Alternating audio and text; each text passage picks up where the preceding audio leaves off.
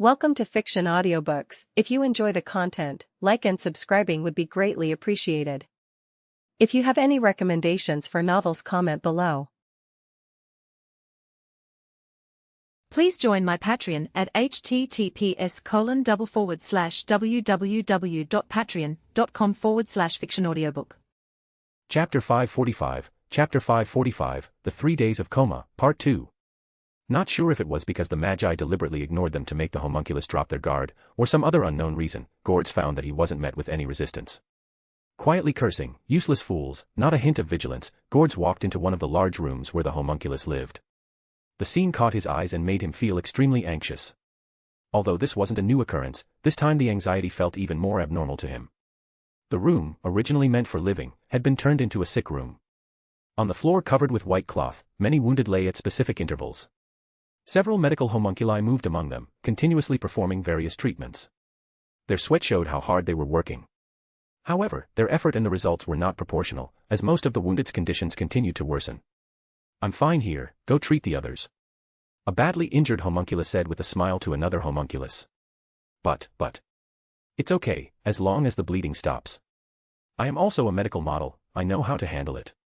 Once I recover, I'll join you in treating everyone. Sorry, I need to rest for a while. Please wake me in 5 hours. A homunculus said, closing his eyes. He had been working for 18 straight hours. Homunculus only need 5 hours of sleep. But it seems my body has become quite exhausted. This feeling of deep sleep, it's the first time. Sorry, I'm really at my limit. Don't worry about it, you've done very well. Like a patient on their deathbed, the homunculus lying on the ground gently patted the arm of the dejected homunculus who had lowered his head. Seeing such a scene, Gord's sense of urgency became even stronger.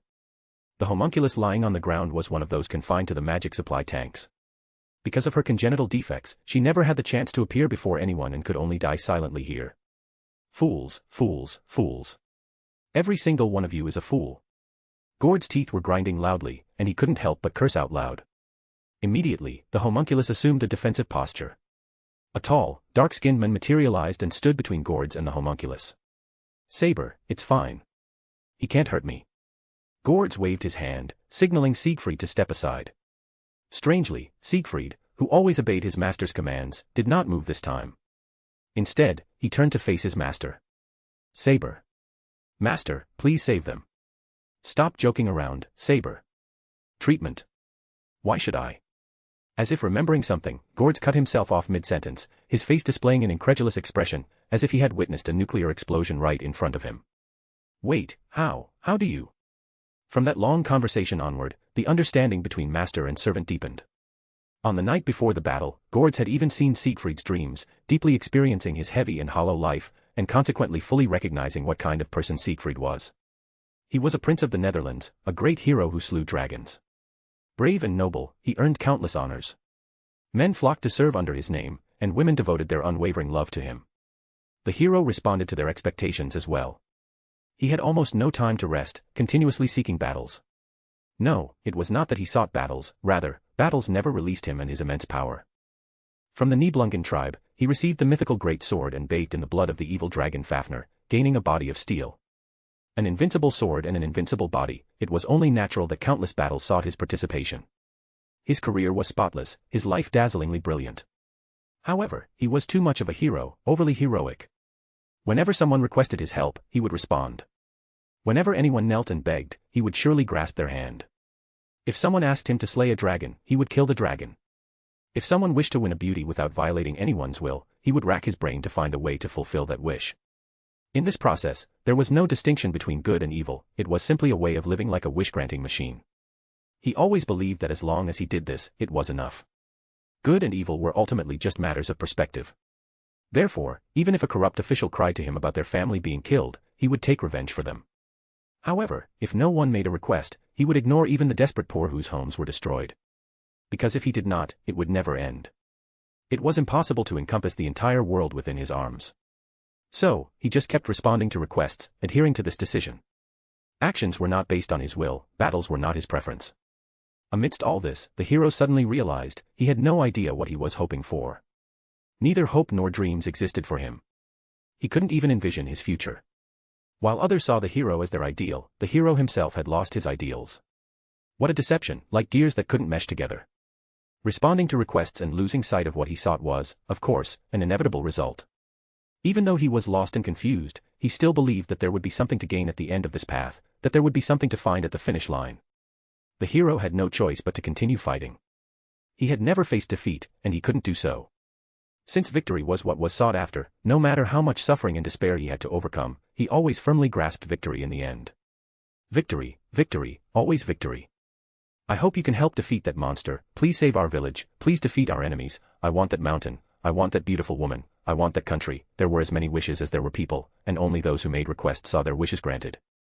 He was basically a holy grail named hero. And that was fine, so the hero thought. Because being thanked by others was a joyous thing. Seeing others beg him with desperate expressions, their hearts moved him naturally.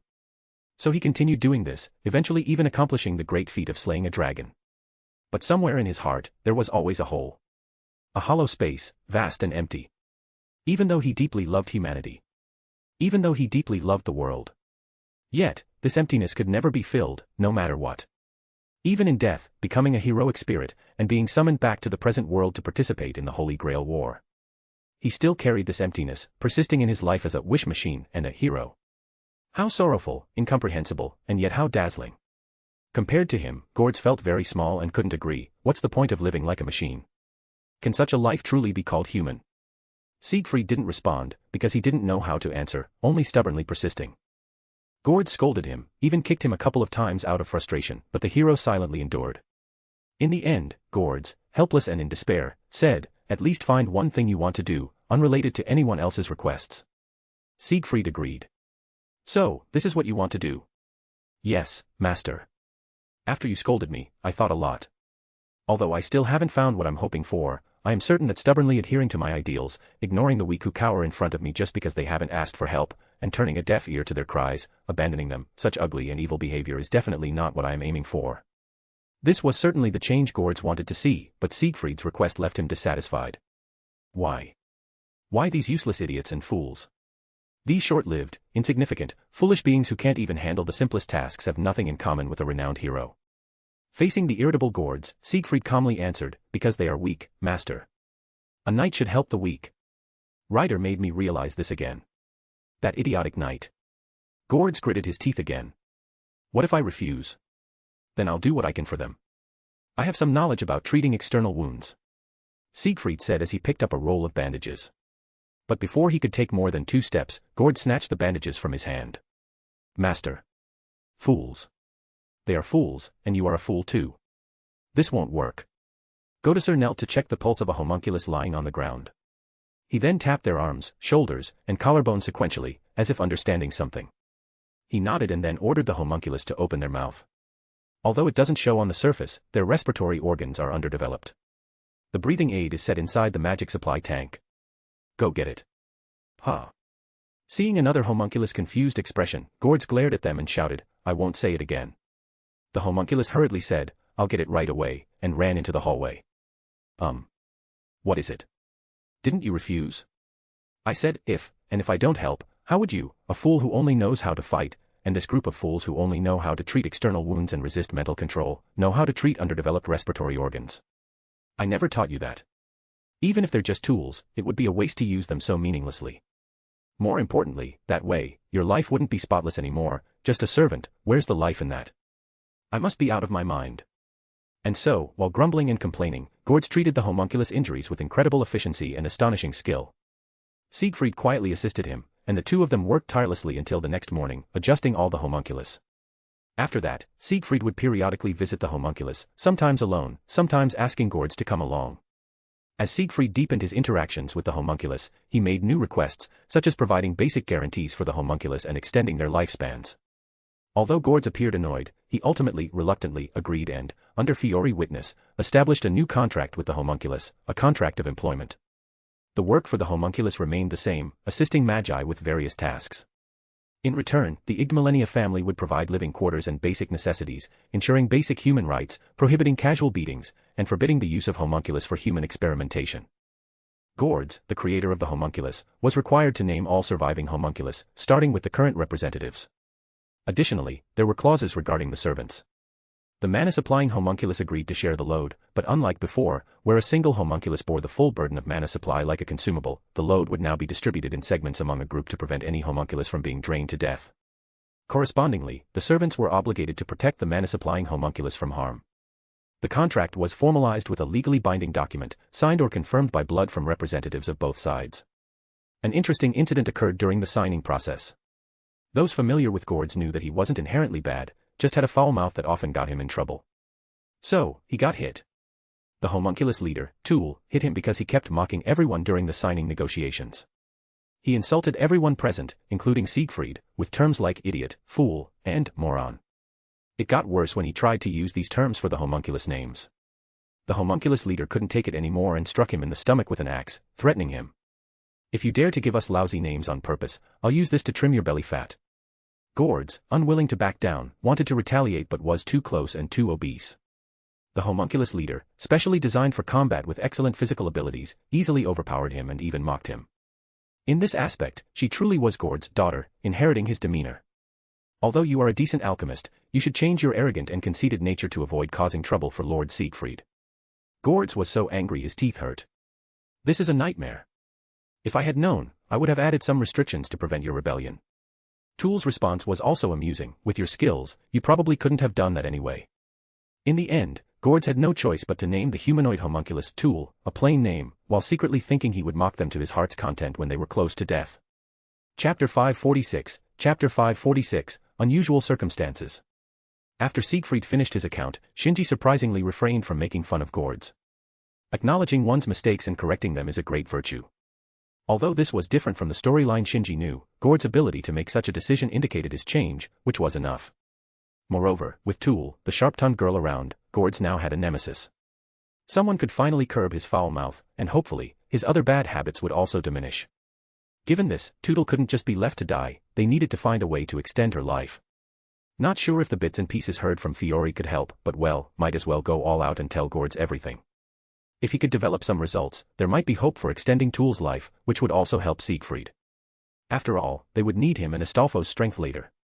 Although spreading such precious information without the original person's consent wasn't right, as the big sister of the homunculus, she wouldn't want her excellent juniors to die prematurely. Besides, surviving the Hanging Gardens was uncertain, so it was best not to leave any regrets. Fiori, adjust your state, I'll perform the surgery now. Calls, go prepare a medicinal broth for your sister. Fatty, lend me your workshop's operating room. If you have time, assist me. Don't worry, I won't let you help for nothing, I'll compensate you with something you're interested in. Astolfo, you and Siegfried rest first. Once you've recovered, I have something I need your help with. Mr. Kyrie, please handle the serum. Achilles, Atlanta, and Artoria, please assist with security. Avisprin, that woman is your responsibility. I want to see results within a day or face the consequences, no excuses, I know your preparations are complete. Teacher, please find a room for Artoria and Jean, if possible, could you keep an eye on Roche? I fear Avisprin might target him.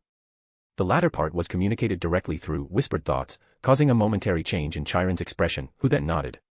A noble phantasm is part of a servant, so to some extent, the compatibility of the core is the same as with Avisprin. Who among those present had the best compatibility with Avisprin? The answer was undoubtedly his master, Roche, also a golem magus. The atom activated with Roche as the core would be stronger than using selenite. Completing the atom was Avisprin's obsession in life. Would such a person abandon a superior core for an inferior substitute? Neither Chiron nor Shinji could guarantee that. Chiron based his judgment on Avisprin's nature, while Shinji's concerns stemmed from the storyline. According to the plot, after the Black faction's defeat, Avisprin defected to the Red faction. He used Roche's admiration to have him secretly bring out the golem atom, then placed Roche inside the golem as the core, ultimately activating the noble phantasm. Although Avisprin hadn't switched sides yet and Roche still had 3 command spells, making such an event seem impossible, Roche's trust in Avisprin had reached a blind level. Avisprin could probably sell Roche, and Roche would still happily count money for him. Avisprin had already completed the preparations, yet he wasn't rushing to use Kleinike to activate the noble phantasm. This behavior only intensified their worries. Could it be that Selenite's capabilities weren't satisfactory to Avisprin? Of course, Shinji didn't care whether Roche lived or died. He had no interaction with Roche, who was at most a familiar stranger. However, this stranger held absolute command over Avisprin with 3 command spells, which was crucial. To assault the Hanging Gardens, Avisprin and his noble phantasm were essential. Shinji had to keep Roche tightly controlled, leaving Avisprin no opportunity whatsoever. Just as Shinji was compelling everyone to take action through requests, threats, or incentives, the only one he hadn't addressed, Jean, suddenly displayed an unprecedented panic, exclaiming, This is impossible." More than one person asked, "What happened?" "Just now, my class privilege showed that 5 new servants have joined this Holy Grail war." "What did you say? Are you kidding? 5 new servants? Are you sure you didn't misread?" Shinji frowned. "I understand the Holy Grail's summoning system well. Its limit is the 15 servants from the red and black factions plus the ruler. How can there be 5 more? But the servant status I saw was exactly like that. This is strange." Shinji knew Jean wouldn't lie, nor would she joke about such matters, but how could this abnormal situation be explained? "Can you see detailed information about these 5 servants? True names, classes, alignments, anything?" "I can't see their true names, I need to see the servants in person for that. The classes are Archer, Lancer, Rider, Caster, and Berserker. They have no alignment, and all 5 are shown as deceased." Upon hearing this, everyone looked at each other in confusion. The more information they received, the more perplexing it became. They could confirm that there were no unusual actions within Millennia Castle, otherwise, Jean would have noticed. So, the source of this anomaly could be determined, it must have been caused by Amakusa Shiro's faction. But the question was, what was the point? If the 5 servants were alive, they could still be used as combat power, but what use were 5 dead servants? Was it just to shock the opposition? To show off his presence? This joke wasn't funny. Although the opponent seemed to enjoy showing off, a person capable of driving himself to such lengths wouldn't pull such a pointless stunt. This meant that this abnormal event must have some significance. What was the meaning of these 5 dead servants? And why did they appear on Jean's servant list? Shinji couldn't figure it out. If Fiori were here, she might be able to see something. No, talking about this now was pointless, he had to rely on his strength. Since this path led nowhere, he needed a different approach. What would he do if he were in Amakusa Shiro's position? With this thought, his mind suddenly cleared. However, before drawing any conclusions, he needed to confirm one thing. "Jean, think carefully, did these 5 appear as deceased immediately, with no gradual process?" "Yes, that's correct." Jean nodded confidently. "When I detected them, they were already dead. I think I might have guessed what that guy's plan is." Chapter 547, Working Together. As a dedicated fan of the Type Moon series, a lore enthusiast, a transmigrator into the Matou family, and Justy's closest partner, Shinji possessed the most comprehensive and detailed information about the Holy Grail. Even Amakusa Shiro, also a transmigrator, couldn't surpass him in this regard. Given this premise and assuming Amakusa Shiro's goals remained unchanged, whatever Amakusa could think of, Shinji should be able to anticipate as well. Amakusa Shiro's current situation, possessing the Greater Holy Grail, lacking the Lesser Holy Grail, and facing enemies who were banded together for mutual protection, making his combat power relatively insufficient. If the enemies decided to hold their ground and defend, it would be extremely difficult for him to reclaim the Lesser Holy Grail and hunt enough servants. At this point, anyone with a bit of intellect would consider some alternative methods. What if there was no Lesser Holy Grail? Make another one. Is it possible? Yes. One of the main reasons Shinji was in such a hurry to kill Zouken was because Zouken planned to perform human modifications on Sakura, transforming her into another Lesser Holy Grail, the Black Holy Grail. This was in Shinji's original world line, where the secrets of the Holy Grail were only known to the 3 founding families. In this world line, the method of creating a Lesser Holy Grail was a semi-public secret. With Amakusa Shiro's abilities and the influence of the church, making or stealing one wouldn't be difficult. In Shinji's world, due to the uniqueness of the Holy Grail system, Zouken needed Dark Sakura to actively hunt down and capture servants' souls. In this world, where pseudo-Holy Grail wars were rampant, collecting servant souls was easy. They could gather enough servant souls first and then connect them to the Greater Holy Grail. Considering Amakusa Shiro's noble phantasm, this wasn't difficult. This also explained why there were 5 servants, the capacity limit of the Lesser Holy Grail, why there was no saber, a limitation of the pseudo-Holy Grail war, and why they appeared as deceased immediately upon logging into the servant list. Damn darnick, it's one thing to steal the Greater Holy Grail, but why spread the ritual's information to everyone? The more Shinji explained, the angrier he got, eventually leading to outright cursing. Fiori gave him a strange look. "Why are you getting angry? Any of us can be angry, but you shouldn't be. Not only shouldn't you be angry, you should be happy." "Why? Whether Amakusa Shiro has prepared another Lesser Holy Grail or not makes no difference to you. If he didn't do this, would you not go after him?" Ah. Fiori's words were a wake-up call for Shinji. No matter what, Shinji would confront Amakusa Shiro to reclaim justice. The other masters and servants, however, were different. An inactive greater holy grail had no value for contention, but if it could be activated and was just a step away from becoming an omnipotent wish-granting machine, it was a different story. As long as someone had a wish to fulfill, they wouldn't give up on the greater holy grail. Moreover, this wish-granting machine was currently in the hands of someone who wanted to destroy the world. None of the masters or servants present wanted the world to end. Amakusa Shiro's actions effectively bound everyone present to Shinji's cause. No wonder Gourds muttered, "I'm now seriously wondering if you and the ruler are colluding to deceive us." To this, Shinji vehemently denied. How could that be possible? If I were colluding, I wouldn't have said those things to Mordred and Atlanta. Pursuing the Holy Grail would boost their combat power. Jean also solemnly stated, "I can swear to God that everything I have said is true." Moreover, the servants summoned by the Holy Grail should soon be able to sense the changes. Artoria followed up, "I can also vouch for Jean. Having participated in a previous Holy Grail war, I can vaguely sense that something is changing, and we don't have much time left." Quickly, those with skills like instinct and mind's eye, such as Mordred and Chiron, also noticed subtle anomalies. From that point on, no one doubted the veracity of what Shinji and Jean had said. Then there's nothing to hesitate about. Achilles clenched his fists together, a wild grin spreading across his face. "We'll storm the Hanging Gardens and take down those bastards. I've disliked that woman Semiramis for a long time. This time, I'll teach her a lesson. And that priest Shiro, destroy the world. He'll have to get past me first." Exactly. For the sake of those lovely children, I won't let the world be destroyed. This has nothing to do with whether I want the Holy Grail or not. Atlanta bit her lip, her expression firm, and she didn't forget to glare at Shinji one last time. Mordred also joined in, yeah, the world is so wonderful, and I haven't had enough fun yet. No way am I letting that bastard destroy it. Faced with the two women's targeting, what could Shinji say? He could only surrender meekly. "I'm sorry, it's my fault, I misjudged your noble intentions. Please be generous and don't hold it against me." Then it's decided. We'll first reclaim the greater Holy Grail together, and then decide its final ownership. Fiori made the final decision. Strangely, although they were about to head into a dangerous battlefield, her face showed no trace of solemnity but rather a bright and cheerful expression. "No time to waste, let's discuss our battle plan right away." Most of the servants present had battlefield experience, and more than half had served as commanders, making the discussion of the battle plan highly efficient. The enemy's noble phantasm, the Hanging Gardens, has been under our surveillance. Catching up to it isn't difficult. The problem is the height at which the gardens are floating. How do we get up there? I think my noble eagle can reach it. My chariot can also manage. And there's Pegasus. Additionally, I can fly using my feathered shoes, so I don't need to ride Pegasus, and I can carry one more person if necessary. 3 servants with mounts spoke up, but after carefully recalling the noble phantasm's appearance, Chiron shook his head. The eagle and Pegasus can carry 2 people each, and the chariot can take a few more, but it's still a bit tight.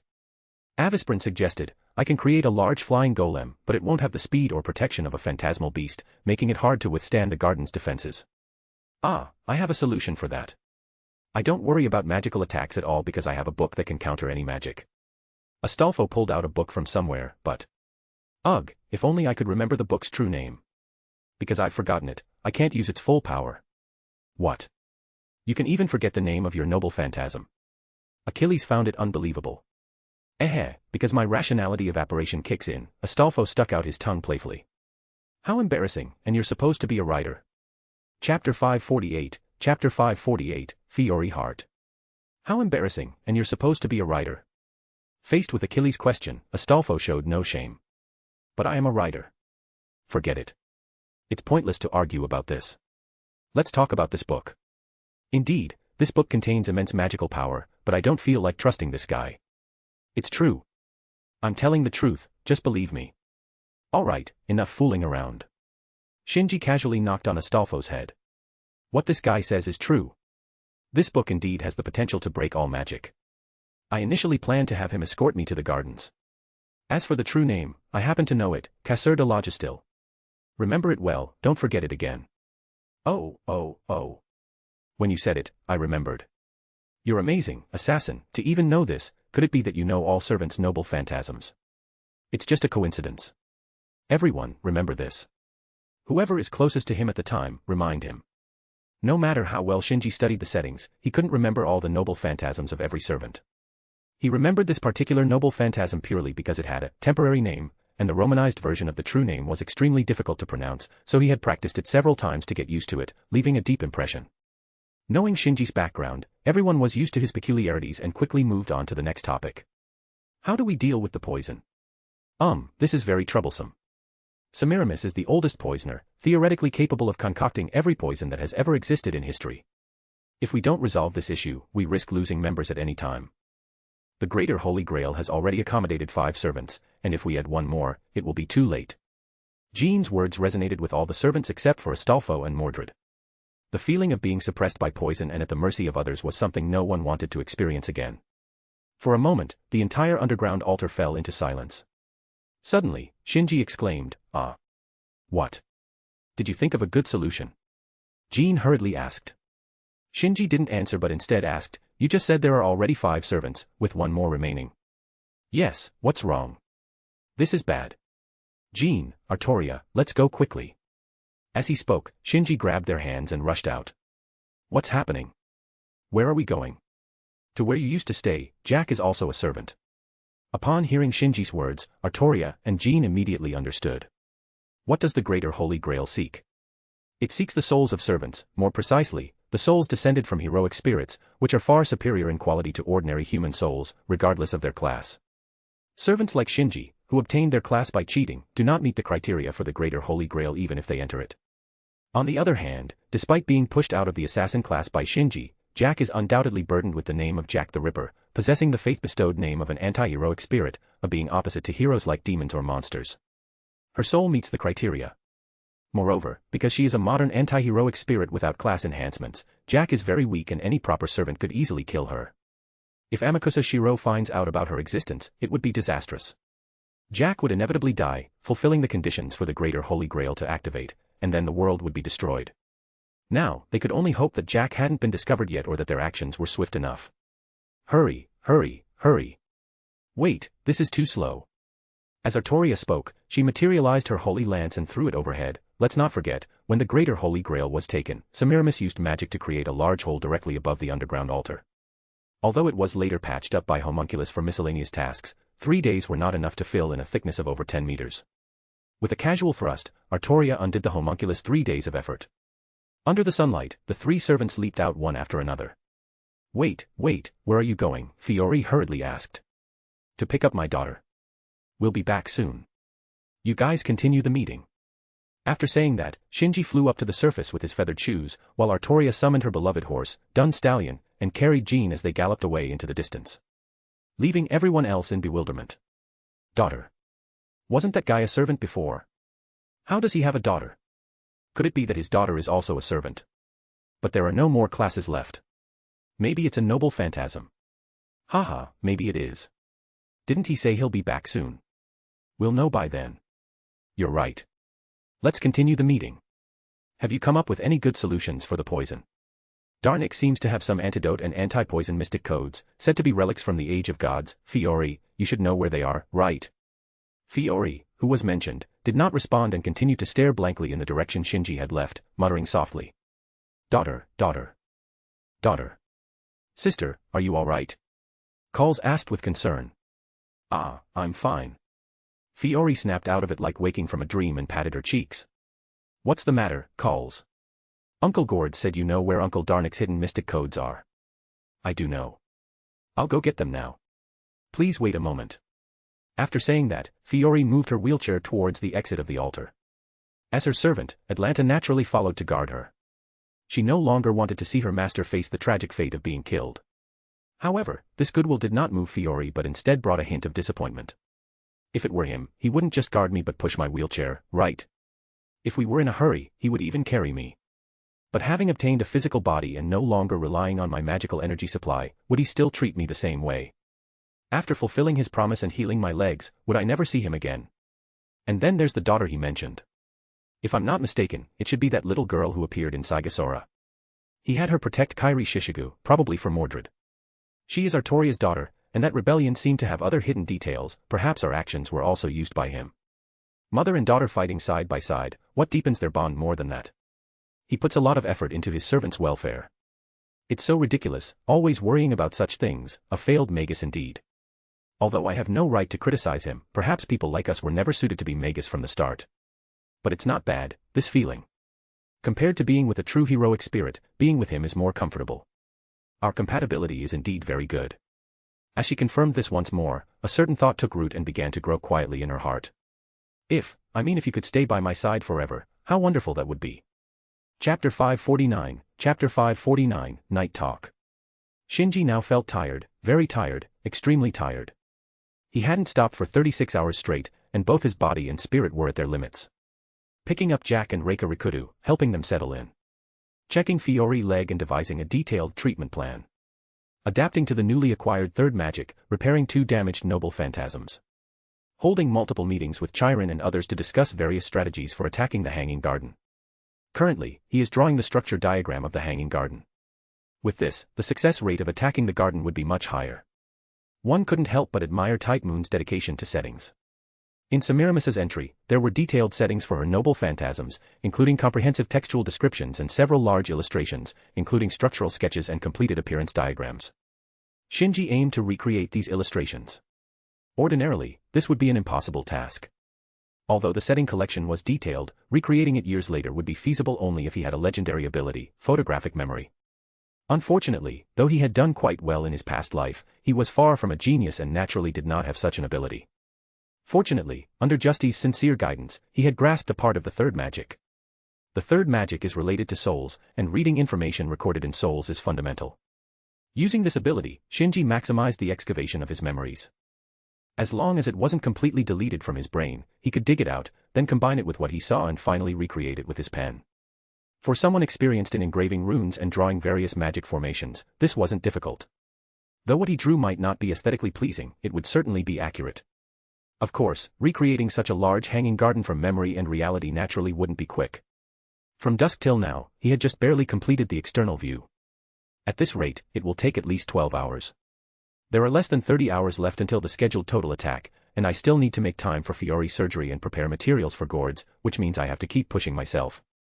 He dropped the pencil, flexing his stiff fingers and joints, then rubbed his sore eye corners. I'm running out of steam. Do I have to lift the incarnation state? This intense fatigue was one of the few drawbacks of a servant's incarnation. A human body ultimately couldn't compare to a servant's. Even with superhuman physical parameters, it required food, excretion, and sleep to maintain itself, unlike a servant, who could keep going as long as they had sufficient mana. After hesitating for a while, Shinji shook his head. No, it's not the right time yet. Not to mention that it would increase Fiori burden and the risk of surgery. The timing of lifting the incarnation itself is a trump card. I didn't expect using the Lesser Grail as a medium would bring such a surprise, nor did I expect those two to be willing to help me. Maybe I can make Semiramis and Amakusa Shiro suffer a big loss, if I can endure it. Thinking about this now is a bit premature. I should find something to refresh myself. Coffee. Turning his head, he saw 2 empty pots on the coffee table. Probably won't help no matter how much more I drink. Better get some medicinal soup, though it tastes awful, it's better than nothing. Standing up from the chair, he stretched. There was a knock on the door. Coming. Who could it be at this hour? Muttering under his breath, he opened the door. Papa. With a familiar call, a pair of small hands wrapped around Shinji's neck, clinging to him like a koala, even nuzzling against his neck affectionately. Ha ha ha, that tickles, Jack. Naturally picking up the girl's petite body, Shinji nudged her forehead with his nose. He, it doesn't tickle at all, Papa. Hearing the girl's soft voice, his highly strained nerves relaxed considerably. As expected, daughters are the best remedy for mental fatigue. Being so closely hugged by her, he suddenly felt a surge of endless energy. It's really strange, isn't it? Even though the time spent together isn't much, why does he have this heartfelt feeling of doting on her? Perhaps, it's fate. Just like the first time he saw Sakura, the first time she called him brother, he wanted to protect her for a lifetime. Shinji's heartfelt sighs were unknown to the naturally innocent Jack, who spoke in a child's proud tone.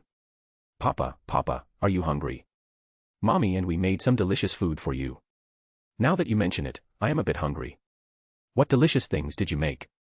Aha, there's vegetable soup, omelette rice, and fruit salad, all made by Mommy and we. I see, Jack is really capable, and thank you for your hard work, Miss Reika. No, it's not hard at all being with Jack.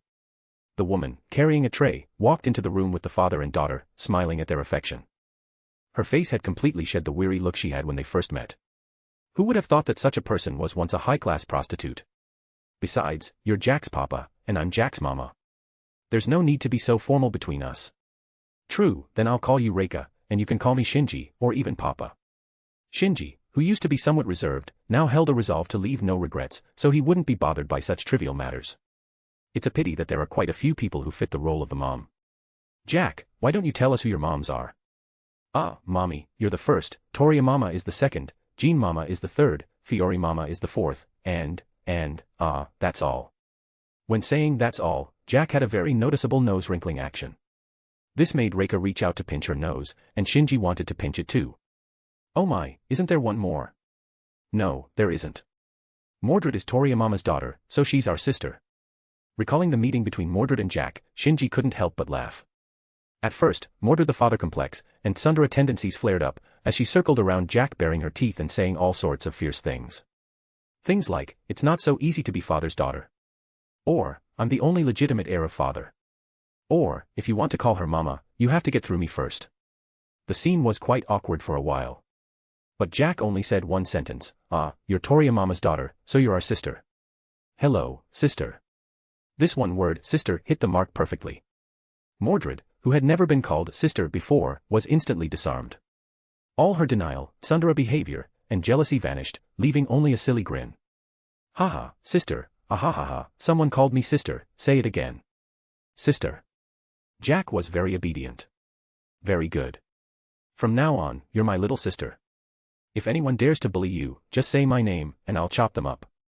The stark contrast before and after made everyone laugh out loud, filling the meeting hall with a joyful atmosphere. Chapter 550, Night Talk with Reika. At the end of the matter, the tsundere Mordred drew her sword in a fit of rage, provoked by the laughter. However, Jack pulled her back with a simple, good children shouldn't kill people at will, and Artoria added, as her big sister, you should set a good example for Jack, which instantly subdued her.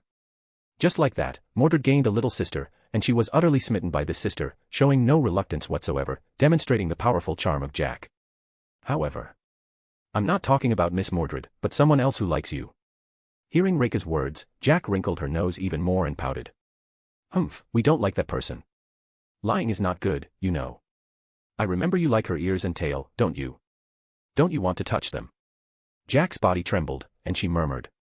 But she said bad things about Papa. We don't like her and don't want to call her Mama. The person they were talking about was, of course, Atlanta. Considering her wish, it's not hard to see how much this ill-fated female hunter loves children. Jack, being so adorable, instantly touched Atlanta's soft spot. Moreover, knowing that Jack is essentially a collection of the grudges of unborn infants sparked a strong sense of responsibility in her. It's no exaggeration to say that in terms of doting on Jack, Atlanta definitely surpassed Reika, Shinji, Artoria, and Jean, and could even compete with Mordred, who had awakened her sisterly protective instincts.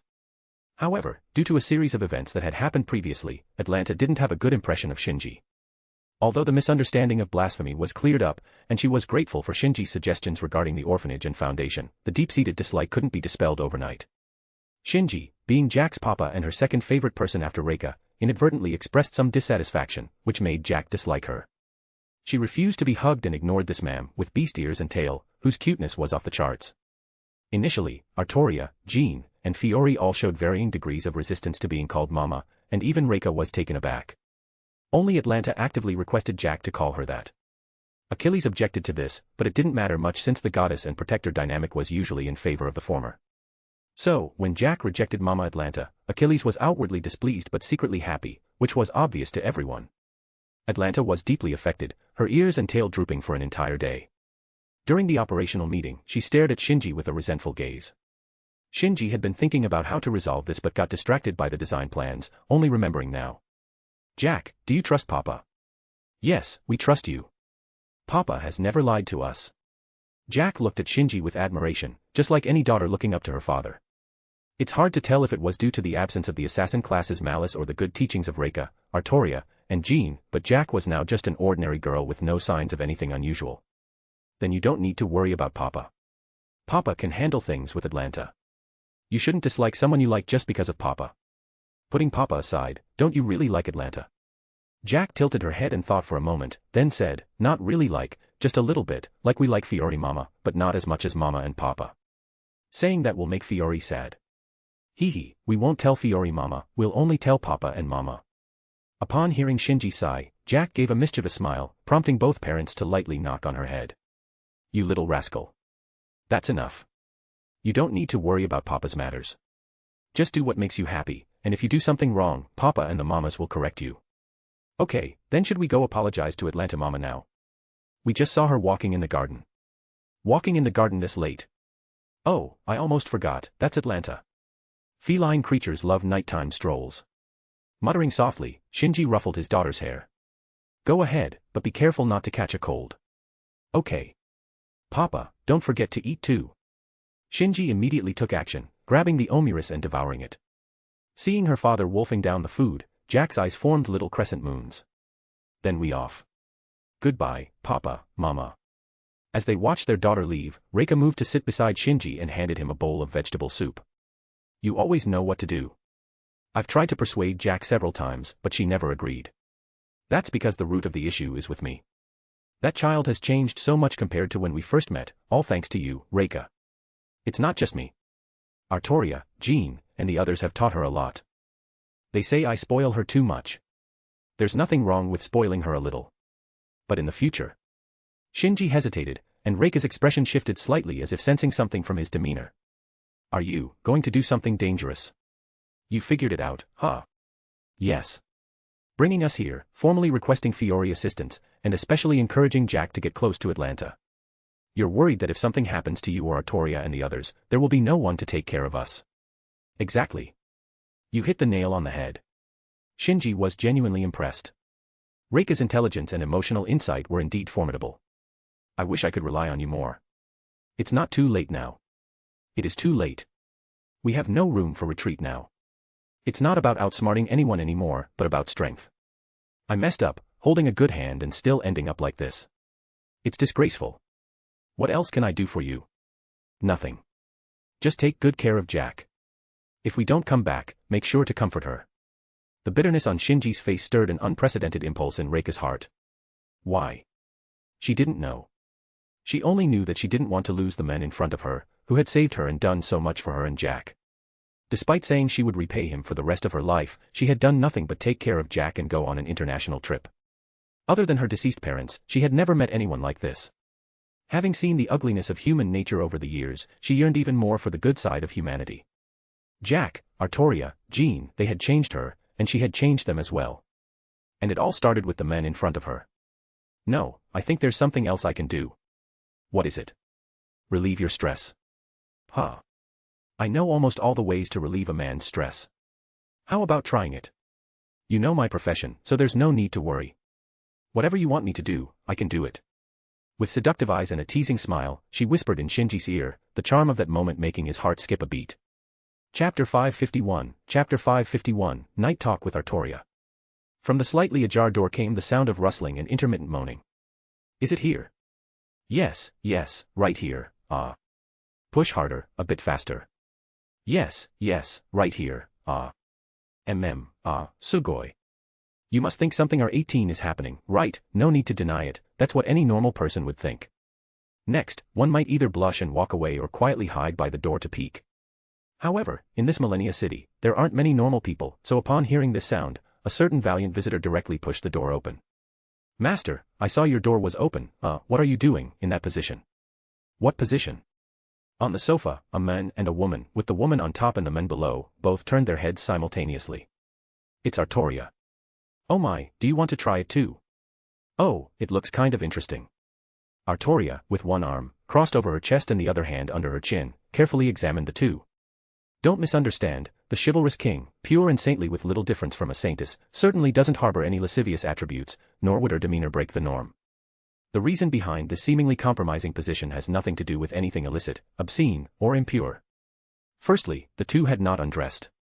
Although Shinji wasn't wearing his jacket, that was something he had taken off a long time ago. Drawing diagrams while wearing the custom-made white coat from Justice was indeed inconvenient. The so-called woman on top, men below position was Shinji lying on the sofa with Reika pressing on top of him, her thumbs pressing against his spine, shoulder blades, and similar areas. That's right, Reika was merely giving Shinji a simple massage to help him relax. This is one of the most classic ways to reduce stress, and Reika was particularly skilled at it. Of course, Shinji wasn't oblivious to Reika's hints. As Reika had said, he could do as he pleased without any burden if he wanted to. But he couldn't. Neither his body nor his mind would allow it. Justice was in enemy hands, and he had no mood for such matters. Additionally, Having worked non-stop for 36 hours, the accumulated fatigue made him somewhat powerless. For him right now, a massage was the best way to relieve his fatigue. After about half an hour, Shinji felt refreshed, while Reika was left panting and exhausted, repeatedly saying she couldn't continue. She hurriedly tidied up the tray and left. When passing by Artoria, she whispered, "I'll leave the rest to you."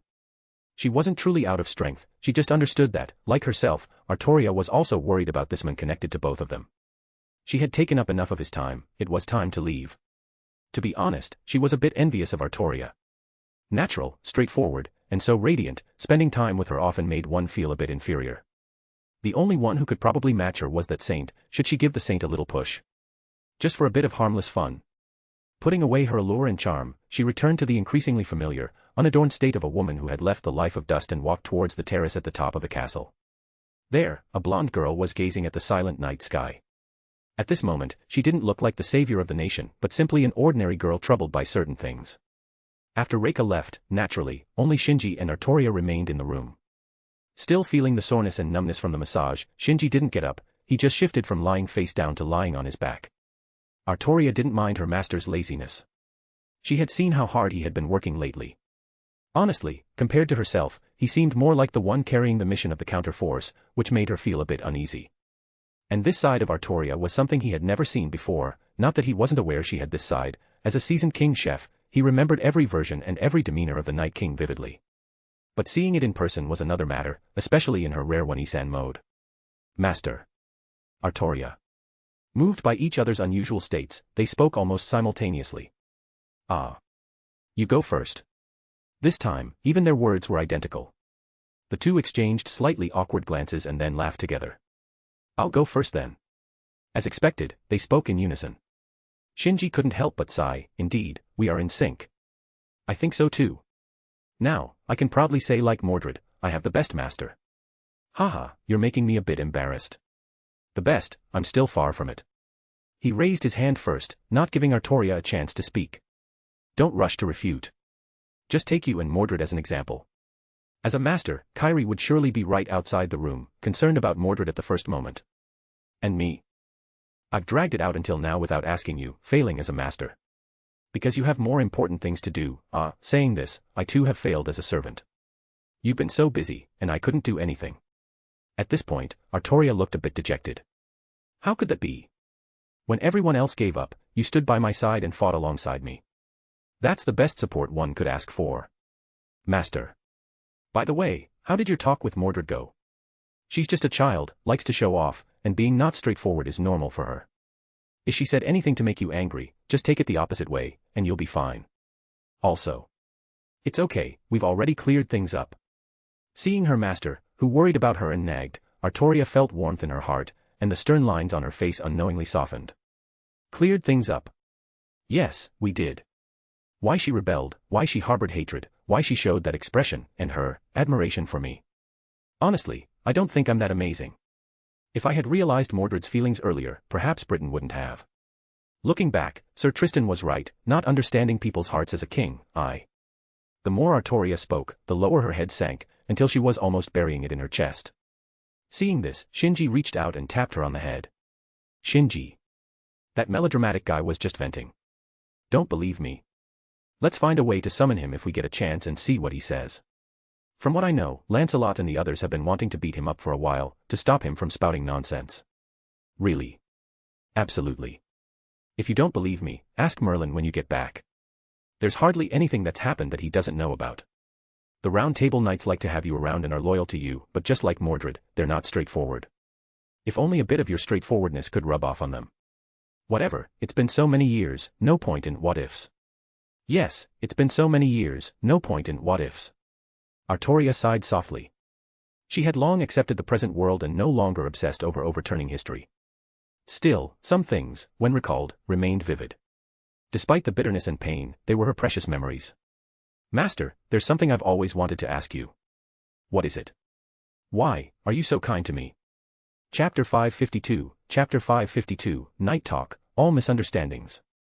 Was Shinji good to Artoria? Absolutely. From their first encounter during the Holy Grail War to now, Shinji had always, consciously or unconsciously, considered Artoria's well-being without expecting anything in return. When they first met, he had Scathach intervene to heal her injuries and fend off powerful enemies. During the king's banquet, he spoke boldly. Though his words sounded harsh and his actions seemed ridiculous, like a clown among kings, it was his way of shattering her illusions and helping her see reality. At the Fuyuki River, she battled the sea monster, and with Scathach's guidance, retrieved her strongest weapon, lost in her previous life, curing her curse and ultimately destroying the sea monster. In the final battle at Ryuda Temple, he restored Lancelot's sanity, defeated their strongest enemy, Gilgamesh, and through her most valued knight, resolved her inner conflict, allowing her to accept the end of her life and find peace finally. When they met again, he recognized her immediately. Even after 5 years, he still cared deeply for her. He felt frustrated, thinking she hadn't let go of her obsessions, and saddened, believing she was bound by the counter-force. When he learned she had entered Avalon and found peace, his joy was something she still remembered vividly. During the subsequent Holy Grail War, although he wasn't by her side, he always arranged things well for her. Whatever she wanted to do, he would find a way to make it happen. And when Mordred, the rebellious knight who ended her reign, appeared, he did everything he could to resolve their misunderstandings, allowing them to interact like normal family members. What he did for her went beyond the boundaries of a master and servant relationship, more like longtime companions. At first, she thought so. But after talking with Mordred, she found something different. His feelings for her differed from those of Merlin, Guinevere, or the Knights of the Round Table. She wanted to know the answer to this, which is why she came to him. "You're asking about that, huh?" Hearing Artoria's question, Shinji's eyes showed a hint of hesitation. "Maybe it's because I like you." A few days ago, Shinji would never have admitted this honestly, even though this like was somewhat different from romantic love between men and women. He might have come up with some grandiose reason, evaded the topic, or said something impressively vague. At that time, his mindset was restless, and he was worried whether telling the truth would leave a bad impression on Artoria. But after everything that happened, he discarded those now laughable concerns, completely calming his mind and being his true self. He also believed, given Artoria's character, she wouldn't be angry at his honesty. She would either outright reject him or tell him to focus on the battle at hand. Artoria's reaction was almost as Shinji expected. After a brief moment of surprise, she quickly composed herself and, with a slightly heavy tone, said, "I'm sorry, Master. I can't respond to your feelings right now. I truly apologize. It's okay. If you had responded, I would have found it strange. Besides, to be honest, I'm not even sure how to categorize or deal with this like. Your response makes me feel much more at ease." A fleeting complexity crossed Shinji's eyes, unnoticed by Artoria. "Thank you for understanding, Master. Then let's continue being partners and comrades. Yes, let's leave the rest of the conversation until after the war. I hope we both survive until then." Artoria naturally took Shinji's outstretched hand and then, after a brief farewell, left. This honesty and openness were qualities Shinji most admired in her, though he couldn't help but feel a bit of regret. "I thought I might see her flustered or blushing, but she just froze for a moment and her ahogue twitched. Is it because this doesn't count as a confession? Or has she matured over the 1500 years? Or maybe my affection level isn't high enough?" In his self-deprecating state, he had no idea that none of his guesses were correct. Artoria's nonchalant reaction was because of Mordred. Imagine this, if Mordred, with her obsessive admiration for her king and father complex, had an open conversation with Artoria, how would their relationship change? In truth, their way of communicating didn't change much, but they spent more time together. Mordred wanted to know how her father had been all these years and what she had gone through. Talking about their experiences inevitably led to discussions about their respective masters. So, Artoria told Mordred everything about her relationship with Shinji. Despite being a problematic child, Mordred had more common sense than her father, probably thanks to her mother, Morgan's teachings. Upon hearing all that Shinji had done for Artoria, Mordred's first reaction was that he had ulterior motives, like wanting to become her second dad or second mom, basically that he was interested in the king. Mordred was furious and prepared to draw her sword, but considering that Shinji was her father's master and a strong combatant and that he had contributed to their harmonious relationship, she didn't attack. Instead, she advised Artoria to be wary of her master. Initially, Artoria didn't believe it, but after Mordred's persuasion, she wavered and sought confirmation from her master. As it turned out, Mordred was right. Because of Mordred's warning, Artoria's reaction wasn't as dramatic as it would have been if she had been caught off guard by the confession. Before coming here, Artoria had already thought about what to do if it were true. The answer was what Shinji heard, she couldn't respond now, and the rest would be left until after the war. "Wait a minute, something seems off." That meant, "I won't answer you now, but I'll give you a formal response later." But with a few explanations and pleasantries mixed in, the meaning changed, at least in Shinji's understanding. It was a rejection, a sad one, and a very straightforward one at that. Meanwhile, back in her room, Artoria was still pondering her feelings for Shinji. Hatred? No. Like Gawain and Lancelot, a comrade and battle companion. Not entirely. Like Merlin, a mentor, father figure, and friend. No. Artoria, who had never experienced such feelings, was troubled. She recalled Merlin's nagging before she was summoned. Artoria, you're no longer a king. Now that you have a rare chance to go out, enjoy life as an ordinary girl. Get a boyfriend, fall in love or something. Want me to teach you? I'm quite good at this. Could Merlin have been right? Chapter 553, Night Talk, Jean. Artoria's musings were unknown to Shinji. After lying on the sofa for a bit longer to regain some strength, he returned to his desk to continue working intensely. Just as he sketched a couple of lines, he heard footsteps again. Shinji didn't think much of it and casually spoke up. What's up, Artoria? Did you forget something? No, it's not that. Huh. The paintbrush in his hand paused. The voice behind him was just as familiar, but it didn't belong to Artoria. Instead, it belonged to someone very similar to her. Oh, it's Jean. What's going on tonight? Everyone's coming one after another. Shinji sighed as he got up from the chair he had barely warmed and returned to the still warm sofa.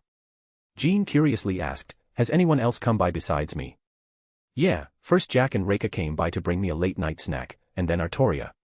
She left just a few minutes before you arrived. Because they're worried about you, afraid you'll overwork yourself. So, are you here because you're worried about me too? I am concerned about you, but that's not the only reason, Black Assassin. No, Matou Shinji, I want to talk with you. Seeing Jean's serious expression and earnest eyes, Shinji set aside his relaxed demeanor and sat up properly. What do you want to talk about? About your very existence. Is there a problem with my existence? Yes. To be honest, I'm very confused, your existence, your actions, and your participation in the Holy Grail War, all of it. Does it count as a violation? You're still hung up on this even now. I was summoned in this way because of Amakusa Shiro Tokisada, but as a ruler, I have to fulfill my duties as an adjudicator. A helpless smile appeared on Shinji's face. I see, that's so like you. Tell me, what about me makes you think I'm in violation? It's that Saint of Winter. You're not a heroic spirit, yet you became a servant. This must be her doing, right? Yes. The summoning of heroic spirits and their role as servants is a necessary part of the Holy Grail War. Your presence means the heroic spirit who should have manifested as an assassin didn't get that role. The position you occupy should belong to Jack. Although your goal is to resolve the distortions of this Holy Grail War, the act itself is a distortion. Using a distortion to solve a distortion. With wide eyes and a stern expression, the righteous saint expressed her convictions. I believe this is wrong. However, the entire Holy Grail system was constructed by Justice, who sacrificed herself to become the core of the Greater Grail. This gave her the authority to interfere with the system. That's precisely what confuses me. Jean's previously strong voice gradually softened. The Saint of Winter has the legitimate authority, but the exercise of this legitimate authority has resulted in a distortion. As an adjudicator, I should uphold the rules and resolve this distortion. It's akin to an unsolvable paradox. So what do you plan to do? I don't know, which is why I'm hoping you can give me an answer. Me. Shinji scratched his head and looked at Jean without blinking. She nodded firmly. Yes. Are you serious? Shinji was both amused and exasperated. You're asking me, the person involved, aren't you afraid I'll intentionally skew the answer in my favor? Jean replied calmly. Because I trust you, I trust my companions, and the final judgment will be made by me. So, no matter the outcome, I'll accept it. The determination in her eyes, as clear as the washed sky, made Shinji feel both admiration and a hint of astonishment. I really can't handle you, but that's also what makes you so lovable. Lovable. Please don't tease me. How is that teasing? I'm just stating a fact. If you don't believe me, you can go out and ask anyone. Even if not 100%, 90% of people would say you're lovable. I could never ask such a question. A blush spread across Jean's cheeks, making her look like a young girl for the first time. Then I'll have to ask for you. Black Assassin. Seeing Jean getting upset, Shinji quickly stopped. All right, I'll stop. Let's get back to the topic. Before I give you my answer, there are two things I need to tell you. First, this answer is just my personal opinion, you'll have to judge for yourself whether it's right. Second, if your judgment interferes with my subsequent actions, I will decide whether to resist with force depending on the situation. You have your principles, and I have mine. I respect your principles, but that doesn't mean I'll accept them. Understood. The issue you're struggling with is a matter of process versus result. In the process and result, Justice and I value the result more. As long as the result is good, the process can have flaws. Regarding the Holy Grail War, my existence not only doesn't hinder its progress but also ensures it proceeds smoothly, which is a good result. Given the current situation, my presence can better help you resolve the larger distortion. Although you don't agree with using distortion to resolve a greater distortion, when two distortions have already occurred, the priority must be to resolve the greater one, and then deal with the smaller one like me. Who knows, maybe this smaller distortion will be eliminated by the larger one, and you won't have to worry about it anymore. Shinji gave a self-deprecating smile and winked at Jean, who shook her head seriously. That's not acceptable. Perhaps as you said, I value the process more because I believe that a good process leads to a good result. And the process of just dying is not a good one. Black Assassin, I don't want you to die irresponsibly and without clarity. Then what do you want me to do? Defeat Amakusa Shiro Tokisada, then survive. After that, I will make my judgment about you, even if it leads to conflict between us. Postponed judgment. Is that your decision as a ruler? Not just as a ruler, but also as Jean Dark. Matou Shinji, I want you to survive. Shinji looked at Jean, and Jean looked back at him. Their blue eyes met, unblinking. Can you promise me something? Don't use that noble phantasm that comes from the culmination of your life. This. I'm sorry.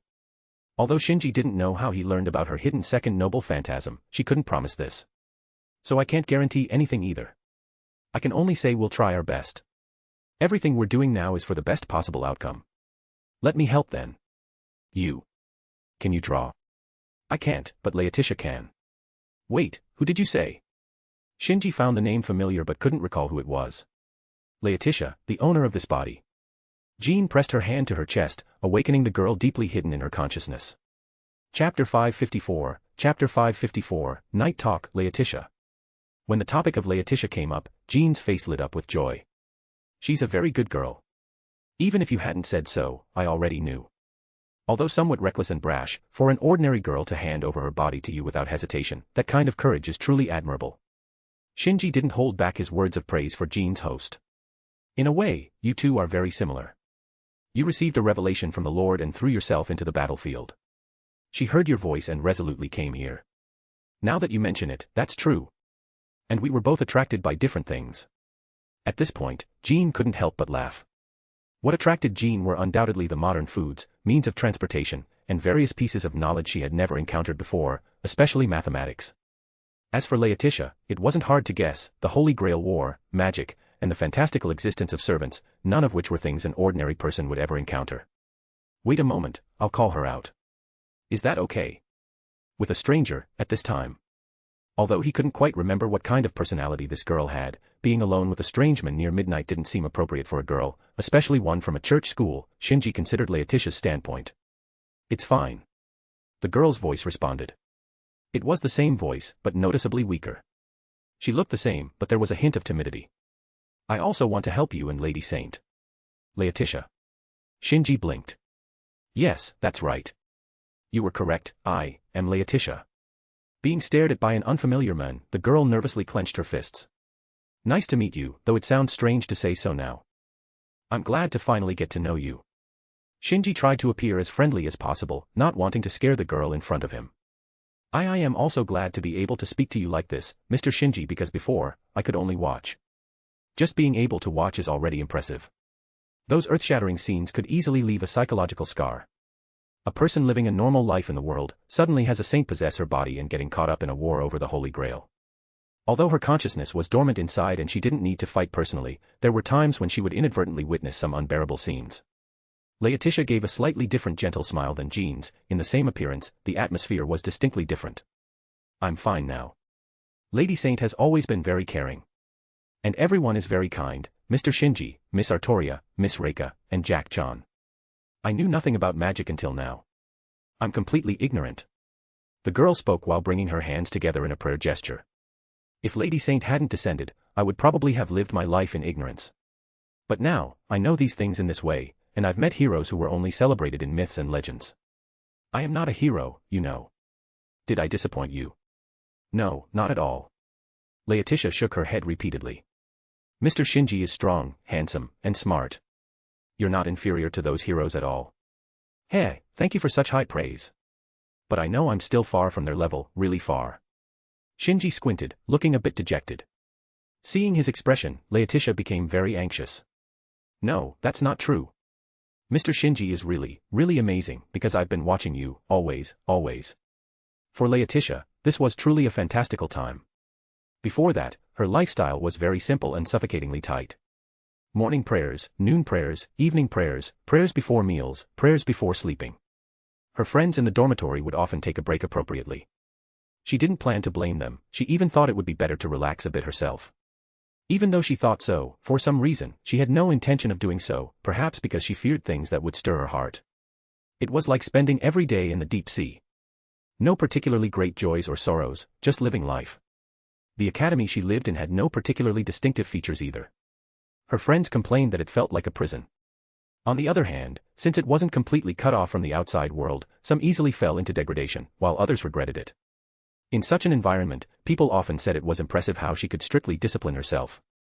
She neither fell into depravity through external interaction nor turned it into excessive pride. Both teachers and friends praised her for some reason. Everyone said her way of living was beautiful and correct. She could only accept these compliments with an ambiguous smile while feeling troubled inside. It wasn't like that at all. She was just afraid of change. She knew her personality very well. She had no self-control, her brakes had long been broken. Once she started running, she would only accelerate, unable to slow down. Even if there was a cliff ahead, she would jump right off. She couldn't stop until she fell into the abyss and died. So she didn't get involved with the outside world, but she didn't feel great joy in the prison either. After all, her parents were outside, so completely cutting off contact was impossible. She felt like she was stuck in the middle, she wanted to mock herself. She didn't want to connect with others and get tainted by the mundane world, becoming an extremely ordinary person. But she also didn't dare to devote herself to a world ruled solely by taboos, cut off from the outside. In summary, she didn't know what her goal should be, and couldn't find the path she should take. She was just walking forward fearfully, along a vaguely visible road. Well, at this point, it didn't matter what happened next, she walked forward with a semi-desperate attitude. No matter what awaited her on the path. After all, she knew nothing, and that couldn't be helped. Even if she fell into depravity, even if she became a criminal, even if she wanted to regret it, she would dismiss it all with, "It can't be helped."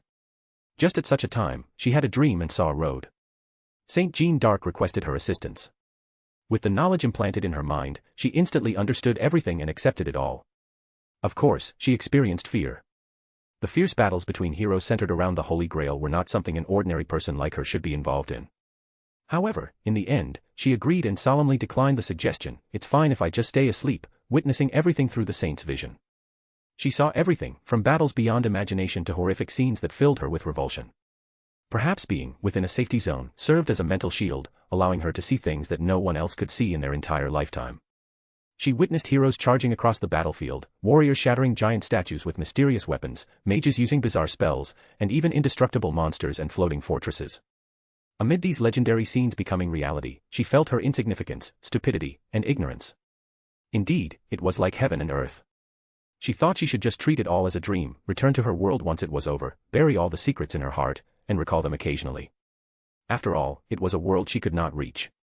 She thought this more than once, but whenever she was about to make up her mind, that person would appear, telling her that the distance between the two worlds wasn't so great and that there was still a place for her here. Although he also possessed extraordinary power, he did not exude an atmosphere incompatible with the modern world like the other heroes. He would hitchhike using the universal gesture, had received a complete modern education, and his way of speaking and handling things was much like an ordinary person's. He would get carried away, show off deliberately, and even throw tantrums. Honestly, compared to the saint, he had many flaws. But it was these flaws that made Laetitia feel he was real, and her eyes were unconsciously drawn to him, making her want to cheer him on. After all, common heroes and elites always receive extra attention from ordinary people. When she saw him seriously injured, she was very anxious. When she saw him recover, she was so happy. When she heard he was drawing, she felt she could do something for him.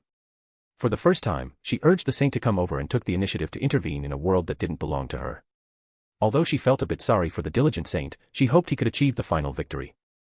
"So, Mr. Shinji, you'll be fine, believe in yourself. I will do my best to help you too." Seeing Laetitia like this, working so hard to cheer him up, brought a few more smiles to Shinji's face. "How will you help me?" Miss Reika said you're drawing the layout of the Hanging Gardens." Lacking confidence, Laetitia took a deep breath and mustered all her courage. "I have some knowledge of drawing. When the saint ascended the gardens, I was watching the whole time. I think I can help." "Is that so? Then could you help draw a general layout and the route Jean took?" "I'll do my best." Great, that's the spirit. First, take a look at what I've drawn and see if there are any problems. Okay.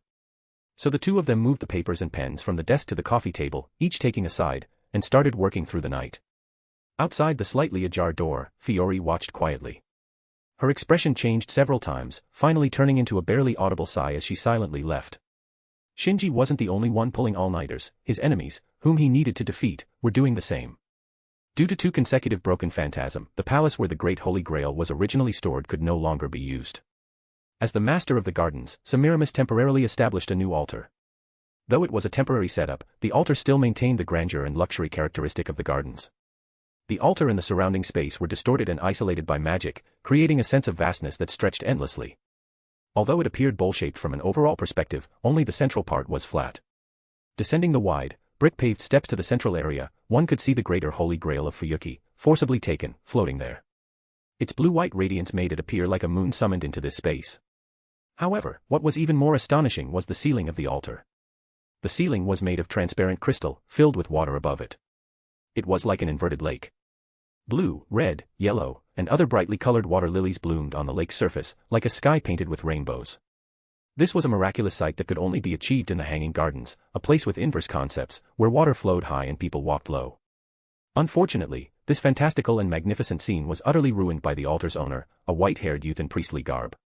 The outer space of the altar was tainted by large patches of black, resembling ashes left after a fierce fire, or like the dark, eerie works of an expressionist artist. As the youth moved on the altar, the blackened ground rose irregularly, like bubbles, or as if something was gathering and churning within the darkness. Soon, these blackened rises merged, growing larger and taller, eventually forming black human shapes. Apart from their overall color, these figures were almost indistinguishable from real people, with clothing details and facial features well reproduced.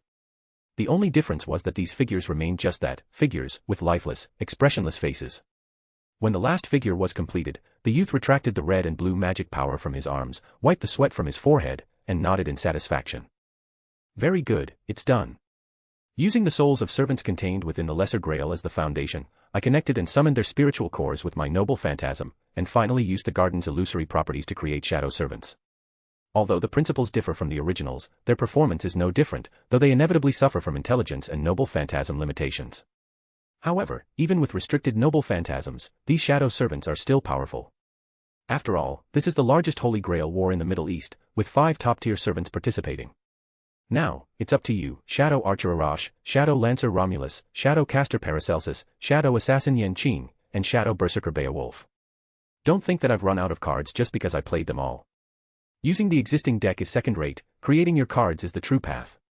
I am the legendary king of games, the so-called numerical disadvantage never existed from the start, ha ha ha ha.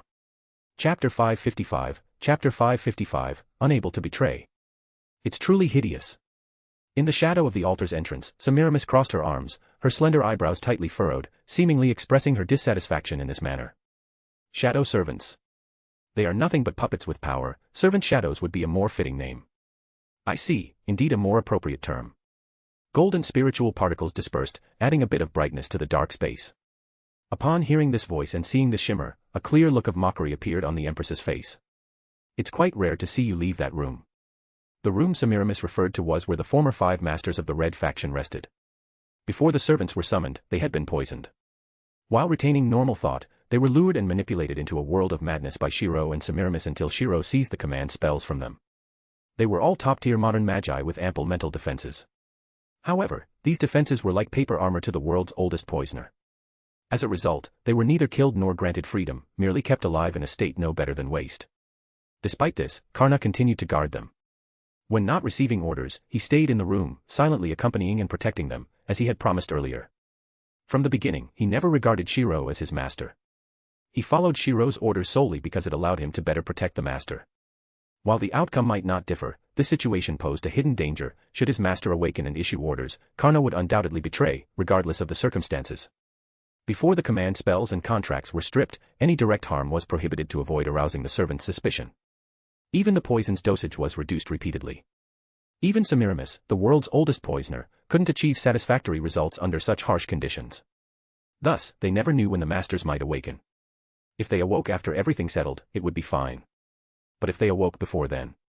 To eliminate this hidden danger, Semiramis had considered more than once dealing with those 5. But she had to consider Karna's feelings, as he was their last strong combatant. This dilemma greatly displeased Semiramis, making her naturally unfriendly towards Karna. Give it up, Lancer. They won't wake up during this battle, and you're not obligated to follow their orders. The master-servant relationship is not an obligation but a contract, a bond. Assassin, you probably don't assist Shiro Kotomine out of obligation either. Of course not. My relationship with him is based on a master-servant contract. But Lancer, your master should be Shiro, not these guys. It was a provocative smile that would be intolerable for most heroes. However, facing Semiramis's smile, Karna showed no sign of anger. Instead, he nodded seriously and said, "You are correct, assassin. The legitimate master-servant relationship exists only between you two in this camp. The master uses you, and you use the master. However, there is mutual dedication and trust. You cannot betray him, at most, you might think about it." These words left Semiramis speechless. Did this heroic spirit just directly point out something hidden deep within her? After a period of silence, the Empress slowly spoke. "What did you just say?" "I didn't say anything. You can't betray your master, and your master fully trusts you, so I was just praising you for having the ideal master-servant relationship." Semiramis glared fiercely at Karna. Karna, however, looked puzzled, as if he found the situation inexplicable. He was indeed praising her, at least from his perspective. But such words. What nonsense are you talking about? I'm not talking nonsense. As master and servant, you are in the ideal state.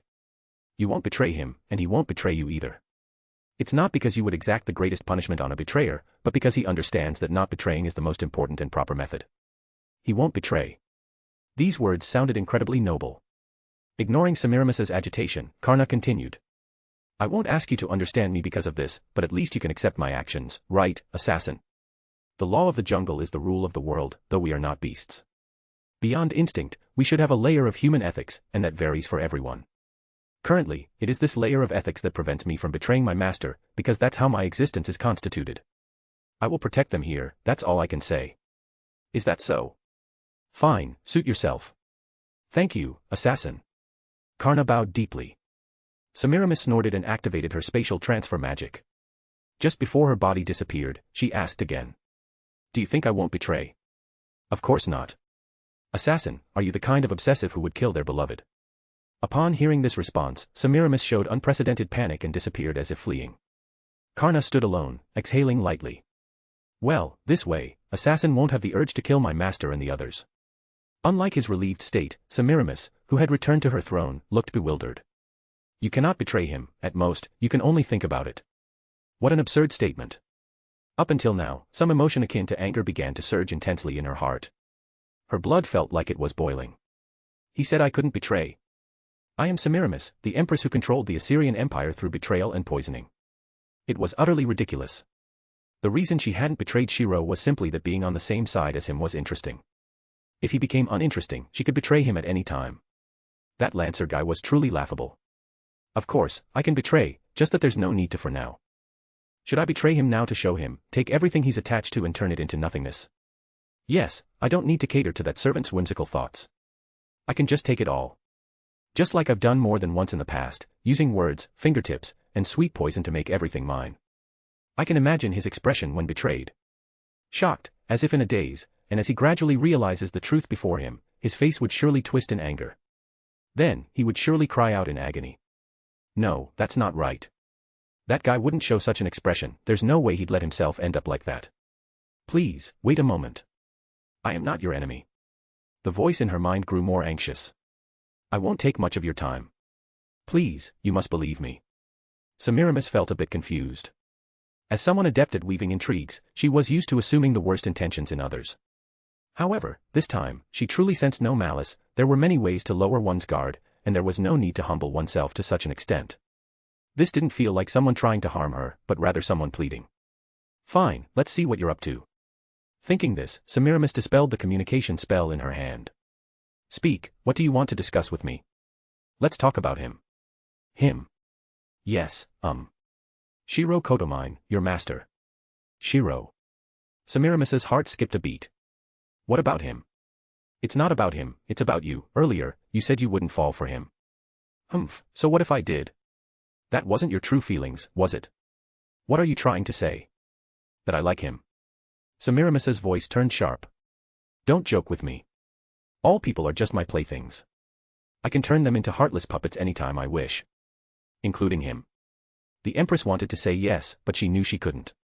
She could only sit back on her throne, feeling frustrated. I just haven't found his weakness yet. One day, I will. Hee hee, is that so? The laughter in the voice made Semiramis feel a bit uneasy. You seem to know him very well. Yes, very well. There's probably no one in this world who knows him better than I do. Hearing this, Semiramis inexplicably felt a surge of irritation. So, you are an old acquaintance of his.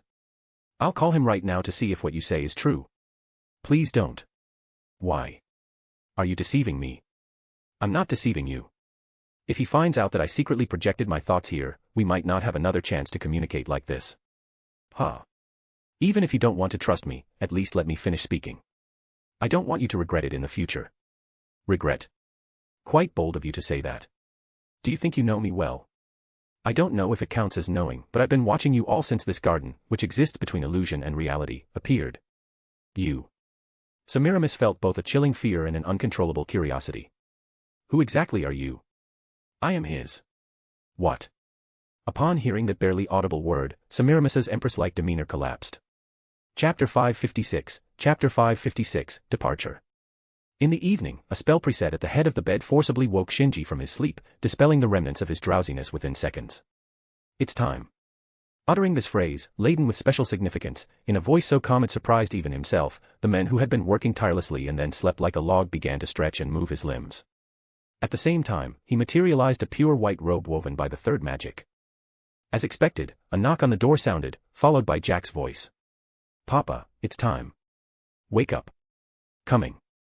Shinji straightened his hair in the mirror and opened the door. Papa. Jack, as usual, leaped into his arms. Shinji skillfully caught her, and they rubbed their foreheads together. Do your best. Yeah. Do your best, Shinji. Reika also opened her arms, embracing both father and daughter. Jack and I will be waiting for you to come back. Shinji said nothing, silently holding Jack and Reika for a moment. Then he turned to the last person waiting outside the door, the knight who would always head into battle with him, no matter what happened, the king among knights. The increasingly tacit understanding between the master and servant required no words. A single exchange of glances conveyed everything. Departure. As you command, master. The detailed battle plan had been issued in the morning. At this time, everyone should gather at the plaza of Millennia Castle, take a vehicle to the capital, Bucharest, and then transfer to the large transport golem prepared in advance by Avisprin, heading straight for the hanging gardens hovering offshore. When Shinji arrived at the parking lot, many people were already there. Listen up, your task is to drive to Bucharest and then return here. Do not do anything unnecessary. Gord sternly instructed the two homunculi assigned to menial tasks. If you are seen by the Mages Association, you won't be coming back. Even though you are just inferior products, wasting you meaninglessly would still affect my reputation. You don't have much of a reputation to begin with, said Tool bluntly, who had accompanied them. Please don't say that, Miss Tool, Siegfried, standing on the other side, interjected. Master is also concerned for you. What? How could I be concerned about them? Gords went into a frenzy, leading to a familiar bout of bickering that everyone was used to. Not far from them, by the flower bed, Kyrie squatted, smoking, one cigarette after another, seemingly intent on finishing the entire pack in one go. Before long, only 2 cigarettes remained in the box. Kyrie carefully lit one with the treasured lighter he kept in his pocket, and the freshly dissipated smoke once again filled the air. Master. Here, take it. Noticing Mordred's keen interest, Kyrie pulled out a cigarette and handed it over. Oh, I've wanted to try this for a long time. The rebellious knight, dressed in her usual provocative attire, held the cigarette between her fingers and then mimicked Kyrie by putting it in her mouth. Kyrie helped her light it. The moment Mordred took a deep drag, she made a hard-to-describe face. Cough, what is this? Kyrie had been waiting for that expression and laughed unabashedly. Tastes awful, doesn't it? Master, do you think this tastes good? Of course, the first time is terrible, but you get used to it. Why would anyone want to get used to something like this? Idiots. I forgot that a long time ago. This is just awful, just like this thing. Mordred coughed a few more times but didn't throw away the annoying cigarette. Instead, she handled it more and more carefully. When you think about it, isn't this just like our lives? Yeah. They both understood what the other was talking about. He had seen her dreams, and she had seen his past. The more desperately you crave something, the more unattainable it becomes. In the end, you are left with nothing but to swallow the bitter fruit alone, much like this choking cigarette.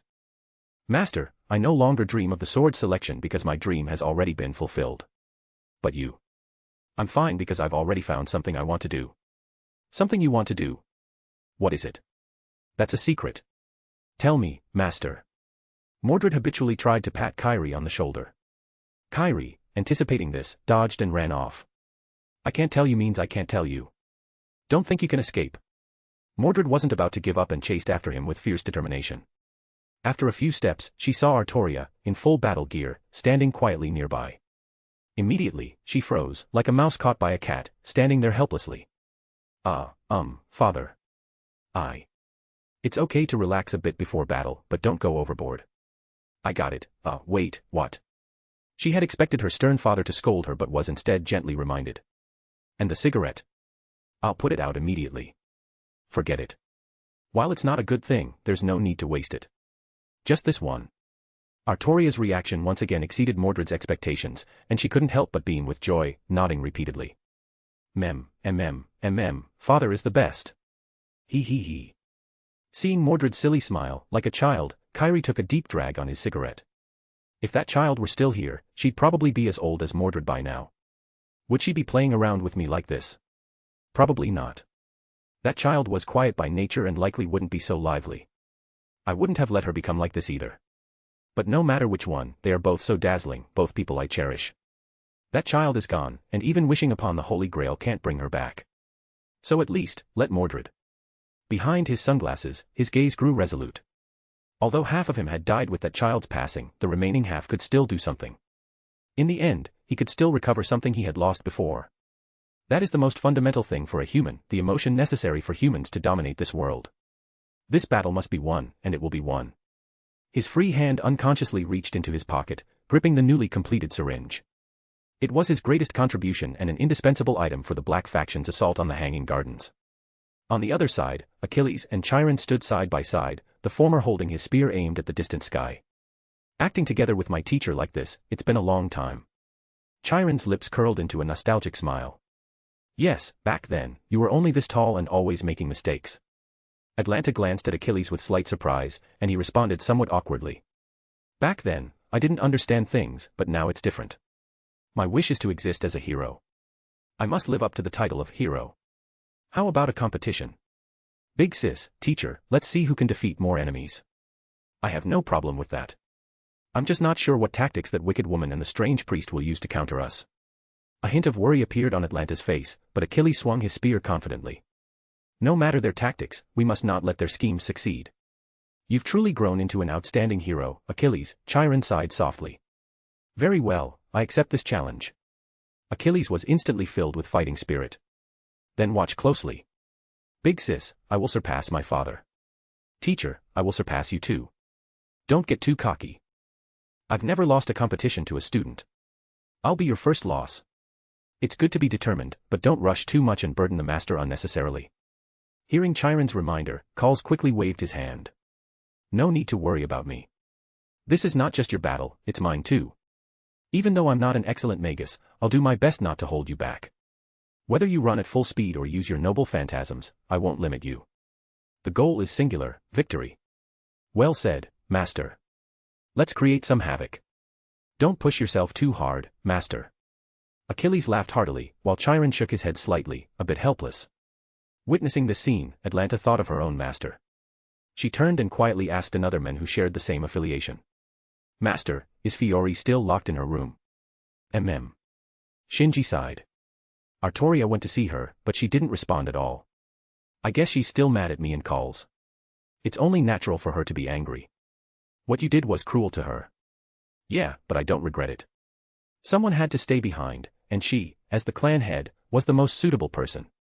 Besides, her personality isn't suited for the cruelty of war. This is a good opportunity to fulfill my promise to her.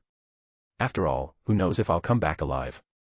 As the current head of the Igdamillennia clan, Fiore was naturally prepared to lead by example and head to the front lines.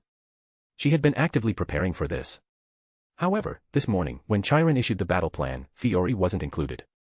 At first, Fiore thought it was a mistake. But when she asked, she found out that they had no intention of taking her along. Fiori strongly opposed this but was forcibly subdued by Shinji and calls. Ignoring her authority as clan head, sister, and master, they knocked her out and took her to the operating table to remove and reconstruct the deformed parts of her magic circuits. Although the surgery wasn't long or extensive, the changes to her magic circuits left Fiori extremely weak.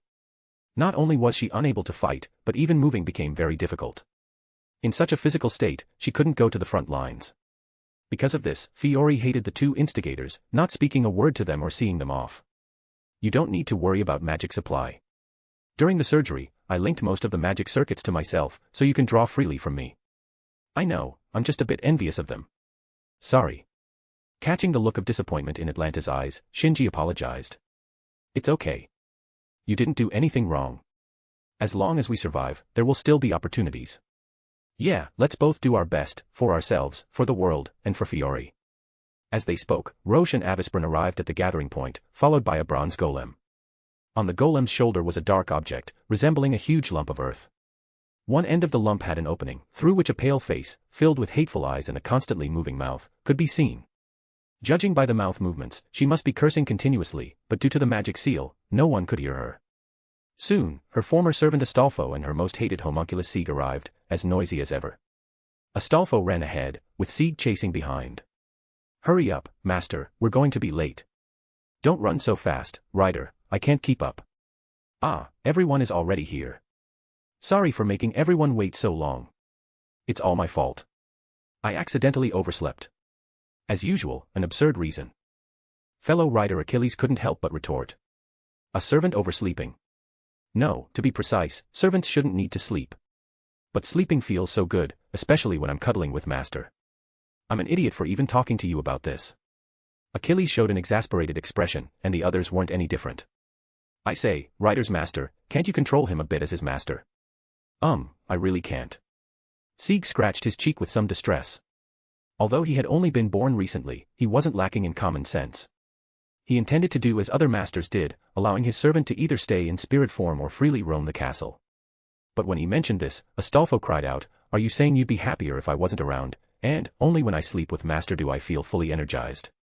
In the end, Sieg had to compromise. As a homunculus designed to supply magical energy, his magic circuits were of extremely high quality. Even keeping Astolfo materialized all the time didn't pose much of a burden. Well, don't sweat the details. Thanks to master, I'm in top form right now. Charge. Let's smash those villains who want to destroy the world to pieces. Seeing Astolfo so full of fighting spirit, the others couldn't say much more. Saving the world was the priority now. Jean, who had been reviewing the battle plan in the passenger seat, stepped out of the car and addressed everyone. For this operation, there are no strict rules or conditions. Even if you achieve your wishes with the Greater Grail first, that's fine. The sole objective is to defeat Amakusa Shiro Tokisada and prevent him from using the Greater Grail's power to destroy the world. Is everyone ready?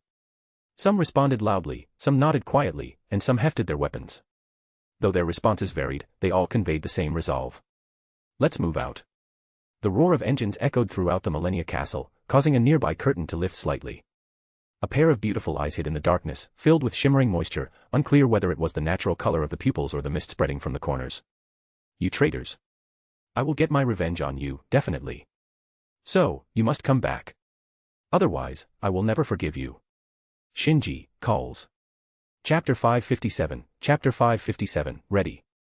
The night grew deeper. In the floating hanging garden, small springs could be found everywhere, and Karna had always been accustomed to bathing in such places. For a servant, there was no need to do this, but habits from one's lifetime were hard to break. Watching the astonishing phenomenon of water flowing upwards, Karna silently washed his body. Contrary to his luxurious armor and colorful spear, Karna preferred a simple life. Originally, neither the armor nor the spear were things he desired. The armor was granted by the gods at his mother's request, and the spear was given as a substitute for that armor. He was extremely grateful for them and considered it the highest honor. The fact that he, who had been abandoned by his mother, survived was entirely thanks to the power bestowed by his father and the armor given by his mother. He had to live without tarnishing the glory of his father. This principle had not changed, even now that he had gained a second life. As a servant, he naturally had to obey his master's orders, but Karna resolutely refused to do anything that would tarnish his father's glory.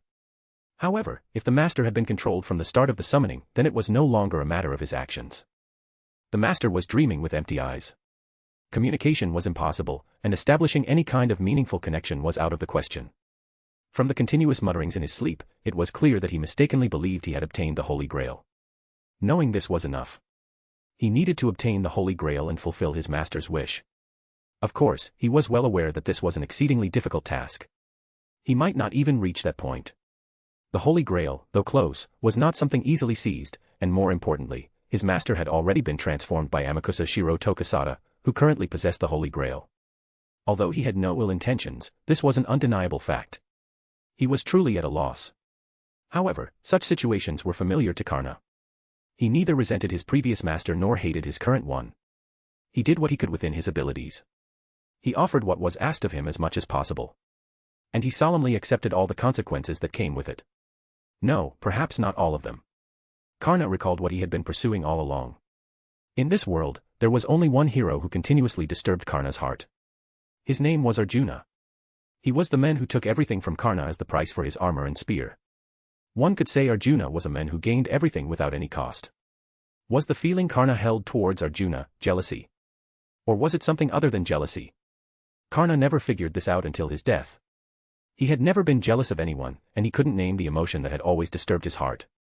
At the beginning of this Holy Grail war, he had once had an opportunity to understand this emotion. In Black Saber, there seemed to be a shadow of Arjuna. It wasn't until he later heard his true name from Shiro's mouth that Karna suddenly realized. A tragic hero who inherited royal blood, and gained wealth, honor, and everything else, Siegfried. But unlike Arjuna, his end was exceedingly tragic. He didn't even have time to raise his dragon-slaying sword before he was killed by a strike to his only invulnerable weak spot. Regarding the diverse servants participating in this Holy Grail war, Karna considered them all to be extraordinary beings. As allies, they should assist one another; as enemies, they were formidable opponents. In this sense, Karna could be said to understand these spirits better than anyone. However, the one who piqued his interest the most was Black Saber. Even though they didn't exchange many words, if their blades had clashed hundreds or thousands of times, they would naturally come to understand something about each other. Despite being similar to Arjuna, he was a man who was always yearning for something. A man who had no regrets about his untimely death, but was pursuing something new. In anyone's eyes, he was truly a genuine hero. Such a man hoped to fight him again, seeing him as an enemy that must be defeated. For a warrior, this could be considered the highest honor and a kind of joy. For Karna, joy could only be found on the battlefield. Although he was also grateful for various kind and warm conversations, they were far removed from what he considered personal desire. There was no personal longing within them, nor any joy that made his blood boil. Only on the battlefield. Concentrating his entire being into his spear, liberating himself from his origins and the intentions of his faction, and letting his true self run wild without any reservations in those brief moments, made his blood truly boil. That battle, that promise. The sparks from their blades seemed like twinkling stars. A worthy opponent who effortlessly countered his full-strength attacks while urging him to give his all. Though a bit arrogant, it made him feel as if his life existed for the joy of that single moment. Soon, he would feel that emotion again, and he hoped to recognize it for what it truly was this time. The atmosphere in the air changed, a sign of an impending storm. Have they come? Karna stepped out of the pool, silently donned his golden armor, picked up his divine spear, and headed to the battlefield of fate. Almost simultaneously, Semiramis opened her eyes on the throne. Oh, have they arrived, Master? It was expected, we just don't know how they will approach. Shiro, who was wiping his sword, looked up as Semiramis activated a spell, projecting the outside scene onto the ceiling. Oh my, they've put on quite a show. Flying puppets, creating so many in just a few days. I can somewhat understand why you wanted Black Caster to surrender. It wasn't Shiro's fault. Semiramis sighed like this because the number of bird-shaped puppets was simply too astonishing, almost covering the entire screen. With these puppets obscuring the view, they had no idea where the enemy servants were hiding. Time to win with sheer numbers. To accomplish this, I should at least commend you, but such petty tricks are not enough to approach my garden. Her delicate fingers wove a spell, and commands flowed from her lips. Activate defense mechanisms, deploy interception spells, Tyamtum Uma, activate. Watch carefully, Master. The mistress of the garden raised her head proudly, looking at her master as if showing off, and the latter looked back at her with slight surprise. Master. What's the matter? You seem different somehow. Did something happen? No, nothing happened. A trace of panic flashed in Semiramis's eyes. Really? Really? By the way, Master, shouldn't your shadow servants join me in the interception as well? Since they're ready, they should at least come out and say hello.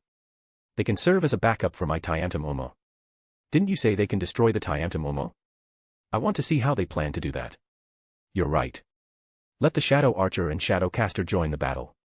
I'll arrange it. The Shadow Servants are fine, but their minds aren't very sharp, making them a bit difficult to command. Shiro dropped the white cloth he was holding, sheathed his katana, and quickly walked out of the throne room. After confirming his departure, the Empress on the throne quietly exhaled and focused on operating the interception spell. This scene was inadvertently observed by someone sitting in the corner, sparking new creative inspiration. The Empress of Assyria can show such an expression. It seems I need to add a new segment to the story. I must be careful not to be discovered. I absolutely must not die before completing my story. Shakespeare was undoubtedly the world's most renowned playwright. The stories he wrote could even be elevated to noble phantasms, no matter how absurd or fantastical they were. The only thing he couldn't do was create something dull. As long as he, as a writer, found it interesting, his pen could drive events and reverse causality. Filled with intense passion, he silently typed a line on his keyboard. The Empress had already fallen in love. What about the saint, who had led a life on an opposite trajectory yet had never experienced the taste of love? Chapter 558, Chapter 558, Aerial Battle Outside the Gardens. Although there was something slightly off about Semiramis, the interception spell she cast was undeniably a pinnacle-level grand magecraft. Tyantum Uma, the Black Coffin of 10 and 1, a massive black coffin modeled after the 11 beasts born of the legendary monster Tiamat, capable of repelling external enemies with super A-rank light projectiles. It was her greatest masterpiece. Perish, you ugly, stupid birds. With Semiramis's sharp words, 11 black cubes, each over 20 meters long, simultaneously unleashed terrifying magic blasts. No, calling them magic blasts wouldn't do them justice, they were more like meteors, each containing the power to destroy armies and fortresses. Under such terrifying attacks, the aerial golem army created by Avisprin was utterly powerless, with more than half destroyed in the blink of an eye. Fortunately, the hanging garden was positioned over the sea, preventing secondary damage from the magic torrents and golem's fragments. Ah, what a pity. I worked overtime to make these. At the end of the golem army, Roche stood on the tail of a large bronze bird, complaining in dissatisfaction. Beside him, Shinji remained calm. They were meant to be disposable cannon fodder. It's impressive they made it this far. Next, prepare to land. Caster, wait for my signal to use that. Understood. Avisprin responded indifferently, maneuvering the puppets forward. Shinji grabbed Roche and boarded another nearby golem with him. When we reach the garden, take the remaining golems and leave. Don't return unless the garden is destroyed. Got it, you don't need to tell me. Hurry up, I don't want to see you. Roche's attitude towards Shinji had always been poor due to Shinji's coercion of Avisprin. I don't need you to tell me, I'll leave. Shinji didn't mind. He spread his Hades cloak and disappeared into the night. As long as Avisprin followed his plan, it didn't matter how much Roche cursed. As for what would happen to them later, whether Roche would meet the same fate as in the original timeline, being betrayed by the teacher he revered, he didn't care at all. Tyantum Uma once again erupted with terrifying magical waves, seemingly intending to wipe out all aerial enemies in one fell swoop. Achilles, lurking among the golems, let out a dissatisfied grunt. TCH, how troublesome. Is this that woman's doing? It's up to you now, Black Rider. Don't embarrass us riders. Oh, leave it to me. Astolfo replied proudly, raising his head high. All right, let's go. Master. The hippogriff neighed loudly, a sound no less piercing than the wind, as its iron hooves and sharp claws shattered the bronze shell on the golem's back. With a running start, it soared into the sky. Astolfo of the 12 Paladins of Charlemagne, here to fight. His voice echoed through the night sky. Though he didn't use his horn, and it was just a brief moment, everyone present became aware of his presence. Riding the hippogriff, a mythical creature born between a griffin and a mare, he flew high up in the sky at an altitude of 7,500 meters, swiftly and fiercely, with his master who shared his destiny, launching a bold assault towards the enemy fortress. Of course, Semiramis would never easily allow an invasion by external enemies. Foolish beings. Last time, you were outside my range and survived by luck. This time, I will leave not even your bones intact. Regret while you still have your skulls, along with your master, before I blast them off. The black coffin changed direction, locking onto the Black Rider. Amidst high-pitched laughter, the light projectiles fired, and it was supposed to end there, but it happened just as Master said. The magic blasts filling the field of vision were so dense and terrifying in power that Astolfo's body couldn't help but tremble. Even so, the Pink Knight neither retreated nor fell. His master clung tightly to him from behind. Words weren't necessary, the trust between them had long surpassed the need for verbal communication. Regardless of whether his rationality evaporated or whether he was strong or weak, in Sieg's heart, he was a brave knight, the hero who saved him. As long as he was there, they could endure any terrifying battlefield together. All right, the time is now. My heart trembles in the moonless terror, but it shall never retreat. Casseur de Logistil. The pages of the book he took out began to spread and dance in the strong wind. The light projectiles approached at the speed of sound, but Astolfo ignored their presence and continued to charge forward. Magic blasts capable of penetrating A-rank anti-magic barriers did not cause the rider any harm this time. With a sound akin to shattering steel, the light projectiles were deflected. Of course, it wasn't just one light projectile, countless light projectiles rained down on the pink knight like a meteor shower. However, under the effect of the liberated magic book, all magic dissipated meaninglessly. Ahahaha. This feels amazing. Master, hold on tight. I'm going to speed up even more. Okay, got it. Sieg, the homunculus master, responded with a voice no less loud than Ryder's. Light projectiles continually struck the pages surrounding them, shattering and scattering. But it's amazing. Hearing Sieg's words, Astolfo shouted. Are you saying the book is amazing? No, the amazing one is Ryder. Being entrusted with this book meant gaining the trust of Queen Logistilla. Not long ago, he had bravely soared through the skies even when he couldn't recall his true name. Hee, it's still too early to be surprised. Come on, we're the first. Astolfo gently patted the neck of the speeding hippogriff, urging it to accelerate further. The number of light projectiles continued to increase. Among the 11 black coffins serving as defensive mechanisms, 6 locked onto the black rider. Firing simultaneously. Come on, bring it on. It was like a waterfall of light, pure and overwhelmingly violent in quantity, yet, it couldn't crush its target. The hippogriff didn't stop, single-mindedly charging forward. The target is that huge black cannon. Without it, assassin and ruler can reach the garden. Charge, whoa. Rider, be careful. As the duo simultaneously increased their magic power, ready to close the distance in one go, a burst of flames exploded near their faces. A black arrow grazed their heads, and the intense wind pressure even drew a trail of blood. What is this? An ambush. Astolfo, his momentum interrupted, scrambled to maneuver evasively while searching for the attacker. Quickly, under the flickering light of the black coffin's projectiles, he spotted 2 black figures. One held a bow, each arrow posing a lethal threat to Astolfo. The other had empty hands, but magic continuously transformed within them, evolving into various spells. In terms of rank, these spells were much lower than the light projectiles fired by the black coffin and couldn't break through the defense of the magic book. However, the physical effects of the combined magic did indeed hinder the hippogriff's advance, providing more opportunities for their allies' shots. Scary, so scary, Astolfo cried out in panic. How can I get close to that cannon with them around? What about using the trick we used to dodge the big explosion earlier? Sieg suggested. No, in that state, the enemy can't hit us, but we can't hit them either. Plus, it consumes a huge amount of magic. What should we do? This wasn't in the battle plan. At that moment, a voice suddenly echoed in his mind. Just keep moving forward. That voice. Chiron. You only need to destroy the cannon. We'll handle the arrows, betting on the honor of an archer. The words were accompanied by 2 arrows piercing the air, one green and one brown. The great sage Chiron and the legendary huntress Atlanta, 2 archers whose skills had reached divine levels, took their shots simultaneously. Chapter 559, A True Hero Kills with a Stare. Though hiding in the rear, the other servants never ceased to monitor the battle. When they saw Astolfo unleash his noble phantasm, Casseur de Logistil, rendering the magic projectiles ineffective, they were overjoyed. But when they saw Astolfo gradually approaching the black coffin only to face new obstacles, their hearts tightened. Thanks to the archer's clairvoyant skill, Chiron and Atlanta detected the enemy archers even before Astolfo. They immediately confirmed that the enemy archer, like them, had archery skills that had reached divine levels. The caster accompanying him was also highly skilled, and neither were any of the expected opponents such as Amakusa Shiro Tokisada, Semiramis, Karna, or Shakespeare. Who were they? Where did Amakusa Shiro Tokisada find such powerful individuals? These questions didn't hinder the 2 archers' reactions. Almost simultaneously, they drew their bows to clear the way for Astolfo. Just before the arrows were released, Jean used her privilege to find the answer. Her kilometer-scale perception revealed they were servants. Although the distance was too great to activate her true name discernment skill, by referring to the panel recording basic information of all servants, she could identify them as 2 of the newly appeared 5 servants. The panel still showed the status of the 5 servants as dead, suggesting some special method was used to borrow their powers. Upon hearing this explanation and speculation, Achilles was immediately infuriated. These bastards don't even spare dead heroes. I want to kill them right now.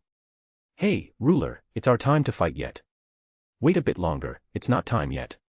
When will it be time then? When 8 of the 11 cannons are aimed at Rider. It's 6 now, 7, 8. It seems Red Assassin is more impatient than I thought. Go now, Red Rider, Achilles. Oh! A powerful light burst under the dark sky. It was a torrent of surging magic power, exploding from within a bird-shaped golem. Amidst the piercing neighs, a silver chariot pulled by 2 undead horses soared into the sky, carrying their comrades. Son of Peleus, Achilles is here. Assyrian witch, come and meet your end.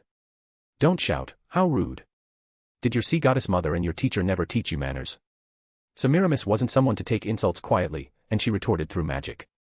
Manners are for friends, not enemies. For a witch like you, the best way is to pierce your throat with a spear so you can't speak anymore. Just you. The remaining 3 black coffins shifted direction, launching a barrage of anti-army projectiles at the speeding undead chariot.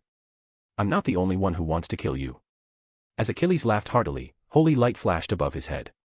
In the knife-like cold wind, the holy flag fluttered violently. Standing not inside the chariot but on the back of the divine horses, the girl was nothing short of majestic. In this Holy Grail war, only one servant could withstand the overpowered magic bullets with their body, Jeanne d'Arc. She did not belong to any of the 7 classes but stood alone as an absolute adjudicator. However, in Semiramis' words, she was known as a rude country girl. Jeanne, who was continuously deflecting the magic bullets with her holy flag, ignored the enemy's insult and calmly sent her voice out. Where is Amakusa Shiro Tokisada? Master is making the final preparations. If you don't hurry, the world will be destroyed. Does he want to destroy the world? Jeanne confirmed one last time. Whether he does or not, I don't care. If you want to stop Master, come and catch up. Of course, that's if you can break through our defenses. Before the words finished, a sun rose in the aerial garden. Before the battle, Shiro had informed her of the enemy's hidden trump cards, including the holy flag and the magic book. Thus, when the magic bullets were first blocked, she immediately notified Karna. Celebrated in the oldest Indian epic, the Mahabharata, Karna stood at the pinnacle of human history. With the vast magical support of the great Holy Grail, this son of the sun god had become the undisputed strongest blade. Unlike Semiramis, who thrived on schemes and exuded malice and coldness, Karna's magic was filled with an overwhelming heat that stirred the heart. Unconcerned about magical energy consumption, he freely unleashed the flames of the sun, illuminating the entire night sky with his radiant brilliance. I regret to say, but you'll have to fall. With a single hand, he spun his divine spear, effortlessly deflecting the arrows attacking from the side. Then, propelled by the flames of the sun, he surged towards Astolfo's hippogriff at a speed surpassing light bullets. Even while accelerating, he didn't forget to glance at Chiron, who had launched the sniping attack. This glance itself was the release of a noble phantasm. Equipment is inadequate. A true hero kills with a stare. Brahmastra. Not good. Achilles' expression changed. With magic bullets in front and Brahma's light from the side, he had no time to dodge while at full speed. Whether being hit from either side, his undead chariot would be finished. It's okay. Jeanne infused power into her hands and loudly called out the true name of her noble phantasm. O flag of mine, protect our comrades. Luminosite Eternelle. This was a flag blessed by God, a flag that had gathered countless beliefs. As long as the saint waves the flag, we will not be defeated. The simple and pure belief of the soldiers, spread worldwide as Jeanne's fame grew, ultimately manifested as the saint's inherent noble phantasm. And that stance of holding the flag and resisting. It resembled someone who fought against all the evils of the world. It also resembled someone who opposed a falling star. It resembled all those who, with their insignificant human bodies, opposed that before them. Embracing dignity, will, love, anger, or some other belief, even when facing overwhelming violence capable of slaughtering thousands, humans still possess the courage to rise and resist, surpassing fear. As long as this belief doesn't collapse, as long as the flag flies high, as long as the saint hasn't fallen, neither overpowered magic bullets, nor Brahma's light, nor any other form of violence can shake this protection. This is Jeanne d'Arc, born in an era of declining mystery, yet still able to stand shoulder to shoulder with the greatest heroes of the mythological age. Chapter 560, Landing. On the other side, Karna's ultra-high-speed thrust did not harm the fastest-charging Astolfo and Sieg due to the appearance of a certain individual. The sword energy that cut across the sky, the presence as imposing as a mountain, and the undeniable heroism all clearly indicated his identity. So you've come, Black Saber. Karna did not show the slightest hint of surprise, only casting a burning gaze at the men swiftly approaching. The man who had promised to battle him again was riding alongside his master on the Pegasus that once belonged to the Black Assassin, unleashing a terrifying slash that surpassed even Brahma's light. That was the greatest trump card of the dragon-slaying hero Siegfried, the true name release of the phantasmal great sword he obtained from the Nibelung, known as Phantasmal Greatsword, Bamung. With the invocation of its true name, the twilight-colored aurora released from the sword swept across half the battlefield, striking Karna before he could change direction. The divine magic power from both the flames of the sun and the phantasmal greatsword clashed, illuminating the faces of the two great heroes with a bright and glorious light. The result of the collision was unsurprising. Karna, who faced an anti-army noble phantasm of A+ rank with his body, not only had his forward momentum completely neutralized, but the flames of the sun surrounding him were also entirely consumed. In the end, he was flung away as if scattered like petals. However, this level of attack, simply being struck from a distance by a noble phantasm, could not kill him. Siegfried was well aware of this. Please, Pegasus Bellerophon. Siegfried's riding skill was only at B rank, not enough to fully control a high-level phantasmal beast like Bellerophon. However, the relationship between a knight and their steed is not just about control but also mutual communication and cooperation. Even Shinji, a human without inherent skills, had cooperated with Pegasus Bellerophon in this manner. Now, Siegfried was doing the same. Hearing Siegfried's request, the intelligent and kind Pegasus let out a long, resonant cry and flapped its restored white wings with all its strength, charging straight at Karna. Semiramis would not allow Siegfried to pursue her strongest spear without interference. The black coffins turned, all aiming at the Pegasus, seemingly prepared in advance. In the time it took for the black coffins to change direction and adjust their aim, Astolfo had already broken through the blockade and rushed towards the nearest black coffin. Even with Hippogriff, destroying the defensive weapons of Tiamtum Umo of the Hanging Gardens was impossible. Even if successful, only 2 or 3 could be destroyed. If 8 remained, they would still be a formidable defensive force.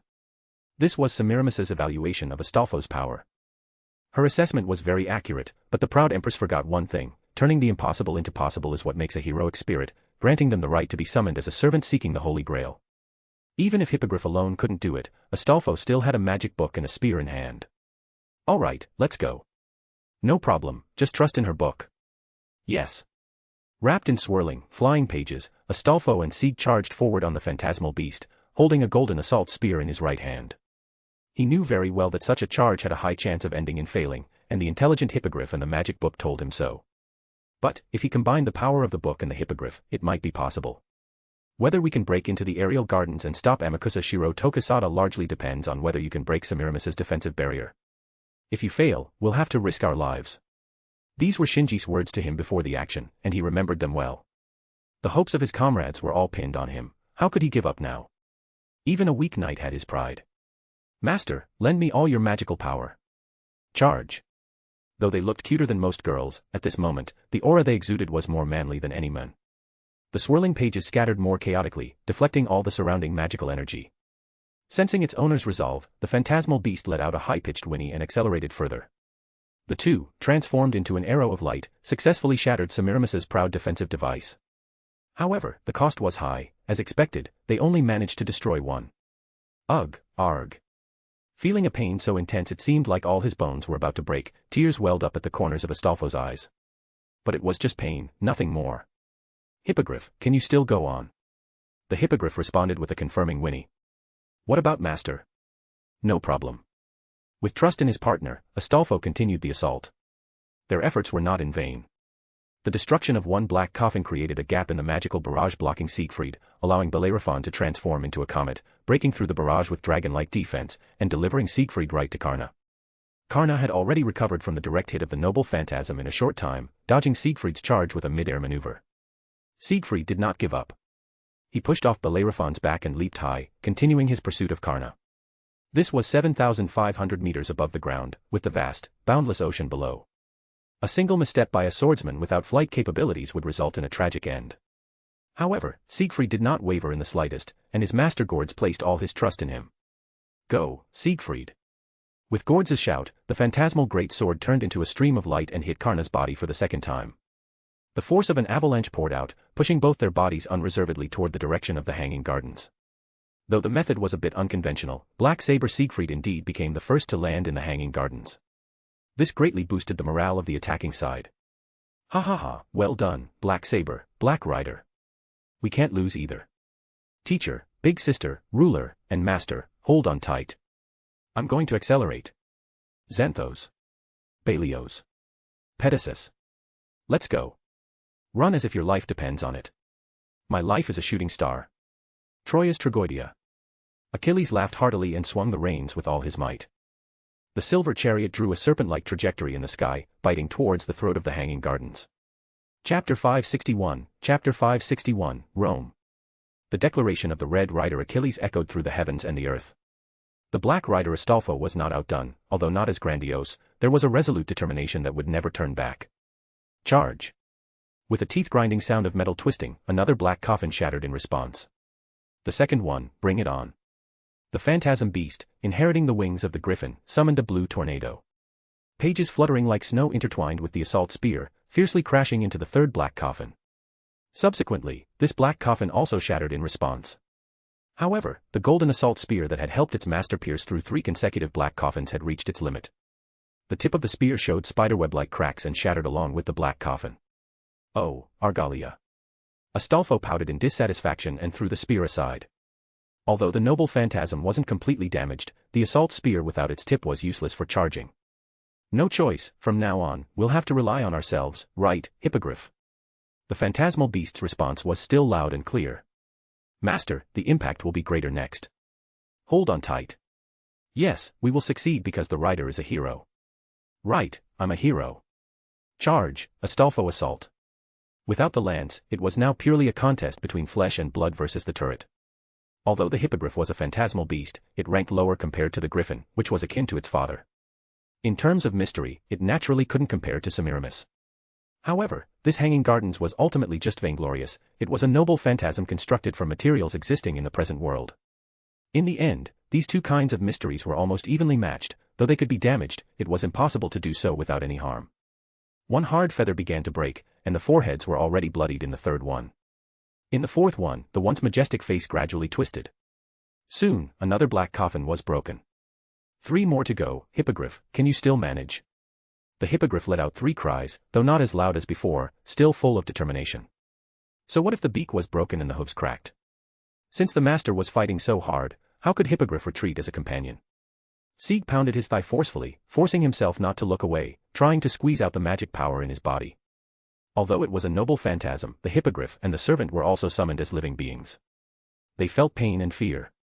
Without a weapon, every collision brought them closer to death. Astolfo gritted his teeth and gently wiped the corners of his eyes. Compared to beings like Pegasus or Achilles' horse, the hippogriff was weak. Compared to masters like Amakusa Shiro Tokisada or Shinji Matou, Sieg was weak. Compared to heroes like Achilles and Chiron, Astolfo was undoubtedly weak. A weak riding beast, a weak master, and a weak servant. This is an unchangeable fact. Neither noble lineage and status nor outstanding achievements. Although considerable effort was made, it wasn't through any rigorous, unparalleled training. However, being weak is not an excuse to avoid challenges. Pretending that what can be done is impossible is unacceptable. Because we have always lived this way, never willing to look away no matter how slim the hope may be. Struggling desperately to do what we can, while also fighting to turn the impossible into possible. So, let's go. The storm rose again, and the 2 of them, with 1 rider, gave it their all. At that moment, a pure white radiance, like a comet, sliced through the night sky and appeared before the hippogriff. Assassin's Pegasus. The Pegasus nuzzled the hippogriff with its forehead and then bit Astolfo's skirt with its mouth. With an A+ rank in riding, allowing communication with almost all phantom beasts, Astolfo instantly understood its intention. You want to take over for the hippogriff? The Pegasus nodded humanely. With intelligence not inferior to humans, it had long seen the heavy burden on the hippogriff, so after delivering gourds to the garden, it returned at the fastest speed, hoping to help Astolfo. Wow, you're so kind. Just as Astolfo was about to cheer, a magic bullet came flying, almost hitting Pegasus, who had no magic book for protection. Ah, now's not the time for this. Master, hold me tight. The hippogriff dissipated into particles, and at the same time, Astolfo flipped and climbed onto Pegasus's back. Good job, partner. Rest well, you're up next, Pegasus. What's your name? Bellerophon, is it? What a great name.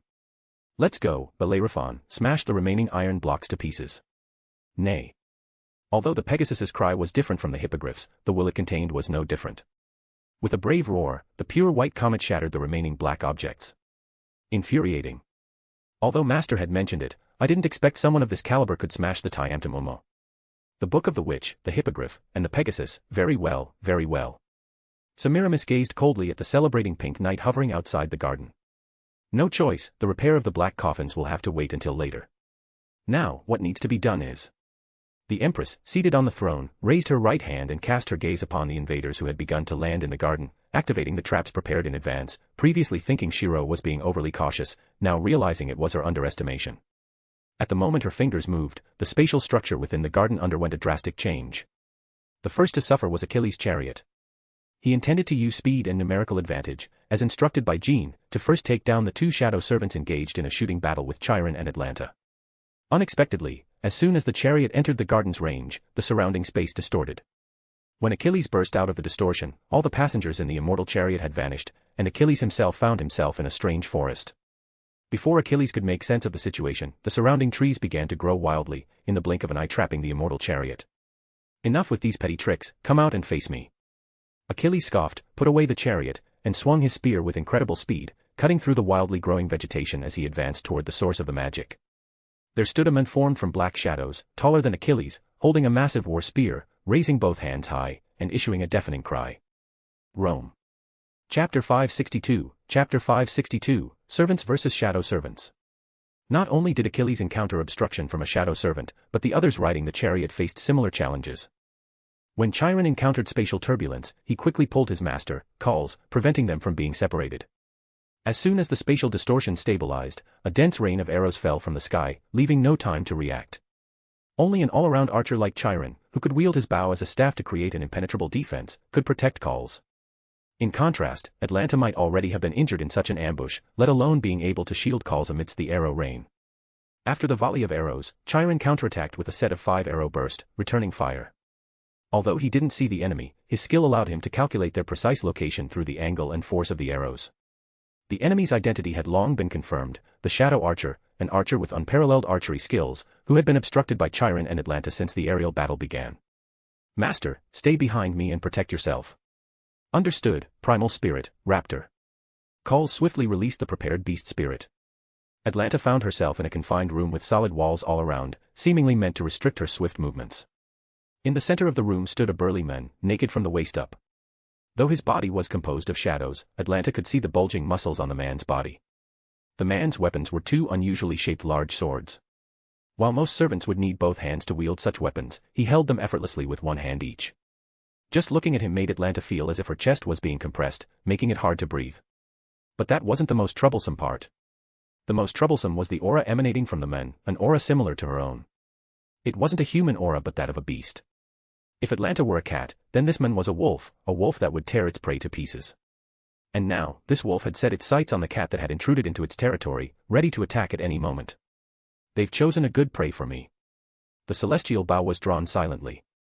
In such a confined space, facing an enemy with terrifying strength, Atlanta was at an absolute disadvantage from the start. However, this did not shake her. Since her birth, she had been fighting various prey. A strong prey would not induce fear but rather ignite her fighting spirit. Grasping an arrow, she infused its tip with magic, and the eyes of the spirit cat met those of the ferocious wolf. Dedicate this hunt to the great goddess Artemis. She released her fingers, the arrowhead erupted with immense magic, and the legendary huntress began her hunt. Due to the exceptional EX magic resistance of the ruler, Jean was the only one unaffected by the spatial distortion. However, her current situation was the most perilous of all. The chariot vanished, and she naturally began to fall. At that moment, a shadow leaped out from the forest below, launching an attack on her midair. Thanks to her strong perceptive abilities, Jean had been prepared before the shadow leaped, adjusting her body for confrontation. However, the holy flag she wielded with tremendous force did not affect the attacker. The shadow, bare-handed, deftly avoided the flag's tip, used a single hand to leverage the flagpole, and climbed onto the flag. With one hand and both feet free, it aimed a series of fierce blows at Jean's head and face. The attack speed was so fast that even the A-rank revelation couldn't react in time. In the few seconds from midair to the ground, Jean had already suffered dozens of attacks, making her see stars and feel completely dazed. Upon landing, the shadow did not intend to slow down but instead increased its attack speed because one hand was freed. Helpless, Jean had to release the holy flag once again. With absolute defense, she temporarily blocked the enemy outside the barrier. However, this method was not a long-term solution. The noble phantasm consumes a tremendous amount of mana, and Jean herself must remain stationary while holding the flag during its release. This is akin to a turtle that cannot move or fight back, only able to passively endure attacks, and even this turtle shell has its limits. The greatest flaw of the holy flag is that it accumulates damage with each use. When the accumulated damage reaches a certain level, the flag will shatter and become unusable. After multiple releases, fine cracks had already appeared on the fleur-de-lis flag. A solution must be found before the flag reaches its limit. Because she was a newly linked servant to the Greater Grail, her command spells couldn't affect the enemy. She could only rely on her class skill true name discernment. Shaking off the dizziness caused by the blows, Jean finally managed to focus on the shadow servant who had ambushed her. This was a male servant, handsome in appearance, with a well-proportioned figure. Some sort of pattern seemed to be etched on his bare back, but it was obscured by the shadow. At the same time, his true name and basic information naturally surfaced in her mind. Class, Assassin. True name, Yan Qing. Seeing this name and combining it with the knowledge granted by the Holy Grail, Jean instantly understood everything. Yan Qing, the Wandering Star, is a character from one of the 4 great classical novels, Water Margin. For Jean, Yan Qing was the worst possible opponent. His consummate boxing skills made it difficult for her, who did not excel in martial arts, to cope. His elusive and unpredictable movements also cut off her retreat. Additionally, Jean lacked offensive noble phantasms, making it understandable how the situation developed to this point. What should she do? She couldn't win the fight, and she couldn't escape. Was the only option to use that noble phantasm to go down together? No, that's not something to be used now. The only choice left was to call for reinforcements. Achilles, Atlanta, and Chiron were likely in similar situations, and calling them might put them in danger. Astolfo was destroying the Black Coffin, so he was not an option. Avisprin and Shinji were preparing a secret weapon, so they were also not options. Mordred was with her master Makiri, and separating them rashly could be dangerous for the latter. The remaining person, yes, it has to be you. I command you in the name of Ruler, Jean d'Arc, with a command spell. Chapter 563, Chapter 564, The Poison of Baham. An overwhelming vortex of magical power broke through the blockade of magic bullets, with highly concentrated crimson lightning shooting straight ahead. Dazzling lights collided, instantly stirring up terrifying wind pressure at the explosion's center point.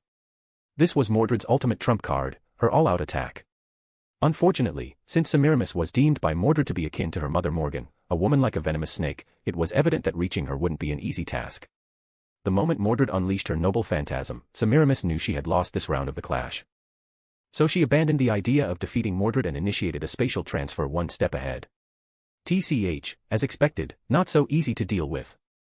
Having her sure kill strike dodged, Mordred pursed her lips in dissatisfaction.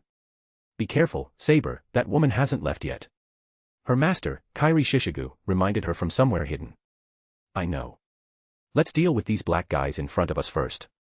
If that woman dares to show up again, I'll personally cut her down.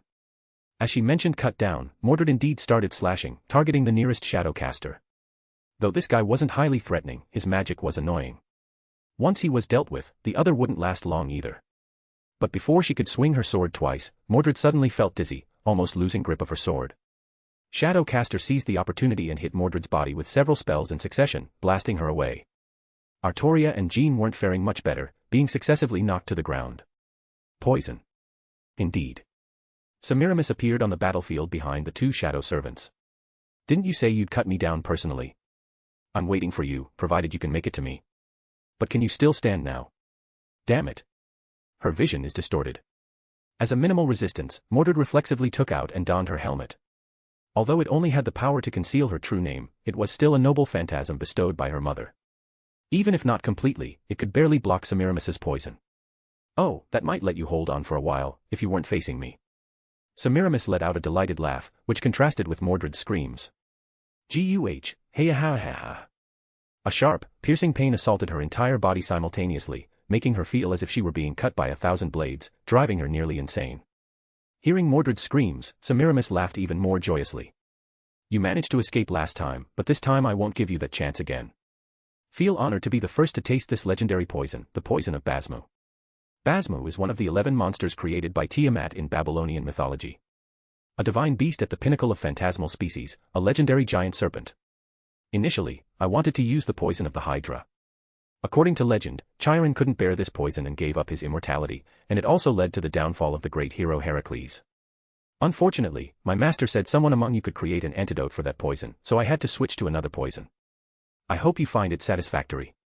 Mordred continued to scream, rolling on the ground in agony. Red Saber. Mordred. Jean and Artoria shouted worriedly. Don't worry, you will soon experience this feeling as well. Please, enjoy it thoroughly. With a snap of her fingers, Jean and Artoria's beautiful faces twisted in pain, their cries of agony echoing continuously. How many minutes will it be until you die or beg for mercy? Until then, I'll just wait here patiently. And that little mouse hiding in the shadows, you must be Saber's master, right?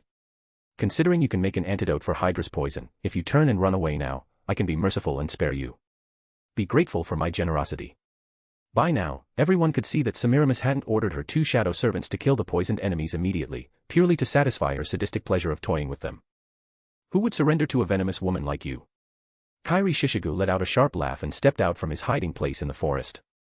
Humph, just as detestable as your servant. Indeed, like master, like servant. Thanks for the compliment.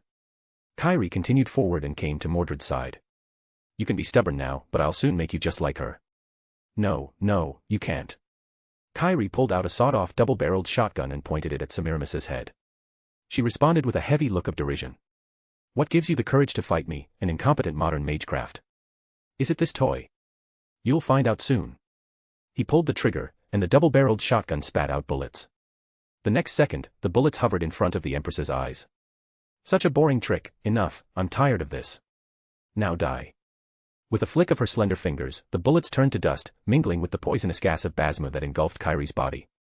What puzzled the Empress was that Kairi, who should have fallen and been in immense pain from the poison, did not collapse. Instead, he took a deep breath of the poison. This is basma's poison. Doesn't taste that great, not even as good as a cigarette. Why you, how can this be?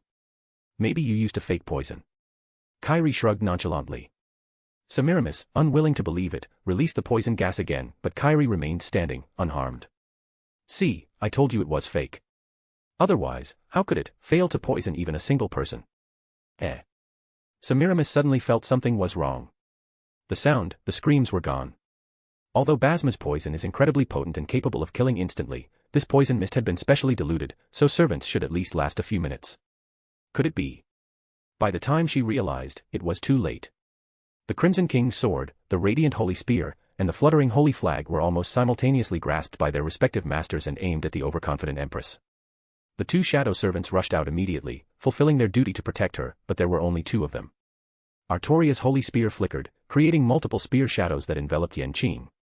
Jean, relying on her EX-ranked magic resistance, withstood shadow caster spells and struck him directly on the shoulder with her holy flag. Lastly, Mordred, facing Semiramis directly, used mana burst to instantly appear in front of her. Die, venomous woman. The king's sword swung down. Chapter 564, Chapter 563, Each Battle. Jean's back glowed with red magical power, the radiance of a great magic crystal, the sacred stigmata.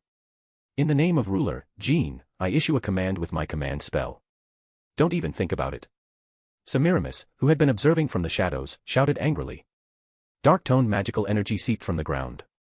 Even Jean, who had little understanding of magic, could feel the surrounding space being sealed. The miraculous power brought by the command spell was tightly confined, unable to spread outward. The command spell, no matter how miraculous, is ultimately a form of magic. Therefore, it can be resisted by anti-magic, theoretically suppressed or sealed. Of course, this requires an extremely high level of magical proficiency.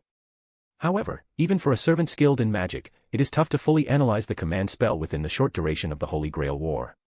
But this Holy Grail War has an exception. A servant who is not only proficient in magic but also has ample time. This long duration was enough for Shiro to analyze the command spell thoroughly. With Semiramis's magical prowess, it was not impossible to seal the command spell with preparation. For instance, at this moment, Jean found herself in a predicament, intending to summon reinforcements. Semiramis used her authority over the garden to seal the space, nullifying the force transfer of the command spell. You will obediently fall here, you rude country girl. Semiramis's lips curled into an evil smile, but the smile froze in less than a second due to Jean's next command. Red Assassin, full assault on Amakusa Shiro Tokisada. Yes, Jean's command wasn't aimed at her allies but at her enemy, the master of this garden. The wrong prediction not only wasted Semiramis's magical power but also caused her to lose the opportunity to counter the command spell due to maintaining the space sealing technique. In her shock, the forced power descended upon her, manifesting spells against her will aimed at Shiro nearby. She only had time to let out a scream. Master, be careful. Fortunately, Shiro reacted quickly, using his command spell to counteract, thus averting the crisis. Otherwise, even with his magic resistance, he would have been in a sorry state from the barrage of magic. When Semiramis turned her attention back to Jean, the Night King, holding a holy lance and clad in heavy silver armor, had already appeared beside her, fighting fiercely with the shadow assassin Yanqing. The brilliance of the Holy Lance and Yan Qing's elusive figure intertwined, indistinguishable from reality. Seeing this, Semiramis knew what had happened, and angrily slammed the armrest of the throne to vent her frustration. Ruler. Jean's goal was still to summon reinforcements. She had already anticipated that Semiramis might have the ability to seal the command spell, so she deliberately issued a forced command to the latter first. As the arbiter bearing 14 command spells, Jean knew how powerful they were. Even with just one stroke, it wasn't easy for even a powerful caster like Semiramis to seal it. The solution was simple: use 2 strokes simultaneously, targeting different individuals with different commands. Let's see how you handle that. As expected, Semiramis, under the forced command, relaxed the space seal. Jean seized the opportunity, using the second stroke to summon Artoria, successfully breaking the deadlock. This is Jean's true strength. Her position as a top-tier servant is not due to her combat power or noble phantasms but her battle command ability. The more allies she has, the greater her impact. To deal with Yan Qing, who is known for his agility, her strategy was to encircle from front and back, compress space, and achieve a swift victory. In the blink of an eye, Yan Qing was at a disadvantage. "Don't get too conceited, you country girl." Accompanied by an angry shout, a decadent and enchanting woman appeared out of thin air. Along with her came rows upon rows of densely packed magical formulas. Various colored magic bullets flew wildly, instantly obscuring the vision of Artoria and Jean. Artoria decisively unleashed the invisible air to break through, but the elements of earth, water, fire, and wind surged forth under another wave of magical power. Although these spells were less powerful than the magic bullets, their intricacy was superior. Releasing the magic was not only Semiramis but also the final shadow servant, the shadow caster. Through her class privilege, Jean knew his true name, Paracelsus von Hohenheim. The legendary doctor, alchemist, and powerful magus left a significant mark on both human history and the history of magecraft. He rediscovered the long-lost 4 elements and 3 principles, laying the foundation for modern elemental magecraft. Under the joint attack of 2 casters, Artoria, with only B-rank magic resistance, was inevitably suppressed. Without the combat prowess of the Night King who stepped into the divine realm, Yan Qing was also freed and resumed his relentless pursuit of Jean. The hard-won advantageous situation once again worsened. However, despite being at a disadvantage, there was not a trace of tension on the faces of Jean and Artoria, because a large bronze bird was approaching at high speed.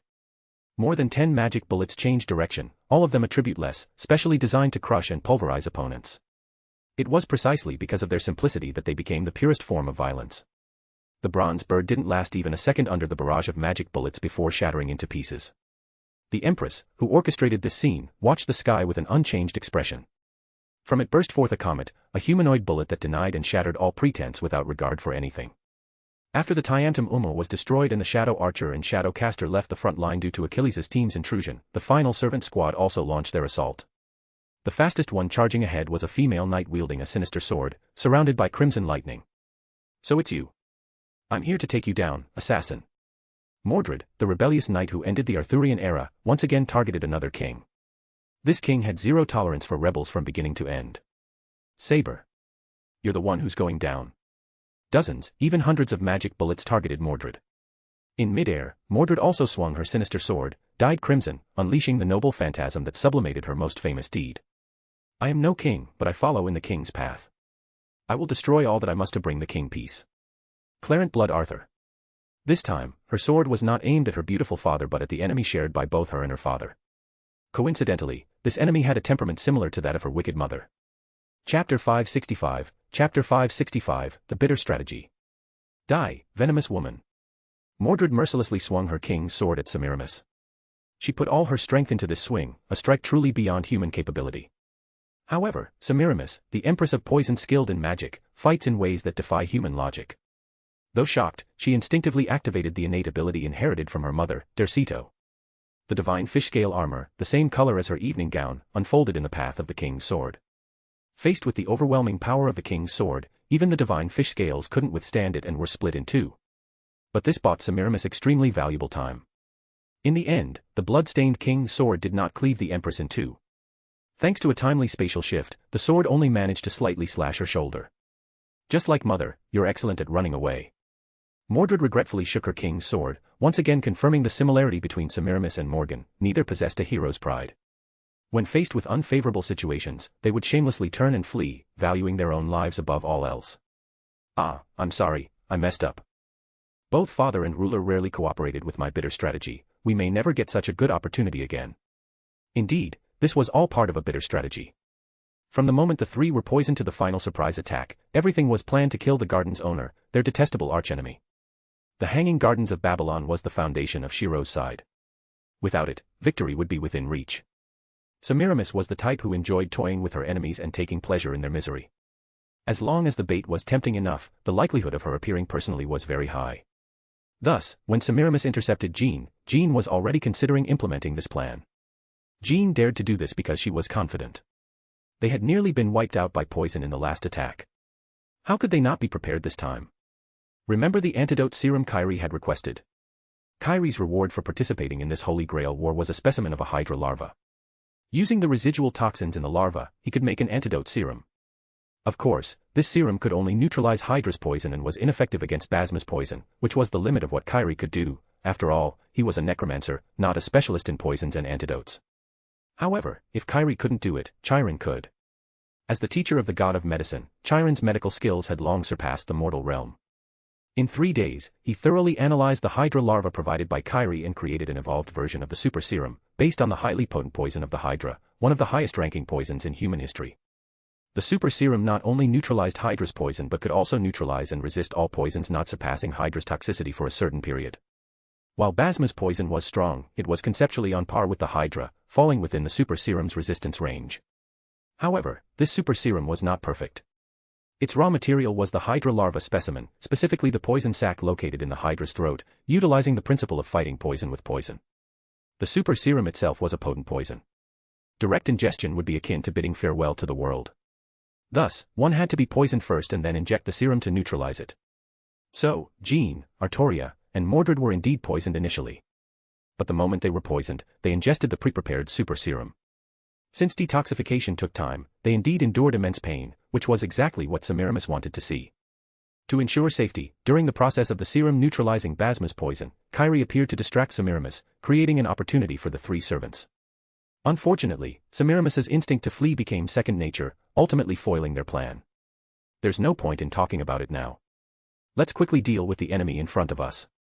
Makiri Sisigu, the true proposer of the plan, tore open his collar and glanced at an accessory around his neck that was gradually turning a dark color. This was a precious mystic code obtained from the Igdamilenia family, a legacy of Darnik. As long as he had it, he wasn't afraid of Semiramis's poison. The Empress, who had returned to her throne, looked down in contemplation. The blood flowing from the shoulder wound caused by the king's sword stained her clothes, but she didn't seem to care. Unexpectedly, they can neutralize Basma's poison. No, not just Basma's poison, other poisons seemed to have been neutralized as well. Both the hatred for being struck and the shame for running away had now vanished without a trace. If there was anything to hate, it was her mind that had become overly complacent due to dominating this garden. Being intoxicated by the garden's power had led to her momentary carelessness. But there will be no next time. Neutralizing doesn't mean immunity, and being able to neutralize doesn't mean they won't be poisoned. Moreover, poisoning is easy, detoxification requires a process, you are in the midst of battle now, and the slightest laxity could cost you your life. Next, I will use all my power to cleanse you, taste it well, this is the true wine of the Sikrayusm.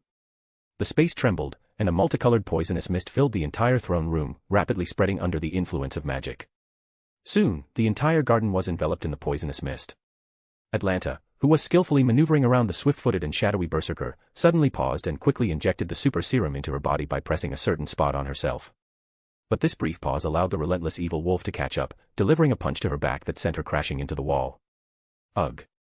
The huntress, not known for her resilience, spat out a mouthful of blood. My spine seems to be broken. No choice but to gamble. Gaining some strength back, Atlanta pushed herself off the wall and charged at the enemy, exuding a maddened aura. A new stream of spiritual energy brewed in her hands, eventually forming a cerulean shield. On the other side, Chiron's situation was even worse. Affected by the poison, he had taken several arrows to protect his master, barely able to move. Archer Calls, also suffering from the poison, groaned and struggled to lift his arm, gathering magical energy. By the fifth black command seal. Heal Archer. The red magical energy symbolizing a miracle was activated, infusing the poisoned and wounded servant's body with new vitality. Thank you, Master. I will surely achieve victory. Under the power of the command seal, Chiron returned to his peak condition but did not continue to shoot arrows, for his arrow had already been released and would surely hit its mark. Anteri Snipe. Black Archer Chiron unleashed his noble phantasm. Chapter 566, Day and Night. Among the attack methods Chiron can execute, this is an absolute shot with the highest power and precision. Since Chiron is represented by the constellation Sagittarius, he is always drawing his bow. This attack only requires deciding the target of the arrow to be activated. It does not require the release of the true name or the accumulation of magical energy, eliminating the inherent time lag of bow-type weapons due to actions like knocking and drawing. This is a meteoric strike that only the constellation, which perpetually aims its bow at the celestial scorpion, can achieve. The meteor fell, piercing precisely through the heart of Shadow Archer, causing the black shadows that composed his body to lose his body and disperse instantly. During his disappearance, his previously rigid face suddenly showed some vitality. This great hero, also related to meteors, calmly watched Chiron, who had ended his shadowy form, as if to say, "What a splendid shot." Chiron showed the utmost respect and reverence for such an opponent. "I look forward to truly facing you one day." A breeze blew through, scattering the last traces of Shadow Archer. "Is it over?" Lying on the ground and curling up, Calls cautiously lifted his head, and Chiron reached out to help his master up. "Yes, it's over. He was an excellent archer. If he were a regular servant like me, I might not have won." "I see, well, as long as we won. Let's go, we need to support the others." "Oh, wait, we should be careful, given that thing has a limitation." Chiron understood Calls' concern well. The limitation of Antares snipe is that it can only be used once per night. Now that it has been used, compared to other servants, this is a decisive disadvantage. However, the great sage of ancient Greece would not shrink back due to this disadvantage. Even without his noble phantasm, his arrows could pierce the vital points of his enemies. This is the pride of a top-tier archer. The battlefield where Karna and Siegfried were fighting was one of the few places in the garden not filled with poisonous mist. No one would, nor wanted to, interrupt the duel between these two rare great heroes. As the lyrics of the Nibelungen state, "The invincible knight, the noble hero, the great warrior. With a body made invincible by bathing in dragon's blood. He wields the fantastic great sword Balmung that slays dragons. Having gone through countless adventures, he obtained dazzling gold. A man who continually fulfilled the wishes of people and friends, ultimately even satisfying all wishes with his death. His name is Siegfried. As a saber-class servant, he is undoubtedly among the strongest. As the Mahabharata narrates, a man who sought nothing, gained nothing, and ultimately received nothing. Because of his charity, the ashamed god Indra entrusted him with the spear that slays gods. Even after being stripped of his golden armor worn since birth, losing his skills, and eventually having even his honor taken away, he resolutely bore no resentment toward anyone. The hero who gave everything, his name is Karna. As a Lancer-class servant, he too has the qualifications to claim the title of the strongest. The former achieved the feat of dragon slaying single-handedly, while the latter demonstrated invincible power against entire armies. Though they are both heroes, their ways of life are opposite. With each clash, countless sparks flew. The golden armor reduced the damage from the fantastic great sword slashes. Meanwhile, the body that had bathed in dragon's blood similarly disregarded any spear strikes from the invincible blade. Of course, being completely unscathed was impossible. Yet even so, the wounds of both combatants healed instantly. As the battle progressed, doubt began to surface in Karna's mind. His self-healing ability could easily repair this level of injury, but Siegfried did not possess such a capability. His master was not by his side at the moment to provide healing magic support. So what was going on? With this question in mind, Karna scanned his opponent's body. Soon, he noticed a slight difference in Siegfried's armor compared to their first encounter. Although these differences were extremely subtle, they did not escape Karna's sharp eyes, as keen as his divine spear. "I see, you've got new equipment." As the golden divine spear and the silver sword clashed, Karna spoke slowly. Siegfried did not hide it and truthfully replied. "As you said, this is an outfit prepared by my master. He said that with this, I could fight without any concerns. Is that so? It seems you and your master are getting along well." I took a quick look from afar, and he seemed somewhat different. One might say he has grown. So have I. Through this time together, both my master and I have realized our shortcomings and are striving to change. Seeing a smile form at the corner of Siegfried's mouth, Karna sighed softly. "You've met a good master." "Yes, I believe so too. Thanks to him, I now have a real chance to defeat you. If you can manage it, then try." The golden armor's plates opened, spraying Siegfried's body with solar flames hot enough to melt steel. At the same moment, Siegfried unleashed a burst of power that could only be used once in a short period, striking Karna away. Immediately after, Siegfried held his sword before him, letting it enter its released state. "Sword, be filled." With these words, the aquamarine jewel at the end of the sword's hilt emitted a twilight glow. This was a magical power not belonging to the modern era, but the true ether of the age of gods, capable of unleashing overwhelming destructive power with just a little bit. It was the greatest masterpiece of the Nibelungen race, Siegfried's trump card. The moment Karna sensed this sign, he immediately stomped on the ground, injecting all the solar flames surrounding him into his divine spear. Assassin, I'm going to slightly damage the garden, so don't blame me. After conveying this intent via mental communication, Karna cut off the link before the other party could respond. Though it's a beautiful aurora, at this distance, even I can't take a direct hit. Talking to himself, Karna raised his divine spear. Flames formed a vortex, and with a clang, a part of the garden's exterior decor was obliterated, along with the sound of a beast's growling. The divine spear burst into dazzling light like the dawn breaking through the night. Go forth, Brahmastra Kundala. I'm coming. Facing this radiance, Siegfried quietly declared, swinging the twilight-colored sword light. Awaken from the golden dream. Release yourself from its cradle. The evil dragon must be destroyed. Ba-mung. In an instant, under the pitch-black night sky, a miraculous scene unfolded. Two special phenomena, symbolizing the alternation of day and night, interchanged at the same time and place. Chapter 567, Chapter 567, Attack on Titan. Here will do. At the edge of an artificial lake filled with clear water, Shinji stopped walking. As usual, Avisprin nodded lightly, silently guiding the golem beside him to pierce the ground. He then squatted down, dipped his hands into the lake water, and began to chant. Unlike his usual low-pitched speaking voice, his chanting voice was bright and full of a unique rhythm. Born from the earth, swallowed by the wind, filled with water. These were the heavenly blessings to grant life to the clay. Swathed in fire, banishing disease. The unkind shatter their skulls, righteousness guides their blood to tranquility. This land, these trees, this body, everything was an offering to the Lord. This mysterious realm could only be created by a man who sought neither fame nor power. As vast as the giant body of the sacred peak, its solidity rivals that of a rocky mountain. It bears the appearance of guarding, ruling, and dominating all people. This was already beyond the realm of noble phantasms, a crystallization of miracles.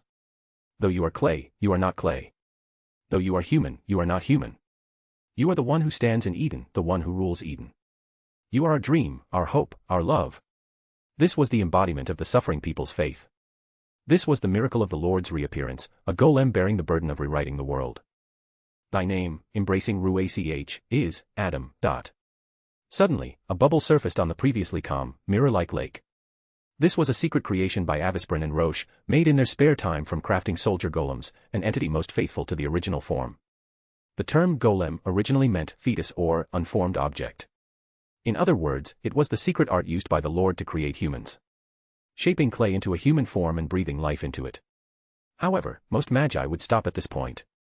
Understandably so, as the higher levels of this domain are the unfulfilled wishes of all Kabbalists, a realm that should not be entered without considerable resolve.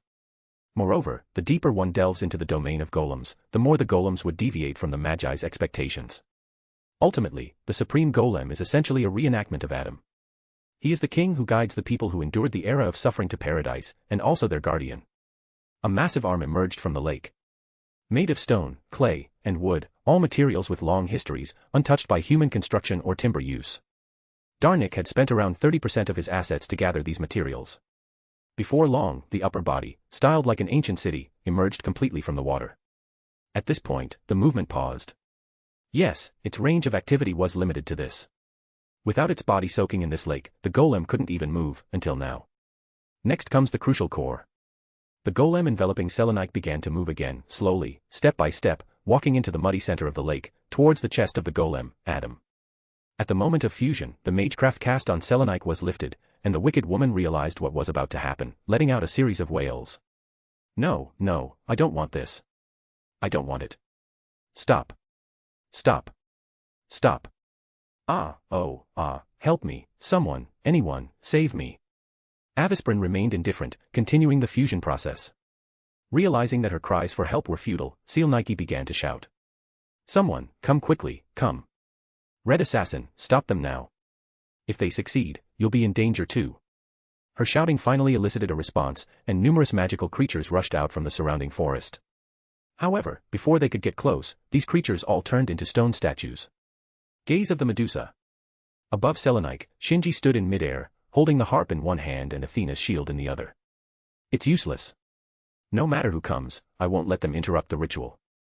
Before long, Avisprin finished assembling the core.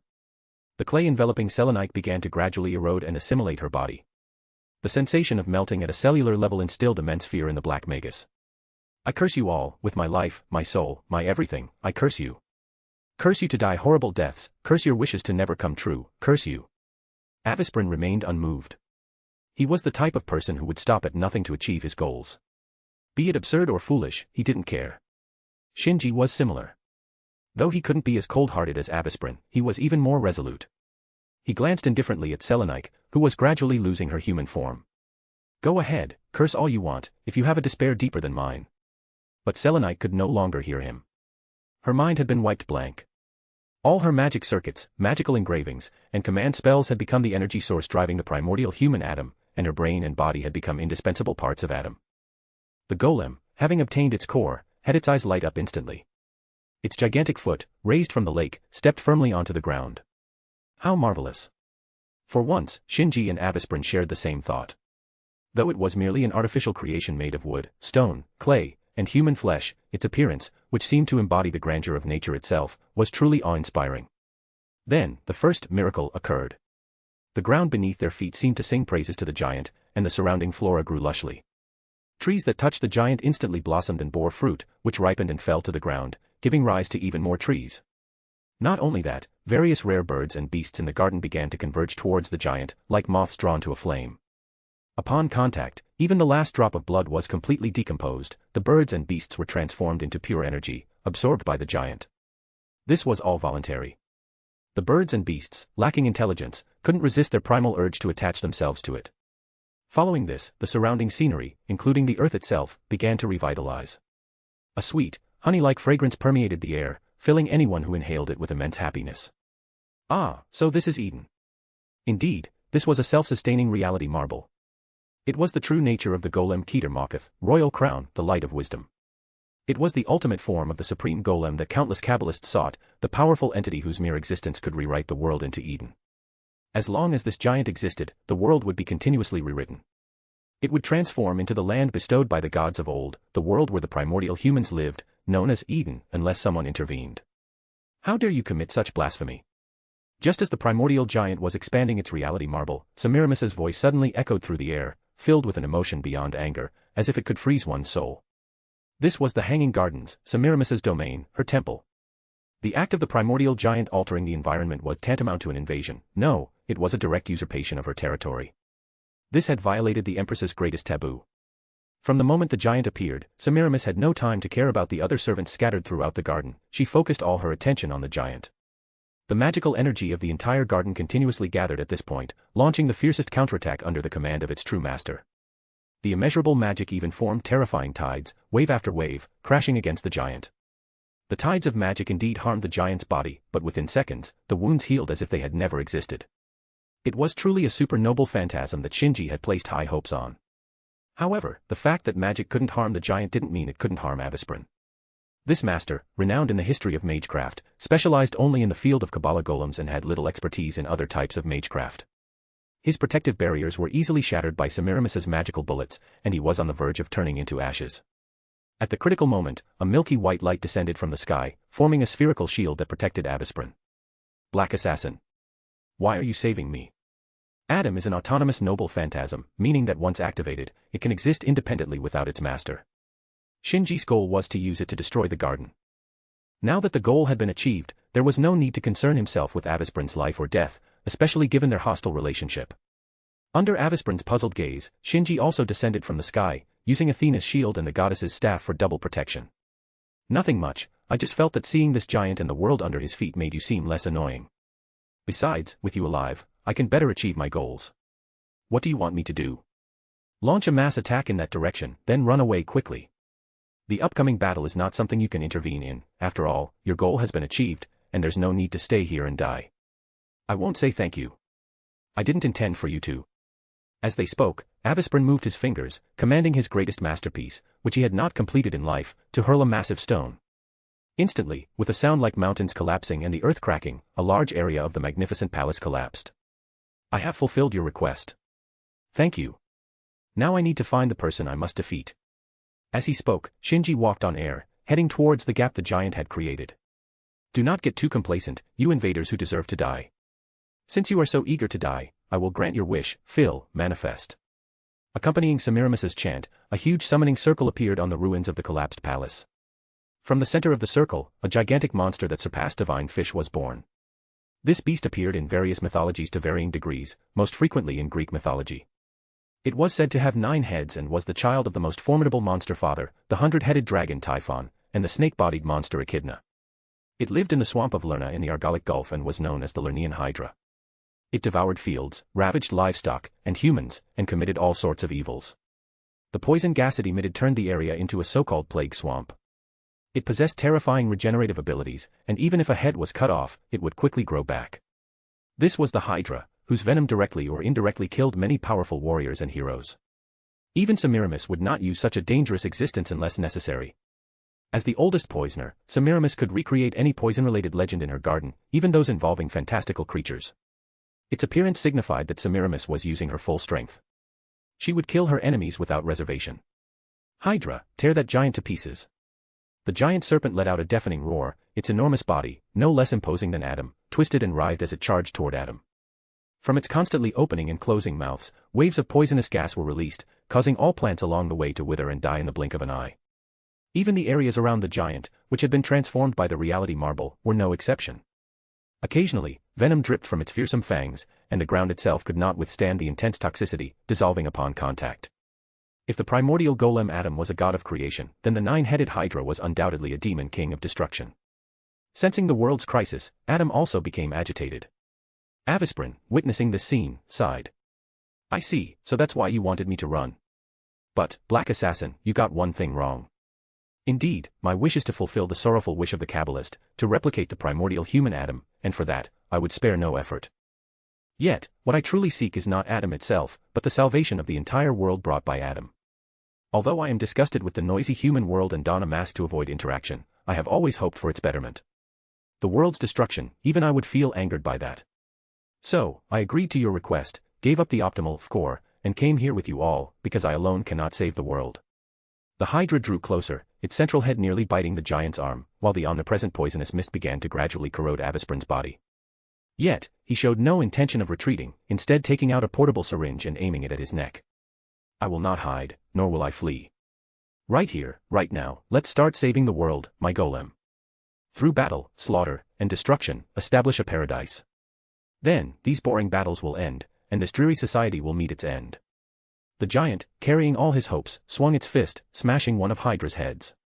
An earth-shattering battle commenced. Chapter 568, Chapter 568, The Spectators. Since ancient times, the sky has been a place of yearning for humanity. For ordinary people, the official beginning of venturing into the sky was in 1903, when the Wright brothers invented the airplane. For the world of mysteries, this history dates back much further. Excluding those with innate flying abilities or those who use flight magic, the earliest, in the Type Moon universe, and oldest flying craft recorded would be the Vimana from the Ramayana and the Mahabharata, the golden ship owned by Gilgamesh. Additionally, there are many other flying crafts steeped in mystery, such as the sun boat used by the Egyptian sun god Ra to carry the resurrected pharaohs, the celestial boat Manna used by Ishtar in Babylonian mythology, and the slender flying craft hovering over Romania. Though described as slender, this is merely in comparison to the size of other flying crafts.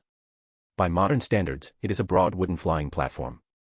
Many parts of the platform are engraved with runes, arrays, and crests, designs, and principles completely different from modern magic.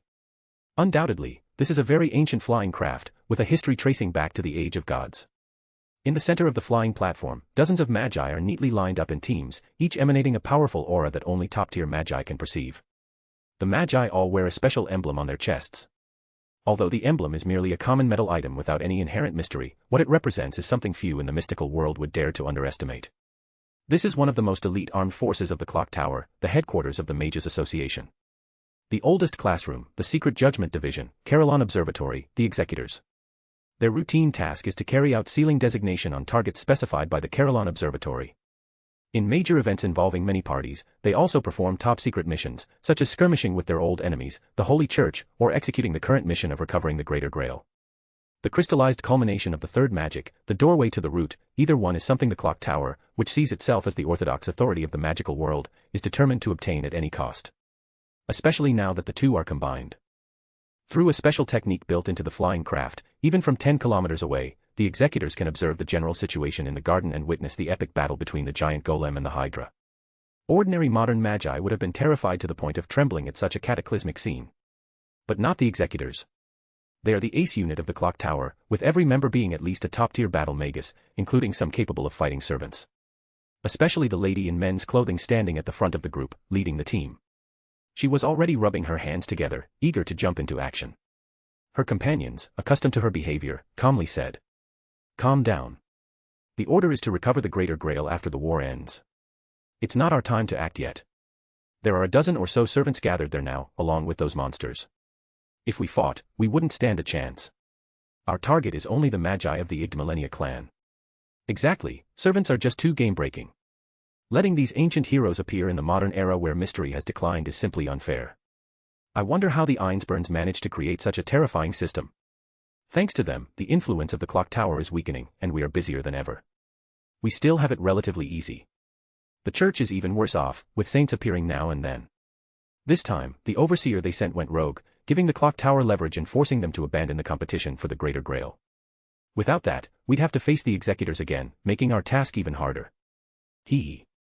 Just as the executors were chatting and watching the battle while complaining about their leader, a crisp laugh suddenly rang out. Who's there? The executors' expressions changed instantly. On the flying ship, there were various protective barriers. These combat experts had not relaxed their vigilance. The fact that someone could approach them undetected under such circumstances indicated that this person was extremely terrifying. The executors moved at the fastest speed, and the flying platform was instantly filled with various magical fluctuations. However, even so, they could not locate the source of the voice. No need to be so tense. I'm not so petty as to bother with you little ones. If I wanted to cause you trouble, you'd already be dead or worse. After saying this, the speaker finally appeared, right in the middle of the executors' formation, at their most vulnerable point. She was a very beautiful girl. She looked about 13 or 14 years old, with snow-white skin and long black hair cascading down to her waist. Her delicate nose and exquisite mouth were complemented by a pair of lively red eyes, exuding a pure yet fragile aura that made one feel protective and unwilling to desecrate her. Such a scene, no matter where it appeared, should be as beautiful as a painting. However, seeing this scene, the lady in men's clothing felt a lethal threat and instinctively clenched her fists. "We are the executors of the clock tower. Identify yourself and state your purpose." Hearing this question, the girl sighed, "Humans these days, I just took a nap, and I've been forgotten." At this moment, someone finally remembered something. You are the Eclipse Princess of Black Blood." Hearing this name, all the executors gasped. "Hee, good day, executors of the clock tower." The girl blossomed into a pure and beautiful smile, lifted her skirt, and performed a lady's courtesy. "I am Alt Rouge Brunestad." Princess, what brings you here this time?" someone asked tremblingly. They couldn't be blamed for being so flustered, her power and influence were simply too terrifying. She was the ninth of the 27 dead apostle ancestors, the daughter of the original true ancestor Crimson Moon, the Black Princess, and a contender for dominance over the dead apostle world against the nominal dead apostle king, Orton Ross. She was surrounded by a large number of powerful dead apostles. The 6th ancestor Rizoval Strout and the 8th ancestor Phenoblood Svelton were her guards. Primate Murder, Foe, was her pet. The 13th ancestor Tatari was her servant, though few knew this.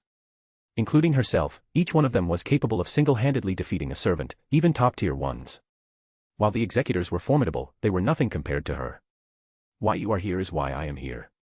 Humans, out of respect for a certain elder, I'll give you a piece of advice: this is not something you can involve yourselves in. Stay here and go nowhere, or else not only will you die, but this precious ark might also be destroyed.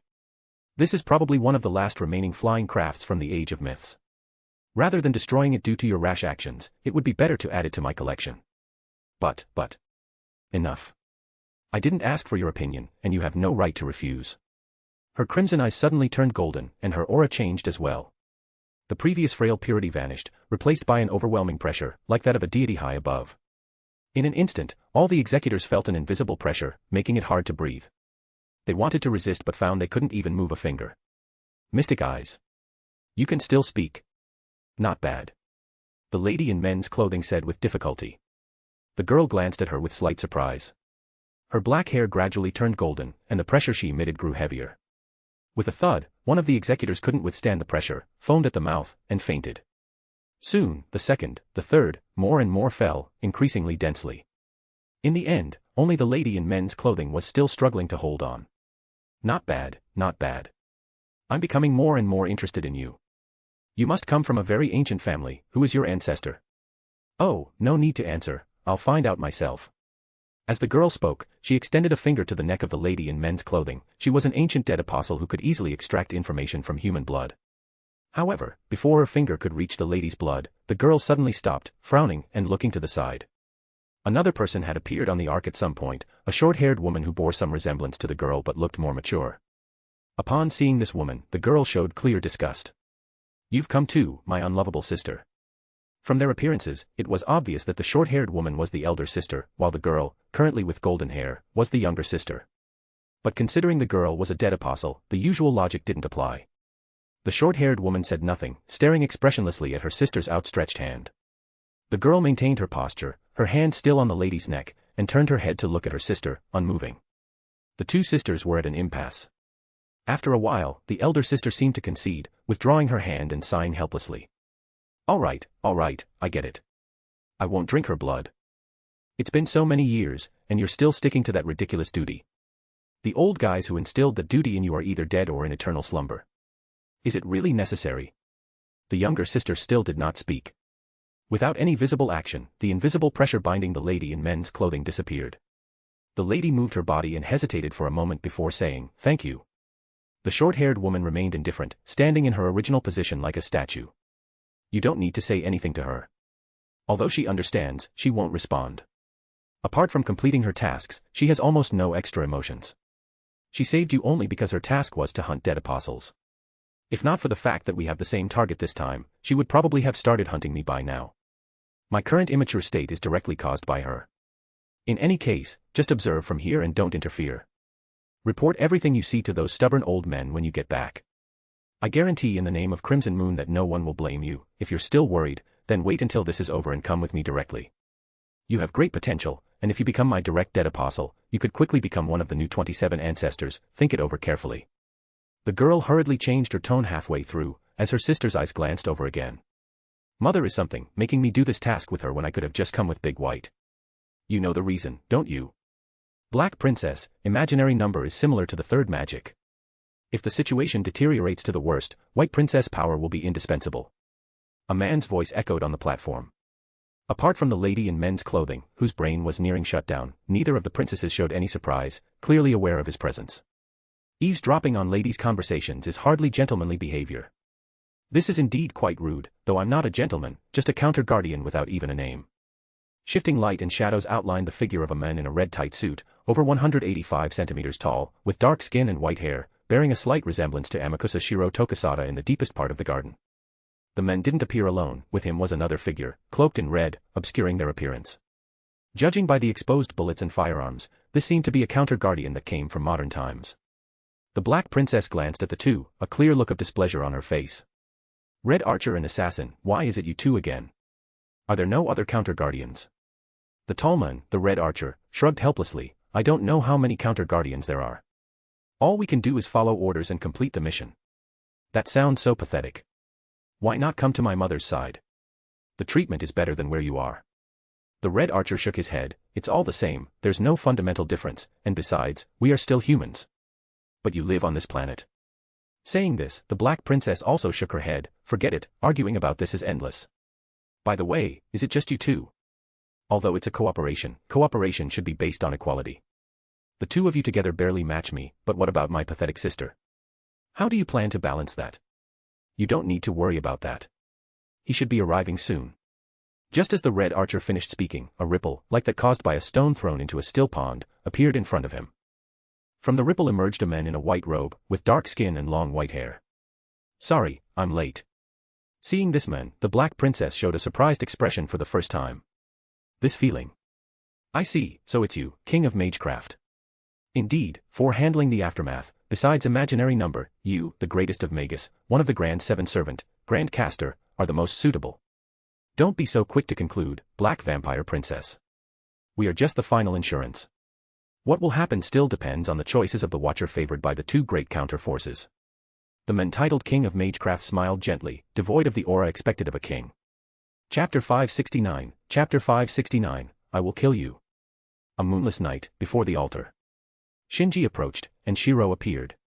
You've come. I've come. You shouldn't have come. I've already come. It's not too late for you to leave now. Why should I leave? You barely managed to save your life, do you want to throw it away again? I don't want to die either, but some things are more important than life. Tell me, where is she? She? Which she? There are quite a few people that could refer to. Is it Saint Jean d'Arc? King Arthur, Artoria? Atlanta? Semiramis? Or perhaps, that wisp of a ghost hiding in the Greater Grail, who should have died long ago? The priest in black revealed a playful smile. The solemn and murderous atmosphere he had previously created vanished. Since the Tiamtum Umo was breached, he had returned to guard the altar personally, overseeing the treasure both sides desperately desired. On the other side, with the help of Adam, Shinji had bypassed the palace's outer defenses and, using the cloak's concealment, quietly approached the Greater Grail, where the person he cherished most was hidden. However, as soon as he stepped into the altar, Shiro saw through his presence. Realizing his stealth had failed, Shinji revealed himself and straightforwardly asked his question. Thus, the scene above unfolded. The men cloaked in darkness had cold eyes. Since you already know, why ask? Where is Justice? Her? She's probably in hell, or maybe heaven. In any case, she's not in this world. You killed her. Shinji's body swayed, the color draining from his face. No, she overestimated herself and tried to seize control of the Greater Grail from me. She failed and was completely assimilated by the Grail. I warned her not to interfere, but she didn't listen. So it was you who killed her. Fine, let's say I killed her. What do you plan to do about it? You killed her, so I will kill you. Shinji donned Perseus's full armament, the harp in his right hand, the shield of Athena in his left, cloaked in the Hades cloak, and wearing the feathered shoes.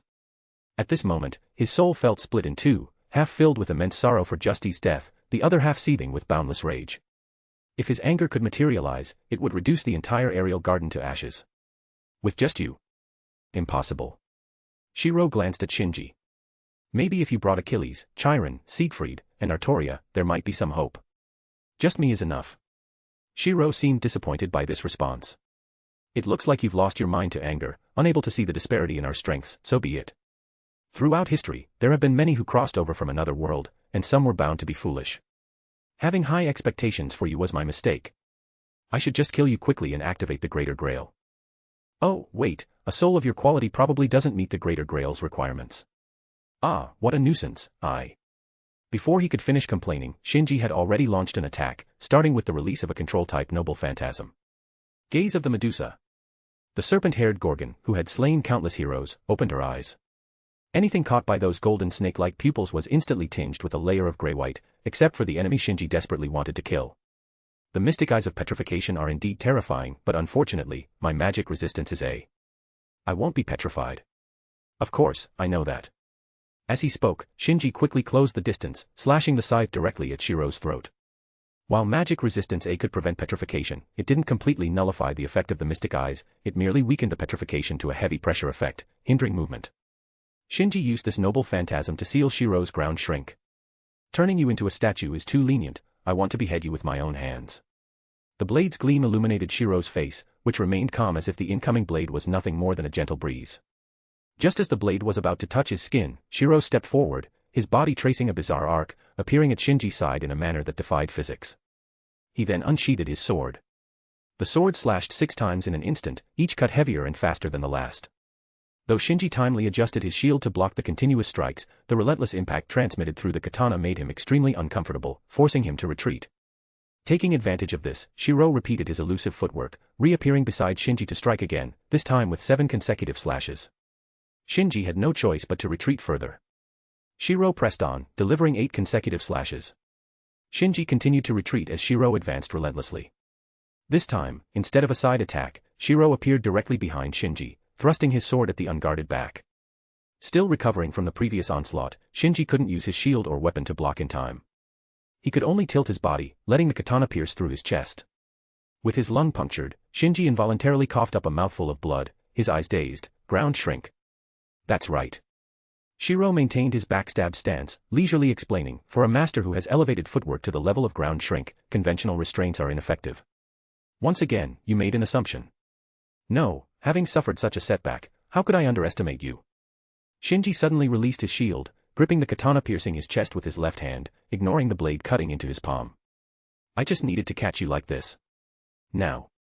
With a light shout, the ancient sword Azure Cloud sword emerged from above Shinji's shoulder, its magical energy transforming into a fierce black wind and fire, ready to unleash. So that's your plan. However. Shiro nodded slightly at the sight, flicking his wrist. Shinji immediately felt the katana slip from his grasp, despite his firm grip.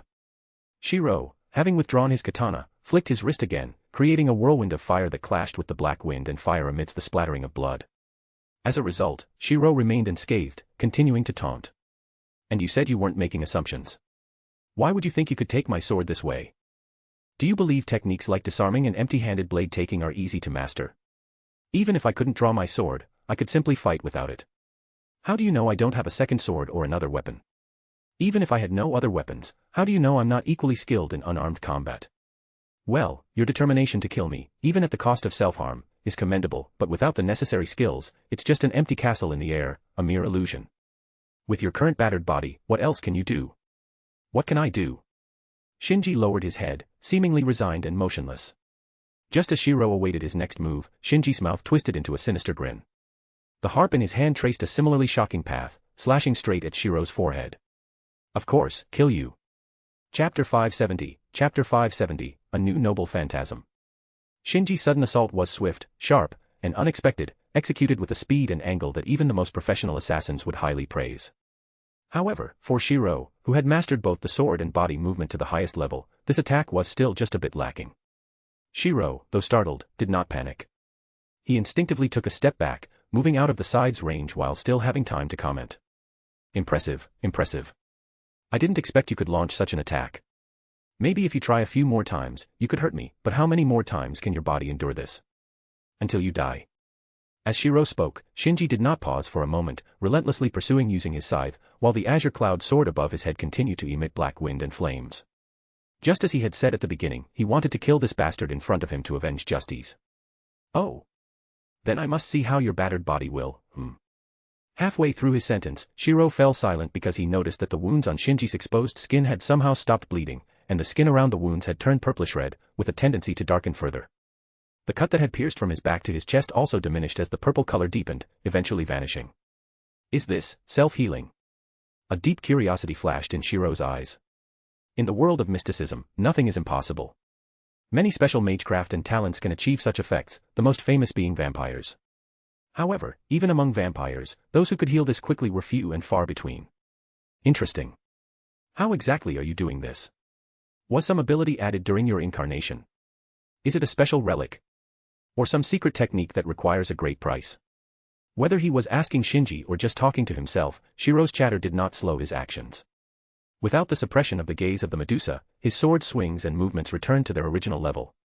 His mind, technique, and body, along with his eyes, hands, and body, reached a high degree of unity, making every move he made flow with a strange harmony. Whether stepping back to dodge, sidestepping, or raising his sword to block, Shiro intercepted all of Shinji's fierce attacks. Moreover, between the scythe swings and retractions, Shiro's katana always found those brief openings, adding several more wounds to Shinji in no time. Shinji seemed indifferent to these wounds, as if he had just been bitten by ants, and continued his offensive, focused on killing his target. In contrast, Shiro's expression grew increasingly serious. From his face, it seemed like he was the one at a disadvantage. No, it's not just self-healing. Shiro could feel that as the battle progressed, Shinji's magical power, attack strength, and movement speed were all noticeably increasing, especially after he was injured. Then the rate of increase would significantly spike. This completely defied common sense. Any self-healing ability required a certain price, such as magical power, vitality, or some other force. Even perfect vampires, known as the true ancestors, were no exception. But Shinji was different. Not only did his wounds heal without any loss of strength, but his overall power was being amplified. The only ability that fit this description Shiro could think of was the Crying Warmonger. The reason it was a question and not a certainty was that after Shinji's incarnation, he was no longer a servant, and Shiro's ruler privilege couldn't see his information. Shinji remained silent, his attacks growing stronger, each strike infused with power exceeding A rank. Even with Shiro's technique integrated into his instincts, his arms began to feel numb, and his blocks and counterattacks started to decrease. Swallow reversal. With a masterful footwork technique, Shiro once again maneuvered to Shinji's side. At that moment, the dimensions twisted, and a single slash from 3 different directions simultaneously struck Shinji's body, creating 3 wounds that spanned his entire back and thigh. However, this time, Shinji did not fall. As soon as the blood sprayed out, the surrounding muscles began to wriggle rapidly, sealing the severed blood vessels almost instantly. Sensing the magical power flowing from the wounds, Shiro finally confirmed his suspicion. As expected, it's Spartacus' noble phantasm. But he has long been out of the picture. How could you? No, just knowing the true nature of your healing ability is enough. As the mastermind behind that earth-shattering explosion, how could Shiro not know how to deal with Spartacus? Against this ever-growing, self-destructive human bomb, the best method was to kill quickly, not giving him a chance to accumulate and evolve. Taking a deep breath, Shiro's figure became a blur. In the next instant, he was behind Shinji, hands gripping his sword in a Chuden no Kami stance, beginning to step forward. At this moment, the image and aura Shinji could capture still lingered the moment Shiro took his breath. This was the highest level of Shikuchi, reduced earth, ground shrink, followed by the ultimate fusion of the katana and Shikuchi. The first step was light, just a tiny movement, but only after the second step landed did the sound of the first step reach the ears. After the second step, Shiro was only a room's width away from Shinji. The third step that followed would close the distance to 0, and the katana would simultaneously execute 3 thrusts, causing a localized event casualty, destroying Shinji's heart before his healing ability could instantly repair it. This was true: 1 step surpasses sound, 2 steps leave no gap, 3 steps absolute blade. However, just as the third step was about to land, and the terrifying killing sword was about to strike, an unexpected change occurred. The spot Shiro had chosen for the third step suddenly became covered in dense black shadows, which quickly grew into sharp spikes as his foot descended. In a split second, Shiro forcibly halted his thrust, using his katana to push off the ground, narrowly avoiding the fate of having his feet pierced by the spikes. Upon landing, Shiro's gaze became unprecedentedly severe. The Extreme Punishment King, no, it's the Blood-Stained King. Given the precedent of the Crying Warmonger, Shiro quickly recognized the true nature of these spikes. Seeing that his enemy had discerned his tactics, Shinji no longer concealed anything. He struck the ground forcefully with the long handle of the harp, calling out the true name of his noble phantasm. Kazikli Bay. In his sight, all tangible surfaces were covered in black shadows, sprouting stakes that completely sealed the evasion space around the altar. Chapter 571, Shiro's Weakness. Compared to the stakes controlled by Vlad III, the stakes summoned by Shinji appeared somewhat weaker. Rather than stakes, they looked more like oversized nails sprouting from the ground, pillars, and fences. However, Shiro did not underestimate these stakes because of their small size. He fully understood Shinji's plan. These stakes covering the ground were not meant for direct attacks, they served a dual auxiliary purpose. The first function was to alter the terrain to block Shiro's elusive footwork. The second function targeted Shinji himself. Crying Warmonger is a noble phantasm that converts damage into magical power, recovery ability, and explosive power for the user. For someone wielding this noble phantasm, moderate damage not only does not hinder their actions but also provides benefits, such as piercing their feet. Shinji intended to use this self-destructive method to strengthen himself. Although he would endure both physical and mental pain, these pains paled compared to Scathacker's body control training and the blow of losing Justice. As long as he could kill Shiro in front of him, he was willing to endure any amount of torture. With a hand seal, the increasingly potent magical energy stored within Shinji's body continuously poured into the Azure Cloud Sword, turning the entire altar into a sea of flames. Meanwhile, Shinji, with bare feet, charged towards Shiro. Every time he was pierced by a stake, every time he was burned by flames, Shinji would gain magical energy. Some of this energy would be used for self-recovery and enhancement of his attributes. The excess energy would support his noble phantasm and mana burst skill. In this way, Crying Warmonger achieved a balance between input and output. It would not cause him to transform into an abomination and self-destruct as Spartacus did due to excessive magical energy, nor would it cause him to become incapacitated due to massive magical energy consumption. No wonder Shiro praised. There are no useless noble phantasms, only incompetent servants. In this regard, you are much better than Vlad III and Spartacus. As for why Shinji possessed the noble phantasms of 2 defeated servants, Shiro could guess the reason. Justice used the Lesser Grail as a medium to cast the incarnation spell on Shinji. The Lesser Grail itself did not have enough magical energy to support this spell, the only fuel available was the servant souls stored within it. In other words, Shinji's body at this moment was composed of the Lesser Grail and the souls of Vlad III and Spartacus. With this premise, borrowing their powers became possible. Indeed, as Shiro guessed, Shinji's incarnation was due to directly merging with the Lesser Grail, along with the servant souls stored within it. According to Justice, once the physical body was completed, the Lesser Grail's function of binding souls would cease to exist, and Spartacus and Vlad III would be liberated. This was also why both agreed to help Justice complete this spell. However, before their liberation, Shinji made a deal with them: lend me your power, and I will defeat Amakusa Shiro Tokusada. The 2 servants agreed without hesitation. Spartacus sought rebellion against oppressors, and now that Amakusa Shiro Tokusada had become the supreme ruler holding the Greater Grail, Shinji's rebellion against him naturally garnered Spartacus's support. Vlad III, on the other hand, had fallen directly to Amakusa Shiro's blade, his wish shattered. For this tyrant, this was intolerable. Previously unable to seek revenge, now given the chance, he would not let it slip. However, both servants had already retired and lacked their classes and servant bodies, making direct assistance impossible. Shinji could not also recreate their servant bodies for their resurrection. In the end, the two berserkers chose the most extreme method. They completely disintegrated their remaining existence and transferred all their power to Shinji, allowing him to gain the strength to contend with, or even defeat, Shiro. Shiro's strength lay in his skills and experience, the dual mastery of katana and footwork, capable of unleashing noble phantasm-level attacks. However, as a servant, Shiro's physical abilities were fixed, with attributes unchanged since his summoning over 60 years ago. Strength, C. Endurance, C. Agility, B. Mana, A. Luck, B. Noble Phantasm, D. Honestly, these attributes were not impressive, even Shinji surpassed him, let alone the top-tier servants like Artoria, Karna, and Siegfried. This was Shiro's weakness and Shinji's only chance for victory. Shinji could not match Shiro in skill, not even for 100 years. Since acquiring various noble phantasms, Shinji was destined not to specialize in one path to its ultimate end. He could only compensate in other areas, such as equipment and physical attributes. In the Fourth Holy Grail War, Gilgamesh fully demonstrated the advantage of equipment and how having multiple noble phantasms allowed for overwhelming dominance.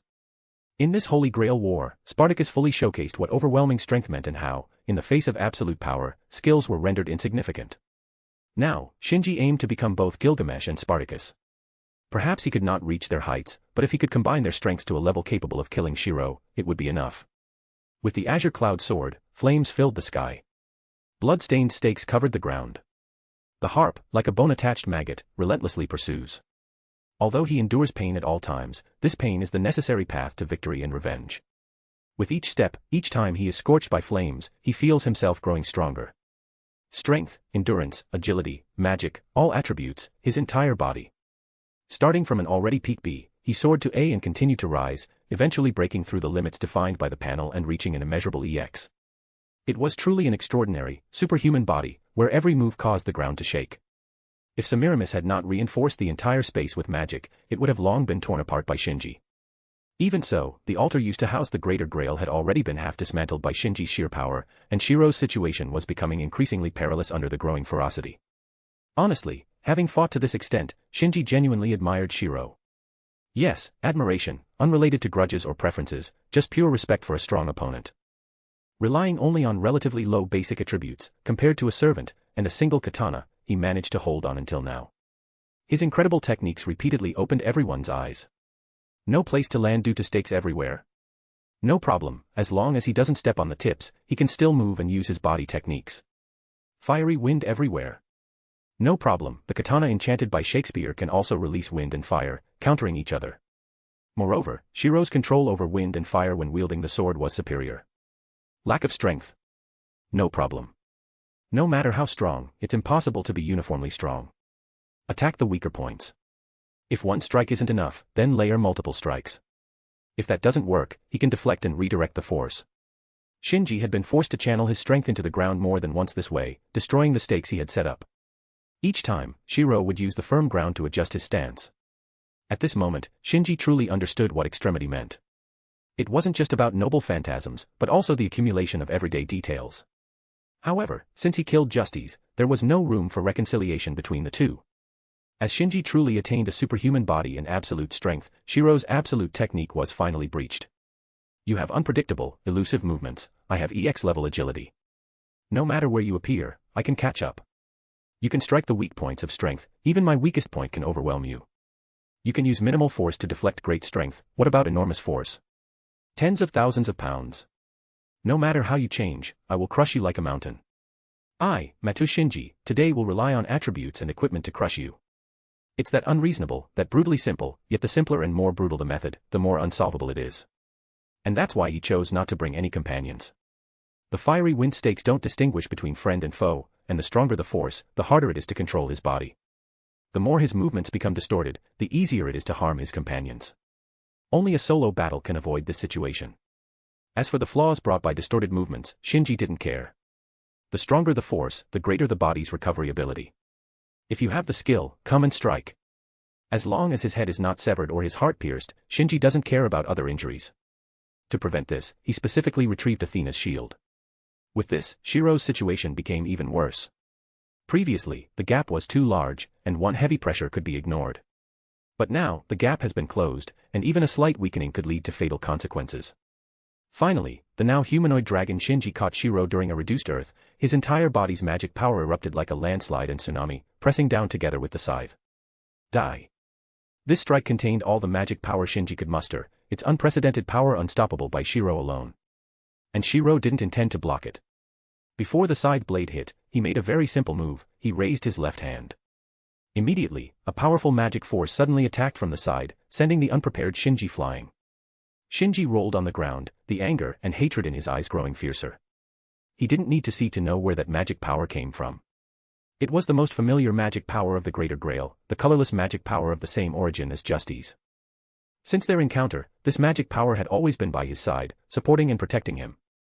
And now, this magic power had fallen into the enemy's control and became his foe. Feeling Shinji's gaze, Shiro took a leisurely breath. Don't look at me like that.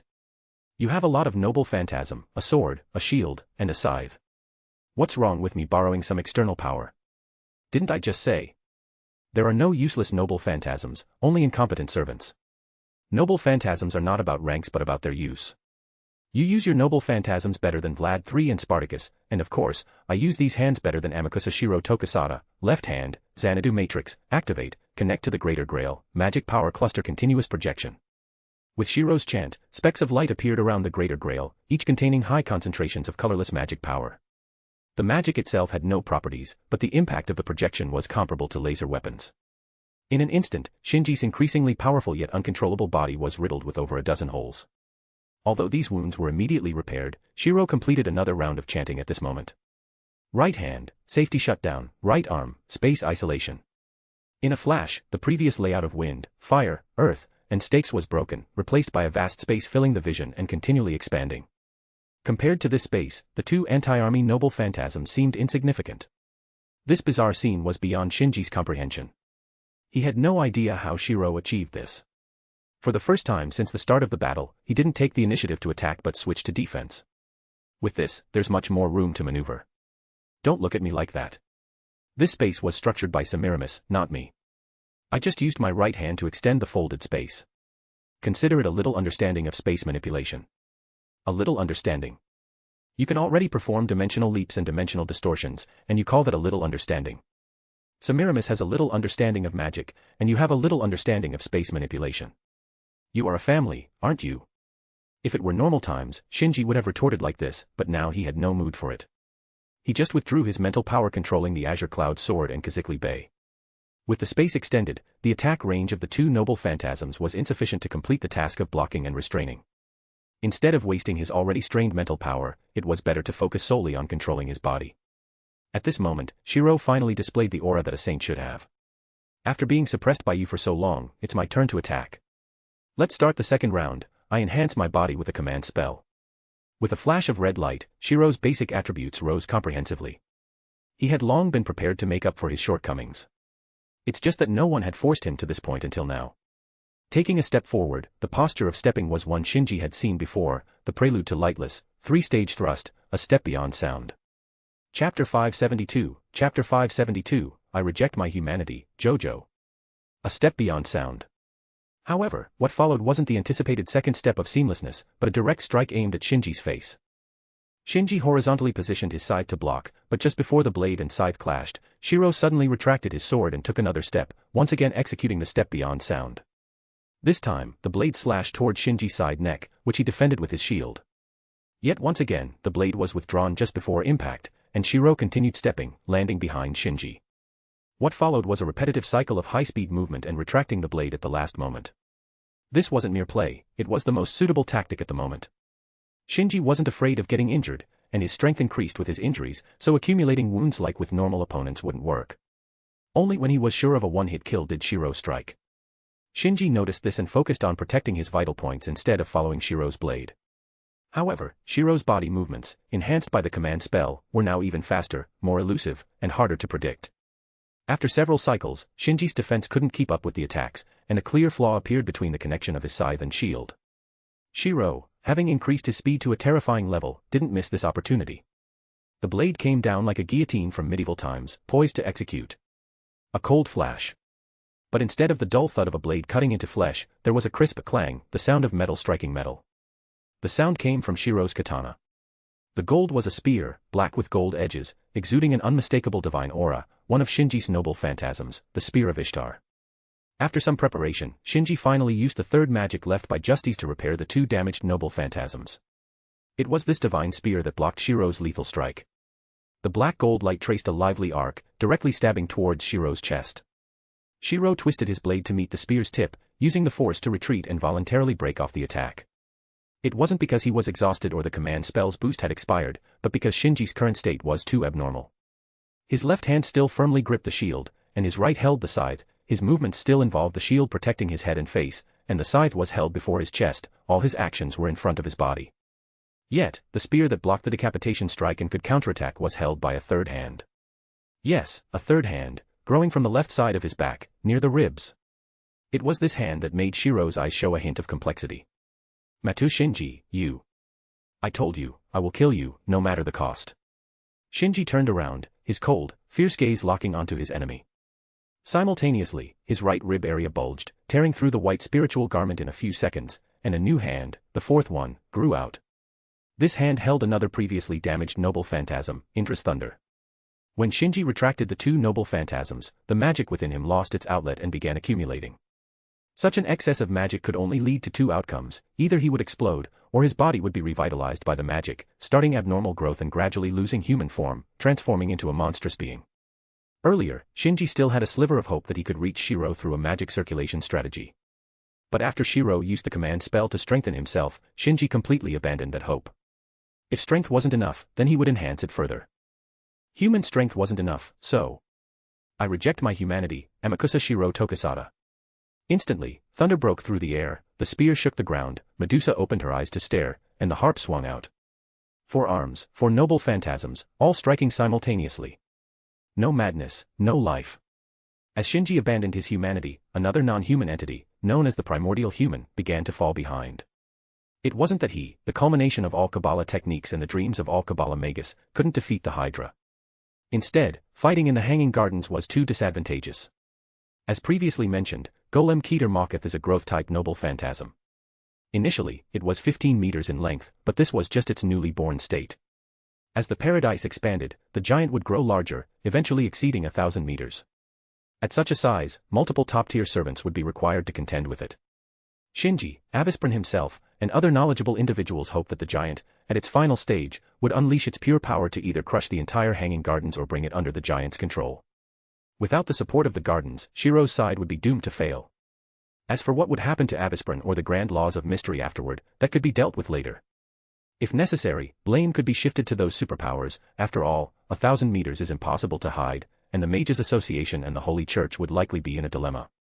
However, everyone overlooked one point: the Hanging Gardens is Semiramis's domain, her temple, where she has absolute control. Although the reality marble called Eden possessed by the golem Adam could rewrite reality, it couldn't surpass Semiramis's control over her territory. At first, Semiramis didn't react in time and lost part of her territory to Eden. By the time she did react, she firmly restricted Eden with the entire garden as her support, making it difficult for it to expand any further. Without the support of Paradise, Adam's growth became extremely slow.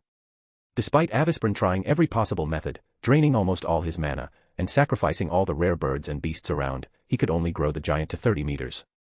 With its size and the fact that the golem was immune to poison, it could suppress the Hydra. However, the Hydra wasn't fighting alone, it had Semiramis's support. Without needing offensive magic, just boosting the Hydra's power and sabotaging the golem at critical moments was enough to change the tide of the battle. If it weren't for the golem's strong regenerative abilities and Avispren's numerology support, the giant would have already fallen to this terrifying combination. Nevertheless, this could only delay but not prevent the golem's defeat. Gradually, the golem's movements became slower, and its healing speed also decreased. After all, it was just a golem named Adam and not a true primordial human. Is this the limit? As expected, the performance of the core. But it's meaningless to talk about this now. I was already mentally prepared when I agreed to Assassin's terms. Let me offer the last of my strength to the Paradise. Hiding in the deepest part of the Eden, Avisprin sighed, showing clear emotion in his words for the first time. Roche, can you hear me? I need the amplification of the command spells, use all three at once. Teacher. I can hear you, Roche's voice was filled with joy. I'll use them right away. I command with the 3 command spells to strengthen the caster. Teacher, you must win. The crystallization of magic awakened a miracle. The nearly depleted mana became abundant again, and the golem's state began to steadily improve. What a good student. However, this time, I fear I won't be able to meet your expectations. Avisprin looked in the direction of his master from afar, shook his head slightly, and began to walk toward the still fighting giant. Just like the birds and beasts earlier, he would use himself as the last sacrifice, becoming the nourishment for his noble phantasm. Please, Adam. With your power, I believe, you can surely create a paradise on this land. Save the world, save humanity, save my people. Chapter 573, The Hunt of Karma. From beginning to end, this Kabbalist, who devoted his entire life to the golem, never removed his mask or exposed his flesh. He never opened his heart to humanity or the world, even though he deeply loved it. Just as his body was about to merge with Adam, an arrow descended from the sky, landing right at his feet.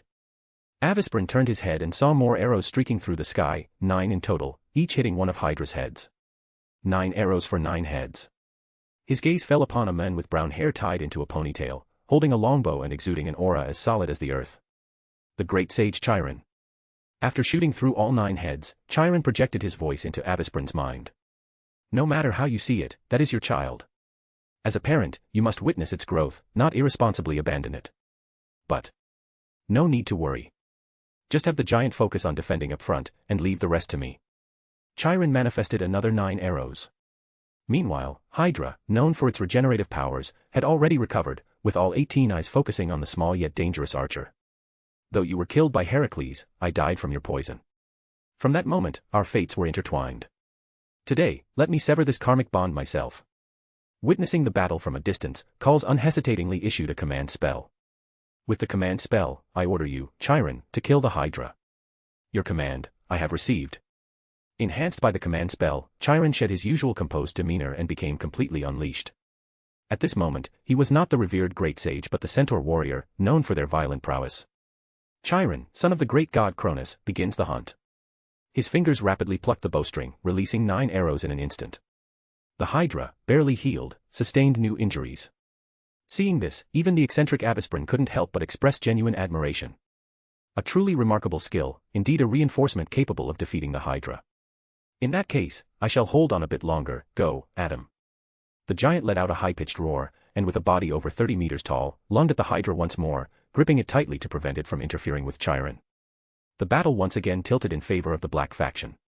However, the mistress of the garden, Semiramis, would not admit defeat so easily. As Chiron appeared and declared his hunt, she used the magic absorbed from the Greater Grail to weave a second summoning ritual. Fill, manifest.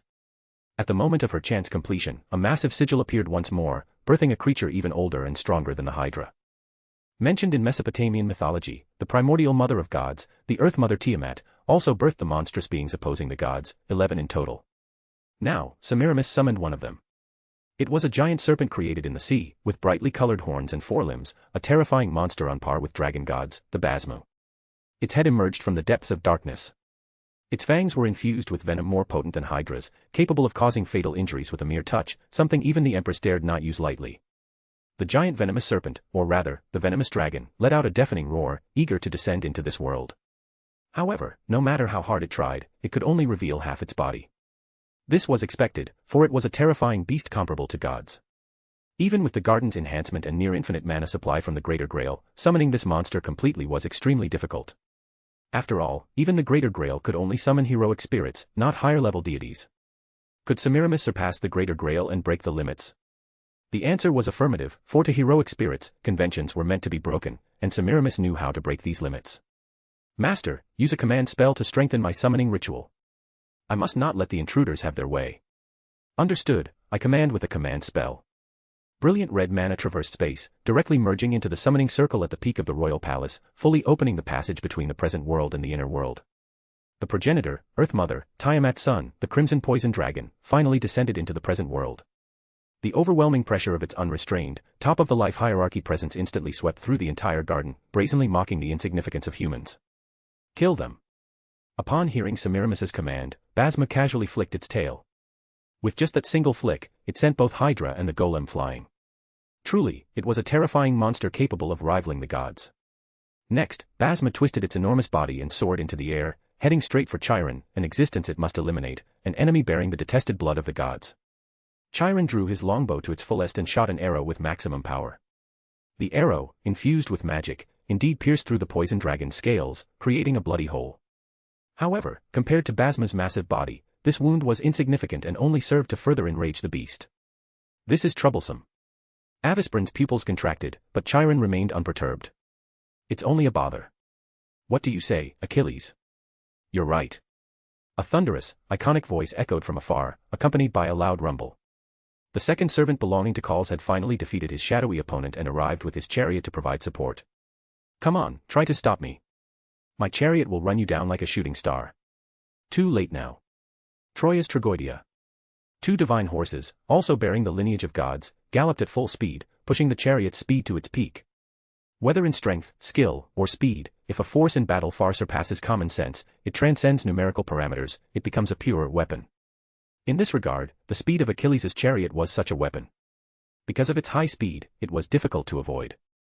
Because of its high speed, its power was tremendous. Coupled with the chariot's sturdiness and the 2 immortal divine horses pulling it, this chariot was nearly perfect in both offense and defense, an epitome of what a hero could achieve. Facing such an ultra-high-speed blender that could leave everything in its wake, even a terrifying monster like Basma couldn't escape unscathed. It was torn apart, large chunks of flesh ripped away, and it crashed heavily to the ground. Chapter 574, Chapter 574, Tonight, we shall surpass legend. Since Basma was a monster comparable to the gods, it naturally wouldn't be so easily killed. Although Achilles had inflicted a grievous wound on it with his chariot, Basma quickly recovered and opened its maw to spit out a mouthful of venom. Due to the previous collision, the speed of the 2 divine horses had already decreased.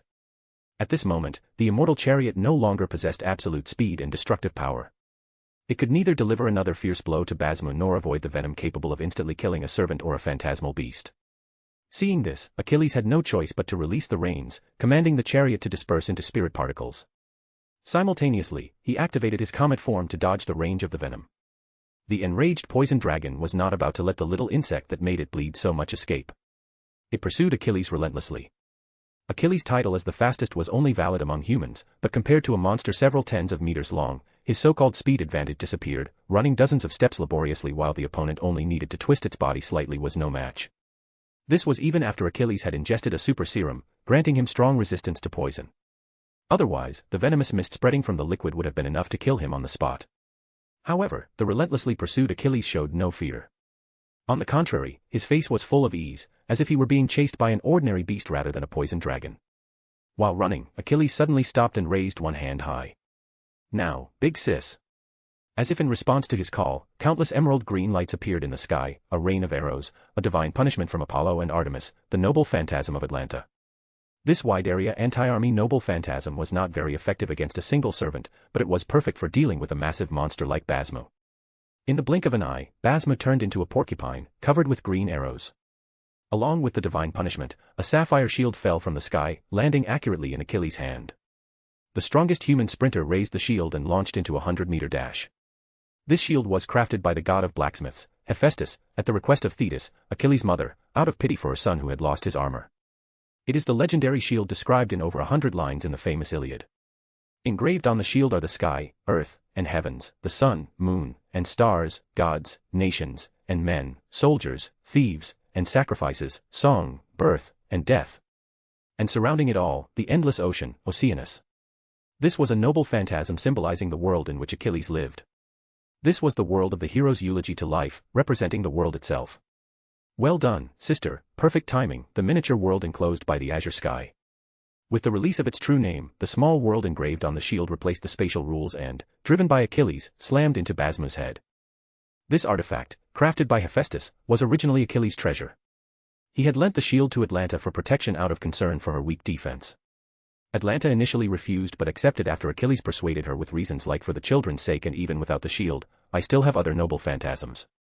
This transfer met the conditions, as using the shield required no special skill. Both parties agreed willingly, and there are legends of Achilles lending his treasures and Atlanta receiving gifts. In a critical moment against the Shadow Berserker Beowulf, she successfully reverses the situation using the shield, killing the transformed wolf Beowulf and, after a short rest, arrives at the most intense battlefield to return the shield and assist Achilles. In terms of sheer strength, Achilles couldn't surpass a giant monster tens of meters long. But with this small world, no matter how strong or struggling Basma was, it wouldn't affect Achilles. He only needed to focus on using the small world to crush everything it touched until he was exhausted and had to retreat.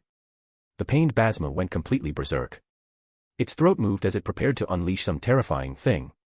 However, before it could spit out this thing, a pure white comet descended from the sky, crashing directly onto Basma's forehead. "We're here to help too."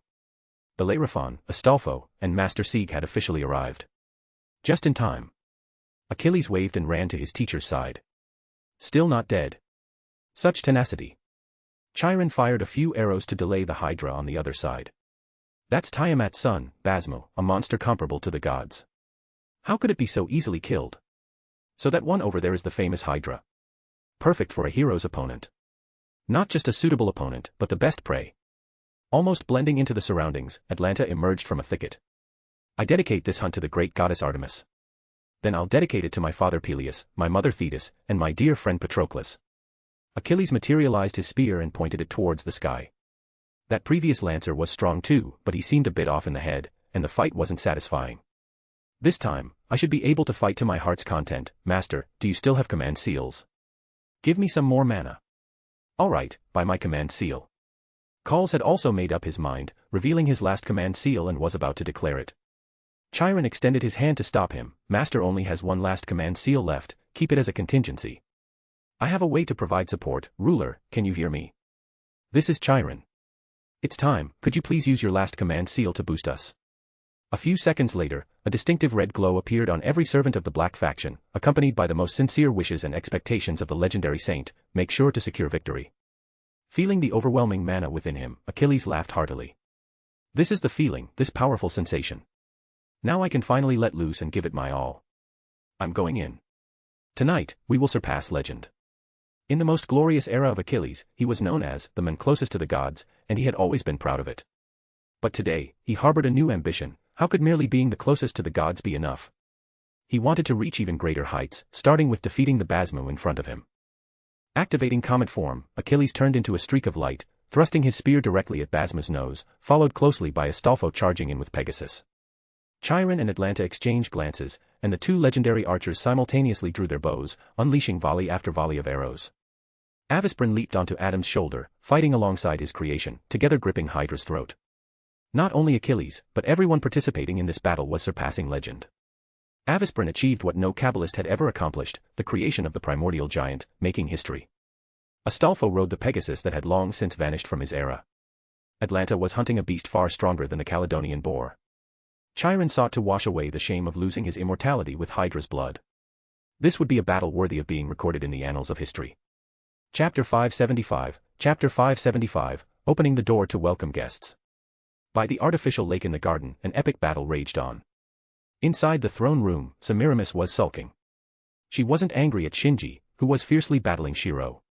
Having witnessed Shiro's many wonders, she had full confidence in her master. Nor was she angry at the 5 heroes who were evenly matched with Basmo and Hydra. These guys were just minor annoyances.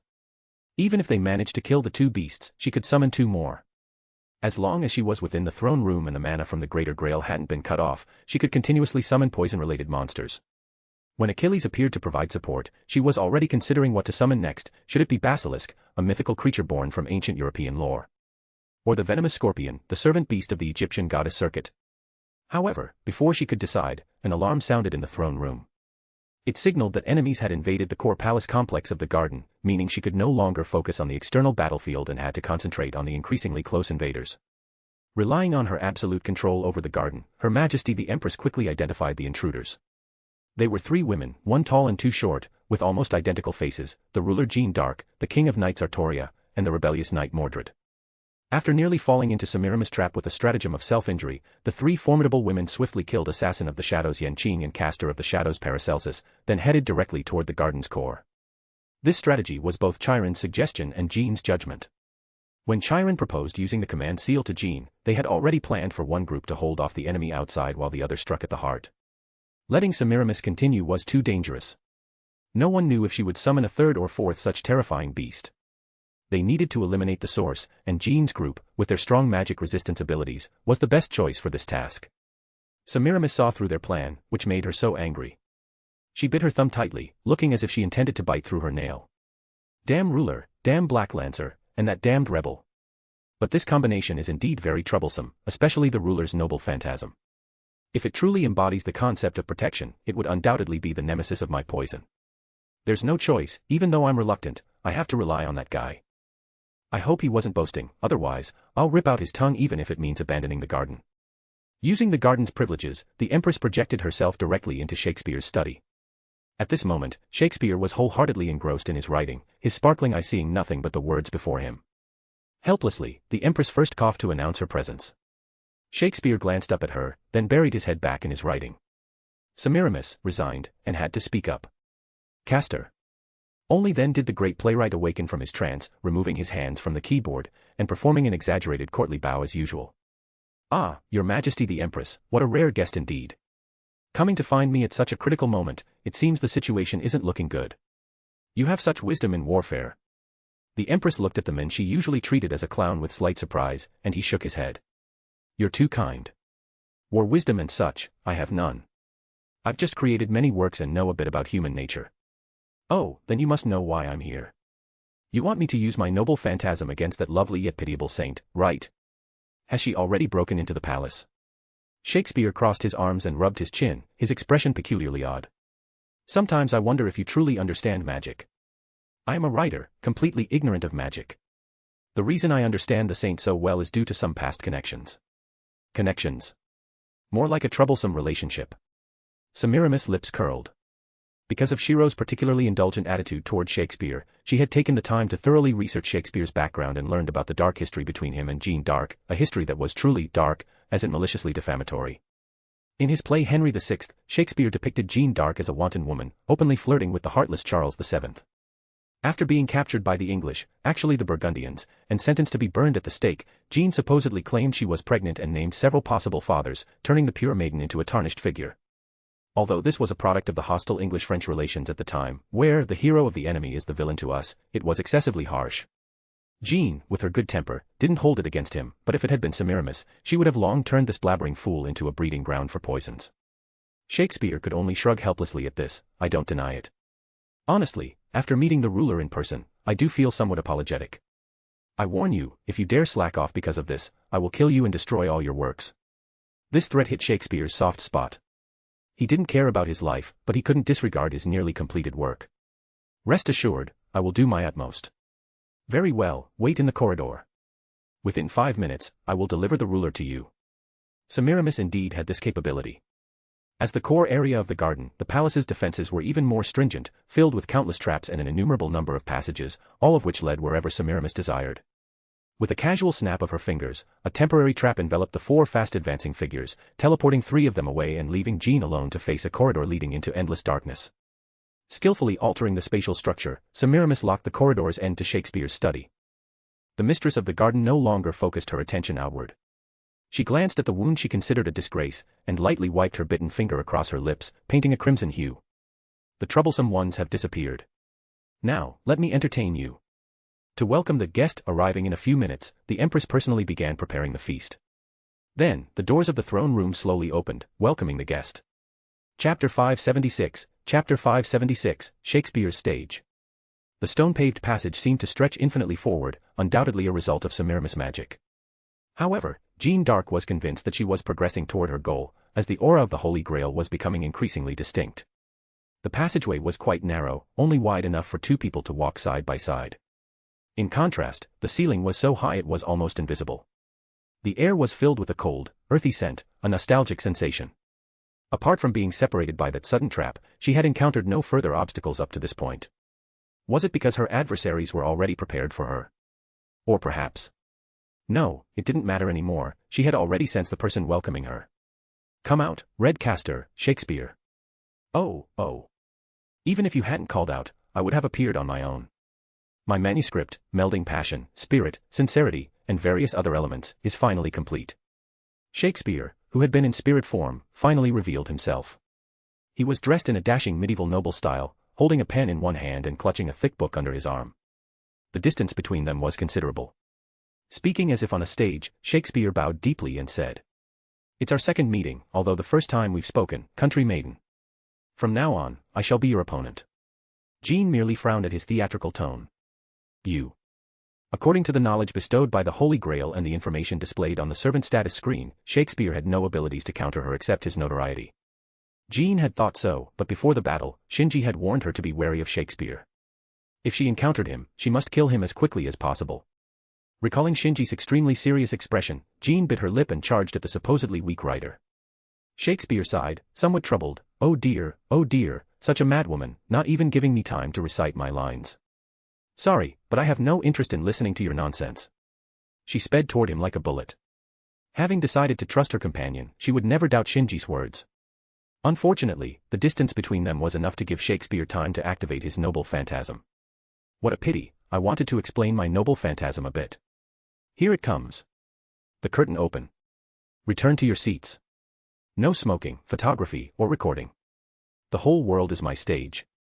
The play begin. Let the thunder of applause roar. Shakespeare's script opened, sealing the world and transforming it into a stage where the story was forcibly played out, just as Jean's holy flag was about to pierce Shakespeare's body. The scenery changed. Before she could comprehend it, the nostalgic scent of fresh grass swept over Jean's nose. This is my hometown. She looked at her hands. Having helped with farm work since childhood, her knuckles appeared somewhat pronounced, hands that made her feel a bit ashamed. The armor she wore and the holy flag she held were nowhere to be seen. Is this an illusion? Such poor taste, Jean couldn't help but frown. Indeed, this was her hometown, Domremy. It was here that she received the divine revelation and then ventured into the world. She had 6 companions. She donned men's clothing, accepted a horse, and went to serve under Charles VII. Although these were nostalgic memories, now was not the time to be lost in sentiment. How could she break this illusion? Jean looked around and saw a figure. Red Castor. Facing Shakespeare, who made a ceremonious bow, Jean was about to approach him. However, his figure suddenly vanished. That's useless. Whether you try to harm me or the characters, this story won't stop. Because that's the nature of this noble phantasm. Even if you're the ruler, you're no exception. If it's an illusion, I can break it with my magic resistance. This is not an illusion, but a story. And the protagonist is you, Jean d'Arc. Know that this is my attack. Please, thoroughly relive your life and experience the impossible story.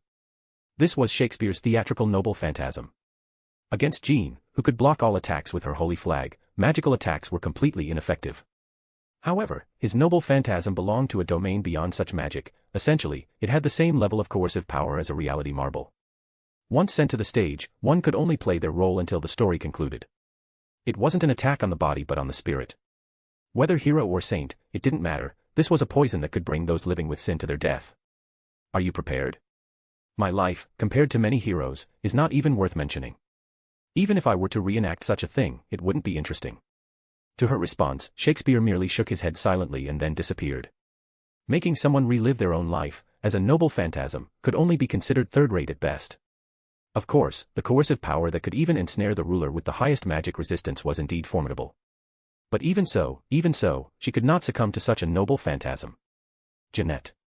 Upon hearing this voice, her spine trembled. A complex feeling between joy and dread.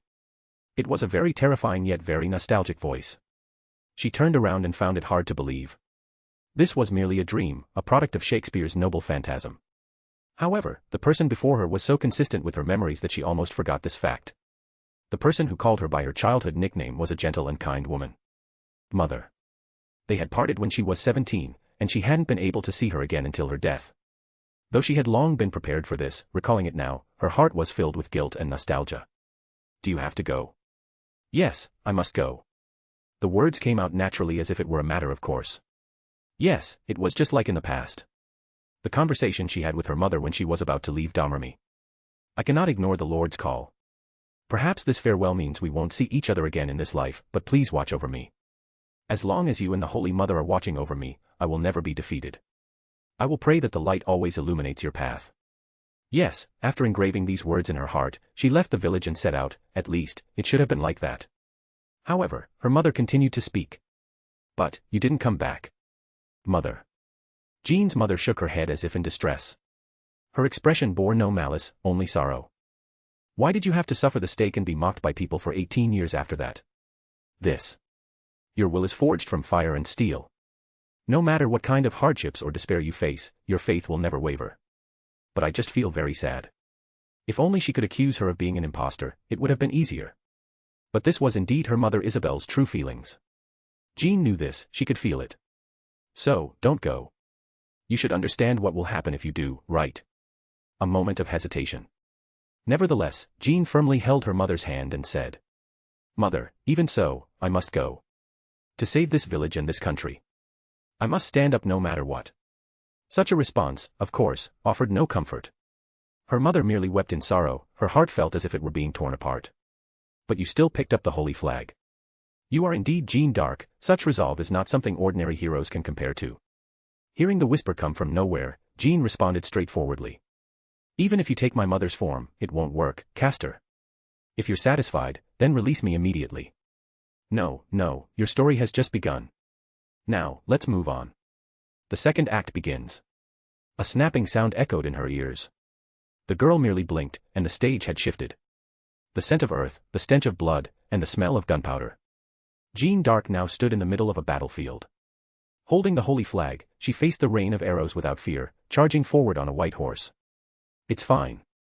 Although the impulse to give up and fall to her knees was reaching its limit, she could still endure. Suppressing the scream of fear, she bravely advanced with the soldiers. No matter how many times I repeat this scene. No matter how many times she repeated it, what she had to do would not change, and the path she had to walk would remain the same.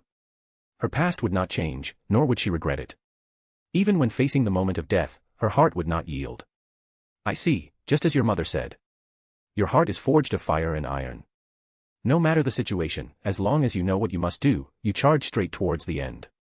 Truly wonderful. Jean barely managed to hold back from saying, "You're so noisy," and continued to deal with the story constructed by Shakespeare. Enemy soldiers begging for their lives, soldiers advocating for killing captives, and numerous contradictions on the battlefield. Although she was a saint, she fought on the battlefield. Although she was a saint, she accepted the killing actions of her people. The enemy soldiers who should have already died condemned her for this. If you are a saint, why do you kill us? Why do you harm us while holding the holy flag? We are not sinners, we are just ordinary people standing on a different side from you. Jean quietly accepted these accusations. Everything they said was true. Although she was a saint, she wielded the flag and approved of harming others. That shouldn't be the actions of a saint. The past Saint Martha once drove away a dragon with the power of prayer. What she was doing now was merely commanding people to strike down other people. That is indeed the case. I am by no means a saint, this is what I believe myself. Even if she held an immensely devout faith and prayed to the Lord every day, even if she became a being who received revelations, she still believed this. In that case, why do you stand up? An enemy soldier with an arrow piercing his skull asked. His head was drenched in blood, his eyes hollow, and his purple lips taut. Facing him, who had turned into a zombie, Jean responded solemnly. Because even so, I firmly believe that this path leads to the right one. It was not out of anger but a resolute declaration of will. Her words shattered both the enemy and her soldiers. They turned to dust and slowly disappeared along with the battlefield filled with the smell of blood. Stepping over her helpless sense of guilt, Jean shouted. Castor. You have a third act, right? Hurry up and start it already. Yes, of course. This is a story to explore whether your life was a mistake and, if it was, whether it should be corrected. Now, let us enter the third act. The scenery darkened. After the scene changed, Jean found herself riding a white horse in a parade. The surrounding people were cheering with joy. Without even looking, she knew where she was just by these cheers. The coronation ceremony of Charles VII was a miracle that had finally been realized. In Reims Cathedral, Charles VII underwent the anointing ceremony on his forehead and completed his coronation here. The smiling angel statue at the front entrance of the cathedral, while gazing up at the angel statue, she shared her inner emotion with her companions. Charles VII, who had stood up, turned his face toward her. Despite his slender build, his eyes contained a strong will, and with a sincere expression, he asked Jean. Saint Jean, why do you not stop at this point? The cheers ceased, and everyone in the cathedral looked at her with puzzled eyes. Ignoring the slight pain in her chest, Jean countered. What do you mean? Charles immediately replied. It is here that I diverged from your path. From this moment on, your downfall, even if not the Lord, anyone should be able to understand. Someone as wise as you couldn't be completely unaware, right? Answer me, Jean. Do you still think the path you walked was the correct one? Yes. You have no basis for that. The revelation you received was something the Lord granted to you alone. The results only came later. Why should others believe in the path you alone think is right? The path I walked is exactly such a path. It is different from your Majesty, who harbors doubts yet wants to try believing in others. Charles VII hoped for peace with the enemy Burgundy faction, and this became the decisive reason for his separation from Jean. Although the cathedral was crowded with people, it was as silent as if frozen. This was Jean's story, the supporting characters could not speak or disappear without permission. Charles VII spoke with a voice as if coughing up blood. In retrospect, you were indeed proven right. But that was just the work of historians adding it later. At that time, under those circumstances, was my choice wrong? Could it be said to be wrong? And Jean, why didn't you try to make me believe you? With your power, I should have believed in you. It wasn't that I didn't believe in you. It was you who didn't believe in me. That was the anguish born from being accused of making a mistake in later history. At the same time, it was the frustration born from abandoning the beloved girl. Jean held Charles VII's hand and shook her head, denying it. No, it was destined for your Majesty and me to walk different paths here. Moreover, even if your Majesty had chosen to believe in me, the result likely wouldn't have been any different. We are just bricks in the massive staircase of history. But, it is right. I might be right. But, it is also wrong. Both your Majesty and I fought with all our might. Just that alone, isn't it already enough? The moment she finished speaking, everything disappeared. I wanted to know this answer. Very well, let's move on to the next scene. The next appearance could perhaps be described as expected. Pierre Cauchon. He was the bishop who presided over Jeanne d'Arc's trial. He was a member of the Burgundian faction, opposed to Charles VII, whom Jeanne supported, and had no rightful authority to judge her. He was also a man with an unusual enthusiasm for executing Jeanne d'Arc as a heretic. With a mocking smile on his face, the man said, "We meet again, miserable bitch." Jeanne sighed, not knowing where to turn her gaze for a moment. She had to stare into the void for now. Red Caster, it's useless. Even if your script recreates him, it will only repeat the same scene as before. This noble phantasm cannot cause physical pain, can it? Jeanne's critique was correct. Shakespeare's noble phantasm purely affected the mind. Even someone as famous as Shakespeare couldn't recreate pain in a stage play. Pierre Cauchon shrugged and nodded. Indeed, that's correct, Saint Jean. With my power, I can't even make you bleed a drop. The only ones who could oppose you are probably ancient heroes like Red Lancer and Red Rider, or my master. Shakespeare spoke eloquently through Pierre Cauchon's mouth. In that case, what is the purpose of this noble phantasm? That, I'll save for the final act. Shakespeare, disguised as Pierre Cauchon, began to walk. With just a snap of his fingers, the scenery changed. Although she had expected it, Jeanne sighed wearily. This is the scene of your crucifixion, right? Time was stopped. Those who cursed her, those who looked at her with sympathy, and those who cried as they sent her off, most of those mourning her execution in Rouen Vieux Marquet were ordinary citizens. Of course, many accused her as a witch. If curses are distant country songs, then sorrow is like a mother's lullaby. Did you foresee such a scene? Facing Shakespeare's question, Jeanne nodded. Yes, I had long been aware of such an outcome. No regrets. Of course not. Because, with me as the foundation, my homeland has been saved. Is that so? You say you have no regrets. Whether in this era or later, there's no girl more tragically celebrated than you, right? From an outsider's perspective, it's different from experiencing it firsthand. I've never felt my life was bad. That was Jeanne's true feeling. A life too short, glory too fleeting, and a sorrowful end. But even so, she could confidently assert that her life was not merely sorrowful. Flames suddenly surrounded her. In the now empty square, the two faced each other. That was the saint who vanished in the flames and the men who gave the order. Was your death here predestined? Yes, it's a fate I cannot and do not intend to escape. Do you need to justify yourself to those who were implicated by your arrogance? Shakespeare, borrowing Pierre Cauchon's face, smiled as he spoke. Even Jeanne felt her heart waver. The blazing flames seemed to accuse her as they flickered. A pair of dark eyes stared intently at Jeanne. Like during the past heresy interrogation, those were eyes full of hatred and mockery. Even so, Jeanne nonchalantly responded. She did not hate Pierre Cauchon. He lived in his way and met a miserable end. In a way, they were similar. No, there's no need. Although I find it sad. Yes, there was no need to justify herself to those implicated by her. It would be an act of desecrating their fate and choices. Jeanne arrived at the unequivocally correct answer. That's what I wanted to hear. He smiled at this correct answer. With a snap of his fingers, the flames disappeared. It was not darkness that appeared in her sight but a pure white space. At some point, Pierre Cauchon was gone, and Shakespeare revealed himself. Now, let's move on to the next scene. What are you saying? The next scene. Jean had no next scene. She had no life beyond this. She ended here. Facing Jean, who furrowed her brow, Shakespeare smiled. Because this is a bit unbearable, please be careful.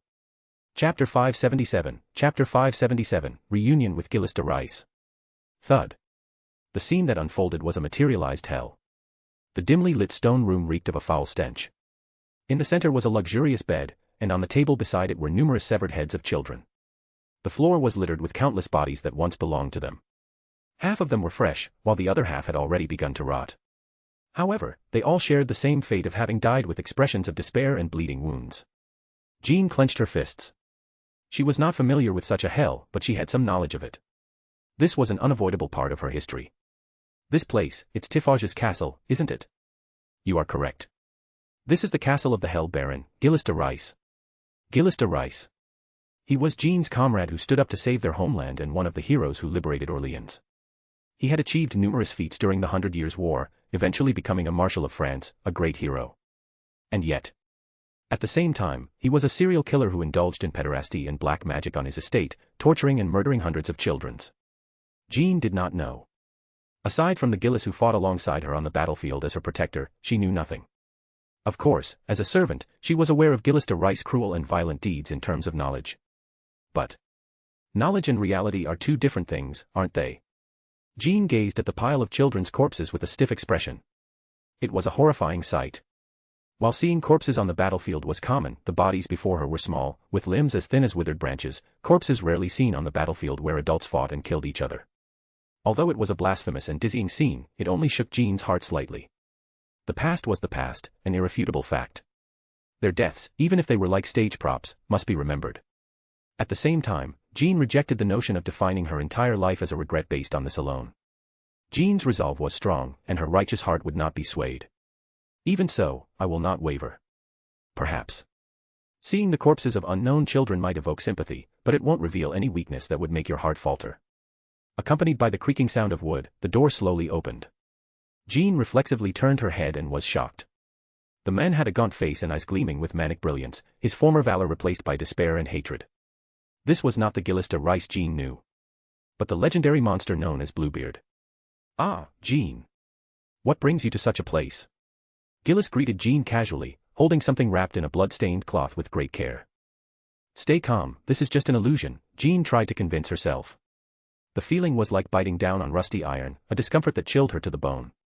Whatever was wrapped in that cloth, no, she must not imagine what it was. It was something undoubtedly fatal to Jean d'Arc. That's enough. End this scene now. Regrettably, my death led him to commit such heinous acts, but let me tell you something good.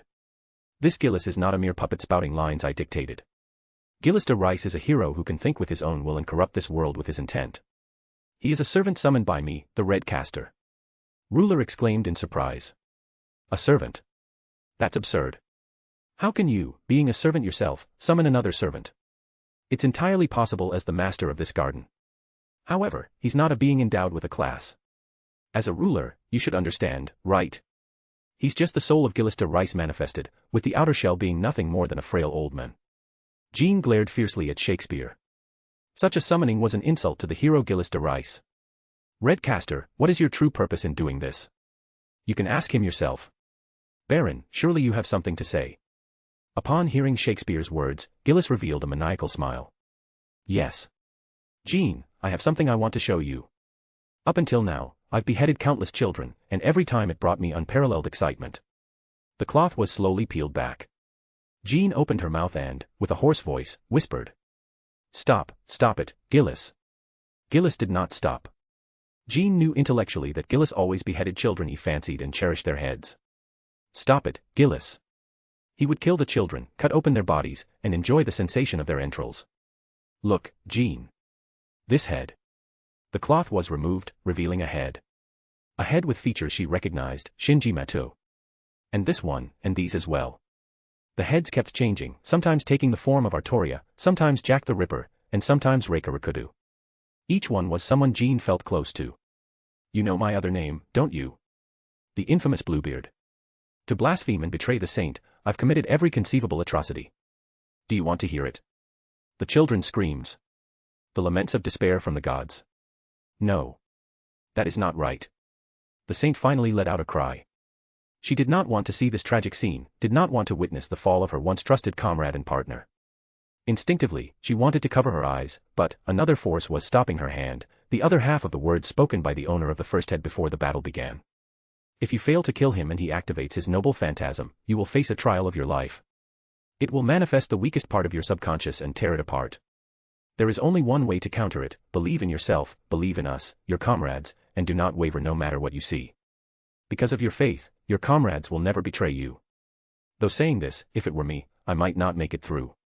But I believe you can, no matter how much suffering you endure, because that's the kind of person you are, Jean d'Arc. Fate is unbearably unfair, making you bear such a burden and experience so much pain. What's even more tragic is that you won't complain or lament. But that's why you are so beautiful, why so many admire you, even though you never see yourself as a saint. Face everything bravely, and speak your true thoughts. Even if you see hell, as long as your faith remains unchanged, it will turn into heaven. Her face pale, the holy flag fell onto the stage, her hands trembling. A closed world, surrounded by the most terrifying scenes. So this is what he meant, she thought, having seen it with her own eyes. It was an unimaginable hell. Attacking the weakest point of the heart with the most brutal blow. If I were alone, I might truly be crushed. But, Red Caster, you got one thing wrong: I am not alone. My comrades are here, always supporting me, waiting for me, and so is he. So. Her hands still trembled, her face still looked terrible, but her wavering eyes regained their clarity. Stop it, Gillis. It was not a scream, not a plea, not an escape, but an undeniable command, just like when she led the French army, issuing orders. Though she never put on airs, she carried an aura that could not be defied. Jean. Gillis de Rice trembled and instinctively lowered his head. I am deeply pained by your fall, and I cannot deny that part of it is my fault. But Gillis, I want to tell you, ever since I learned you became Bluebeard, I wanted to tell you, you are wrong. It has nothing to do with gods, saints, or anything else. I just want to tell you as your friend, as a human being, you are wrong, and you have committed an irreparable mistake. If I were still around, I would have stopped you, but you are no longer here, the country you saved, the people you saved, that damned king. Even the God you believed in, he led you down this path and gave you this end. God is not merciful, he is merely toying with your life, toying with humanity.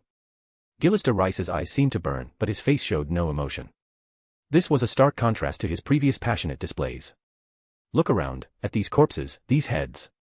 I have committed the most heinous, blasphemous acts possible. But no matter how much I killed or blasphemed, I received no divine punishment. By the time I realized it, I had been on this path of evil for 8 years. The cries and laments of thousands of children vanished into the void. In the end, it was not God who destroyed me, but humans with endless desires like mine. The church and the king deemed me guilty of seizing my wealth and lands. Their actions were not to punish my evil but for naked plunder. It was then I realized how vile God is, never punishing, only toying with humanity. Jean shook her head slowly. No, you are wrong, Gillis, God is not what you think.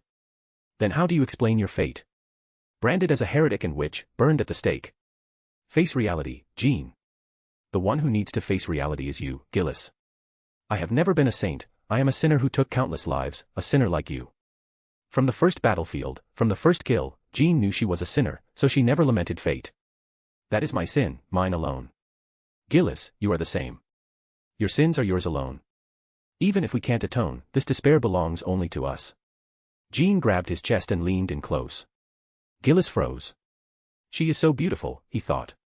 The angry girl glaring at him was chillingly beautiful. At the same time, he realized his mistake. To this saint who did not see herself as a saint, whether in purgatory or hell or even in heaven, she would remain unchanged. As if she had no time for worries, always running around, sacrificing herself for something. Blaming God and shifting responsibility is wrong. We are both sinners, with no way to atone for our victims. Face your sins, Gillis. We can only carry this anguish and despair forever. Our only option is to lend our shoulders to the living, and that is the meaning of our existence as heroic spirits. Gillis wept and knelt, gripping Jean's hand tightly, pleading. Will we never be forgiven?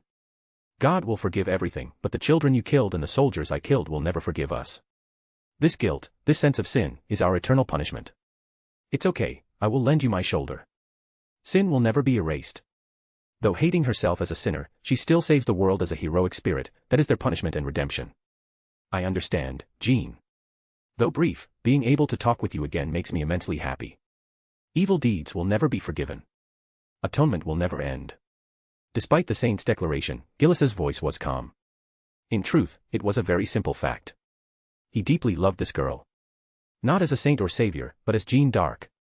His love for this girl, as warm as sunlight, was so deep that her death drove him mad. Chapter 578, Chapter 578, Shakespeare's True Intent and Jean's Resolve. Gillis de Rice carefully picked up the flag that had fallen to the ground. It was the holy flag that he and Jeanne had once charged with on the battlefield, but now it was covered in heart-wrenching cracks. Jeanne, please take this. This is the flag you should hold, though, unfortunately, my broken body can no longer fight under this flag with you. Gillis. Jeanne lowered her head, looking at the man whose face was unrecognizable yet vaguely restored the courage of the Marshal of France from his younger days, her expression sorrowful. So, please allow me to watch over you in another way. As Gillis de Rice spoke, his figure began to fade. He was a servant summoned by Shakespeare, and theoretically, as long as there was enough magical energy, he wouldn't disappear. However, now, he was burning his spiritual core with his own will, injecting all his spiritual essence and will into the holy flag in Jeanne's hand. The flag, which had endured many attacks and was on the verge of breaking, miraculously restored itself under the watchful eye of the soldier who once wielded it. Jeanne, you must achieve victory, just as you did in life. The existence of Gillis de Rice had become very thin. He reverently handed the holy flag to Jeanne, and Jeanne solemnly received it. At this moment, it was as if they had traveled through time, returning to that era of war and chaos. Gillis, there was something I forgot to tell you when we were alive. What is? Thank you. Meeting you made me truly happy. Hearing these words, Gillis stared silently at Jeanne, as if in a daze, should he laugh or cry. He couldn't even make that judgment. But this moment, this instant, even after returning to the throne of heroes, he would probably never forget. I am fulfilled, plenus sum. The once illustrious Marshal of France, Gillis de Rice, also known as the infamous Bluebeard, closed his eyes and murmured, ending his brief journey in this world and bringing the final curtain down on this stage, which could hardly be called a comedy. The closed world opened up, and the play depicted by one of humanity's greatest playwrights came to an end. Clap, clap, clap. Applause and cheers erupted from the audience. Oh, what a beautiful ending, so moving. The heroine on stage wiped her moist eyes forcefully, raised the newly restored holy flag, and pointed it at the sole audience member, the creator of the stage. Bring out whatever tricks you have left, Red Caster. There are no more tricks. After all, I am just a writer. When the pen and script no longer work, I lose my value, Shakespeare said, shaking his head comically. Thank you, Saint of France. Your faith and the bonds with your comrades are so firm and dazzling, showing me the brilliant side of humanity.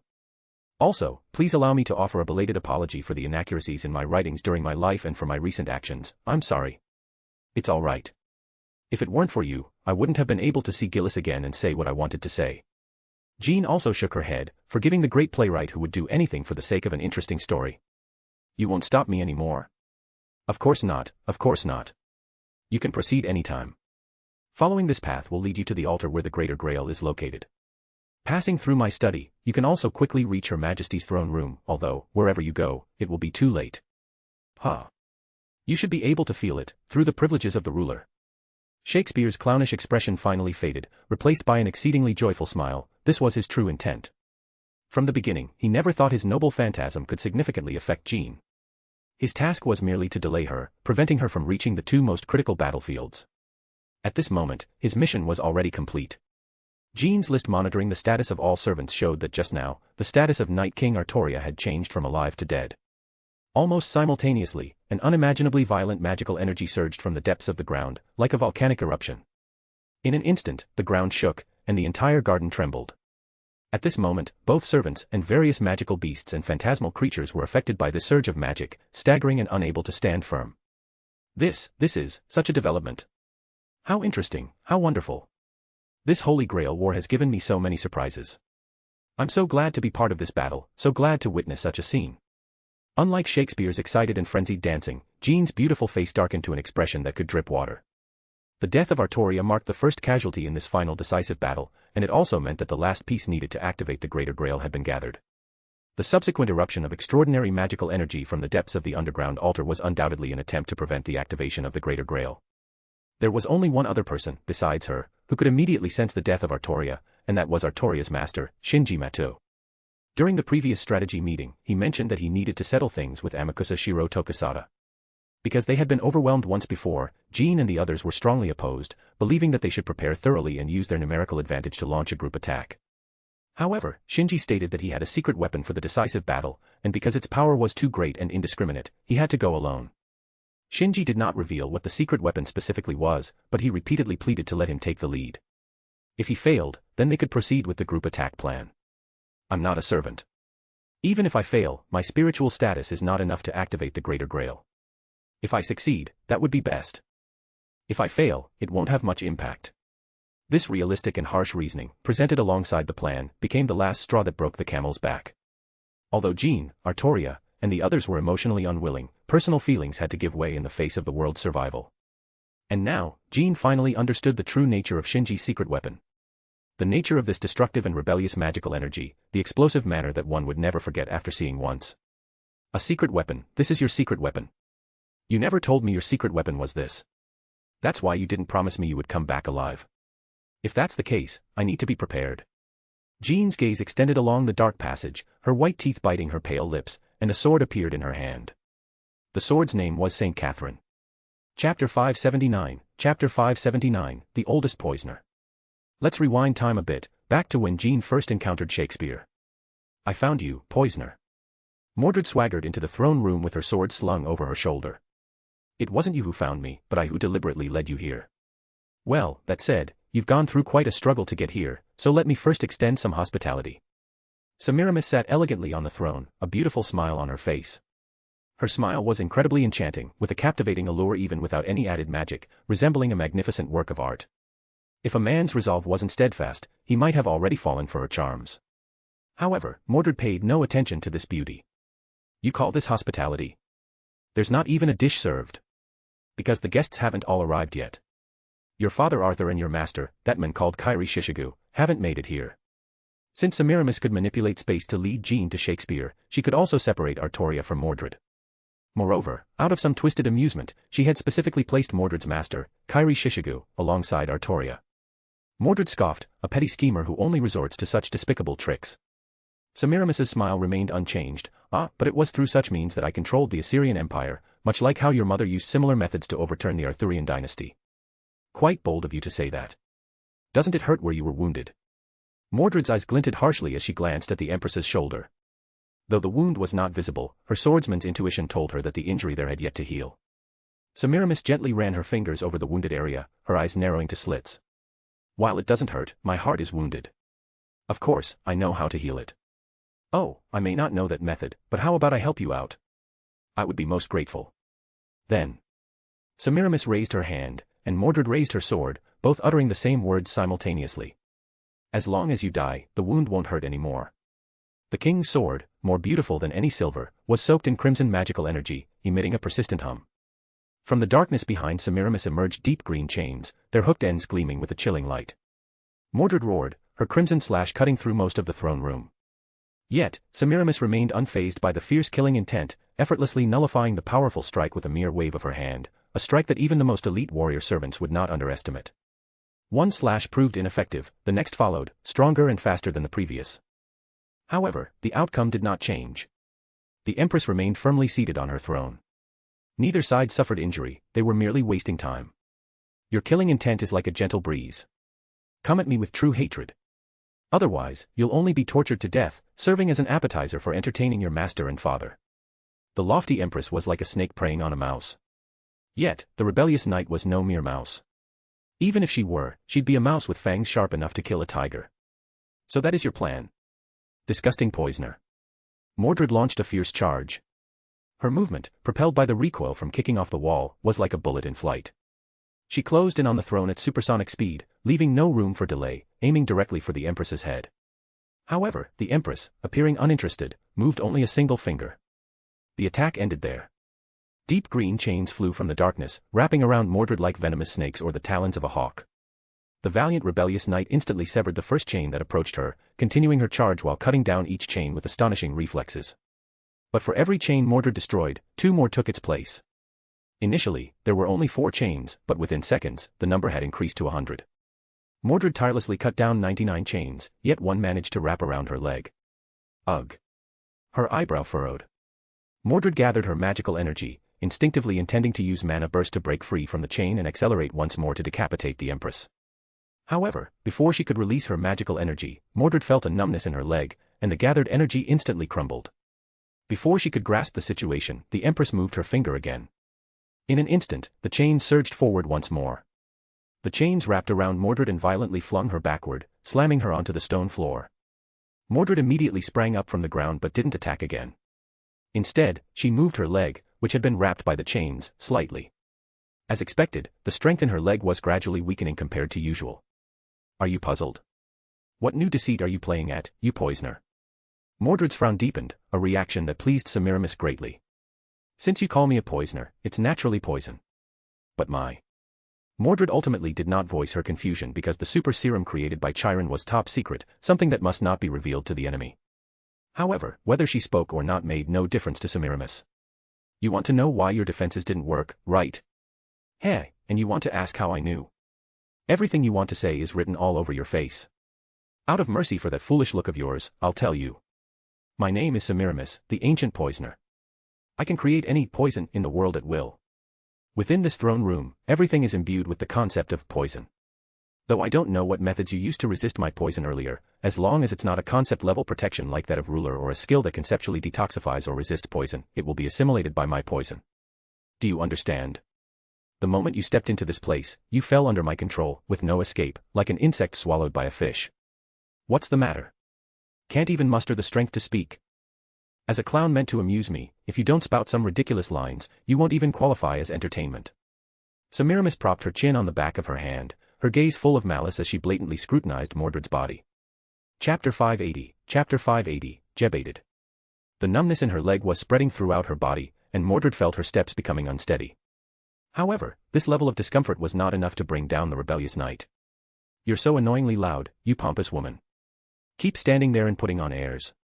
This time, I'll cut off your head. She wasn't just listening to Semiramis' explanations, she was strategizing. Long-range slashes were ineffective, and launching a charge like before would be too slow. Even using mana burst would still be a step behind. In that case, there was only one answer.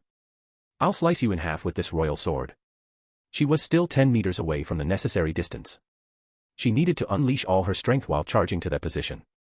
The physical pain was intensifying, but it wouldn't hinder Mordred's advance. This woman, similar to her mother, was the most troublesome enemy of her father. She had to defeat this poisoner before her father arrived. The rebellious knight made her decision to charge and steeled herself for it. At the moment she spoke, she once again turned herself into a bullet. 9 meters. Summoned chains attacked, but Mordred easily brushed them aside. 6 meters. A massive, resilient fish suddenly appeared, opening its mouth to crush Mordred and her armor together. Her armor creaked under the strain. So, it is an insect after all. Semiramis' piercing laughter drove Mordred's anger to its peak. This anger, rather than causing her to lose her composure, only increased her strength. Shut up, you gill-breathing creature. Utilizing her innate instinct skill, Mordred instantly grasped the optimal course of action. She switched to holding her sword with one hand and unhesitatingly thrust her steel-clad arm into the divine fish's eye. The fish writhed in agony. Mordred ignored it, gouging out its eye. Then, gripping the sword with both hands, she stabbed the blade deep into the brain through the eye socket. A horizontal slash followed, severing the fish's lower jaw, and she finished with a thrust into its brain. The laughter ceased, and Semiramis looked at Mordred with a semblance of frustration. You're as brutal as a berserker. You are.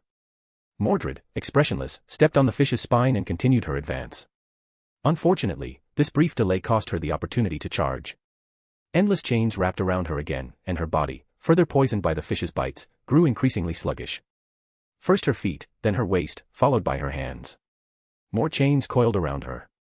Each additional chain increased the poison in Mordred's body. These conceptual poisons inflicted unbearable pain and weakened her resistance. Despite her continuous, desperate struggles, she fought on. I called you an insect earlier. Now, you're more like a fish caught on a hook, rebellious knight. The fully armored figure bounced like a ball. Her struggle was indeed like that of a fish caught on a line. But being a fish isn't so bad. At least you can be served on a table to entertain guests. Look over there, the guests have arrived. Mordred strained to turn her neck, bound by 4 or 5 chains, and saw 2 figures running down the corridor towards them. Father, Master, don't come in. It's even more dangerous here than she said. Her poison can't be resisted by serum or mystic codes. Her desperate shout acknowledged the danger of the throne room, but they had underestimated the boost it gave to its owner. Semiramis here was on a completely different level. A glimmer of understanding flashed across Semiramis' face. So, it's serum and mystic codes. Artoria and Kairi Shishigo halted, anxiously watching the heavily bound Mordred in the center of the throne room. Kairi gritted his teeth, pulled a tool resembling a beast's claw from his pouch, and threw it into the room. As soon as the claw passed through the door, it melted like a candle in flames, transforming into a bizarrely colored liquid. Simultaneously, Kairi's left pinky felt intense pain, as if a burning nail had been driven into it. Ugh. Kairi Shishigo unhesitatingly pulled off his pinky finger and tossed it aside. Controlling corpses is fundamental for necromancers, functioning similarly to how regular magus control familiars, but it's safer and more convenient. Typically, damage to a familiar doesn't affect the master. If a fragile small animal being killed could result in the magus death, then using familiars would be pointless. However, very cautious. My poison is a conceptual poison that can erode even causal links. As long as there's the slightest connection, the poison will transfer. Semiramis' words directly nullified the effectiveness of the serum and protective mystic codes. Artoria suggested, there's no choice but to regroup for now. Yes. Kairi raised his arm bearing the command seal and unleashed the immense magic power contained within. By the command seal, I order my saber, return to my side immediately. The magic transmitted, and the command seal disappeared, but Mordred did not vanish from the chain's bindings. A chain tore through the air, lightning fast, aiming for Kairi's head. Artoria casually deflected it. This was a warning from Semiramis. Saber's master, do you underestimate me? Do you think I can't see through your intentions? Your command seal can't break my blockade. And the ruler who could interfere with me is currently unable to protect herself. Damn it. Kairi angrily pounded his thigh, while Artoria's grip on her holy lance tightened. Ignoring the stern looks of the two, Semiramis chuckled, don't know what to do. Let me enlighten you. You have 4 choices. First, my preferred option, you recklessly charge in, and I deal with you all at once. Second, retreat now, giving you a bit more time to struggle. Third, you have 1 more command seal, don't you? You could try using 2 command seals to break my blockade, though the outcome would be no different from the second option. Fourth, do nothing and wait here while I turn this fish into a dish to entertain you. What dish would be suitable? Ah, I've got it. Since the Night King is the King of Britain, I'll prepare a stargazy pie. I've heard from my master that it's Britain's most famous dish. As Semiramis spoke, she snapped her fingers. The chain around Mordred's neck tightened, forcing her to tilt her head back, resembling a fish gasping for air. Chapter 581, As a Father. Basic Law of the Mysterious World 1, Mystery fails in the face of a greater mystery. Basic Law of the Mysterious World 2, the older something is, the more mysterious it is, and the oldest things are often seen as the origin, possessing the highest level of mystery. The oldest poisoner, Semiramis, possesses the highest mystery of the concept of poison. Without a mystery of the same level or higher to counter it, any being that encounters Semiramis will only have one outcome, being poisoned to death. Even Artoria, with her 1,500 years of accumulation, is no exception, unless she has the lost scabbard Avalon to protect her. However, this is not the world Shinji lives in. In this world, the scabbard has long been lost, and without it, King Arthur is no longer invincible. The situation has completely fallen into Semiramis' control, reaching the worst possible state. Come now, tell me your choice. It appears there are 4 choices, but in reality, no matter which one is chosen, Mordred will die. Even if the command spell's combined power could break Semiramis' blockade, Mordred is already severely poisoned and might not survive much longer even if rescued. What should be done?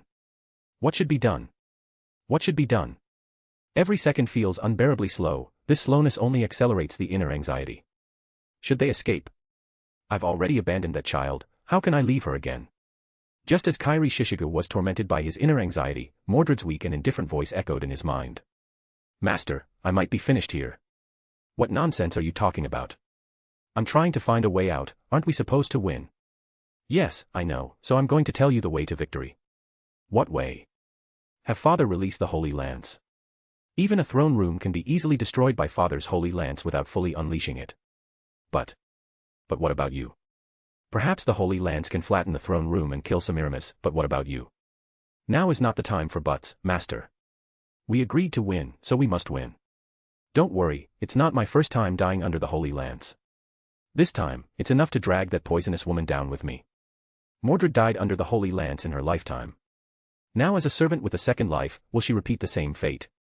For the first time since the child's death, Kairi Shishigo felt a strong urge to cry, However, before this urge could become reality, a voice suddenly invaded the special channel meant for the two of them. So this is what you all think. A lazy and decadent voice, yet one that carried a condescending tone. It was Semiramis, forcibly intruding into their communication. You. Both masters widened their eyes in shock. Don't be so surprised, it's just a simple trick. The Empress proudly tapped the armrest of her throne, then directly spoke. King of Knights, your child just proposed a new option, to use your holy lance to destroy my throne room. What? Artoria's face showed disbelief. Oh my, what a wonderful suggestion. Indeed, with that holy lance, you could destroy my throne, but in doing so, your child. Shut up, you poisonous woman. Mordred mustered her remaining magical power to shatter part of the chains. Father, don't worry about me, release the holy lance now. Artoria's hands trembled as if the holy lance she held weighed 1,000 pounds. Mordred's voice grew louder. Have you forgotten your mission? Aren't you supposed to save the world? This isn't like you at all, you're the always righteous King Arthur. Well said indeed. Semiramis's high-pitched laughter filled the entire throne room. I originally thought the relationship between you and your child was terrible, but it seems history has once again recorded it incorrectly. So, what will you do? I. Artoria opened her mouth but couldn't make a decision. Father. Mordred grew anxious. Kairi Shishigu was also desperate, biting his lip until it bled. Humph, it seems you can't make a decision. In that case, let me help you. Your hesitation is all about this foolish fish I've hooked. So, why not just serve this foolish fish directly on the table? Semiramis spoke and snapped her fingers. 2 silver chains extended from the shadows behind her. Unlike the chains binding Mordred, these chains were not imbued with the concept of poison. The tips of these chains were not curved hooks but straight, gleaming spikes, as sharp as a beast's fangs. These chains were meant for direct killing, targeting Mordred's throat and heart. The chains shot out at high speed but were blocked just centimeters in front of Mordred by the holy lance, shimmering with the light of the stars. At the last moment before Mordred's demise, Artoria decided to protect her. How foolish. From her throne, Semiramis snorted contemptuously. Since you wish to die together, I shall grant your wish. In the next second, Artoria's once healthy complexion turned pale. Blood, dark as night, seeped from her mouth, nose, ears, and eyes. She was poisoned. Father. Mordred cried out in anguish. Why? Why did you do this? Because I am your father. Artoria turned her head and gave Mordred a gentle smile, one the latter had never seen before. At that moment, more and more silver chains emerged around them, surging toward them under Semiramis's command. Let's see how long you can hold out. Artoria grasped the holy lance in one hand and drew a sword obtained from Astolfo with the other, defending on both sides. In the past, I fought you because I was the king of Britain. The pressure on the sword and lance increased, making her breathing rapid. And had to quell rebellion. But now, I am no longer a king. More and more blood poured from her 7 orifices. A misstep caused the armor on her shoulder to shatter under the chain's impact, but Artoria did not stop. Although your birth was part of my sister's scheme, you are my child, and that will never change. The defensive circle grew smaller and more chaotic, her once pristine silver armor now tattered. Father, please go, run. Mordred wept. Master and Miss Reka both told me that as a parent, I must fulfill my parental responsibilities. The magical armor shattered completely, and the holy lance fell to the ground as Artoria was worn down by poison and chains. I may not be a good father, but at least I must protect my child. Please, father, leave me. Mordred pleaded, but Artoria did not retreat. At that moment, a silver chain pierced through the long sword and then through Artoria's chest. Father. As a father, how can I let my child die before my eyes? Blood gushed out, and her body temperature, strength, and consciousness faded as her body broke down. Artoria turned once more, reaching out to touch her child's cheek. Come to think of it, I've never looked at you this closely or touched your face. Don't cry, don't be sad. Aren't you the one who hates me the most? Mordred sobbed uncontrollably, shaking her head. No, I love you the most, father. I see. Then let's talk more next time we meet. Yes, we'll meet again soon. A breeze blew by, and the hand on Mordred's face dissolved into spirit particles. Until the very end, Artoria's expression remained unchanged, a loving smile from a father to his child. Nuu. Chapter 582, completely insane. Mordred is a problem child, rebellious, stubborn, tsundere, obsessed with saving face, and never admitting mistakes. She embodies all the traits of a problem child, which is why the great Magus Merlin, known for his insight and wisdom, dubbed her a fool. Getting along with her is very simple. Don't speak ill of King Arthur. Don't praise King Arthur. Don't treat her purely as a female. Don't treat her entirely as a male. Don't be too serious. Don't become enamored with other heroes. Earnestly listen to her opinions. See, it's simple. Mordred never thought her personality was a problem or that she did anything wrong, until this moment, when her most revered father vanished before her eyes to protect her. She finally began to hate her personality. Why be so contrary? Why not be more straightforward? Why, with so many opportunities, did she not cherish them? Even though her master and the Black Assassin had created opportunities for them to be alone, she never conveyed what she most wanted to say. She waited until her father was gone. Mordred wept bitterly, her tragic state causing an unprecedented shock to Makiri. He knelt on the ground, dazed, realizing he had once again repeated his mistakes, once again doing nothing. Witnessing the near collapse of the two, Semiramis rarely showed a peculiar expression. She waved her hand, relaxing the restraints on Mordred. What an admirable father-son bond, even I am somewhat moved. Very well, in honor of the Night King, you may go. Cherish your remaining time. Consider it my bit of mercy. However, before the chains could completely fall away, crimson magic erupted violently within the throne room, instantly shattering all the chains. In the center of the magic, a young knight stripped of her heavy armor left in just a thin underlayer, lifted her head, glaring at the empress on the throne with eyes filled with bloodlust and hatred. You woman, how dare you, die? With a heart-wrenching roar, Mordred, abandoning all defense and converting all her magic into attack, launched a desperate assault. Now that her father was dead, and with little time left for her, she had only one goal, to kill Semiramis and avenge her father. This action also caused the fleeting softness within Semiramis to vanish completely. Reckless fool. Since you do not value your life, I shall turn you into a wretched clay doll. As she spoke, she extended her hand, unleashing chains, poison, and divine fish, all at once, ready to kill the rebellious knight as quickly as possible. In Mordred's current state, she would be defeated in less than a second. However, the Empress, confident in her victory, overlooked one thing: the one ready to die was not just Mordred, but also her master, Makiri. Master, give me the final command. I understand. The last command spell was activated, and this time, Semiramis didn't have time to stop it. By the command spell, kill Semiramis. Scarlet lightning surged, and the swordswoman empowered by the command spell unleashed a force more terrifying than her prime. The overwhelming chains were shattered by sheer brute strength, the fearsome divine fish was sliced apart with a single stroke, and the omnipresent poison was forgotten by her, who was now solely focused on killing. 3 meters remained to the killing blow. A targetus. The Empress projected a shield resembling fish scales in front of her. In Semiramis's knowledge, the scales of these divine fish, which swam elegantly in the perilous primordial ocean, were the toughest shields. Even with the support of the throne room, Semiramis knew she couldn't block the completely insane Mordred. 0. At the point of contact, Mordred unhesitatingly struck with her sword. The beautiful royal sword, meant to symbolize royal authority and more beautiful than any silver, had now transformed into a terrifying demonic sword, resonating with her hatred. This was the true form of Mordred's noble phantasm. Clarent Blood Arthur was not a sword Mordred was supposed to wield. It was a sword of royal qualification, meant for those who had become kings. However, Mordred, who had snatched the sword from King Arthur's treasury, had forcibly subdued it with her overwhelming power. She wasn't choosing a sword suitable for a king but simply wanted the sword's power.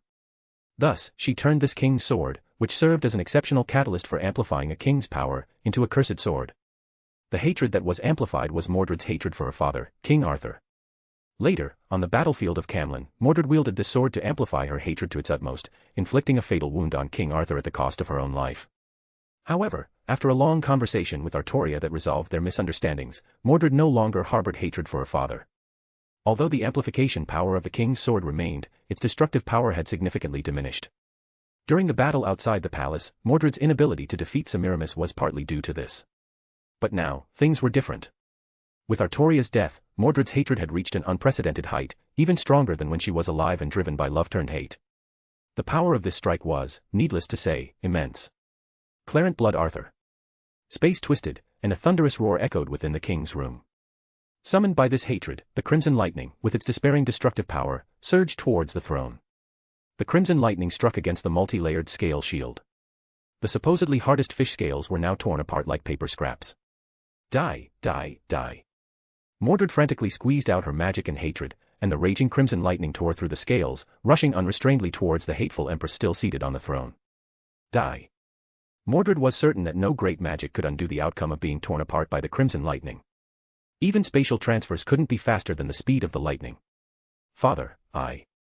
A sudden chill overturned Mordred's perception. It was a feeling of reversal conveyed by intuition. Her vision twisted as if shrouded in mist. Is it the poison? Mordred speculated in her mind. But this did not affect the strike she had already delivered. If so, what was causing this chill? Boom. The throne was indeed shattered, and the detested enemy's body was simultaneously torn apart, yet there was no hint of a smile on her face, only an endless coldness. The torn body lacked blood, lacked substance. It was an illusion. That woman was not on the throne at all. Her legs suddenly lost strength.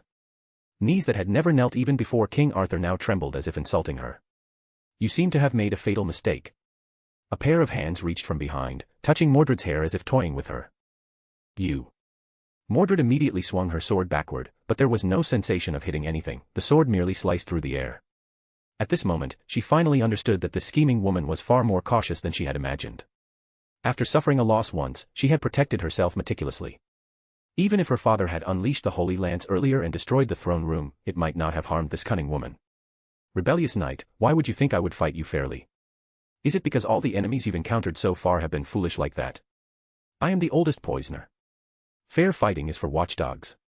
Why would someone in a high position risk their life to win a fight? I don't need to fight you to the death, I just need to wait for you to step into a trap. Seeing Mordred tremble with fury and shame, the Empress smiled maliciously.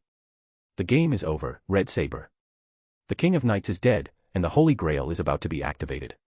Come, witness this historic moment together. What?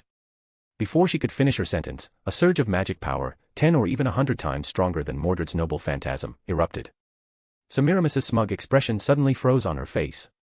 Chapter 583, Weakened Strike. This is a battle of extremes. The so-called extreme is reaching the highest degree. In this battle, one side possesses the ultimate skill, while the other has the ultimate power. Such a collision is bound to be accompanied by unparalleled shock. The extreme power is like a massive wave, constantly radiating from the young man who has already transformed into a being with 3 heads and 6 arms. Each strike causes the space to tremble. The extreme skill, however, does not have such a grand display. At first glance, it seems like a small boat in the raging waves, always on the verge of capsizing. But if you observe closely, it is not difficult to see that the danger is merely an illusion. The small boat is navigating very steadily, because the boat, controlled by the black-clad priest, always maintains the most appropriate angle to go with the flow. The boat and the waves are truly in harmony, so no matter how big the waves are, they cannot overturn the small boat. Hearing thunder in silence and seeing blossoms in colorlessness, this is the charm of ultimate skill. The waves are rolling, brewing a new round of tsunamis. Ha! Shinji roared, his voice like a thunderclap. Just a light shout released an impact like a cannonball. Shiro tilted his head to avoid the roaring sound wave, and then his figure flickered, creating more than a dozen illusions. He launched a fierce attack on Shinji from all directions, up, down, left, right, front, and back. Shinji did not dare to be careless. His 3 heads, 6 eyes, and 6 ears achieved true omnidirectional awareness. Although Shiro's illusions were many, they could not escape his detection. 6 arms rotated and moved, the scythe swept horizontally, Athena's shield blocked, Ishtar's war lance stabbed, Indra's thunder radiated lightning, Azure Cloud's sword spread wind and fire, and the goddess's scepter projected a shield. For the first time, Shinji simultaneously used the 6 weapons he had acquired. This was a fighting style he had never imagined before, a feat impossible for a human body, and a testament to his resolve. Massive magical energy raged on the altar. The magic power of the noble phantasms, Shinji's magic, Shiro's magic, and the Greater Grail's magic intermingled, forming a devastating magic storm. At the storm's center, Shinji's expression was indifferent. He calmly endured the blade-like wind pressure cutting his body, his 6 eyes tightly watching his surroundings, seeing Shiro's illusions disappear completely. The air above his head rippled, and a bright blade light suddenly appeared like a reversed Milky Way, slashing straight at Shinji's head. Shinji's expression did not change, nor did he block. He just slightly tilted his body, letting Shiro's slash pass. This abnormal behavior aroused Shiro's vigilance. He changed his move on the fly, switching from slashing to smacking, using the back of the blade to leverage Shinji's shoulder and swiftly retreating. Then a surprising scene unfolded. Seeing that Shiro had not hurt him, Shinji swung the scythe and cut off one of his arms, throwing it in the direction Shiro was retreating. Not good. Shiro's face changed. He already knew what Shinji was planning. The next second, the discarded arm emitted a dazzling white light and exploded violently. Reduced Earth. With a flash of red light, another command seal activated, taking Shiro out of the explosion range at the last moment. A human bomb. Are you crazy? Yes, I am crazy. Shinji's expression remained indifferent, a deathly calm. The strongest attack of Crying Warmonger is to release all the magic power converted from damage, conducting a pure strike or self-detonation. Based on this, I combined it with my other noble phantasms to develop a weakened version. Spartacus's self-detonation sacrifices the entire body and all magic power. Shinji's human bomb sacrifices the limb cut off by Scythe and the stored magic power in the limb. Although the power is not as great, it can be used in segments and multiple times. The reason for emphasizing that the limb was cut by the harp is that the regenerative ability of the mutated beast is too strong. Ordinary cuts are not enough to sever limbs, they reattach as soon as they are separated. Only a special noble phantasm like harp, which prevents wounds from healing, can truly sever the limb, forming a human bomb. Although the cut limb cannot regenerate due to the noble phantasm's effect, new arms can grow from other parts of the body due to the vitality converted from damage. A new arm quickly grew from the stump below the cut, splitting open in 3 seconds. The new arm picked up the Azure Cloud sword that fell to the ground and, together with Indra's thunder, launched a new round of ranged attacks. From the moment you killed her, I went mad. As long as I can kill you, no pain is too great to endure. Undoubtedly, the whole process of self-mutilation and high-speed regeneration must come with immense pain, and the increasingly alien body would torment Shinji's spirit. But what does all this matter compared to the blow of losing Justice? Shit. Shiro rarely cursed, hiding his left hand behind his back, preparing to do something. Suddenly, his expression relaxed, and he put his hand down, coughing twice. While deflecting the wind, fire, and thunder with his sword, he smiled and said, "Very good resolve. It seems you have indeed grown, but in this world, resolve alone is not enough. Of course, I know that. That's why I turned into this, to gain the power to defeat you." With thickened and strengthened legs, Shinji launched an assault. The momentum was no less than that of the Hydra outside the palace. "Ah, you misunderstood." Shiro quickly dodged, not confronting this humanoid beast directly. "I'm not talking about power, but luck. Although your luck stat is A, it seems your luck didn't activate this time. Is it because you're wielding lance, triggering the Lancer's curse?" "What do you mean?" Stalling for time. Shinji paused, feeling an inexplicable premonition. "Haven't you noticed yet? It seems your overwhelming power has left you no room to pay attention to the external situation. Pay close attention to your contracts." "Contracts?" Shinji suspiciously stared at Shiro, determining that he wasn't lying. Such an easily exposed lie would be pointless, and a few seconds wouldn't change the outcome of their battle. He quietly diverted a trace of his mind to scan the 2 remaining contracts on him. One was intact, but the other was extremely weak, like a candle flickering in the wind. "No, Artoria." Shinji's face changed dramatically. Before he could initiate telepathy, a cool breeze blew past, and the already tenuous connection was severed. Chapter 584, Full-Scale Strike. Artoria. A character he loved in his previous life. A cute king he always hoped would find peace. A companion who, since her summoning, had supported him no matter the circumstances. She was one of the few people he cared about most in this world. Now, she was dead. After Justice, another person significant to him had died. Amakusa Shiro Tokisada. Shinji's eyes, no, all 6 of them, were filled with blood. Seeing this, Shiro deliberately shivered, patting his chest as he said, "Scary, scary. Don't make such a terrifying face. It's not like I did it." "Fine, fine, regardless of who did it, I am responsible since I'm the master of everyone. If you want revenge, come at me, though, you have something more important to worry about, don't you? This is the 6th servant, isn't it?" As soon as the words fell, an indescribable pulse emanated from the altar, directly penetrating space and physical barriers to reach the depths of the soul. It was the pulse of the Greater Grail, a sign that it was fully activating. Colorless but substantial magical energy gushed from the core of the Greater Grail, first infusing into the Lesser Grail, then gradually overflowing and changing in nature, creating reality-altering waves. This magical energy, this change in nature, these waves were precisely what Shinji and Justice initially sought. However, Justice had already vanished, and Artoria, who was not originally on the sacrifice list, had become the final key to activating the Greater Grail. More critically, the reality-altering magical wave had already begun to influence the world, meaning Shiro had long inscribed his wish onto the Greater Grail through his noble phantasm. As soon as the Greater Grail was activated, it started functioning according to the rules. "That's why I said you're unlucky. You already have the power to threaten or even kill me, and the outcome of our fight is still uncertain. However, you seem to have forgotten that our goal isn't just about life and death, it's the Greater Grail. You've lost." Hearing Shiro's victory declaration, the blood in Shinji's eyes deepened, and an eerie red glow emanated from his body. Suddenly, he turned his noble phantasm on himself, stabbing all his weapons into his body. This caused his greatest injury since the battle began, and it brought forth enormous magical energy. In an instant, a magical storm erupted from Shinji, with its output momentarily surpassing that of the Greater Grail. Yes, we lost. But our loss doesn't mean your win. Simultaneously, his body began to swell. The three-headed, six-armed form evolved for battle rapidly expanded and collapsed, turning into a mass of red-purple flesh that continually spread, bubbling ominously. Why does this scene feel so familiar? Shiro sighed, rubbing his chin, then suddenly shook his head vigorously. To hell with déjà vu, this is bad. An upgraded human meat bomb. Are you really this desperate? Unfortunately, Shinji's body had already completely melted, losing any human shape, and he could no longer speak. All his focus was on accelerating the explosion. However, he had already given his answer. For revenge, Shinji would stop at nothing, even sacrificing his own life. By saying we lost, he meant they failed to stop the Greater Grail's activation. By saying, it doesn't mean you win, he meant that even if the Greater Grail activated, it wouldn't fulfill Shiro's wish. Before facing Shiro alone, Shinji had made various preparations and formulated multiple plans. Magical energy circulation. Rapid noble phantasm deployment.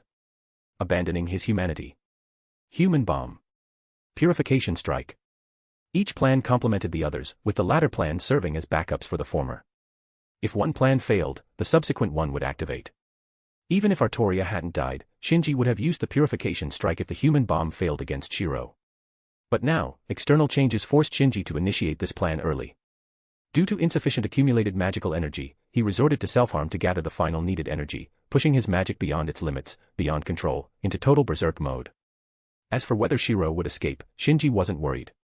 The magical energy he had accumulated was no less than Spartacus's final strike. At such close range, it was enough to destroy the Greater Grail. Yes, this purification strike isn't aimed at Shiro himself but at the Greater Grail. Shiro is no longer a human in a fleshly state, he is a servant, and his sustenance and magical energy come from the Greater Grail. If he flees and watches Shinji destroy the Greater Grail, he and his companions will lose their source of magical energy. Even if they have command seals for support or some other backup plan, they won't last long and will eventually be annihilated by their allies.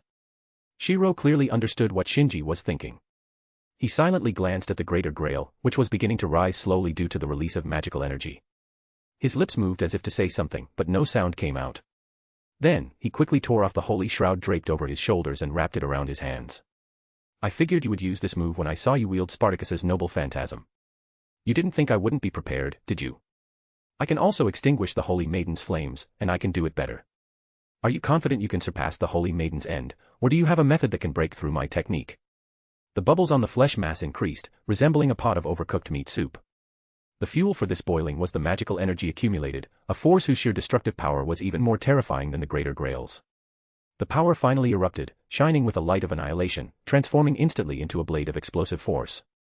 This was a noble phantasm that, at the cost of one's life, granted enough destructive power to obliterate the enemy. It was the most destructive noble phantasm in this Holy Grail war. As soon as the blade revealed its edge, cracks began to appear in the extra-dimensional space where the altar was located. It should be noted that this was a space recognized as the pinnacle of magecraft, created by high thaumaturgy from the Age of Gods.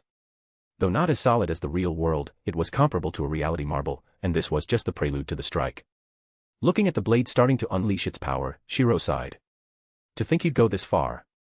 Have you spent too much time with Jean? Why do both sides always resort to self-destruction when faced with unsolvable problems? Why can't we escape the fate of enduring self-destruction, even with new faces? Can't you be a bit more creative?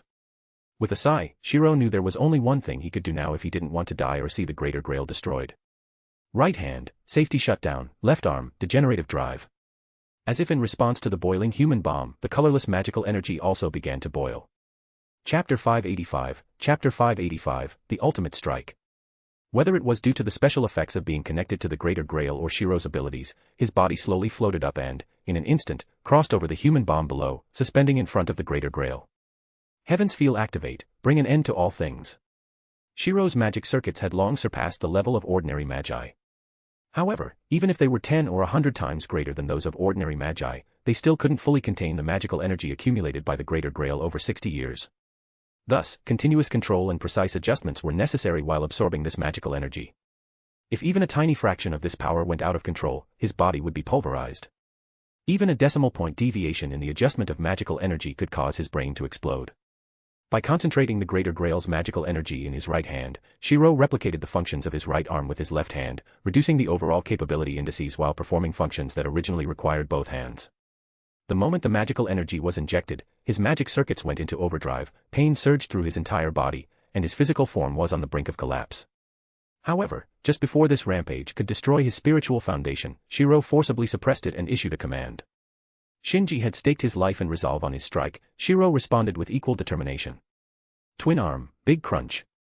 The magical energy injected into his right arm was released in one go, not in an explosive manner like Spartacus, but oppositely, consuming its immense magical energy through concentrated clustering and further swallowing the final roar of the human bomb.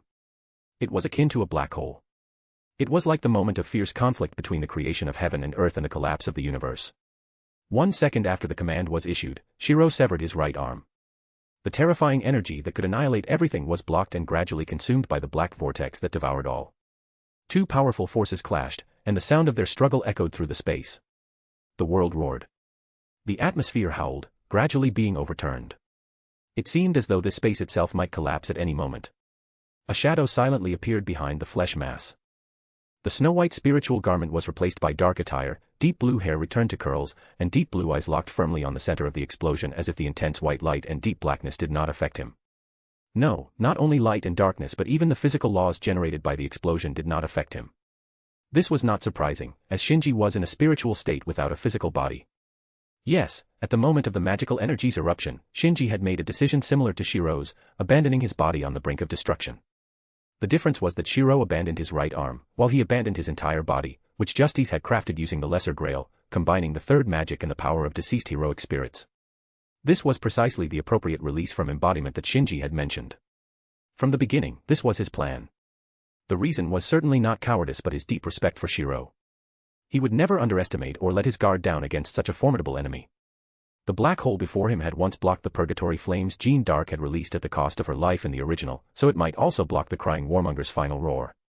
This caution soon paid off. Light and darkness intertwined, eroding and cancelling each other out, eventually dissipating into a spirit mist. Witnessing this scene, Shinji's spiritual form closed his eyes and murmured. As expected, it was blocked. Indeed, in terms of power, the crying warmonger overload is stronger, but conceptually, Jeanne's purgatory flames are superior. Moreover, the crying warmonger's roar is omnidirectional, while the black hole only needs to defend one side. Although following Nasu's miraculous endings is frustrating, at least I'm not like Jeanne, unable even to see the ending. I'm still standing here, and I can keep fighting.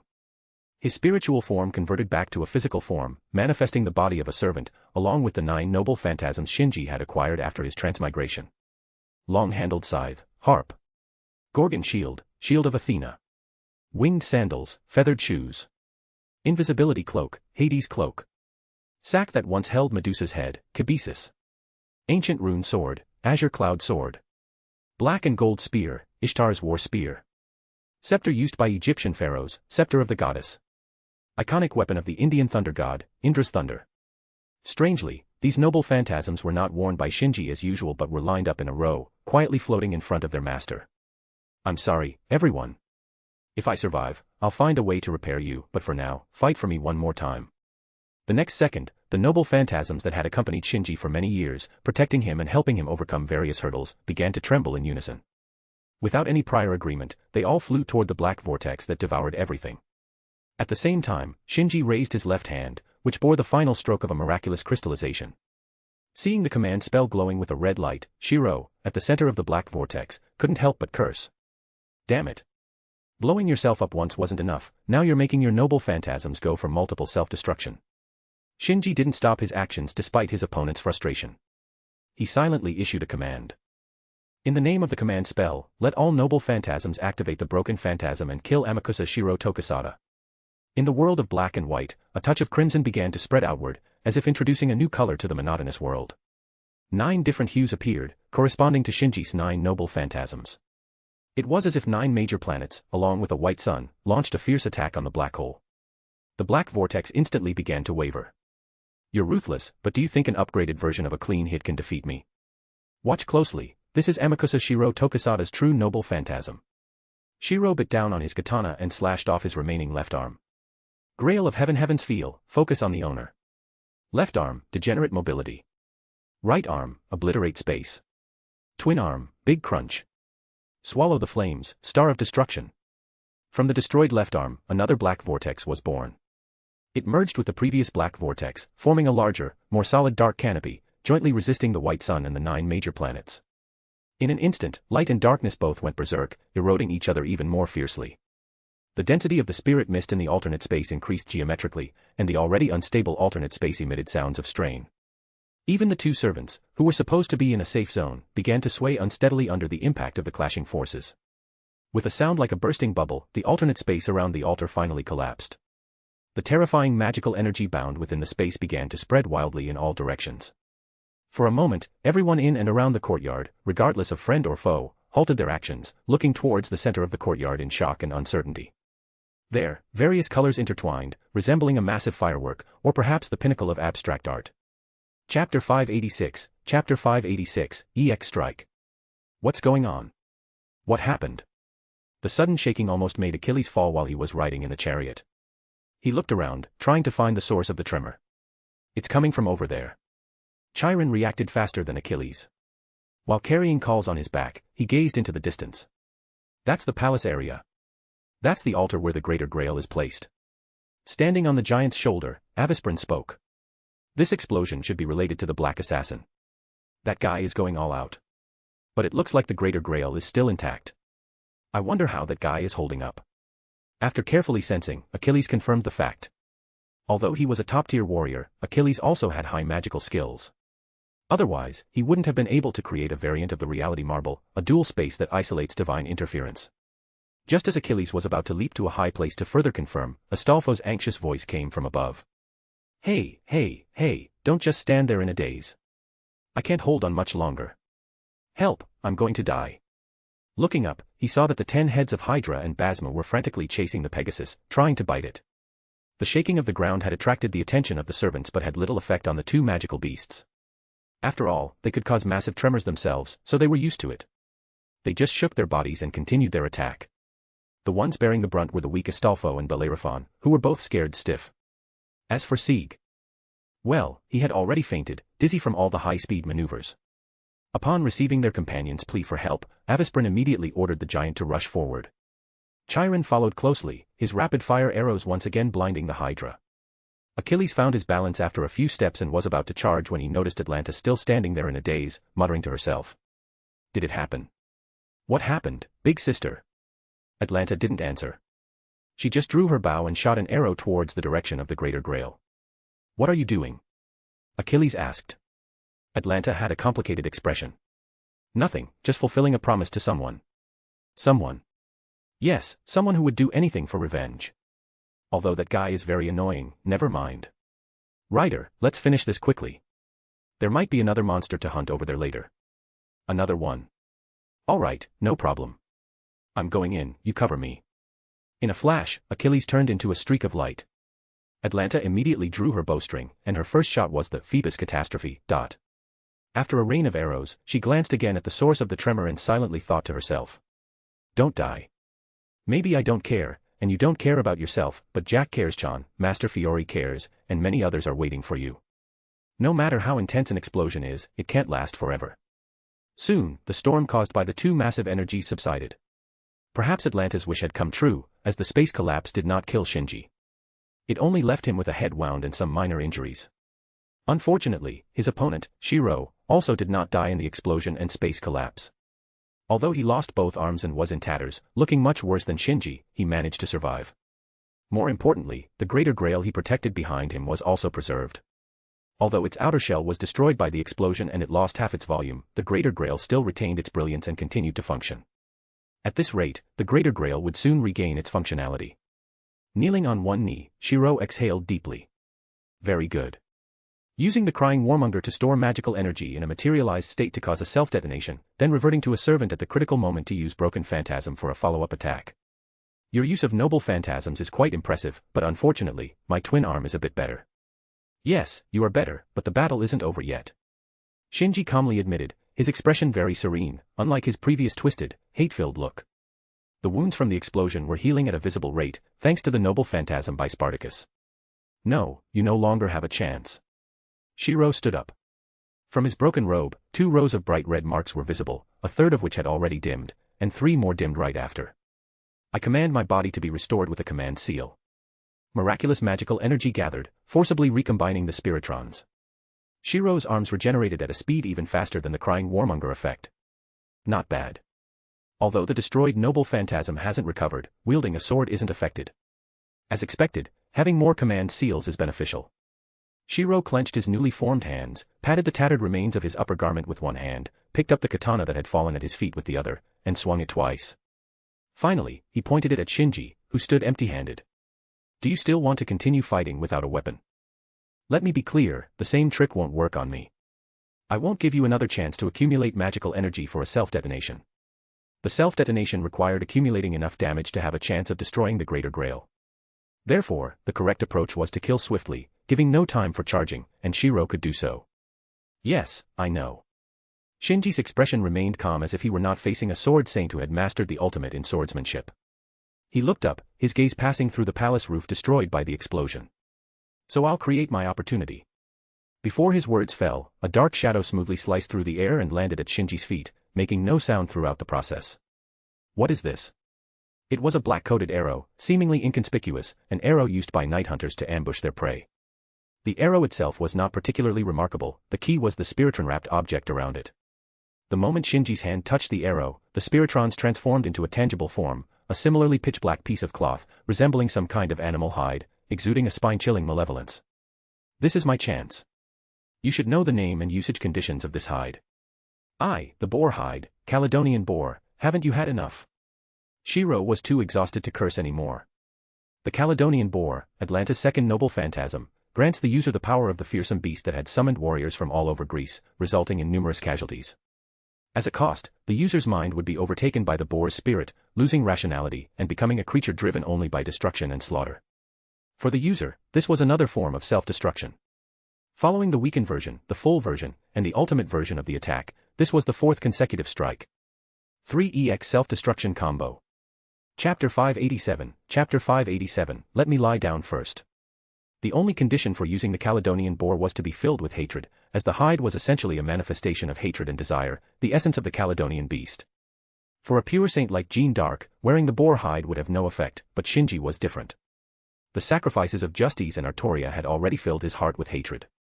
The calm he had shown earlier was merely him forcibly suppressing his emotions to maximize the power of the Caledonian boar, even stronger than Atlanta herself wearing the hide. Shinji didn't know whether he would become a beast or a demon after wearing the boar hide, but one thing was certain, his attributes like attack, defense, and agility would dramatically increase, and his vitality would become extremely tenacious, allowing him to relentlessly pursue his object of hatred. Combined with Spartacus' noble phantasm stored in his spiritual core, it was no exaggeration to say that Shinji wearing the boar hide would be even more formidable than his previous three-headed, six-armed form. Such a monster would be a severe challenge even for top-tier servants. More terrifyingly, this monster combining two major noble phantasms could self-detonate once more, and this final self-detonation would surpass all previous ones. This time, it would be a true fantasy collapse of both the spiritual core and the noble phantasm, comparable to the last arrow, Stella, of the great hero Arash, capable of blowing up the entire mountain. This was Shinji's true trump card and the secret agreement he had made with Atlanta. The agreement was simple: if the massive explosion near the Greater Grail didn't destroy either the Greater Grail or Amakusa Shiro Tokisada, then lend me your boar hide. Hence, Atlanta shot the arrow to deliver the boar hide to Shinji. I will kill you, at any cost. Holding the boar hide above his head, Shinji finally stopped suppressing himself, letting all his emotions explode. At this moment, all his feelings for Justice and his bond with Artoria transformed into hatred for Shiro. Sensing this almost tangible dark emotion, the black hide came to life, emitting black mist from its surface, twisting and gradually wrapping around Shinji's body. Seeing this, Shiro regained his composure and said to himself, "You scared me. So that's why you couldn't sense your true power? Hatred blinds people, indeed. Not that I, the instigator, have any right to say that. Although I'm curious to see what kind of monster his hatred will create, I'll pass. It's too risky, one wrong move and it might not be reversible. So, it's your turn, heroine, to save the world." Before he finished speaking, a crack appeared above the Greater Grail, and a pure, immaculate white light flowed through, directly entering Shinji's body. How much benefit you reap next depends on your fortune. After fighting for so long, I'm a bit tired, time to rest. Shiro yawned lazily, tossed his sword aside, and lay flat on the ground. However, before lying down properly, he suddenly jumped up. This presence. Not good, Semiramis is in danger.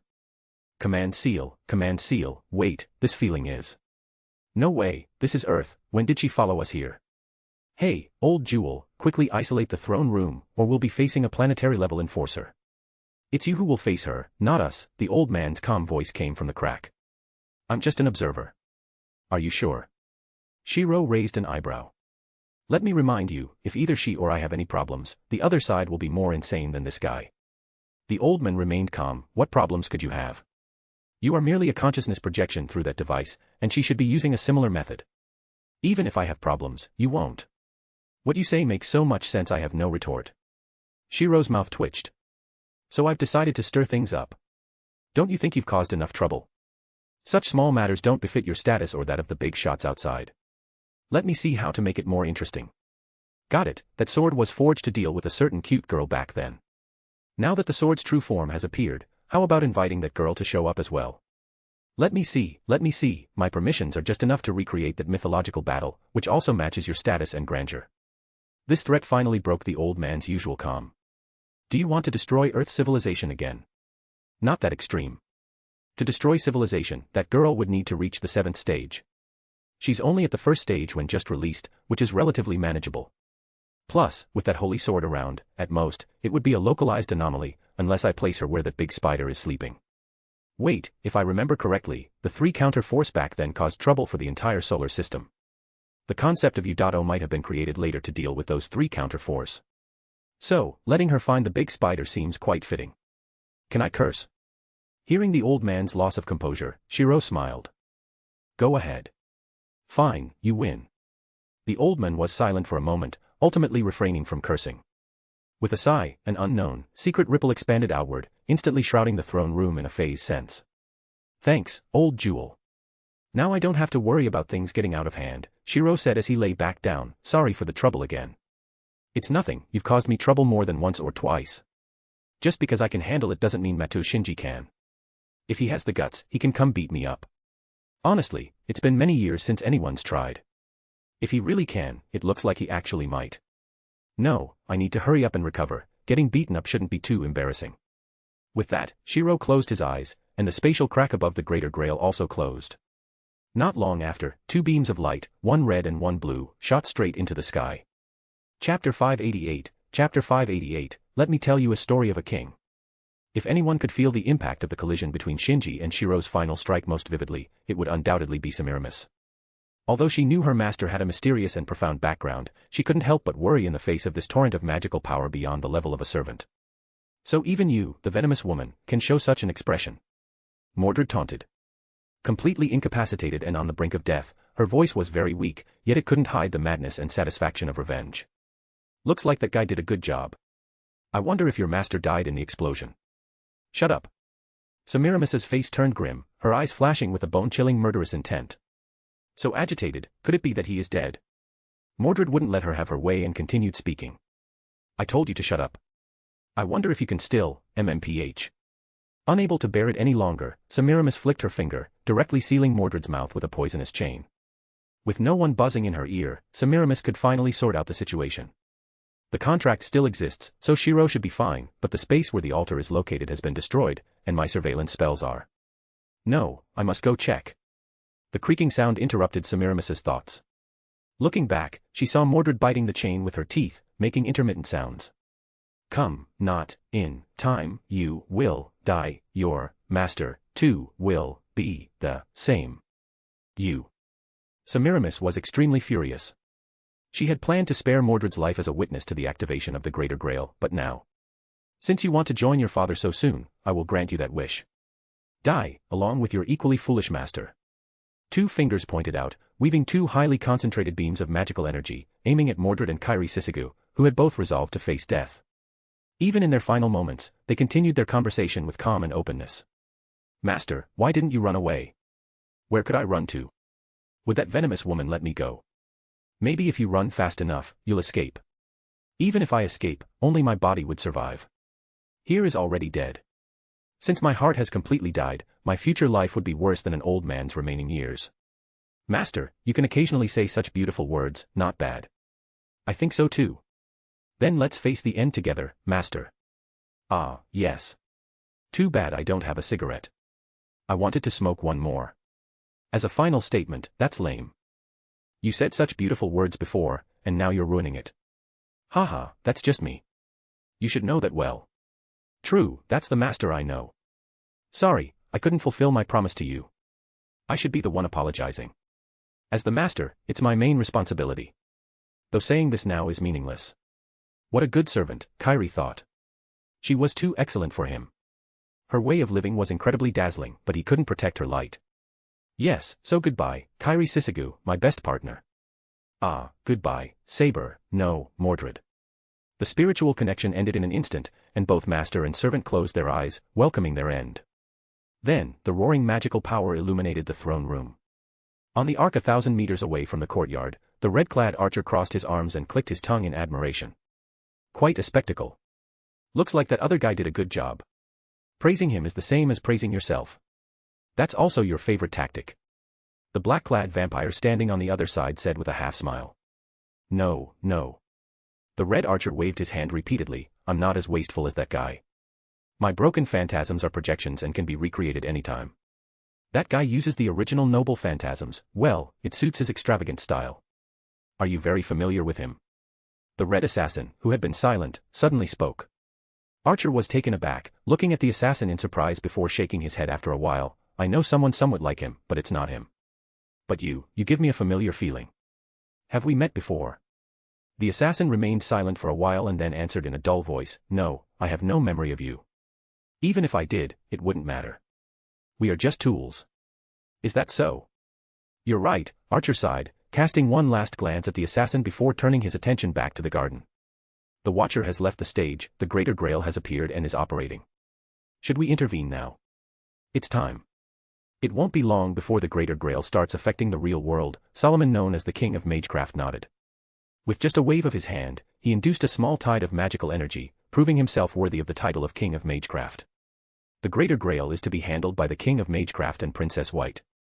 Princess Black and we will handle any unexpected situations. I'll be the first to break through the garden's barrier, Archer said, gripping a black longbow in his left hand while holding a weapon that looked like both a sword and a drill in his right. Could it be that you also want to? A knowing look flashed in Princess Black's eyes.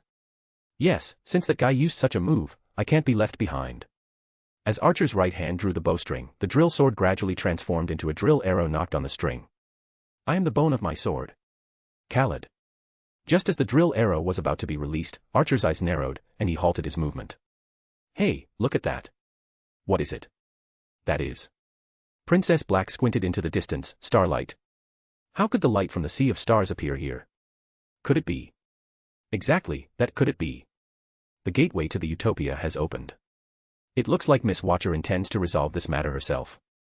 In that case, there's no need for me to stay here, the King of Magecraft said, his body gradually becoming ethereal. At the same time, the body of Princess White, who stood at the edge of the arc and seemed out of place with the others, began to float slowly. The Red Archer quickly intervened, you're leaving now. Although the Watcher's combat power is strong, she might not be able to. The Watcher cannot leave the utopia. Since her true form has appeared in the real world, the other one in the utopia won't stand by idly. That one also has the qualifications of a Grand Caster, no less than myself. Solomon, now just a shadow, raised his head, his deep gaze crossing space to meet another equally profound gaze. At that moment, Princess Black, Archer, and the assassin caught a whiff of a fragrance, as if they were in a sea of pink flowers, with a faint male voice echoing in their ears. Let me tell you a story of a king. Chapter 589, Flowers and Sword. A brilliant radiance shone, not the deadly judgment woven by the Empress, but a more dazzling and eye-catching light, one that could still be seen even with closed eyes. It was the morning light viewed after a long night, gently wiping away the deep-seated unease and anxiety. It was the crystallization of everything depicted in the hearts of those who had disappeared into the light. Even on a blood-soaked battlefield, exposed to the extreme hell of death and despair, it still sang of the nobility of humanity. It was the light of hope born from the sea of stars. Compared to this radiance, Semiramis' lethal beam was insignificant, easily shattered by the light, along with everything in its path. Walls, floors, ceilings, pillars, the entire throne room was split in two by this light. Who goes there? Semiramis' expression was grave. She prepared a teleportation spell, looking as if she was facing a formidable enemy. The light had been emitted from a very close distance, yet she had felt nothing unusual beforehand. Without a doubt, this enemy was stronger than any she had faced before. Her gaze wandered and landed first on a sword, a beautiful sword that was impossible to look away from. The blade shone with golden light as if celebrating a promised victory, illuminating the surrounding darkness.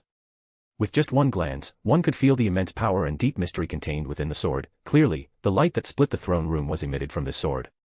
Her gaze moved upward, and the Empress saw a familiar face. Though her stature had changed from tall to petite, that aura, that magical energy, and that hogue all reminded her of the sacrificial victim she had killed just minutes ago. You are. Makiri exclaimed in shock. He had seen this girl and this attire before, in Mordred's dream. We meet again, Empress of Assyria, Mordred, and Mr. Makiri. Allow me to introduce myself once more, I am Artoria Pendragon. The girl knight, still clad in silver armor but in a slightly different style, performed a knight's salute while holding her sword. King Arthur. Impossible, aren't you dead? Semiramis' eyes were filled with disbelief. Yes, the Black Lancer is dead. The one standing before you is not a servant but the true Artoria. As she said this, everyone recalled the ending of the legend of King Arthur known throughout the world.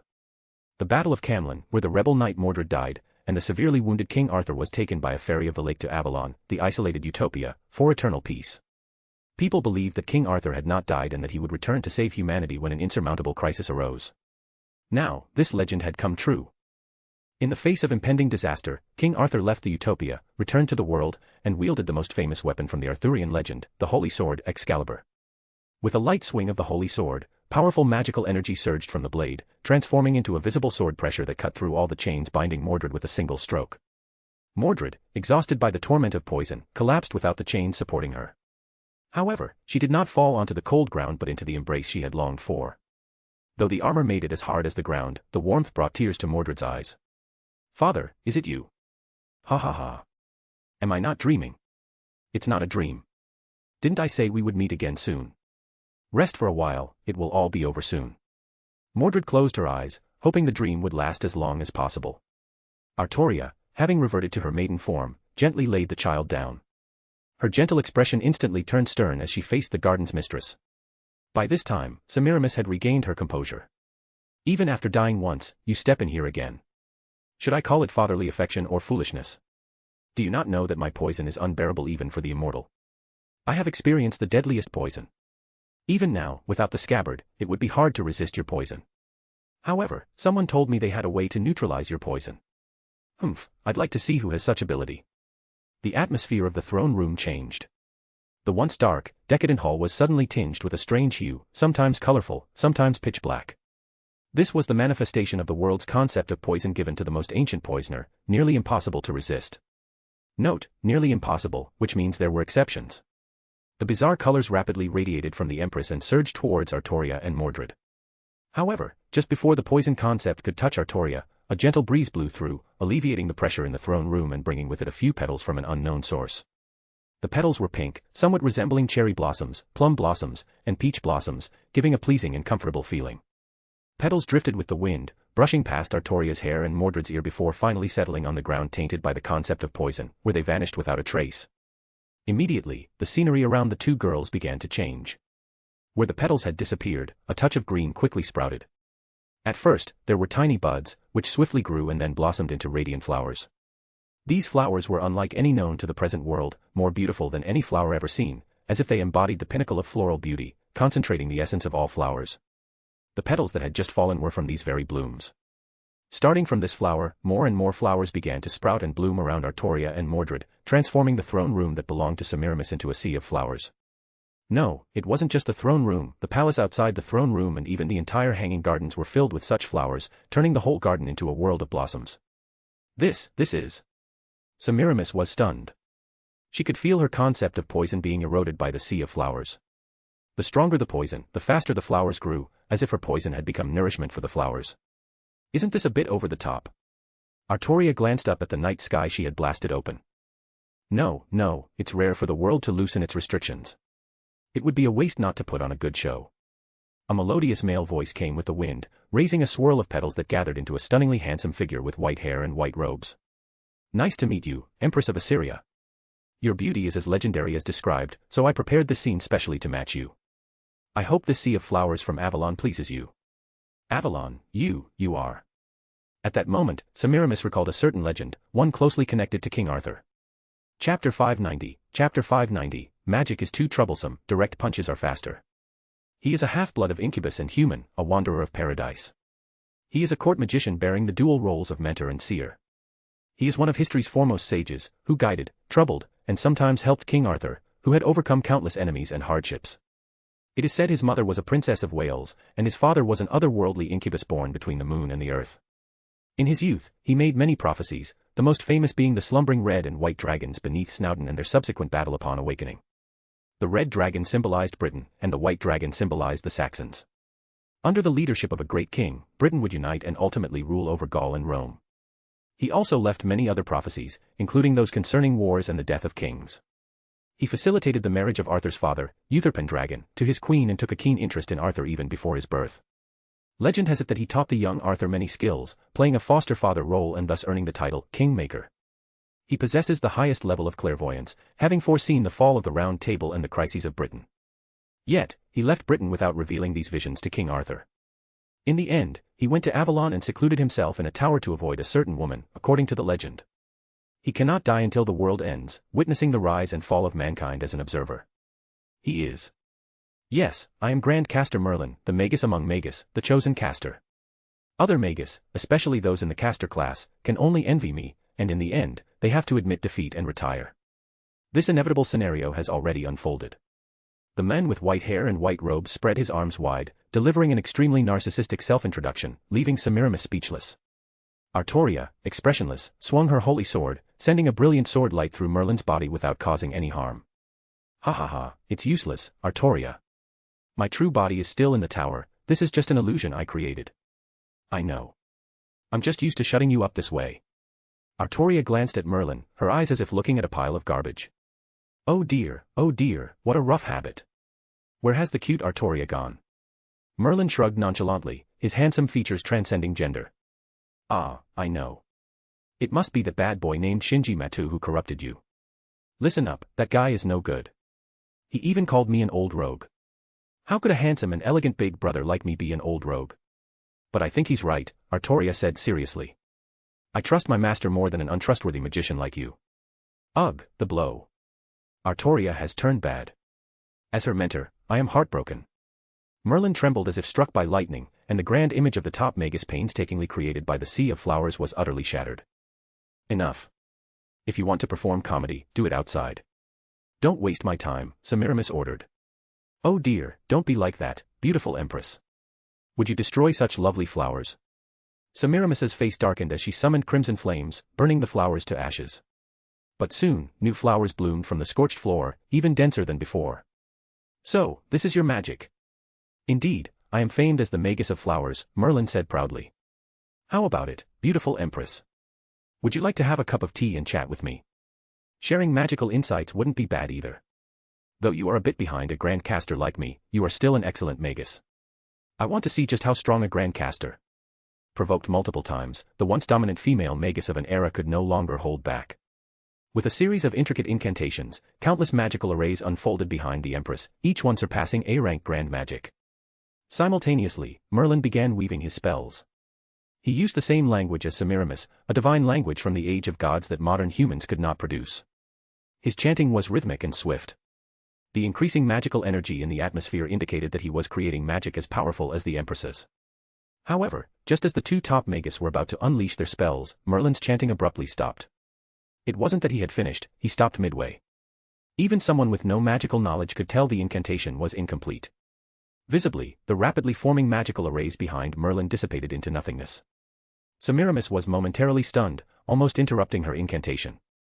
Merlin sheepishly stuck out his tongue and let out a series of pained sounds. Ouch, ouch, ouch, I bit my tongue. Chanting incantations is fundamental for the Magus. Biting one's tongue while chanting is something that typically only happens to novices. For it to happen to Merlin's caliber, if she hadn't checked her state multiple times, Semiramis would have thought she had fallen under an illusion. Fortunately, she had already finished her incantation by then, otherwise, she might have ended up in the same situation as Merlin. Regardless of the reason, she had completed her spell, and now it was her turn to attack. The Empress uttered a few more syllables, and the arrays behind her all activated simultaneously. Oh no, there's no time. Seeing the imminent storm of magical power, Merlin shrugged helplessly and hid behind Artoria. There's no choice.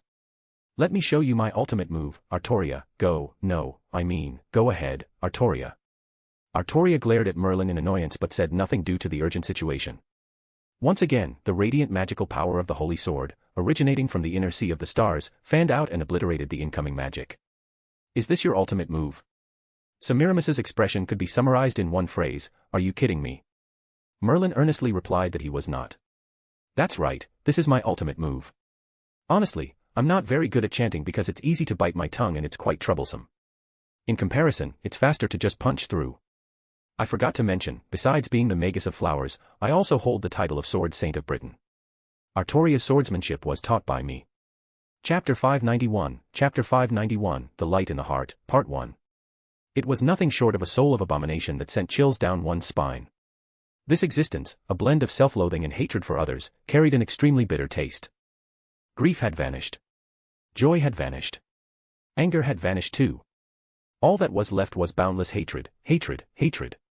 The deepest, darkest emotions gnawed at Shinji's soul. That was the true form of Caledonian, a madness more terrifying than falling into hell. His head felt as if it would burst, and his body temperature was gradually being stripped away. His senses were being destroyed by the injected substance. Unbearable darkness. Unbearable ugliness. It made one want to die. But he couldn't die yet. Because there was still something more important than death, more important than this darkness, to be done. There was still an obsession supporting him. Revenge, to kill Amakusa Shiro Tokisada. Kill Amakusa Shiro. Kill Amakusa. Kill. Kill. Kill. Kill. The black mist solidified, and the boundless darkness enveloped Shinji's body, wantonly devouring his spiritual foundation, and altering his form. It didn't matter what he turned into. A monster, a demon, or some other alien creature. His consciousness grew deeper, the colors before his eyes more monotonous, leaving only endless black. Come all, I will accept it all. As long as I can kill that bastard, no matter the cost. Just before the last shred of clarity faded, a voice pierced through the boundless darkness, reaching the deepest part of his soul. That won't do. Ah. This voice, Justice. You can't do that, Shinji. It's your voice, Justice, it's so good to hear your voice again. Wait a bit longer, I'll come to see you soon.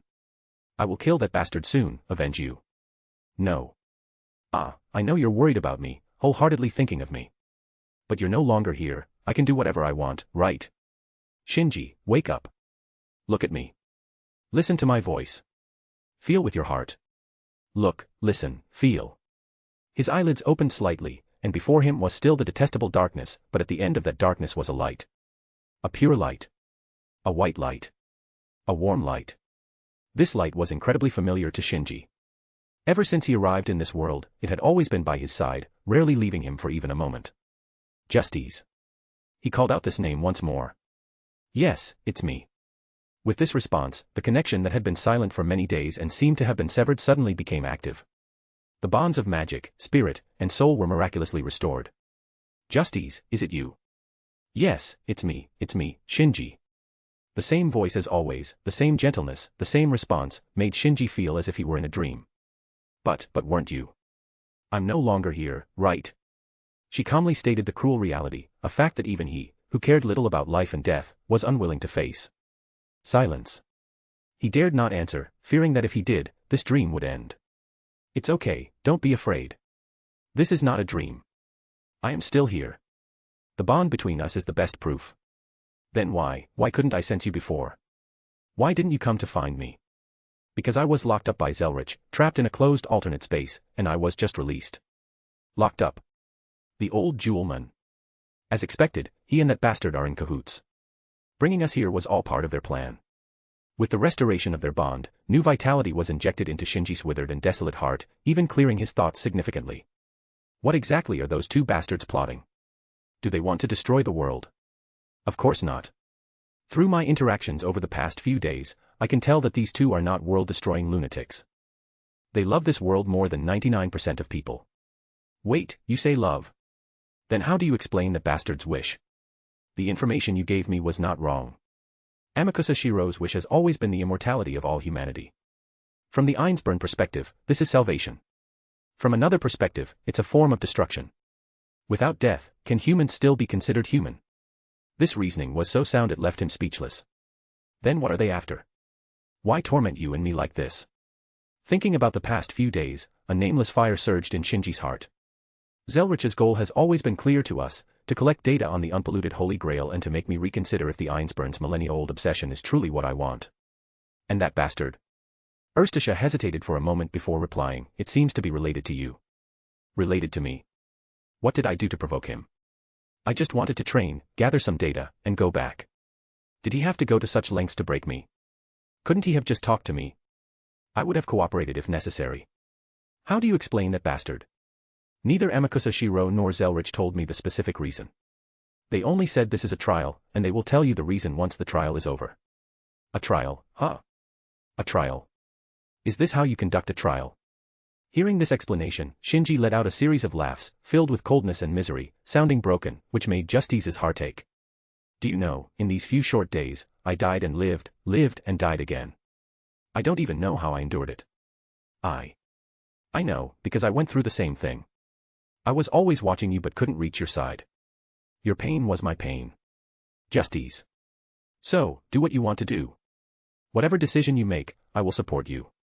But, I don't want you to be consumed by hatred and turn into a monster. Justice's prayer, transmitted through their bond, warmed Shinji's soul, which had endured countless pains and was riddled with scars. Is it too late?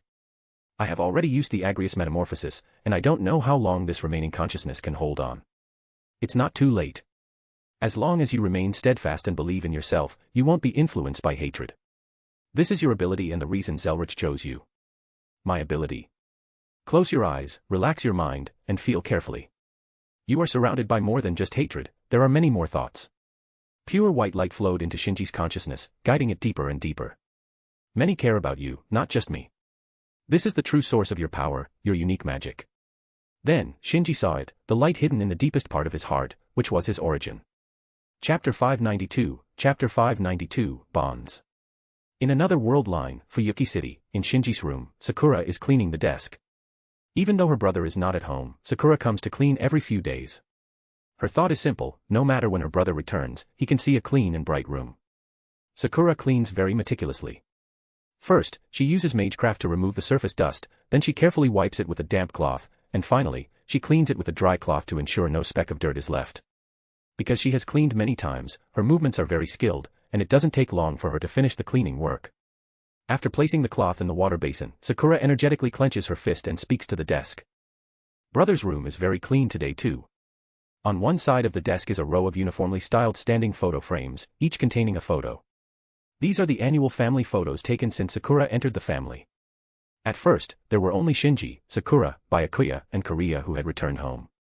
Then, Justice, Scathach, Fujino, Tuko, and Elsa joined in succession. The group in the photos became larger and larger, and everyone's smiles became brighter and brighter. As she looked at them, Sakura couldn't help but reach out and gently touch the photo in the center. It was this year's newest group photo, with the boy in the middle making his usual peace sign, looking a bit silly. Her fingers brushed over the boy's face, and the girl silently prayed. Brother, please come back soon. Sakura misses you very much. In Misaki City, at Aozaki Tuko's office. The owner of the office had also been away for a long time. The one managing this office was Aozaki Tuko's apprentice, a girl named Asakami Fujino. Although not yet an adult, the girl was capable and very diligent. During Tuko's absence, the office's reputation not only did not decline but slightly improved. Today, Fujino took on a new commission to investigate a mysterious phenomenon nearby. Blue-white flames. Will-o'-the-wisps. Or some other phenomenon. Fujino carefully reviewed the data collected by the office's sole employee, a recently married ordinary employee, and fell into deep thought. If it's a natural phenomenon, that's fine. If it's magecraft, that's okay too. Although Miss Ryugi hasn't done strenuous exercise recently, I can still ask Mr. Shiki for help. But if it's a supernatural phenomenon, it might be a bit troublesome. I lack experience in dealing with such things. I don't know if my eyes would work on ghosts and the like. It's better to call the teacher for advice. Fujino picked up the phone from the drawer and opened the contact list. Seeing the name at the top, specially marked, her finger on the direction key stopped. Shinji. She uttered that name in an indescribable tone, the name of the person who had entered her life, changed her fate, and whom she had always been thinking about. Her finger moved involuntarily, shifting to the green button and pressing it firmly. After a short silence, a voice came through the receiver. The number you have dialed is not in service. Still not back. Fujino sighed, leaning dispiritedly on the desk. Where on earth did the second magician take him? I finally learned a new skill and wanted to show it to him. In a secluded villa garden on the outskirts of Tokyo. A woman with orange hair, orange eyes, and an orange coat, who also had orange in her name, was holding an orange cigarette holder and speaking into an orange phone. From the data analysis, it should not be a supernatural phenomenon, but something unclean. The lack of a barrier setup indicates that this thing is not very strong. You can use your eyes to observe it from a distance. Unfortunately, Makiri is on vacation in Taiwan. Her double existence is best suited for investigation. Your reasoning is sound. Handle it that way. I think you've done enough. There's no need to overburden yourself. If you have time, rest more. If you fall ill, Shinji will complain to me when he gets back. Me. I've already handled things on my end. It's rare for Shinji's information to be wrong. But I did gain something, not expecting the Tano family to have such a precious treasure. Shinji will be shocked when he sees it. Such disrespect, no matter what, I'm still your teacher. Hanging up on me just like that, really, kids these days have less and less respect for their elders. Tuko put away her phone and lazily leaned back in her chair. At that moment, a voice echoed in the empty garden. Master, your facial temperature is rising, and your heartbeat has increased by 10%. Is there something wrong with your body? No, I'm very healthy. Tuko waved her hand. But you just recovered from a cold the day before yesterday. I said there's nothing wrong, so there's nothing wrong. Looks like I should adjust your thought processes to make your emotions richer. I don't think that's necessary. I'm a doll, I just need to execute orders, emotions are not required. Times have changed, Miss Ninja. Tuko flicked her ponytail. Perhaps in the Warring States period when you were born, that was the case, but nowadays, it's normal for dolls to have emotions. Once the repair work is complete, I'll take you to meet other dolls. Some have started families, some have found their love, and they're living lives more exciting than humans. Love? Just like Miss Akiha and Mr. Shiki, or you and Mr. Shinji. Tuko's body stiffened. You must be joking just now, right? Saying emotions are unnecessary. At the famous Sun Moon Lake on the island of Taiwan, a woman in white clothes and a white hat took several photos of herself with a camera, talking excitedly to herself. Shinji, I found another fun place. Let's come here together next time. In London, at the clock tower headquarters, the increasingly queenly Lorelei suddenly felt a bit uneasy. She walked to the window, silently gazing towards the east. Is it you? In the workshop of the Old Man of Jewels, located in some secret realm. A black-haired, twin-tailed girl and a white-haired, red-eyed girl stared at each other. The white-haired girl pouted, "What should we do, Rin?" Why did he suddenly start glowing? The twin-tailed girl shook her head repeatedly, "I don't know either. I didn't do anything, just regularly collected his data as the master said." Why do I even have to take care of this guy? He's the jerk who stole Sakura. Should we just act like we didn't see anything, Ilya? Is that okay? Ilya occasionally glanced at the crystal beside her, inside which lay a boy about Rin's age. A soft white light enveloped the boy's skin, making him look like a large light bulb. We're supposed to be friends with him, right? Ugh. This is so annoying. Fine, we'll take turns looking after him here. If something unexpected happens, we can respond in time. Before she finished speaking, a deep blue hue suddenly appeared in the white glow surrounding the boy, matching the newly grown hair on his head. Rin, what should we do? How should I know? 12-year-old Rin Tosaka felt today was truly the worst. Chapter 593, The Light in the Heart, Part 2. Shinji heard voices, from the deepest part of his soul. Brother, come back quickly. Sakura misses you. Shinji, I learned a new skill and want to show it to you. Shinji, I have something good to show you. Shinji, I found another fun place. Let's go there together next time. Shinji, is that you? Annoying, so annoying. Why do I have to take care of your body? Hey, are you okay, you big liar? Shinji. Matou. Black Assassin. One voice after another. Some clear, some indistinct. Different ways of expressing, different intentions. Every voice was familiar to him. Each voice's owner had a mysterious connection with him. Sakura, Dad, Mom, Uncle, Shirsho, Fujino, Tuko, Lorelei, Kiri, Rin, Ilya. Fiori, Artoria, Jean, Letitia, Jack, Rika, Calls, Chiron, Achilles, Atlanta. These connections arise from fate, transforming into bonds. They are an indispensable part of humanity, the source of human strength. They transcend space, time, and worlds, converging into an eternal light in Shinji's heart. As long as this light remains, as long as Shinji believes in these bonds, his soul will not be completely taken by darkness. Ah, I see. So you all are thinking of me, worrying about me. I am a lucky person. Not lucky, but blessed. The light representing Justy's soul merged into the brilliance formed by the purest emotions. Yes, blessed. Then you must hold on tight. Never let go. This time, it was not just Justy's voice, but a mixture of voices from this world, another world, all those who cared for him. Of course, I will never let go. Shinji extended his hands, holding the light that gathered all the voices, pressing it tightly against his heart.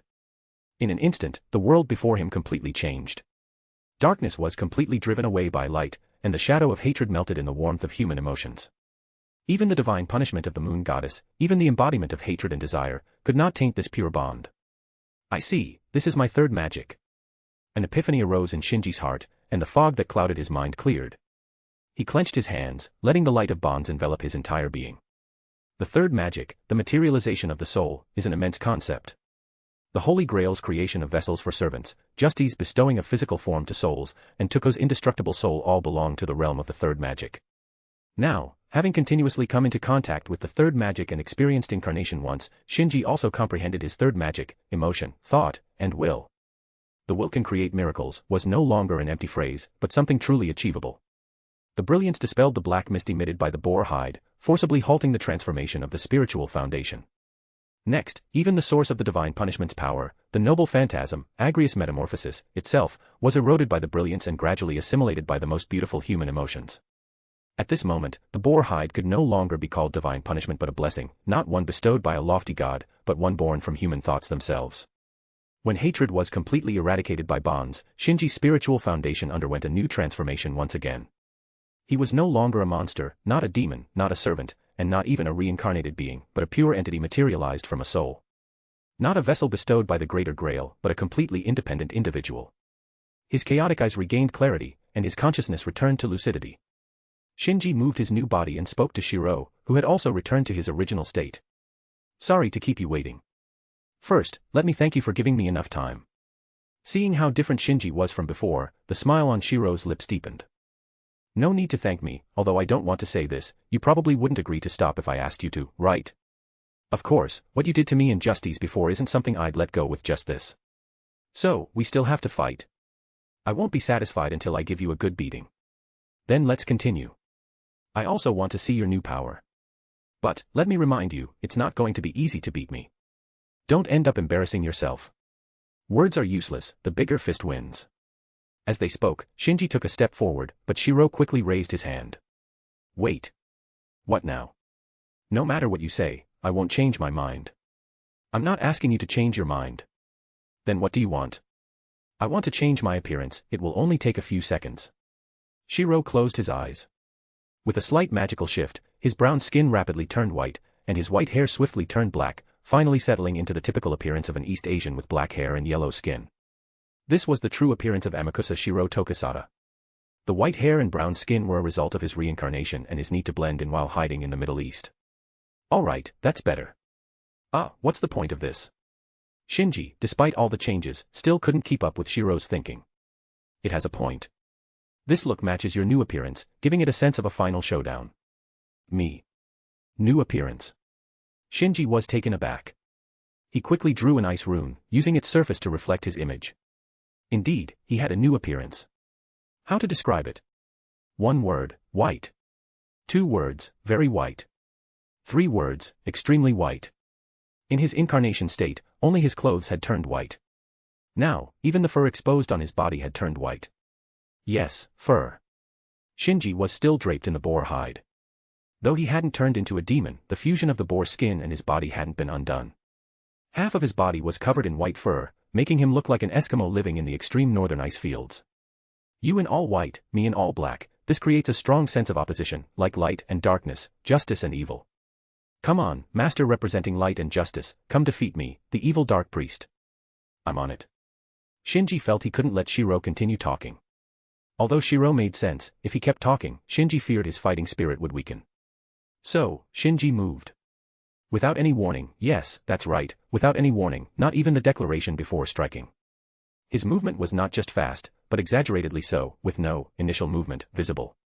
Before the words even finished, Shinji was already in front of Shiro, punching with his fist wrapped in white fur. Even with Shiro's dual mind's eye, even having reached the pinnacle of swordsmanship, and possessing sage-level reduced earth, Shiro couldn't react in time and was sent flying by Shinji's punch. Chapter 594, The Pinnacle of Swordsmanship. The Caledonian boar is a phantasmal species. A phantasmal species refers to any creature not belonging to this world's ecosystem. Their very existence is a mystery, transcending magic itself. Moreover, this was a phantasmal species that had existed since the age of gods, serving as the servant of the moon goddess Artemis.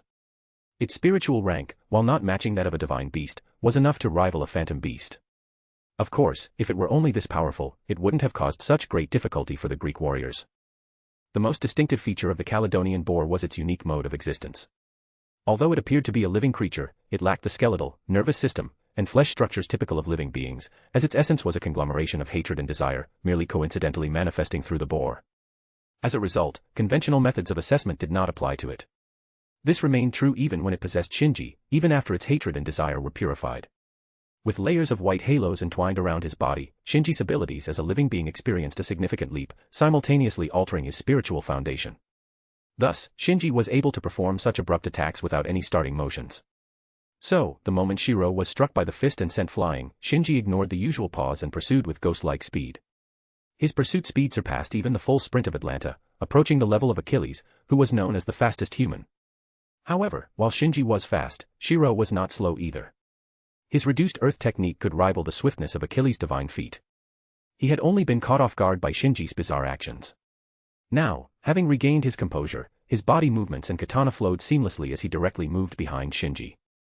Shinji, whose body structure had been completely altered, twisted around, defying physical laws, grabbing the katana with one hand while continuing to punch at Shiro's head with the other. The palm and the sharp blade collided, but no blood was drawn, only white mist continually dispersed outward. A strange red light flashed in Shiro's eyes.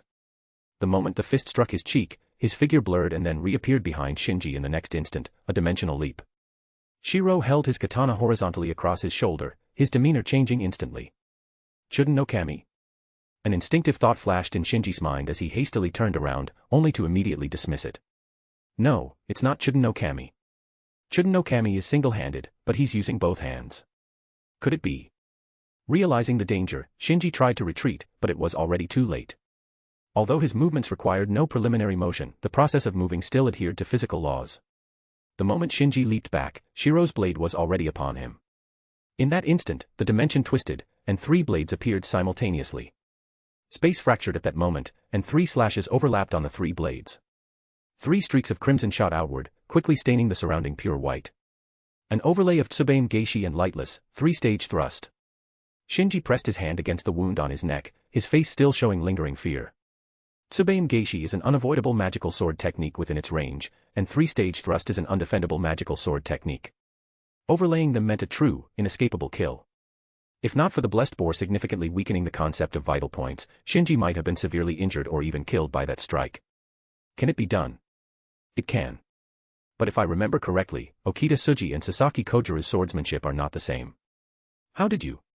The way of the martial arts leads to the same destination by different paths. Whether it's Okita Tsuji's swift thrust, Sasaki Kojiru's infinity, or Miyamoto Musashi's zero, the endpoint is essentially the same. The differences arise because none of them reach the true end. Having executed such a strike, Shiro seemed to have expended considerable energy. Instead of pressing his advantage, he focused on regulating his breathing while explaining. It sounds like you've already reached the end. In a way, yes, Shiro nodded. Although this endpoint is also a new beginning. So you've never been fighting at full strength? Shinji frowned. Although he had considered this possibility, the stark disparity was still very frustrating. No, I have always been giving my all, the best I can at this stage, don't understand. It's a simple concept, the strength of a warrior is never one-sided, mind, technique, and body are all indispensable. Amakusa Shiro Tokisada's attributes are too poor, even using dimensional leap is so strenuous, let alone reaching the true pinnacle of swordsmanship. I see, so that's why you used the command spells. Of course, Shinji understood the logic, it's a fundamental lesson for any warrior. The impossible sword technique just now, and at previous critical moments, Shiro would use the command spells, presumably to strengthen his body and support a higher state of being. That's right. Now, I'm going to use up the remaining command spells all at once. Are you ready? Without waiting for Shinji's response, an immensely powerful magic erupted from within Shiro. Complete command spell release, Unity of God and Man. The 4 command spells just used, along with the 5 still unused, a total of 9 high-class magical crystal miracles, intermingled and fused. The quantitative change produced a qualitative change, finally converging into a crimson pillar of light shooting into the sky. Rising with the light pillar was Shiro's body and aura. The intense magic fluctuations were palpable even outside the garden. If Shiro were a sword, then previously it was sheathed, occasionally revealing a hint of its sharpness. Now, this treasured blade was fully unsheathed, its edge apparent. Using the formless as form, making the infinite finite, this is my complete form. Propelled into the air by the vast magic, Shiro held his sword with one hand and swung it lightly downward. Crimson spread from the sword tip, transforming into a crescent-shaped slash that roared outward. Where the slash passed, everything twisted. Shinji's heart surged with a warning, and he retreated swiftly. The moment he moved, the crimson slash struck the ground, causing the area where Shinji had been, along with a large surrounding section, to collapse instantly, leaving a massive crater. Is this an upgraded version of Lightless, 3-stage thrust? A space collapse? Good eye. You can call it Void Slash. Shiro slowly sheathed his sword, standing with a confident smile, exuding a formidable aura. However, this aura might intimidate the world, but it didn't intimidate Shinji. Void Slash, huh? You must be addicted to cosplaying Sephiroth. Why don't you call it Octaslash? Shiro, holding his sword with both hands, explained with a smile, because Octaslash is an upgraded version of Swallow Reversal, striking 8 times simultaneously. Want to give it a try? Let's give it a try. Facing the overwhelmingly powerful Shiro, Shinji showed not a trace of fear, because he wasn't fighting alone. Thoughts are power. Everyone, please lend me your strength. Origin, Transformation. Chapter 595, Chapter 595, Shinji's Origin. In the consciousness space filled with light, a hint of blue quietly appeared. That was the color most abundant on the surface of this planet, the color of the sea, and it was also the color of Shinji's soul. The moment the blue appeared, the brilliance condensed from connection and thought seemed to be summoned, directly flowing into the blue. With the help of this brilliance, the blue became increasingly pure, rapidly expanding outward and soon rendering the entire consciousness space blue. Not only his soul, but Shinji's body in reality also underwent similar changes. The white halo surrounding his body vanished, replaced by a blue mist. This phenomenon, formed by high concentrations of magical power, swirled around Shinji like a gigantic vortex. Seeing this, Shiro laughed heartily and pointed his sword forward. Not bad at all. Come on, let me see how much you've changed. As you wish. Shinji raised his head, the battle spirit in his eyes burning fiercely. In the next second, both figures vanished simultaneously, only to clash violently in midair. As promised, Shiro unleashed his 8-strike technique, Octaslash. Shinji, not to be outdone, used his newly acquired power to block all 8 strikes simultaneously. Then, both figures disappeared again, reappearing in another location to continue their fierce battle. With the reinforcement of 9 command spells, Shiro was now unrestricted. Whether it was Dimensional Leap, Reduced Earth, Void Slash, or other noble phantasm-level techniques, he wielded them effortlessly. For a moment, anomalies emerged one after another. In his hands, the katana was no longer an ordinary cold weapon but a terrifying device capable of unleashing unimaginable attacks. At this point, Shiro had completely transcended the realm of servants. Yes, completely. Whether in skill, spiritual foundation, stats, or magical power, he was far beyond what could be achieved by merely stacking attributes through noble phantasms. Those monsters with raw power but lacking the necessary realms to control it would only be crushed before the current Shiro. However, Shinji was no longer the monster with mere raw power either. As Shiro compensated for his weaknesses, Shinji gained entirely new strength. This was the power rooted in the deepest part of every person's soul, sealed by the subconscious, the core meaning that existed since the creation of chaos, the cause decided at the soul's birth, accumulating through countless cycles of reincarnation. This power was called Origin. When Origin awakens, tracing back to the cause of its birth, one gains the immense power accumulated over endless time. Since this power inherently belongs to oneself, there would be no discomfort in wielding it, nor any worry about having too much strength and not enough realm to control it. Of course, awakening one's origin is not without its drawbacks. As the price for gaining the accumulated power of reincarnation, the previous lives will also revive. A personality formed in less than 100 years cannot withstand the core meaning accumulated over such a long time and will ultimately be devoured. At that point, the person ceases to be themselves, becoming a collective of countless existences, forever unable to escape the control of the origin. But, what if one is not devoured by the accumulated previous lives? The answer lies in the present Shinji.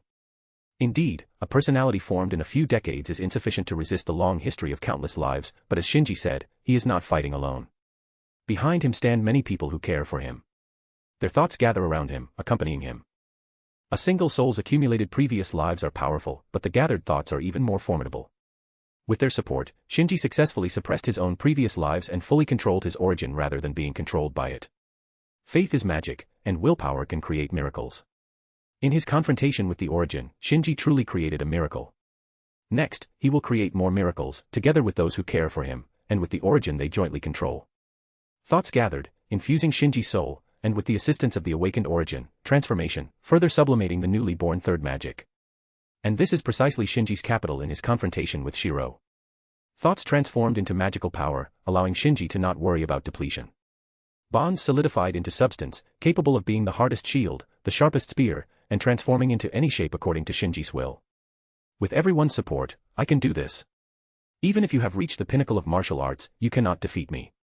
After blocking Shiro's octaslash once again with the all-encompassing power of thoughts, Shinji's power surged once more. The blue mist that filled the battlefield recoiled and condensed around Shinji, forming a humanoid figure over 10 meters tall with countless arms. This was not a physical mutation caused by the crying warmonger, but Shinji's newfound understanding of his origin. Transformation, divine manifestation, thousand-armed god. Shinji used Susanoo. Meanwhile, Jean and Shakespeare had also reached the deepest part of the garden, the shattered altar. The moment they stepped out of the passageway, they saw the massive Holy Grail placed in the central area. Besides that, there was nothing else. To be precise, there should have been other things, but they had been destroyed by continuous explosions. What a tragic scene, Shakespeare commented nonchalantly, arms crossed. By the way, I don't see my master, nor do I see the Black Assassin. Could they have been blown up? Jean closed her eyes, then quickly reopened them and let out a long sigh of relief. My privilege indicates that the Black Assassin is still alive. Since you haven't sensed anything unusual, it means Amakusa Shiro Tokisada is also still alive. Amakusa Shiro Tokisada is not part of this Holy Grail war, so Jean can't ascertain his status. I see. So where are they now? I'm quite interested, as their actions are closely related to the direction and conclusion of this story. They should be above us. I can sense two intense magical fluctuations in the sky. In the sky. This is getting more and more interesting. Jean pointed to the sky, and Shakespeare pulled out a telescope with a handheld stand from his coat and placed it on his nose. Oh, I see them. Both the Master and the Black Assassin are even more outstanding than I imagined. Ah, inspiration is coming, my brain is trembling. With a gesture from his free hand, a large book and a matching quill pen materialized and began writing automatically under Shakespeare's direction. Red Castor. Please don't interrupt my creative process, Holy Maiden of France. I assure you, this will be a good story. I'm not interrupting you on purpose, I just hope you stay away so you won't be affected. Huh. Hearing Jean's words, Shakespeare quickly removed his glasses and looked at her in surprise. Jean, however, was not looking at him. She was calmly gazing at the Holy Grail. The damage to the Holy Grail is less severe than I expected. We don't have much time left. Castor, if you don't intend to stop me, please leave now so we can have a bit more time. Ruler, you intend to. I will complete the task he couldn't. This is my duty. Jean drew her sword. The silver sword bestowed upon her at the Church of St. Catherine was a fine weapon, yet Jean had never used it until now. Now, she finally wielded the sword, not against the Holy Grail, but against herself. The blade sliced across her palm, but Jean's face showed no pain, nor did she care about the blood that oozed out. She knelt, hands clasped together, and closed her eyes. The graceful posture made Shakespeare think of a martyr. The heavens declare the victory of God, the skies proclaim the work of his hands. Please wait, Miss Jean. Just as Jean began her prayer, a voice echoed from within the altar. Next, pure white spirit particles materialized out of thin air, coalescing into a figure so exquisite it seemed almost inhuman. Chapter 596, the continuation of a dream. Mordred had returned to this place of endings. The setting sun was blood red, corpses littered the ground, and nearly the entire military force of Britain was obliterated. It wasn't due to battles with enemies but destroyed by internal strife. She squatted there, a lance piercing through her chest, leaving a gaping hole. In this rebellion that split the nation in two, in the battle with the king, she was defeated and lost her life. Her eyes gradually lost their luster, and her consciousness was slipping away. At the moment her soul left the mortal realm, some miracle allowed her to see the king, her father, once more. The wound she inflicted on the king was fatal. She assumed the king must be holding on to regret and curses, hating the enemy, and lamenting his fate. This is what she had thought. But in reality, the king displayed no emotion, instead giving off an impression of calmness. Even though she had driven him to this point, cursed him, schemed against him, and hated him, the king seemed completely unfazed. It was truly pathetic, she thought. Because not holding hatred towards those who hate you is far more painful than simply hating them back. The king, supported by a knight, left the battlefield. Her gaze followed closely, like a bird spreading its wings across the battlefield, always chasing after her father's figure. Ha, ha, ha, ha. The night was running. The war was over, and the blood-red sunset had sunk. Now the darkness of night ruled the battlefield. Curses filled the hills buried with corpses, lamenting to take the living away. The knight's hand gripped the reins, desperately clinging to the wounded white horse. King! King Arthur, over here! Though wounded himself, the knight still ran across the battlefield. The king whom the knight served had been seized by death. Though he had single-handedly defeated the rebels, the king himself had also suffered a mortal wound. Please hold on. Once we reach that forest, surely. Breathing heavily, and leaping over mountains of bodies, the knight's goal was the forest untouched by blood. King, please wait here now, I will immediately call for the soldiers.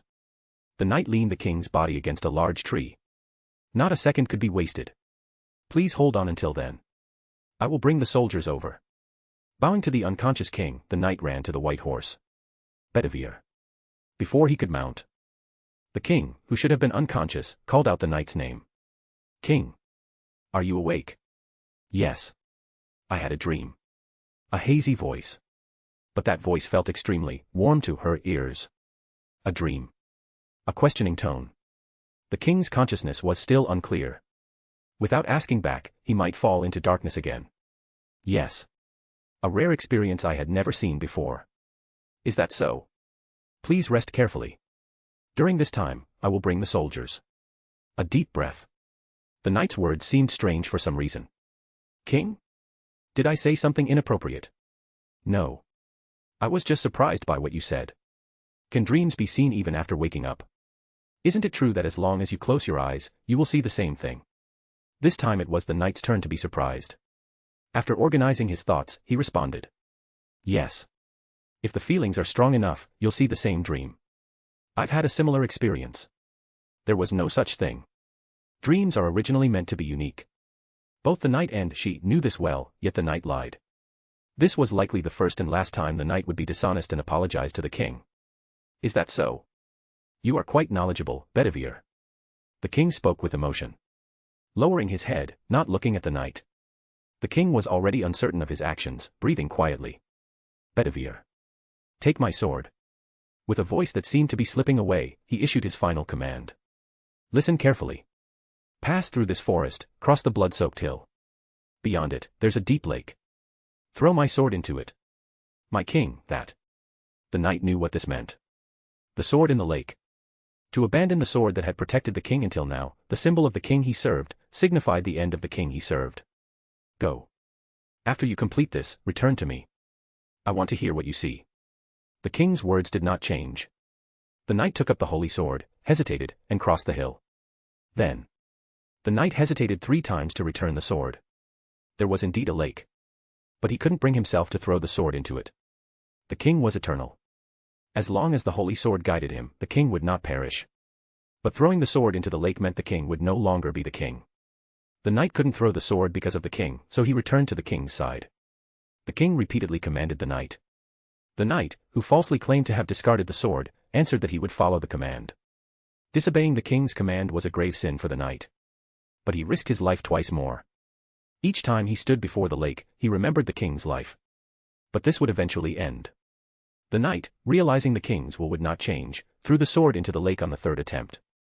The holy sword returned to the lake. A pale white arm appeared on the water's surface, caught the sword, spun it 3 times in midair, and then the holy sword vanished from the world. And then, the knight accepted it. The end of the king. That long-held responsibility has come to an end. On the 3rd crossing of the hill, the forest was bathed in the morning light. The battlefield bore no traces. There was no sign of the bloodthirsty war, just clear, thin mist.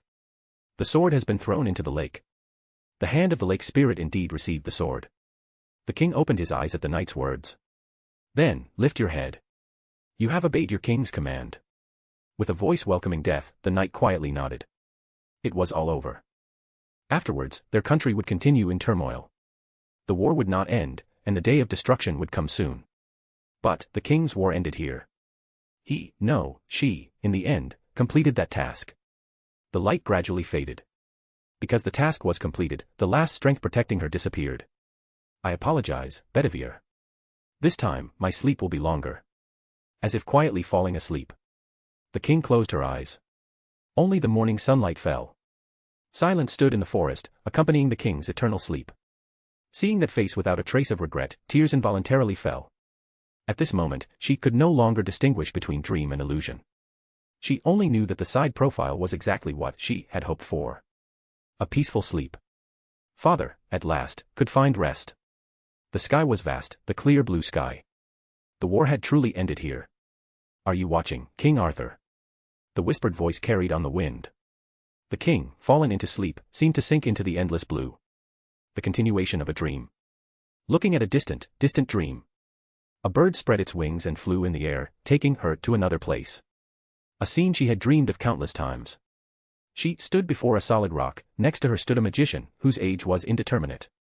A sword was embedded in the rock, and the magician loudly declared to the knights of the country. Whoever pulls out this sword will become the king. Brave men, those who had absolute confidence in their strength, and famous knights all came to challenge pulling the sword, but all gave up after failing to move it at all. These foolish people. She said silently. This sword is a weapon to select the king. Only the chosen one who can save this country can pull it out. Do you think you can just use brute force to pull it out? Even naivety should have its limits. So, when no one else cared about the sword anymore, she stood before it. The magician spoke in a calm tone. Before you grasp the sword, you'd better think it through carefully. She began to think. She was always thinking. The significance of pulling out this sword. It meant becoming an independent king. So she reached out her hand, as if she thought there was no need to respond. Then, the magician sighed and waved his hand, the dream always ended there. Even if she reached out to the sword, she couldn't touch it. Despite swearing to become an independent king, the dream always declared to her, you don't have that right. She felt impatient and indignant, and in the end, she even pleaded. Let me pull out the sword, let me become the king, I surely can pull it out. Then, what vow would you make to this sword, what would you entrust to it? She correctly answered the magician's question. I will become a good king. With correct governance, correct strategy, and correct power to support this country. Absolute justice, absolute power, what's wrong with that? She reached out her hand, but couldn't even touch the hilt of the sword. It was just a little bit further. If she could just grasp the hilt, she could pull out the sword. Because I am Mordred, the legitimate heir of King Arthur. I will not lose to anyone, and I will become a king surpassing my father. However, no matter how many times she repeated it, she couldn't touch the golden sword embedded in the stone. Until this time, she stood before the rock but did not reach out her hand. Do you understand? The magician asked. I understand. She nodded. He was lonely, he was exalted, like a new moon quietly shining in a cloudy sky. He was always alone, desolate and clear.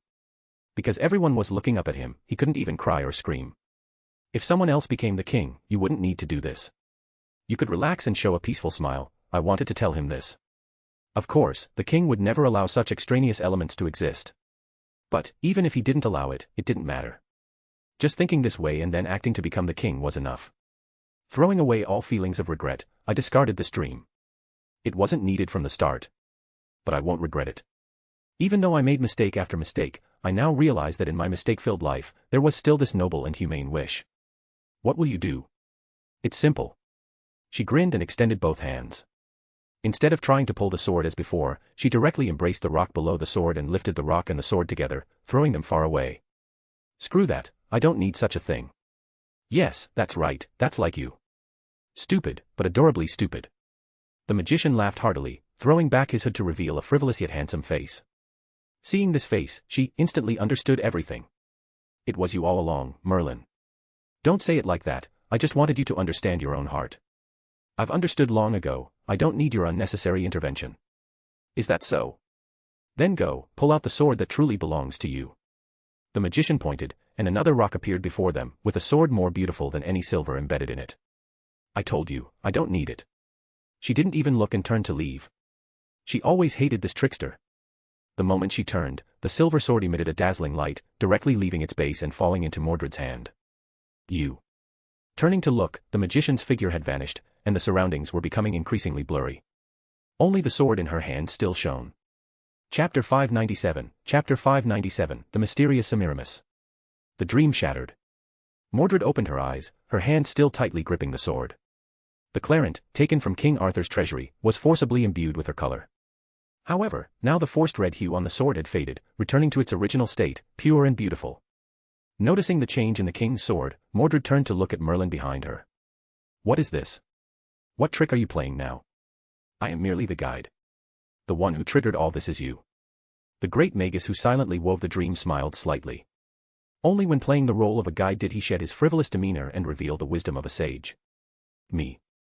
Yes, you must have felt it by now. It has finally acknowledged you. Using the sword to support herself, Mordred stood up.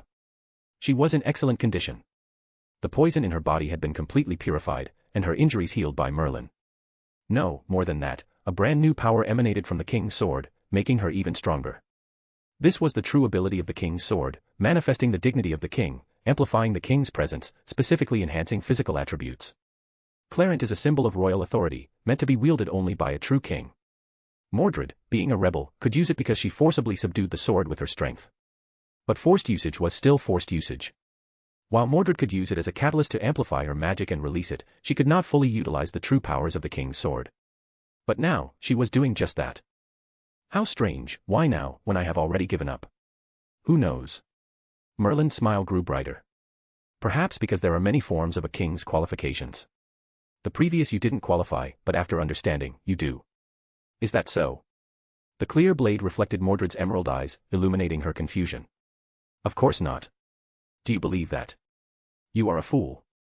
Merlin muttered in a voice only he could hear, then cleared his throat and said. This is not the time for such talk. Take up your sword and prepare for battle. Artoria needs your help. Huh. Mordred quickly lifted her head, a look of clear astonishment on her face. This can't be possible. On the high platform where the throne was, two figures, one gold and one black, intertwined, creating vortexes of magical energy. The golden figure was Artoria, wielding the holy sword. The black figure was Semiramis, the mistress of the garden. The magical vortexes were the result of the clash between Semiramis' spikes and the holy sword. Yes, spikes against the holy sword. Semiramis wasn't using her favored magic but was engaged in close combat with Artoria. What was more surprising was that the two were evenly matched, locked in a fierce battle. It must be noted that the current Artoria was not a servant but her true self in battle. The stronger a hero was in life, the more restrictions they faced as a servant. The best examples were Diarmuid and Karna. The former lost his dual swords, and the latter his most skilled bow and chariot. Artoria was the same. Regardless of the merits of the holy sword and the holy lance, the difference in magical power was like night and day. A servant's magical energy originates from their master, and no matter how abundant it is still limited by the magical link. The true Artoria, however, is unbounded, possessing the dragon factor, known as the Red Dragon of Britain. Her magical energy and its operational speed far surpass that of humans, calling her a humanoid phantom beast wouldn't be an exaggeration. As a servant, even with sufficient magical energy, using a noble phantasm once would be a significant burden. But for her true self, not only can she release the holy sword once, but she can also sustain continuous, gapless releases. Of course, due to the confined environment among the kings and the presence of Mordred and Makiri, Artoria wouldn't casually release the holy sword, causing a wide area attack. Nonetheless, the attribute enhancement brought by massive magical energy is terrifying. Constantly releasing substantial, almost tangible magical energy, each of Artoria's strikes carries extraordinary power, and each movement is extraordinarily fast. Against such an opponent, even the Red Lancer Karna would only face defeat, let alone Semiramis, who has lost her strongest asset, poison. How is she managing this? Mordred forced herself to calm down, keeping a close eye on Semiramis's every move. Soon, she noticed something. Semiramis's movements were very elegant. Yes, elegant. Mordred knew this word seemed out of place in the context of a fierce close-quarters battle, but that was her real feeling. Light, beautiful, as if not fighting but dancing. Yes, dancing. Every movement perfectly matched her attire. The black evening gown that trailed on the ground and the nearly 10 centimeters high heels not only didn't hinder her movements but severely disrupted Artoria's rhythm. The heavy skirt spread out like a giant flower of blood lilies. For a moment, all Artoria could see were waves of black, completely obscuring the enemy's figure. Suddenly, a gap appeared in the waves, and a glint of cold light, driven by a slender arm, emerged from the layers of black, stabbing towards Artoria's throat like a venomous snake. Though startled, Artoria remained composed, leaning back to narrowly dodge the spike strike, while simultaneously rotating the holy sword, sweeping out a fan-shaped blade of light. It seemed Semiramis had anticipated this. With a gentle tap of another spike on the side of the holy sword, she flipped herself behind Artoria, her wide skirt once again disrupting Artoria's vision. In such a situation, even with Artoria's swordsmanship at a divine level and her instinct ability to briefly foresee the future, it was difficult to inflict substantial harm on Semiramis. No, it wasn't just about vision interference, that was only part of the tactic. Every step Semiramis took was to restrict Artoria's abilities. Since Mordred woke up now, Artoria had swung her sword at least 10 times, but none of those strikes had truly hit Semiramis. She had deflected them all in various ways. Terrifying adaptability, terrifying combat wisdom, and terrifying combat skills, this was why Merlin said that her father needed help. But, what about her previous performance? If she had such formidable strength, why did she get her shoulder injured by Mordred? Was she hiding her true abilities on purpose? No, that's not right. If she had shown this strength earlier, they would have been killed long ago, and it wouldn't have dragged on until now. So how do we explain the current scene? The more Mordred thought, the more confused she became. Just then, she suddenly met Semiramis's eyes. Although it was just an instant, it gave Mordred an epiphany. Those eyes were calm and gentle, like the bright moon in the sky. Such a gaze could not belong to someone like Semiramis, a venomous woman. She could swear by her mother Morgan's name. This woman is not Semiramis, at least not the one from before. Chapter 598, Clarence son of Arthur. Of course, this is ultimately just Mordred's guess, and it still needs verification. Hey, Merlin, did you see anything? Mordred's way of verifying was to ask Merlin. Although she didn't like this old trickster who enjoyed playing mysterious, she couldn't deny that his insight was top-notch and almost nothing could escape his eyes. Ah, I see it. It's a very beautiful dance. Merlin, resting his chin on his hand and tilting his head, looked utterly enchanted as he watched Semiramis, who danced like a black butterfly. Indeed, only a beauty can perform such a beautiful dance. What? Mordred's eye twitched, and she slashed her sword directly at him, causing Merlin to quickly dodge in fright. Whoa, whoa, whoa. What are you doing? Nothing, I just find you annoying. But there's no need to cut me. This is just an illusion projection. Then why did you dodge? Yeah, why did I dodge? Merlin realized, sorry, it's a habit. Mordred was speechless. It made sense, back in the day, at least half of the Knights of the Round Table wanted to cut him, and quite a few tried. If he wasn't quick enough to dodge, he would have been chopped into pieces long ago. You bastard, never mind. Let me ask you, who is fighting my father? Semiramis, of course. Do you even need to ask? Do you think a venomous woman like her, similar to my mother, would confront my father head-on?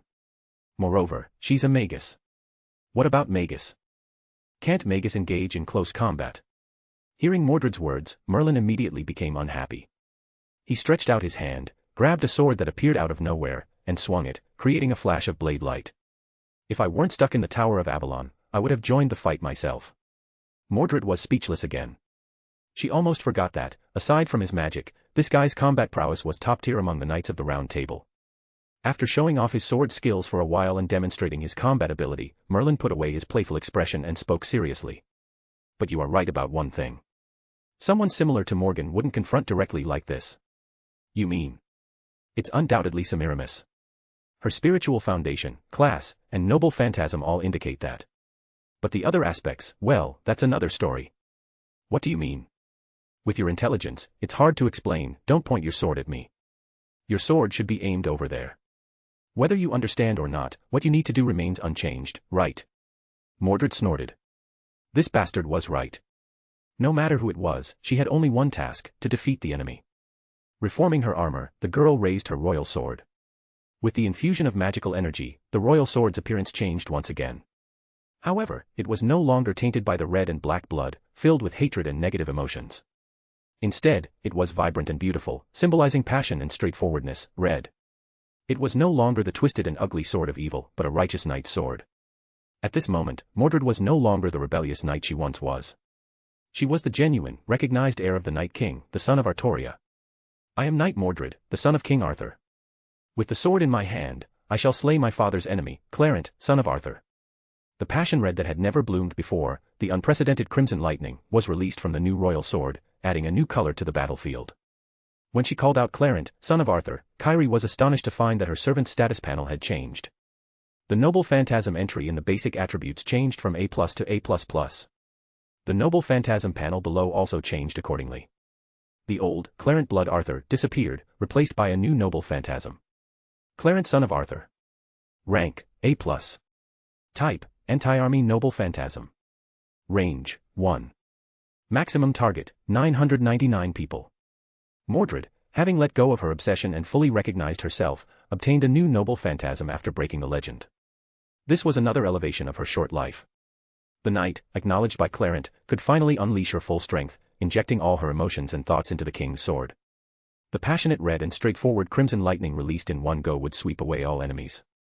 At the moment the crimson lightning bloomed, Artoria showed a heartfelt smile. The enormous inherent magical power, accelerated by the dragon factor, stirred up a terrifying storm, and the resulting immense suction force firmly bound Semiramis, preventing her from escaping the range of the crimson lightning. Seeing her child working so hard, how could a father let that effort go to waste? Even if she was also within the range of the crimson lightning. What a beautiful light. Artoria sighed softly. Kairi Shishigu also sighed similarly. From start to finish, his gaze never left his servant, his best partner. Whether it was King Arthur's arrival, Merlin's descent, or Semiramis displaying her astonishing martial skills uncharacteristically, his gaze never wavered. He just watched, quietly and silently. Watching her change bit by bit, witnessing her struggle and effort, then being completely captivated by her determined figure. He knew her best, even more than Artoria and Morgan, her parents, who didn't know what each dream had brought her. That is the Night King, Arthur. An encounter in childhood sparked a flame of admiration in her heart. For this, she defied her mother's orders and willingly became the sword of the king. Am I King Arthur's child? The unparalleled joy upon learning the truth, and the worry hidden behind that joy. Do you not acknowledge me as your child? Oh, Night King. I used to be content being your shadow, yet you never wanted to look back at me. You're everything, all of it. I will destroy it all, Arthur. Falling from hope into despair when she was not acknowledged. Do you see it, Arthur? Your kingdom is finished. No matter who wins between us, as you can see, it's all destroyed. You should have understood this long ago. If you had passed the throne to me, this wouldn't have happened. Do you hate me so much because I'm Morgan's clone? The hatred that burned and destroyed the kingdom did not bring her true happiness. It was only at her life's last moment that she called out the title she had always wanted to call. Father. After that, she was called the rebellious knight, always playing the role of the antagonist. But who understood her true motives and intentions? Who knew the beauty hidden behind her rebellion and hatred? Now, this beauty finally broke through the clouds of hatred and darkness. Kairi was immersed in overwhelming joy, unconsciously shouting with all his strength. It felt incredibly exhilarating. Go, Saber. Chapter 599, The God-Slaying Spear. Evenly matched. The surging twilight-colored extreme light and the equally formidable crimson flames could not invade each other's realms, dissipating into the night. This scene had occurred not just once, but many times. It wasn't just a clash of noble phantasms, the collisions between sword and spear, sword and golden armor, spear and dragon blood armor had long been countless. However, no matter how fierce the clashes or how savage the cuts were, they could not bring an end to the battle between the two. Karna was certain he was using his full strength, his true full strength, unlike in his previous life. Though he had treated every battle seriously in his previous life, never underestimating any opponent or holding back, he had always been bound by layer upon layer of restrictions before the battle even began. The curse of the gods, the blessings of the gods, the way of the warrior, or the interpersonal relations. Just as in the past, when he promised his mother not to fight anyone other than Arjuna among the 5 Pandava brothers. It was unavoidable because that was his fate as a warrior. Sometimes it transformed into strength, other times it became a burden, but for purely fighting, it was undoubtedly superfluous. Now, however, as a summoned servant, the only expectation placed upon him was strength. The only thing weighing on his mind, his master, was already taken care of. Thus, the remaining vow was just one, and this vow was also his deepest wish. Battle. Competing against each other, seeking victory through pure strength. It was an incredibly simple yet beautiful way of fighting. Of course, he did not deny that battles arise from fate. Everyone's life contains stories of various necessary battles. However, the pure and unsullied mutual slaughter, completely unrelated to such matters, unexpectedly made him feel exhilarated and comfortable. Perhaps his warrior instincts were stimulated, and the divine spear in his hand now wielded precision capable of piercing a needle's eye, while the radiant flames he scattered continuously scorched the surroundings with intense heat. If this wasn't full strength, then what was? Facing his full strength, his opponent, the great hero Siegfried, bore it like a rock. That was skill surpassing human capabilities. That was the immortality of the armor of Fafnir, similar to the golden armor. That was the great fantasy sword forged by the Nibelungen, embodying all their essence, comparable to the divine spear. Everything spoke of the opponent's strength. But these alone were not enough to equate him with Karna, the strongest hero. The key to maintaining the balance of victory and defeat was the support from his master, which Karna lacked. Healing mystic code, enhancement mystic code, and more importantly, mutual mental support. Whether by his side or not, it didn't affect the bond between them. It might seem insignificant, but at crucial moments, it could unleash remarkable power. However. Brahmastra Kundala. Bamung. Once again, the ancient magic radiated brilliantly. If Karna's spear was a presence pointing towards the sun, then Siegfried's sword was the twilight that destroyed all life. With a slight advantage, the sun finally overwhelmed the twilight, leaving scorch marks on Siegfried's body. Though protected by the armor of Fafnir, the injuries were not severe, but the healing mystic code on the spiritual armor could not withstand the intense burning and turned to ashes. So, has the balance tilted? No, not yet. The mystic code was destroyed, but the healing magic still shone. The shallow wounds healed visibly. Ha, ha, ha. A sweaty, short, and stout man came running, gasping for breath. Made it. Did I make it in time? Are you okay, Saber? I'm fine.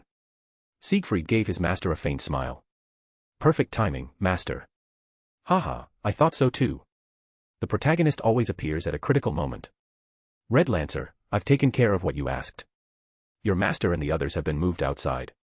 They should be under our protection by now. Thank you, Saber's master. Upon hearing Gord's words, Karna bowed deeply. This was Karna's prior arrangement. During a break in the battle, Karna had asked Siegfried to convey a message to his master, to find a way to remove the 5 former masters, who had been poisoned and trapped in an illusion. For this, he had even provided a specific spell that would transfer them outside the courtyard and ensured that the process would be unhindered. Siegfried agreed, and Gords did not object. They were underground magus working secretly for the Mages Association, with one of them being a highly promising young talent at the clock tower. By saving these individuals, future negotiations between the Igmalenia clan and the clock tower would become significantly more favorable. Of course, Siegfried was unaware of Gord's ulterior motives. He agreed to Karna's request partly out of mutual respect as warriors and partly due to his considerations. Red Lancer, no, Karna, I have a request for you as well. Please, go ahead. You must feel it too. This war will soon come to an end, and if we continue fighting like this, we won't be able to determine a winner before it does. Siegfried looked up at the sky, where red and blue lights continued to flash. Karna instantly understood his meaning. That's right. Your sword and my spear are evenly matched. Even if we manage to break through, the attacks would almost cancel each other out, lacking the power to defeat either of us. If we don't want this to end in a draw, we need an attack with absolute destructive power that neither can counter. I know you have a spear, the god-slaying spear you gained in exchange for your armor. Use that to decide the outcome. Even the great hero Karna did not always wield a spear from the beginning. Originally, he rode a chariot and shot arrows, praised as a warrior possessing traits of both archer and rider. Of course, this did not mean he was unfamiliar with using a spear or sword. So, why was Karna summoned as a lancer? Before his final battle with the Pandava brothers, specifically Arjuna, a Brahmin visited Karna, who had become the commander of the opposing army. The Brahmin asked Karna for his golden armor while he was bathing. The Brahmin did not need for the armor. However, Karna had already vowed to grant whatever the Brahmin requested while bathing. Knowing this vow, the great god Indra, disguised as a Brahmin, asked for the golden armor, as Karna's nemesis Arjuna was Indra's son. Knowing Karna's immense strength, Indra did not want to see Arjuna die at his hands. Thus, despite being fully aware of the situation, Karna immediately stripped off the golden armor fused with his body and presented it to Indra. Witnessing this noble act, Indra felt deep shame for his actions and gave Karna a spear. In exchange for the golden armor, Karna received the legendary spear said to kill even gods, the strongest spear. It was because of this spear that Karna was recognized as the strongest lancer. Siegfried. Karna's piercing gaze met Siegfried's unwavering eyes, filled with resolve to defeat him. I understand. Let's decide this with one final strike. Saber's master, do you have any objections? Gords gritted his teeth. No objections. Saber's decision is my decision. I see. I envy you. Karna closed his eyes and sighed softly. If he could, he too would want a master like that, to entrust his back to fight alongside, to grow together. Maybe one day he would meet such a master. Chapter 600, Vasvi Shakti. With a slight sound, countless cracks appeared on the indestructible golden armor, and it quickly peeled off from Karna's body. Blood seeped through the gaps in the armor, and from Karna's expression, one could vaguely see the pain he was enduring. However, what drew the two people's attention even more was the spear he held. Its divine and luxurious appearance made it seem like the spear he had been using earlier was just a toy. One would think that only by forging it with the roaring thunder could such a divine weapon be created. Its majestic presence naturally elicited such a response. The spear that slays gods, acquired at the cost of the golden armor. Around Karna, flames twisted incessantly like countless serpents. This was a power that sacrificed oneself, a true one-hit kill that disregarded one's own life. Do you have any last wishes? Yes, I owe Black Assassin a favor. If I am defeated, please take my sword and armor to him. Although Shinji and Siegfried didn't usually communicate much, and Shinji often mocked Gord's, Siegfried knew that his master's humility and the starting point of abandoning his arrogance was due to Shinji. Without his series of blows, Gord's might still be the arrogant, self-important fat man, not the current mazer who, despite his harsh words, was trustworthy enough to entrust one's back to. Siegfried had always remembered this kindness and wanted to repay it. After witnessing the red and blue battle in the sky, he found his answer. I want to promise you, but I don't think your sword and armor can withstand this strike, Karna calmly stated. The battle isn't over until the last moment, no one knows the result. All right, I promise you, Karna said, slowly raising the blood-stained spear with both hands. Are you ready? Siegfried took one last look at his master and nodded calmly, I'm ready. Saber. Gord's trembled all over, recognizing the meaning in Siegfried's eyes. Even an outsider like him could see that the spear was against the rules, not even the sword that slays dragons and the dragon armor could withstand it. Could it kill him? No, it would definitely kill him. That spear was a weapon capable of slaying gods. But despite this, he did not hesitate, nor did Gords think of stopping him. Overwhelming dignity and high spirits far surpassed his instincts, supporting his body. At this moment, death suddenly seemed not so terrifying. It wasn't self-destructive or blindly arrogant, but quietly facing the facts, silently supporting this top-tier hero, an existence far beyond his reach. This was admiration, and also a form of atonement, an atonement for his foolish past self. But. More than fearing death, he didn't want to lose, didn't want him to lose, didn't want this hero's flawless record to be tarnished. Wasn't this why he didn't leave with the 5 previous masters, why he endured the trembling to return here, why he had kept the command seals until now? Even when his internal magical energy was nearly depleted and he began burning his life force, he hadn't used them. Then, what he needed to do was clear. No hesitation, no more reservations, he loudly shouted his inner thoughts. I command you with the command seal, Siegfried, you must win. I command you with the command seal, Siegfried, you must win.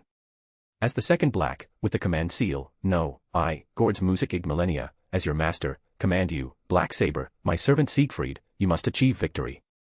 His hoarse shout, pouring all remaining magical energy into a desperate gamble, and the wholehearted support that disregarded life and death. Gords bet everything on Siegfried, entrusting him without hesitation. The flow of magic and the extraction of life force made the middle-aged man, whose physical condition was already poor, feel dizzy and weak. Nevertheless, he remained standing, eyes wide open to witness this battle. Following your command, Master. Feeling the explosive power within, sensing Gord's resolve to bet everything, and the unprecedentedly firm bond between master and servant, the usually stern-faced swordsman became utterly invigorated and let out a roar.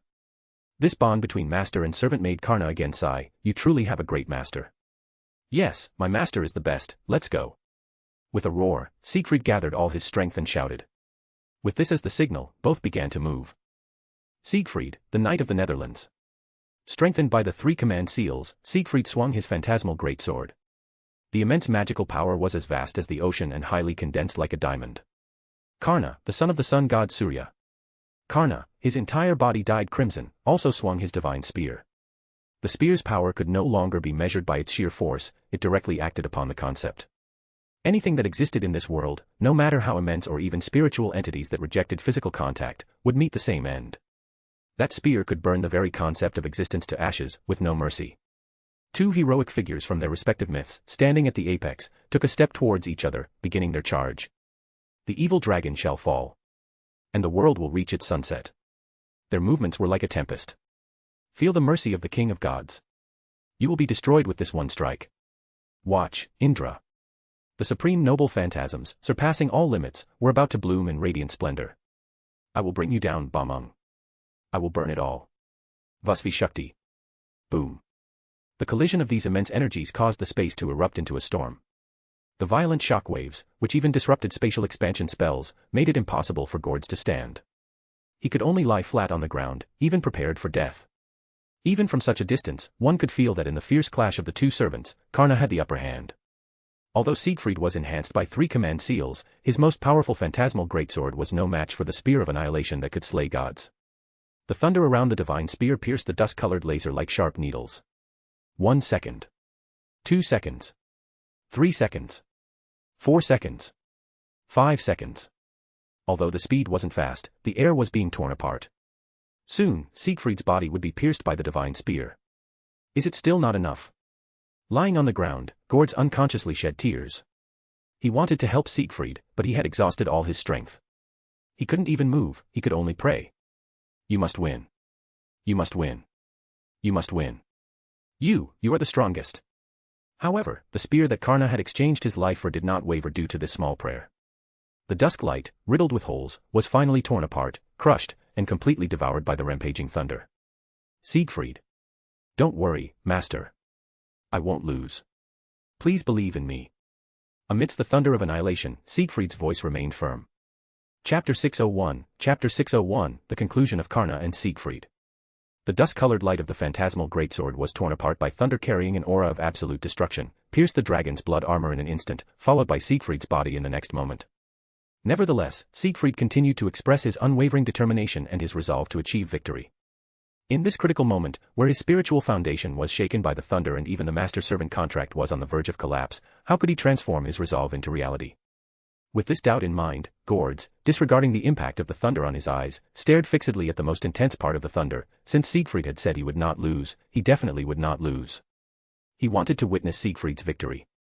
Under the light of the thunder filled with a destructive aura, Siegfried's tall figure was no longer complete. His hands and legs below the knees had already disintegrated and disappeared, and this destruction was gradually spreading upwards. This scene made Gord's vision go black, and he nearly fainted. However, holding on to his trust in Siegfried, he still maintained a glimmer of hope, keeping his eyes wide open. Finally, he noticed something peculiar. Something was missing from Siegfried's body, his saber-class proof, the crystallization of the Nibelung forging technique, the phantasmal greatsword. It was the most powerful and sturdy noble phantasm he carried, even stronger than the armor of Fafnir. In his lifetime, he used this sword to break through the dragon scales of the evil dragon Fafnir and ultimately slay it. Although Karna's final noble phantasm, Vasvi Shakti, was absolute destruction, this absolute destruction had a process. The fragile parts would be destroyed first, while the tougher parts could hold on a bit longer. With the armor of Fafnir still intact and the edges of the sword not yet reached by the thunder, this sword could not be destroyed. So, where had the phantasmal greatsword gone? Just as Gordz was pondering this, a faint glimmer of light tore through the thunder of absolute destruction. It was the Bamung. The surface of the greatsword was wrapped in a faint red glow, making it almost inconspicuous amidst the destructive thunder and flames. Yet, it was this inconspicuous glow that protected the sword itself. In an instant, Gordz understood, it was his wish, the power of the command seal, the light of a miracle. Realizing that he could not withstand Vasvi Shakti, Siegfried had poured everything Gordz entrusted to him and his hope into this weapon that had accompanied him in defeating countless formidable foes. This weapon persevered stubbornly amidst the destruction and finally, in the end, tore open a gap, creating a miracle unimaginable even to the gods. A miracle is making the impossible possible. The united effort of the master and servant brought forth new hope. The flames and thunder surged furiously, trying to drag the sword back into destruction. But the light of the miracle protecting the sword was exceptionally tenacious. No matter how the thunder and fire struck, it remained unshaken until it completely pulled the silver sword-bearing hope away from destruction. Karna was stunned. Even he did not expect anyone to survive the god-slaying spear. In that moment of his days, the phantasmal greatsword, protected by the red glow, suddenly radiated brilliant light. It was still the dusk light, but it was not the light of decline at twilight. It was the final brilliance and splendor a hero exerted with all his might before the end. I will strike you down. Siegfried, enduring the light of absolute destruction, could no longer make a sound. But it didn't matter, Gordz was still there. He roared the final shout on behalf of his servant. Bamung. The dusk light bloomed, just like thousands of years ago when the great hero of the Netherlands, despite being covered in wounds, swung the final sword that killed the evil dragon. No, it was even more splendid than the sword Siegfried wielded in his lifetime. Because in his lifetime, he was alone, but now he had Master's wholehearted support. Go.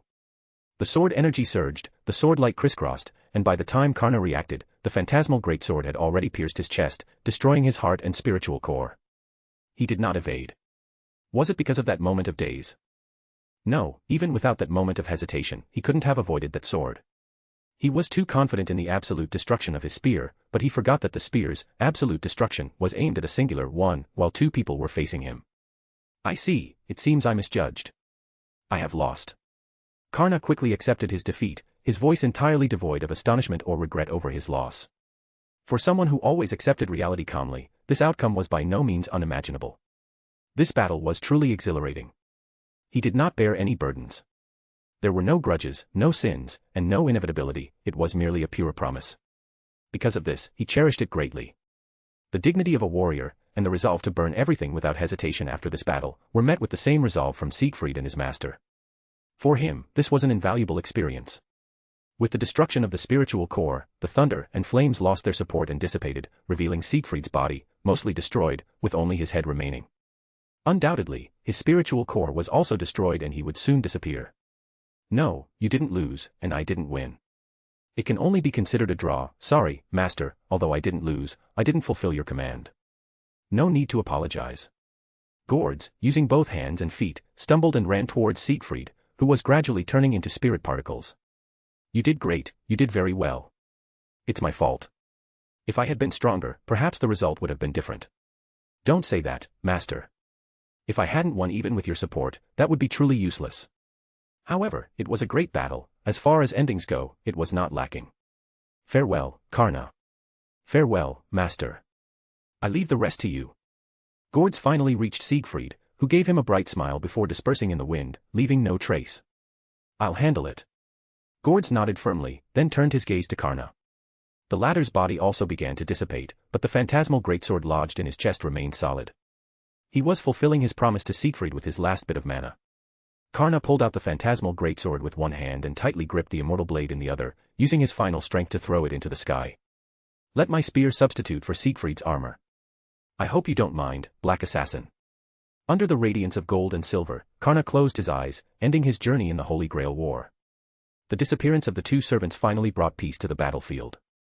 Completely exhausted, Gords collapsed on the ground, tears streaming down his face silently, as if not to disturb the rest of the two great heroes. Chapter 602, Stalemate Between Kings. Whether it was the arrangement of the counter-force or a simple coincidence, the moment the Vasvi Shakti dissipated was also the end of the Clarent son of Arthur. A passionate red, a lively red, a straightforward red, a dazzling red, different from Artoria's brilliance but equally resplendent, returned to calm. In the flames, King Arthur, Artoria, maintained her original posture, unscathed. She did not carry the scabbard, which was more precious than the holy sword and could nullify any attack. Her strength was not great enough to ignore an A++ rank anti-army noble phantasm. The reason she was unharmed was that this noble phantasm was the son of Arthur. As the child of King Arthur, this noble phantasm would bring harm to everything along its path but would not harm Artoria, the parent. Having come to terms with her true feelings, Mordred would not repeat past mistakes. Even if she rebelled, she would not harm her father, nor would she spill Arthur's blood. The only blood she would spill was that of enemies, especially those of her father. Yes, just like Semiramis, who was now kneeling on the ground. The enchanting and alluring aura was completely gone. The scale armor woven from god-fish scales had been reduced to fragmented pieces. The black swan-like evening dress beneath was torn and tattered, the openings in disarray, constantly oozing blood. There was no trace of her former bewitching beauty. Just like my mother, a coward with first-class survival skills. Mordred grimaced in displeasure, raised the king's sword, and advanced step by step. No matter how badly injured or pitiful Semiramis appeared, Mordred would not waver. What this woman had done to her and her father earlier was unforgivable, even if she died 10 times over. Perhaps due to her severe injuries, Semiramis ignored Mordred's taunts and spoke calmly. A fine strike. The passion within it reminded me of an old friend. She was as dazzling as you, with the power to inspire others. Saying nice things now won't help. Just leave quietly. As she spoke, Mordred had already reached Semiramis and placed her sword against her neck. Semiramis remained calm as if she didn't care about Mordred's threat at all. If I could, I would like to leave quietly, but the performance isn't over yet, so. Mordred instinctively sensed danger and exerted force with her right hand to behead Semiramis. Unfortunately, she was a step too late. The flash of the king's sword met not flesh and bone but ripple after ripple, like water waves. The ripples quickly spread outwards, twisted, and turned into butterflies. The butterflies danced, scattering droplets of light like the clear moonlight, falling into a sea of flowers. Illusion. Damn, using tricks again. Show yourself. Sword light flashed, red lightning surged, and Mordred's magic power rampaged through the surrounding space, but it didn't reveal Semiramis. Not far away, Artoria carefully observed the butterflies for a moment, and then her expression changed. She sprinted towards the door of the throne room as fast as she could. No, her target is. Before she could finish speaking, she stomped heavily on the ground, forcibly stopping her charge. Because a dark gold metal spike was already at Kyrie's neck, and Semiramis, who had disappeared in a flutter of butterflies, was now outside the throne room. Mordred, filled with rage, pointed her king's sword wrapped in red lightning at Semiramis. Let go of my master, or I will tear you to pieces. I need to correct you on 2 points. Someone interjected. It was Merlin, who had been watching the drama unfold. First, servants vanish directly after receiving fatal wounds, leaving no corpse behind, so you can't tear her to pieces. Second, even if she doesn't let go, there's nothing you can do. If your master dies, you will disappear too. Merlin, you bastard, whose side are you on? Mordred's eyelid twitched uncontrollably. If not for him helping her earlier, she would have already swung her sword at him, even if it wouldn't accomplish anything. I'm not on any side, I'm just an observer. Merlin shamelessly shrugged and then smiled at Semiramis. An excellent performance, illusion, footwork, breath concealment. This is a true assassin, not a caster or berserker in an assassin's guise. Mr. Merlin, you're too kind. Since my stealth has been seen through, it means my covert maneuvers have failed. He's right, Mr. Merlin, with your keen sight, it's hard to deceive your eyes. Heh, I'm not boasting, but I can indeed see anywhere in this world. However, it's limited to this world. I can't see more expansive places. For example, you and Mr. Shiro have many aspects that are beyond my sight. Could you enlighten me? Hearing Merlin's words, Artoria seemed to think of something. More expansive, could it be the stars? That's enough, Miss Artoria. Saying more might cause unnecessary trouble, you know what I mean. I understand, this. Artoria nodded, her expression serious. Just call me Semiramis. Other names don't matter to you. Mordred questioned sharply, so, you're not Semiramis. What are you trying to do? I don't intend to do anything myself, nor do I want to interfere in your conflicts. The voice was the same, but it carried a completely different gentle tone, sounding very pleasant. But she is my friend. I can't just watch you kill her. This Hanging Gardens hasn't reached the point of collapse yet, so I must ask you to wait patiently here for a moment in this somewhat unfriendly manner. It won't take long. Mordred impatiently interrupted, nice words, but what about the Holy Grail? What will happen to the world? There's no issue over there. Jeanne d'Arc has already reached the Holy Grail and is suppressing its activation. Merlin, you. Mordred was utterly helpless against this constantly interfering person. Fake Semiramis, give it to us straight. How long are we supposed to wait? Until their battle concludes. Semiramis pointed to the sky, where the frequency of the flashing red and blue lights, and black and white colors, was increasing. Finally, a strong light burst forth, overshadowing the brightest stars in the sky. 2 stars collided head-on, erupting in unprecedented flames and a thunderous roar that echoed across the land. After the collision, the red star soared high into the sky, while the blue star fell heavily, plunging into the dark abyss beyond sight. Chapter 603, Chapter 603, Watch the Arrow. Master. Artoria's heart tightened. Even though the master-servant contract no longer existed, and the battlefield in the sky had long surpassed her sensory range, she knew that the blue star was her former master, Shinji Matou. She was anxious, wanting to help but lacking the means to fly. All she could do was look at Merlin in distress.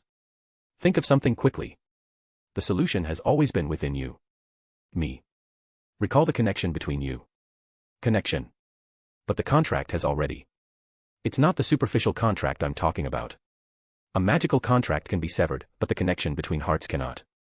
Mordred thinks of you, so her sword won't harm you. You just need to think of him, and your power will reach his side. Thinking of him. I'll give it a try. Artoria closed her eyes thoughtfully, calling out in her heart the name of the person with whom she had formed a deep bond. Master, Shinji, let me lend you my strength. Mana flowed out from Artoria, not in a burst like in battle, but smoothly and steadily. Her thoughts, accompanied by mana, flowed through the flower sea beneath her feet, through the upheaved palace, into the silent night, and finally into the abyss under the garden, bringing a sliver of light to the pitch-black darkness. It also gave direction to the fallen star. Seeing this, Mordred gritted her teeth, muttering phrases like, taking my father. No way. Just you wait. Merlin, with a smile that seemed both gratified and regretful, said to Semiramis, faith can become power, faith can create miracles, faith can reach the realm of magic. That's why I love humans. What do you think? Semiramis didn't reply, merely looked up silently at the night sky, watching the red star that had lost its brilliance. Her eyes showed a mix of tranquility and enchantment. Due to the grand battle tonight, the sea area surrounding the Hanging Gardens had been cleared. No ship would pass within 50 nautical miles, bringing an unusual calm to the famous tourist destination along the Black Sea.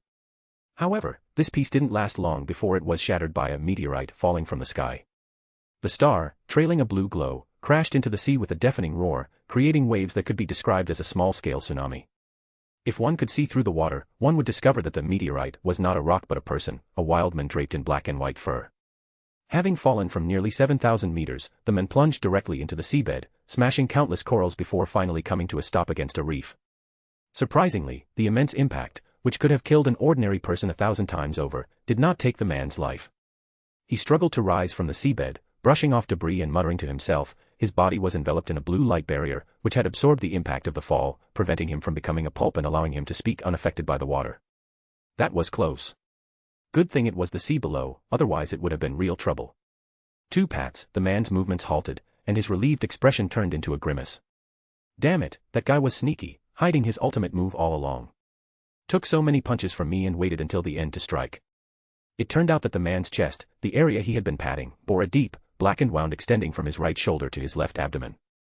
The wound wasn't bleeding, as the surrounding blood vessels had been cauterized by high heat, preventing any blood flow. This man was none other than Shinji Matou, and the one who had knocked him from the sky was his opponent, Amakusa Shiro Tokisada. In their aerial battle, Shiro initially had the upper hand, but as time passed, the power of command spells dwindled. In contrast, Shinji's familiarity with third magic and origin caused his combat ability to surge. He had planned to finish this battle in one go, to give that bastard who had tormented him multiple times a thorough beating, one so severe that even his mother wouldn't recognize him. Unexpectedly, his opponent still had a terrifying trump card hidden.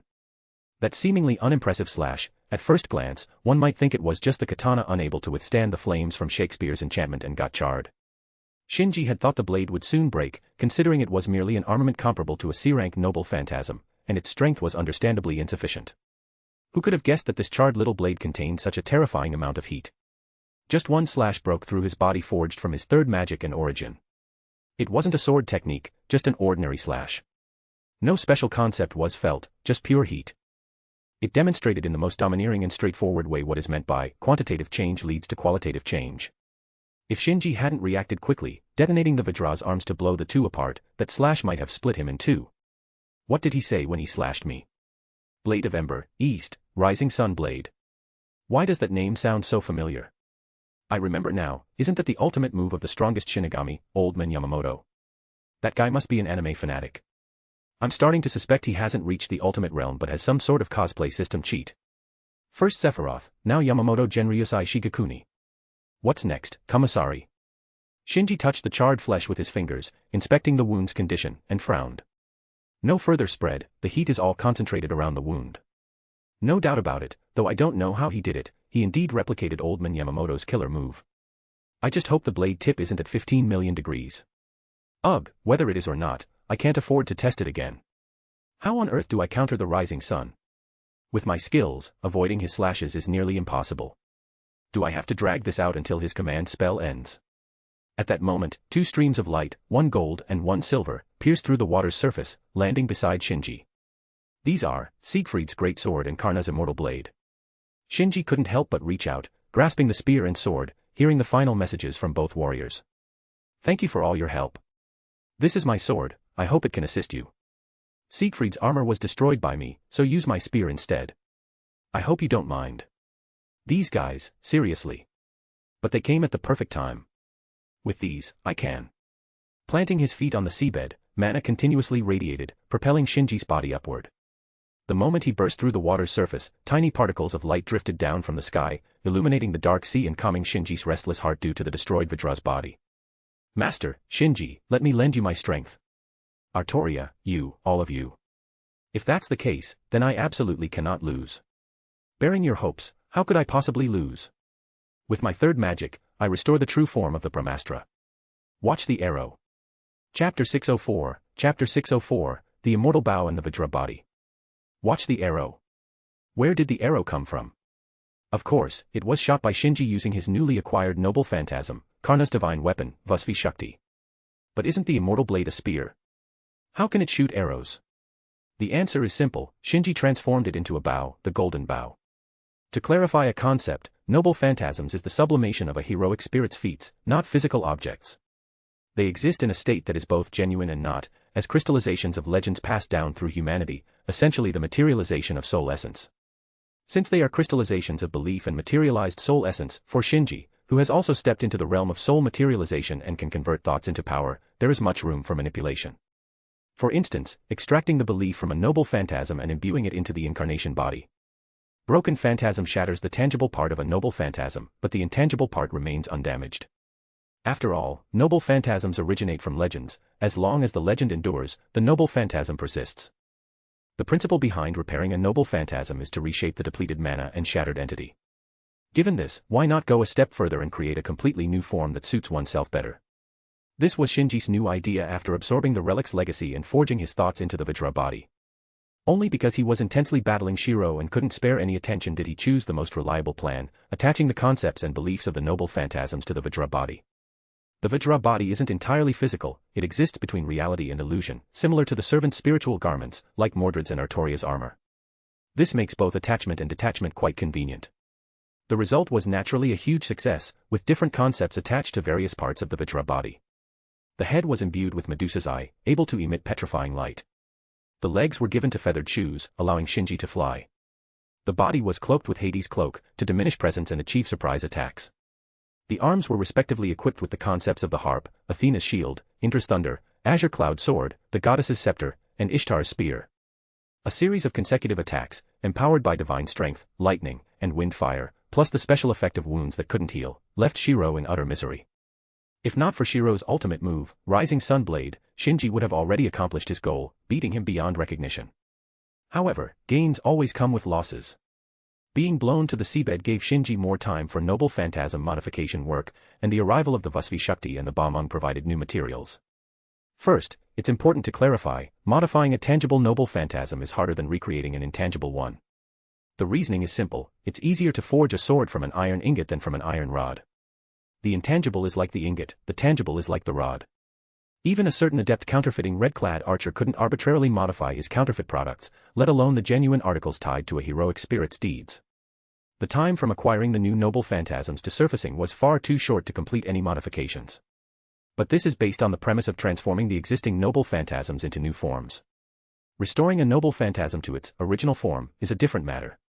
Although possessing uncrowned martial arts, proficient in various weapons, Karna was renowned as a great hero for his archery. His divine weapon, Vasvi Shakti, was originally a bow but transformed into a spear due to his lancer class.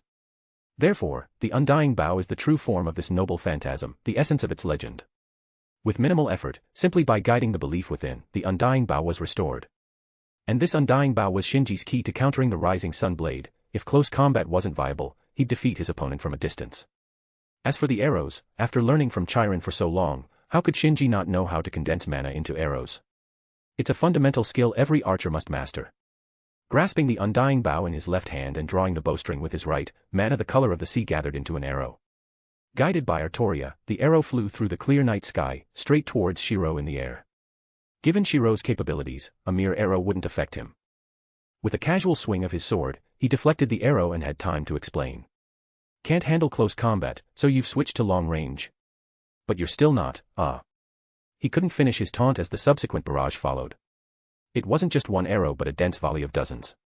Almost forgot this guy has a Vajra body. A rapid-fire technique is a high-level archery skill. Even someone as strong as Chiron could only shoot 10 arrows in quick succession due to the strain continuous shooting places on the arms. But this is assuming 2 hands are used, one to hold the bow, the other to shoot. If additional hands are available for rotation, the strain is significantly reduced. Forget dozens, even firing hundreds of arrows continuously is no pressure at all, no need to explain, having many hands is just that advantageous. This isn't an archer, it's a humanoid machine gun. What's even more outrageous is that this machine gun comes with an Artoria brand Divine Realm guidance system. No matter how Shiro runs or dodges, Shinji's machine gun can find its target immediately, launching a wild barrage that forces Shiro to leap up and down, dash left and right, repeatedly yelling. Foul, foul, using would release in the Type Moon set is against the rules. You have the nerve to say that. Rising Sun Blade in the Type Moon set isn't against the rules. Shinji's voice not only grew louder, but his attacks also became more ferocious. Leaving Shiro bruised and battered was too lenient, turning him into a pincushion was a more fitting end. After firing over 1,000 arrows in succession, Shinji had a new realization. He began to imbue the beliefs of the noble phantasms attached to his Vajra body into his mana arrows, endowing them with entirely new attributes. With this, Shinji's firepower stepped up to another level. The humanoid machine gun was still the same, but it occasionally switched to a mortar to launch a few rounds. Shiro's situation became even more difficult. After all, he didn't control the second magic, and dimensional leap had its distance limitations. Previously, he could rely on the skill to jump out of the arrow rain's range, but arrows imbued with noble phantasm effects were a different story. Especially with the azure cloud effect known for its wide area, one misstep and he could be caught by the wind and fire. Though it was just a superficial injury, the cumulative effects could still affect his condition. You forced me to use my ultimate move. The increasingly disheveled Shiro took a deep breath and suddenly halted in midair. How could Shinji let such a great opportunity slip away? Strike while the iron is hot. First, a wave of arrow rain, followed by 2 azure cloud sword arrows and Indra's arrow, giving Shiro no chance to catch his breath. However, this time, Shinji's attack had no effect whatsoever. Before the countless arrows could approach Shiro, they started to melt suddenly. Whether they were pure mana arrows or those imbued with noble phantasm concepts, none managed to get within 10 meters of Shiro. Blade of Ember, West, Sunset Hell Robe. Chapter 605, Chapter 605, Shursho is still Shursho. Melting Shinji's rain of arrows in one breath, Shiro immediately switched from defense to offense, stepping on the void and rushing towards Shinji. Shinji, being straightforward, directly cancelled the buoyancy acting on him and sank to the bottom of the sea. Before Shiro could announce the name of his move, Shinji had already figured out his technique, Blade of Ember, West, Sunset Hell Robe, which diffuses the heat stored in the blade, covering the body and burning all incoming threats to ash. It's an all-in-one offensive and defensive move. The way to counter it was simple: find a way to cool it down. With the ocean beneath, let's see if you can evaporate the seawater. Although Shiro was absurdly strong, he ultimately couldn't evaporate the entire ocean. Seeing Shinji entering the water, he immediately reduced the heat around his body, hovering about 100 meters above the sea surface. The battle reached a stalemate. Shiro couldn't evaporate the ocean, and rashly entering the water would severely affect his movement, so he could only let Shinji hide in the sea. Shinji was also helpless. Getting close would mean facing unbearable heat, and long-range arrows couldn't penetrate the Sunset Hell Robe. The more troublesome part was Shiro's dimensional leap, a skill that had saved Shiro from peril many times. Without a way to counter this skill, Shinji couldn't truly defeat Shiro. Thus, the two could only glare at each other across the seawater, using telepathy to mock each other. You come out. Not coming out, unless you stop using the Sunset Hell Robe. Do you think I'm stupid? How about you come down? Okay, I'll come down if you remove your third magic. Deal, you come down, and I won't use it. Really won't use it. Really won't use it. Shinji demonstrated his sincerity with actions, applying a water diversion rune to himself and then truly removing his third magic, transformation. Alright, wait there, I'm coming down. Shiro didn't hesitate either, diving into the water and kicking towards Shinji. Shinji also kicked his legs, gripping the bombong and charging at Shiro. Both seemed intent on having a long-awaited head-on collision. However, just before the collision, a tremendous magic power erupted from Shinji's body, and the previously dissipated magic aspect reformed. Bombong and four fists rained down on Shiro like a storm. Unexpectedly, Shiro moved faster. Before the transformation could solidify, his figure blurred, and he dimensional leaped out of the water. I guessed you would cheat, good thing I held back. How did I cheat? You asked me to remove my transformation, but you didn't say I couldn't reform it. So if I remove my Sunset Hell Robe, will you come out? And then you put it back on. Do you think I'm stupid? You're not stupid, just a bit slow. If you have the guts, don't come out. Fine, I won't come out. Let's see who outlasts whom. Shinji's words hit Shiro's weak spot. His current strength was entirely supported by command spells. Once the effects of the command spells wore off, even 3 Shiros wouldn't be able to defeat Shinji, who had grasped the third magic and awakened his origin. The mastermind behind this holy grail sighed helplessly. I can't outlast you. In a few minutes, the effects of the command spells will end. This also meant that Shinji had only a few minutes left if he still intended to defeat Shiro in his strongest state. So, what do you want to do? I will concentrate all my remaining magic power into the next strike. I see, going all out for one final clash. Exactly, dare you. Shinji snorted, what's there to be afraid of? Shiro laughed heartily, that's right, this is the you that I know. The you that I know. The rest can wait until after we finish this. Alright, I'll wait for your explanation. Come on, Amakusa Shiro Tokasada. Bring it on, Matou Shinji. The red star once again shone with a dazzling brilliance. It was Shiro's entire magical power, the last radiance of his command spells, which were about to be exhausted. With this surge of magical power, the heat around Shiro began to rise rapidly. In just a few seconds, the seawater beneath him started to boil. There was no doubt that Shiro's next strike would be terrifying. Witnessing such a display of power from his enemy, Shinji was at a loss. He didn't know what kind of move to use as the final blow. Whether it was the previous close combat or the subsequent arrow storm, their destructive power was somewhat lacking. Releasing the true names of the fantasy great sword and the immortal blade was an option, but Shinji felt it would be a bit regretful. Firstly, it was the final move, and he didn't want to use someone else's technique. Secondly, these two noble phantasms might not even be able to match Shiro's last strike. It had to be something of his own, capable of matching the terrifying incoming strike. After much consideration, Shinji could only think of one answer: explosion, a pure and true strike. Though it seemed odd, it was indeed his most proficient and powerful technique at the moment. Alright, let's do it. The transformation was a combination of faith and magic. He would inject all the power he could currently muster into it, then infuse the faith of his noble phantasms to create an unprecedented super bomb. Yes, he decided, he would use this bomb as a grand finale firework. With this in mind, Shinji began to gather his breath, concentrating all his power. Only by doing so could he unleash his strongest strike and overwhelm Shiro in this final move. Magic was drawn out, thoughts were focused, and faith was compressed. Each step was performed methodically. One had to admit, "You have an outstanding talent in this area, but..." A voice interrupted Shinji's concentration, not a pure thought from a relative or friend, but a direct telepathic message. "Who? Can't you recognize my voice?" A deep, magnetic, majestic yet pleasant voice instantly triggered Shinji's memory. "Shursho. But just because it's a different world, I'm always your Shursho." This statement confirmed Shinji's suspicion. The voice belonged to Scathach, the Scathach of this world, someone he had no interaction with. However, even without any interaction, it wasn't surprising that Scathach, with her vast abilities, could see through Shinji's origin, given that most of his skills came from her. How could that be? "No matter the world, I am your disciple, as long as you are willing." You know how to speak well. No wonder the me in the other world was willing to take you in. Scathach seemed quite pleased with Shinji's response. "Do you have any instructions, Shursho? If there's nothing urgent, let me throw this first." "You can't throw it." "Eh? Why?" "Because it's too wasteful. Such a precious thing shouldn't be used as a bomb. There are ways to defeat the enemy other than explosions. Concentrate and feel with your heart. Now that you have grasped magic, you should be able to understand." And then, Shinji saw it, that grand battle at the end of the Age of Gods, that catastrophe that swept across northern Europe, and the magical chapter that could rival the pinnacle of the sword. Chapter 606, Ragnarok. At the end of the mythological era, there was a cataclysmic battle that heralded the end of the Age of Gods. On the beautiful land of northern Europe, a disaster known as the Fimbulwinter descended, a harbinger of the apocalypse, consisting of 3 consecutive, long, and cold winters. The sun lost its warmth, strong cold winds blew from all directions, and the world was devoid of warmth. In the bone-chilling cold, the world was filled with suspicion and conflict. War and malice dominated the world, and people everywhere hacked each other with spears or swords. Blood stained the earth, and fragments of shields and armor were scattered everywhere. Hungry wild beasts roamed the wilderness in search of food. People no longer showed tolerance, understanding, or mutual assistance. Instead, they turned against each other, with siblings killing each other and fathers and sons becoming enemies.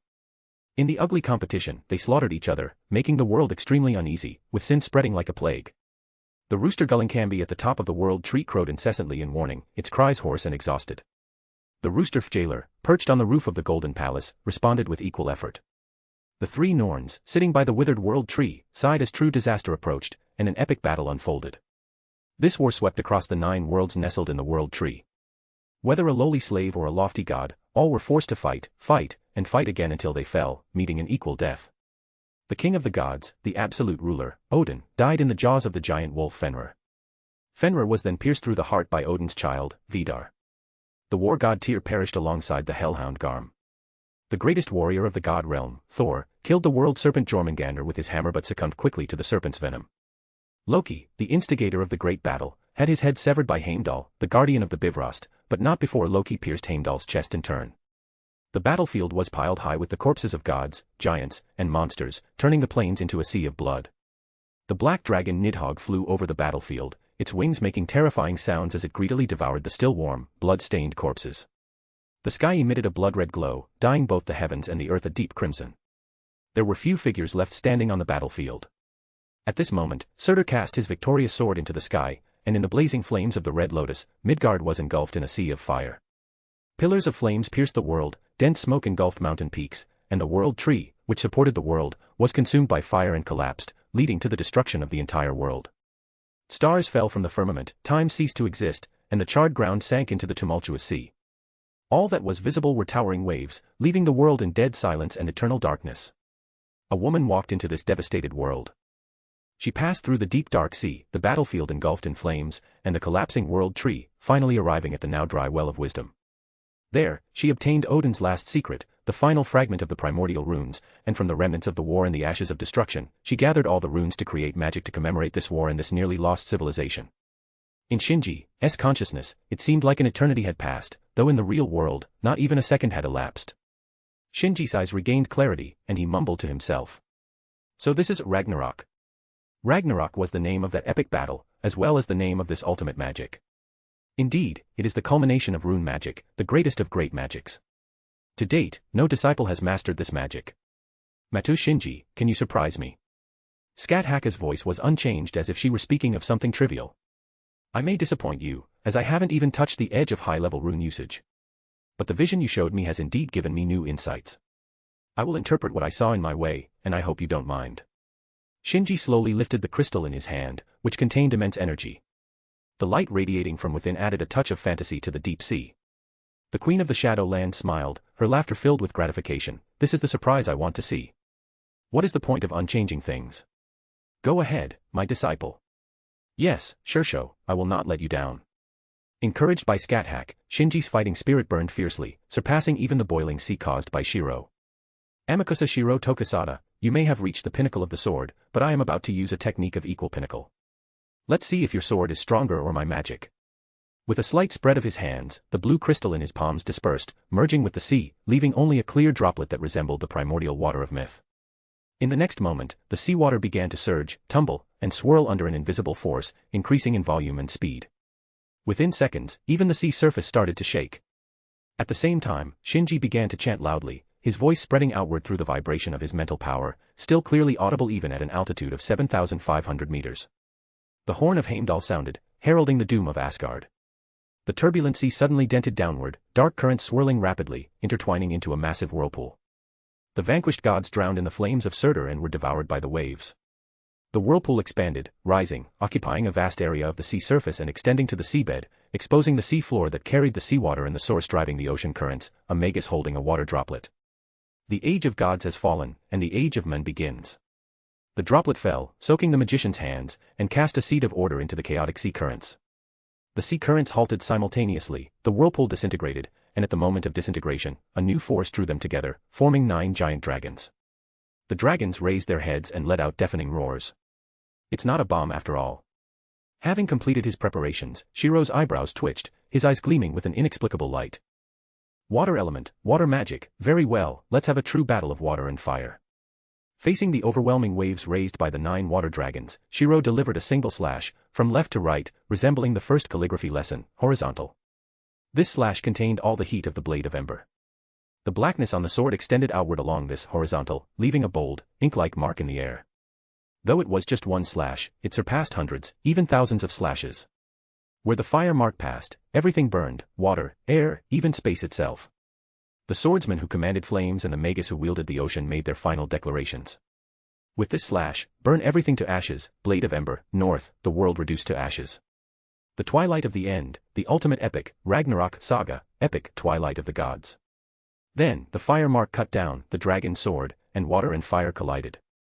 It was as if a mythical battle was reenacted, and the end of the world reappeared. Chapter 607, Chapter 607, The Final Strike. Steam, steam, steam. Mist, mist, mist. Droplets, droplets, droplets. The sea surface within a few kilometers was entirely shrouded in various forms of water. This was the result of the collision between water and fire. Water was evaporated and vaporized by the high temperature, while the heat of the flames was gradually reduced by the endless water. The immense magical power contained in the slashes and water dragons became the irreplaceable driving force and catalyst of this confrontation. With each meter it advanced, the slash that dyed the space black, like ink splashed on paper, was worn down by the oncoming water flows. Meanwhile, the 9 water dragons formed by drawing countless seawater were continuously eroded by the high temperature.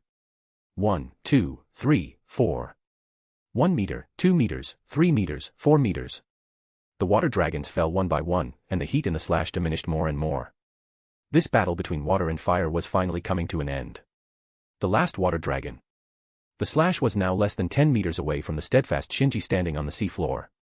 With a boom, the water dragon exploded as if it had been filled with dynamite, once again erupting into boundless steam, mist, and droplets. Amid the ever-changing water vapor, a trace of black still resolutely moved forward. Though unremarkable, though only a tiny bit remained, it still advanced, proclaiming the victor of this water and fire battle. However, winning the water and fire battle did not mean becoming the ultimate winner.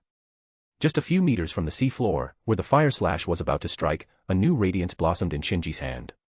That was the magical light that existed only in the Age of Gods, the true ether stored in the fantasy greatsword, the genuine light of twilight. When this radiance bloomed, the chapter of Ragnarok depicted by Shinji was truly complete. The ultimate magic that Scathach realized in the ruins belonged to Scathach, but this chapter personally chanted by Shinji, this epic personally painted, was truly Shinji's realization. Hence, he added the suffix saga to the original magic name Ragnarok, and the final form of the magic with 9 water dragons and the twilight light differed greatly from Scathach's conception. Twilight bloomed, and the last ashes were completely dissipated. In the twilight light that filled the field of vision, Shiro, hovering in midair, and Shinji, standing firmly on the ground, exchanged glances and simultaneously charged at each other. Since the long-range magical duel using all their powers could not determine the victor, they returned to the most primitive close combat. The black-clad priest whose red glow had completely dissipated gripped his katana with both hands and slashed down. Shinji, who had poured out all his thoughts and magical power, swung his greatsword heavily. There were no deceptive moves, no various techniques, only the purest contest of strength. In terms of physical fitness, Shinji had the advantage, but Shiro had the advantage of height and position, and his mastery of his weapon was far superior to Shinji's. Thus, the greatsword and katana were locked in midair, neither able to overpower the other. Wah! Ah! The two roared at each other, using this most primal method to boost their momentum, intending to overwhelm the opponent. However, both had such a strong desire to win that they fell back into the sea, their bodies submerged by the returning water, and even their roars were muffled, yet the final victor was still undecided. Even with difficult breathing and increasing pressure on their bodies, neither showed any sign of giving up. The grinding sound at the point where the katana and greatsword locked continued, only muffled by the seawater, making it hard to hear clearly. 10 seconds. 20 seconds. 30 seconds. 1 minute. 100 seconds. Their eyes were bloodshot, and their faces were ashen. In such an extreme state, whoever could hold on for even 1 second longer would be the final victor. Suddenly, a faint light began to dissipate from the surface of the fantasy greatsword. Seeing this, Shinji's pupils contracted, while Shiro revealed a cunning grin as if he'd expected this. It was the light of spiritual particles, indicating that the fantasy greatsword was about to lose its physical form and that Shinji's magical power was waning. The current Shinji was no longer in an incarnation state and could not generate magical power by himself. The power converted from his thoughts had been exhausted in the previous strike. His only source of magical power was still far away in Millennia Castle, and distant water couldn't quench the nearby fire. On the other hand, Shiro's magical power was supplied by the Greater Grail. Although it couldn't significantly enhance his strength like a command spell, it was virtually endless on a regular level. Barring the cumulative damage to his body, Shiro could fight indefinitely. Am I going to lose? Can't I even win like this? A trace of frustration arose in Shinji's heart, and his high spirits began to wane, allowing Shiro to gain the upper hand instantly. At this critical moment, another voice echoed in Shinji's mind, warm and profound, like the vast plains of the Aegean region. It's not time to give up yet. Chiron-sensei. Queen Scathach taught you magic, so as your teacher, I can't lose either. Watch this, and Terry snipe. As soon as the words fell, a faint light appeared on the distant horizon, a sign of the night's end and the dawn's arrival. In the distant Age of Gods, it heralded the start of a new day and signified the release of Chiron's noble phantasm's restrictions. A meteor descended from the sky with zero delay, carrying the power of Sagittarius, and hit Shinji's back precisely. Surprisingly, Chiron's strongest arrow did not harm Shinji, nor did it affect the stalemate between the two. It turned out that the force of the arrow had long been worn down by the seawater, leaving only the purest essence of the noble phantasm to outline the constellation of Sagittarius behind Shinji. I understand now. This is the power of the constellations, the secret of Antares snipe. But the constellation closely connected to me isn't Sagittarius, it's this one. A dazzling brilliance erupted in Shinji's eyes, and the star behind him changed to depict a warrior holding a sword in one hand and a woman's head in the other. This was the symbol of the first power Shinji obtained upon arriving in this world, the legend of the great hero Perseus who ascended to the heavens after his death. Its name was Perseus. Realizing the danger, Shiro's veins bulged in his hands, and he unleashed his maximum power. Shinji reacted even faster, immediately dispelling the physical form of the fantasy greatsword, allowing the katana to slash into his chest. At the same time, he swung his fist, landing a heavy blow on Shiro's cheek. Chapter 608, Magic Perseus Fist. The katana embedded itself into Shinji's chest, reaching his spine and almost splitting his upper body in two. Blood gushed out along the blood groove, adding a touch of crimson to the deep sea. The one wielding the sword was also knocked to the ground at the same time. Even with the water's reduction, it still created a massive crater on the seabed.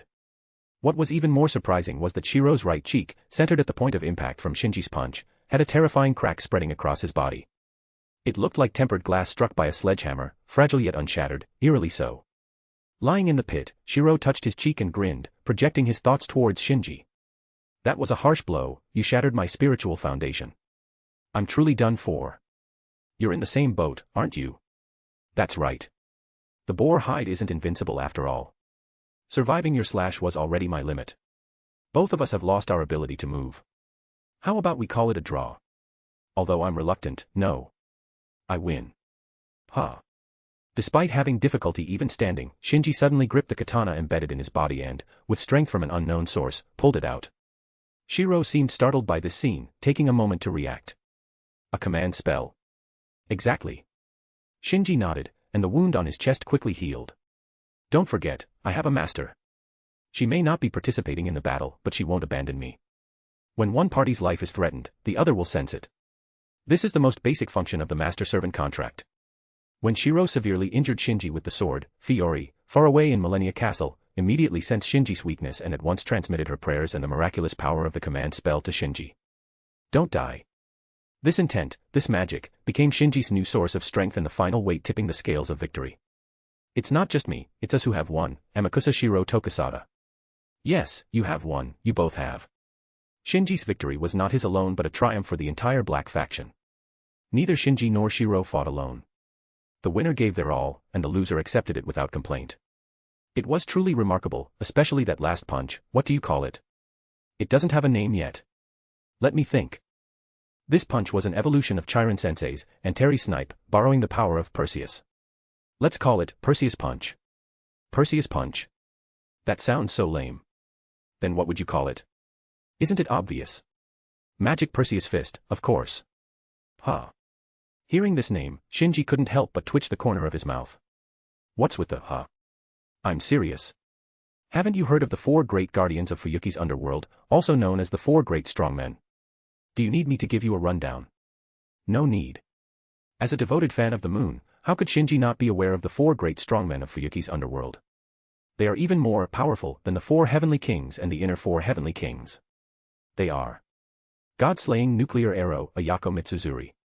Antimatter Emperor Fist, Issei Ryudu. Planetary Watcher, Taiga Fujimura. And Magic Perseus Fist, Shinji Matou. Aren't those names flashy and over the top? However, they are all products of various parodies. These 4 people are ordinary individuals, hence the quotation marks around strongmen. Especially the last title, which is more derogatory than complimentary, considering Shinji is an outright villain in the main Fate storyline. Therefore. Frankly, I don't like this name, and you should know why. I can probably guess but think about it carefully. Excluding the comedic factor, the name is quite fitting. That punch borrowed the power of Perseus, but what directly harmed the spiritual foundation was your magic. Magic Perseus Fist is indeed accurate. Now that you mention it, you're right. Shinji didn't know whether to laugh or cry. I'll think about it seriously later. For now, you need to fulfill your promise, or I'll kill you right here. Yes, I know. Follow me. After a brief rest, Shiro's stamina and magical power had somewhat recovered. He waved his hand, and a white void appeared before them. This is a special space I prepared in advance. It can block all observations. Come inside, and you'll know everything. Rest assured, at this point, I won't deceive you. You should also know that if I wanted to kill you, you'd already be dead. As Shiro spoke, he struggled to get up from the ground and plunged into the white void. Perhaps due to the fierce battle, the anger in his heart had been largely vented. Or maybe he knew Shiro was telling the truth. Shinji no longer hesitated and followed him in. After a brief feeling of weightlessness during the spatial transition, the scenery changed dramatically.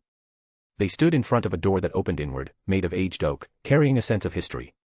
The door was adorned with an old-fashioned brass doorknob, and a sign hung on it depicting a lifelike sled dog sticking out its tongue. Seeing this door sign, Shinji's expression changed instantly. He seemed both expectant and fearful. Finally, Gritting his teeth, he pushed open the oak door. The door swung open, causing the wind chimes at the entrance to emit a crisp sound. It was an enclosed room without windows, yet it didn't feel dark. The ceiling and walls were equipped with numerous light fixtures, casting a bright but gentle light. Neatly arranged tables and chairs, like the door, were made of wood and had seen many years, but they were well maintained, providing a sense of plain comfort. Transparent glass bottles, ceramic cups, and pitchers were placed on the tables. Yes, this was a uniquely styled small restaurant. Upon hearing the wind chimes, someone peeked out from the inner room. It was none other than Shiro, who had arrived ahead. He waved at Shinji at the door and said, "Sit anywhere. It'll be ready soon." Oh, okay. Shinji responded dazedly, walking into the shop in a trance and choosing a spot in the middle, neither too close nor too far. Soon after, Shiro came out, carrying a tray with 2 bottles of wine in ceramic containers and 4 plates of small dishes. He was no longer wearing the church's robe but a chef's uniform commonly seen in restaurants. "After fighting for so long, you must be hungry. Let's eat and talk." Shiro placed the dishes and wine on the table, then sat down opposite Shinji. He opened the ceramic containers and poured a cup for each of them. "Here, cheers." Shinji didn't raise his cup. He just stared blankly at Shiro, his lips trembling and his expression rigid. This place is. Chapter 609, You have already died once. Everything before his eyes was incredibly familiar. The door, the lights, the decorations, the tables and chairs, the dishes, and even the entire restaurant felt so familiar. Even the one discordant element, the person sitting in front of him, was becoming more and more familiar. It was as if he had returned to the past before transmigration. Every day, he went to work, came home, played games, caught up on anime, and occasionally argued online. When he got hungry, he would pick up his wallet, head to a nearby restaurant, and grab a beer and a late-night snack. Don't just sit there in a daze. This is a top-grade 5 grains wine that you can't buy on the market. I managed to get it from Semiramis with great difficulty. If you don't drink it, it'll all be mine. A hand reached over. Instinctively, Shinji picked up the cup and drank it in one go, as if he had done this many times before. I'll drink. That's the spirit. As the fine liquor went down his throat, Shinji's mood calmed significantly. Though still complex, he no longer felt as foolish as he had before. Is this an illusion? No, everything here is real. Real. But this shop shouldn't be here, right? Shiro took a bite of food and refilled their cups, saying, "Nothing is impossible. I opened this shop, and I can open it wherever I want." "You opened it, you." Shinji suddenly looked up, and the boy in front of him had somehow transformed into a man in his mid-30s. The kind smile with squinted eyes was the most familiar memory of the shop's regulars. "This is my most commonly used appearance. Previously, I was using the spiritual foundation of Amakusa Shiro Tokisada. What you're experiencing is not the same as your traversal. You know why I skate." Although Shinji knew it was related to the Zelrich, the old man refused to reveal any further information. "Of course, your soul was handed over to the old man jewel by me." "You. What exactly is going on?" "Don't rush. We'll start from the beginning and take it slow. First of all, I'm not so bored that I'd take someone living a peaceful life in a world with both parents, no illness or disaster, no deep-seated grudges, and a moderately successful career, aside from not having a girlfriend, and throw him into the Naciverse, a world far from being described as wonderful. Then why did I traverse? Because you had already died once." "I died." "Don't joke about something like this. How could I have died? You even said I had no illness or disaster, so how could I suddenly?" The more he spoke, the more he couldn't continue, because Shiro's expression told him it wasn't a joke, and Shiro had no reason to make such a joke. "I died, really died." "Yes, really." "How did I die? Why don't I have any memories of it?" "Because you were drunk that day. Do you remember what happened on the last day before you traversed?" "I remember." How could Shinji forget? That was one of the few highlight moments in his otherwise ordinary life. After a year of preparation, his scores on his second attempt at the graduate school entrance exam were quite good, almost securing his admission to his desired program and advisor. In the project group he was about to leave, he made outstanding contributions. Despite the absence of 2 key members for various reasons, he completed the final project acceptance with a group of newcomers, earning the client's praise. The boss gave the project group a big bonus, gave him a significant salary increase, and granted him a few days of paid leave. He even considered giving up graduate school to continue working with his boss, achieving success both academically and professionally. On the night the salary was deposited, the team members egged him on to treat them to dinner since he had received the most. He didn't decline and dragged everyone to their usual hangout, a restaurant with a sign featuring a sled dog. Everyone was in high spirits, eating and drinking heartily, causing a ruckus from 6 until a little past 9 when people started leaving due to being unable to hold their liquor. After ensuring everyone got into taxis, he, still tipsy, returned to the restaurant. After drinking 2 more bottles of beer with the shop owner who had finally found some free time, his memory ended there. I don't remember much after that. I think I left, but maybe I didn't.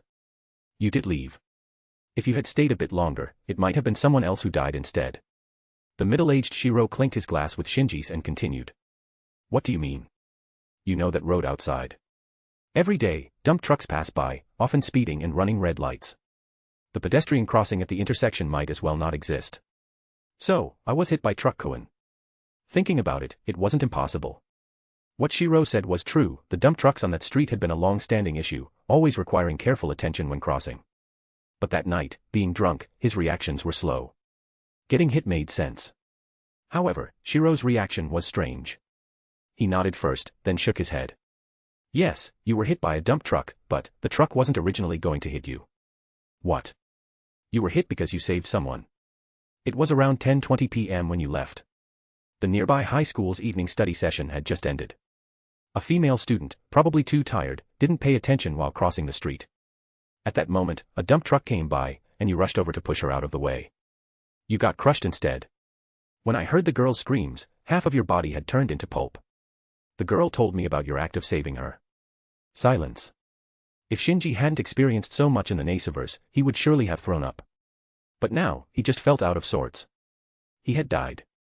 He really died, just like that, at the peak of his life. Heh. A bitter smile. It really proves that old saying true, joy begets sorrow. Do you regret it? Shiro patted Shinji's shoulder. A bit. After all, I lost my life. It's different from saving someone from drowning, donating money, or volunteering to teach in the mountains. Shinji wasn't a saint, never had been. The idea of self-sacrifice was something he could imagine but not actually do. Of course, having done it was another matter. How is that girl? If the person I exchanged my life for turned out badly, I'd truly regret it. She's doing well, very hardworking, and grateful. She said her life was given by you, and since you're not around, she's taken on your responsibilities and duties. She visits your parents every week, works part-time in my shop during her free time from studying, and sends the money to your parents. When your mother was hospitalized, she stayed with her the whole time. When I left, she was already the acting manager of the shop. I see. That's good, then I have no regrets. Shinji picked up the wine jar and desperately drank as if trying to swallow all the bitterness of his past life. Chapter 610, The Cause of the Transmigration. The events that followed were natural and expected. Shiro, feeling a sense of fate and gratitude for the person who had saved a life, decided to collect the soul that hadn't yet dissipated to give him a chance, a gesture of good karma. After some investigation, Shiro discovered that this soul had an astonishing adaptability to time-space travel. Remembering how this guy always mentioned anime, and considering Shiro's arrangements in the Type Moon universe and his friendship with the professional time traveler Zelrich, he sent him over, which led to the current story. Shinji wasn't surprised by this explanation. Shiro had a close relationship with Zelrich, and the many details in his words showed that he indeed knew Shinji's past life. However, Shinji still had some doubts in his heart. Can I ask you a question? Go ahead. At this point, there's nothing to hide. Why did you make me transmigrate instead of reviving me directly? Isn't the latter harder than the former? Well, in terms of difficulty, reviving the dead and transmigration is about the same. But for an individual, the difference is significant. For example, for me, making 100 time travels is easier than reviving you, especially since you died without a body and your soul had no anchor. From what you're saying, it seems like it could be done if you wanted to. It can be done, but the price is too high and not worth it. To put it this way, the fundamental rules between universes are different, and the concept of Earth is much more complicated than you think. On the Earth you live on, which is also the Earth I come from, extraordinary powers are greatly restricted. On this Earth we're standing on, I could save you before you got hit, or even if you died, I could change the events to make it so you didn't die. Do you understand? Shinji thought carefully for a few minutes and nodded. I understand most of it, but, changing events, can you do such an exaggerated thing? Only in a few universes. I'm specialized in combat, not in this field, so I can do it with the help of special equipment. Special equipment. That's right. You've probably heard of it, Moon Cell, a computer and observation device left on the moon by a civilization far more advanced than Earth's. The space we're in and my ability to replace Amakusa Shiro Tokisada are all thanks to Moon Cell. With this explanation, Shinji understood. Moon Cell, officially known as Moon Cell Automaton, is an energy storage entity discovered inside the moon, a photon crystal with a diameter of 3,000 kilometers. Created by an intelligent life form different from humans, it is the oldest mysterious object in the solar system. A supercomputer the size of the moon, also known as the Eye of God or Holy Grail, it decodes everything on Earth. It is humanity's database, recording all past events, and predicting all futures, and its computational scale matches that of a solar system's omnipotent computer. It is one of the two most powerful known entities in the Type Moon universe. The Type Moon branch series, Fate/Extra, revolves around it. In a sense, it is the true omnipotent wishing machine, the Moon Holy Grail. With its power, changing events and creating different spaces are easy. Moon Cell. But if I remember correctly, the magic in the Moon Holy Grail's world line should have long declined. Here. I mentioned Moon Cell because it's easier to understand that way. Moon Cell might be unique to the Moon Holy Grail line, but that computer exists in all world lines of the Type Moon universe, it just might not always be named that. I see. So what authority do you have? The sovereign kingship. Moon Cell contains a massive fictional world, and the kingship is the supreme authority within this world, akin to the omniscient and omnipotent, one god. Neither. Shiro smiled slightly and shook his head. I have user privileges. The sovereign kingship is an authority and function automatically generated within Moon Cell. Ugh, let's stick with Moon Cell. User privileges mean external operation, like how we normally use computers. In terms of hierarchy, it's lower than kingship since I don't know or can't change the program code. That's still impressive. So, what was the real reason you went to such lengths to orchestrate this Holy Grail war? It can't just be to mess with me, right? The more Shinji interacted with Shiro, the more he sensed Shiro's unfathomable depth, and the more he doubted and was curious about his intentions. I'm not that bored. There are several reasons, starting with those related to you. Since I sent you here, I naturally don't want you to live poorly. The old man sent you to the Matou family after careful consideration. The Matou family is a family that straddles between the mystical and the mundane. If you didn't want to be involved with the mystical, you could live a successful ordinary life. You know how Matou Shinji was in the original world line, frequently changing girlfriends. As for that old worm, with the old man's protection, he's not worth mentioning. So my initial worries were completely unnecessary. Hearing Shiro say this, Shinji's expression stiffened, almost fainting. What the hell was I fighting so hard for then? Shiro remained unmoved. Don't you know why yourself? To become stronger, to gain power, this is an impulse everyone has. Although you always say you have no ambition, you are quite determined, especially in the face of adversity. Retaking the entrance exam, and completing a project under immense pressure with a group of newcomers is the best proof of that. Putting you in the Matou family considered this, and it turns out that Old Worm gave you a great deal of motivation. With a desire to become stronger, the rest is easy to handle. And what about Justice? The old man set up the opportunity for that. The visit to the Land of Shadows and the chance to summon Queen Scathach were also arranged. Of course, the opportunity is given to you, but whether you can seize it depends on your ability. If you seize it, you'll soar. If not, you'll live a stable life forever. We're not your babysitters, we can't guarantee you'll become a god. I understand. People must help themselves before heaven helps them and others help them. If you've given up on yourself, how can you expect others to support you? In the end, you didn't disappoint us and even set the nearly unrealistic goal of defeating Queen Scathach and ending her eternity. Ah. Shinji scratched his head sheepishly. I got a bit carried away at the time. Besides, one must have some dreams in life, otherwise, what's the difference between living and being a salted fish? That's why I've decided to give you another opportunity, this trial. Chapter 611, The Truth of the Trial. A trial? Are you talking about this Holy Grail war? Yes. Don't be so quick to give me that look. I know you're upset, but hear me out first. Shiro waved his hand, signaling Shinji to calm down. You've indeed been progressing quickly, but at your current pace, even if given 1,000 years, you wouldn't catch up to your Shursho. That exaggerated. Exactly that exaggerated. Indeed, increasing your strength is like climbing a mountain. The higher you go, the harder it becomes. But harder doesn't mean standing still. Scathach isn't some fantastical creature that spends all day sleeping in a nest. Even though she says, "Where is the person who can kill me?" she still trains every day, like clockwork, for 1,000 years. Even if she only gets a little stronger each day, she is still progressing. You haven't even reached her level yet. Even if you did, do you think you could progress faster than her? Shinji had nothing to say for a while, then shook his head and said, "No, I can't." Several key factors determine the speed of strength improvement: talent, temperament, effort, and luck. Aside from the last one, Scathach surpasses Shinji in all aspects, and luck is too elusive to rely on. Unless he has extraordinary luck, it won't happen even in 1,000 or 10,000 years. So, if you want to defeat her, conventional methods won't work. You'll need something unconventional, like origin or magic. Origin is a continually accumulating power that can significantly shorten the time gap between you and Scathach. Magic, on the other hand, is an extraordinary mystery with infinite possibilities. Crimson Moon falling at the hands of the old man Jewel is the best example. You've been overly cautious in your training. You're unsure if you, as a transmigrator, have an origin, and you're afraid of being dominated by the impulse of origin. So, you've been reluctant to delve deeply into this area. But you don't realize that your contract with Justice and Perseus Descent has already activated your origin. And your origin is related to the third magic. If you didn't intentionally reject it, perhaps there wouldn't be so many twists and turns. Shiro spoke sincerely, but Shinji was not satisfied. So, you're saying that everything you did before was to awaken my origin? To help me understand my magic? There was no need to use such excessive methods. You could have just talked to me. As long as Zelrich asked, I would have complied. Him? He would never tell you. Look at his ruined disciples, and you'll understand his personality. If you can't achieve it, it's because you're stupid. And it's not just about origin and magic. As he spoke, Shiro's expression turned serious. You used to be like a reckless madman, relying on the advantage of foresight, charging ahead with arrogance.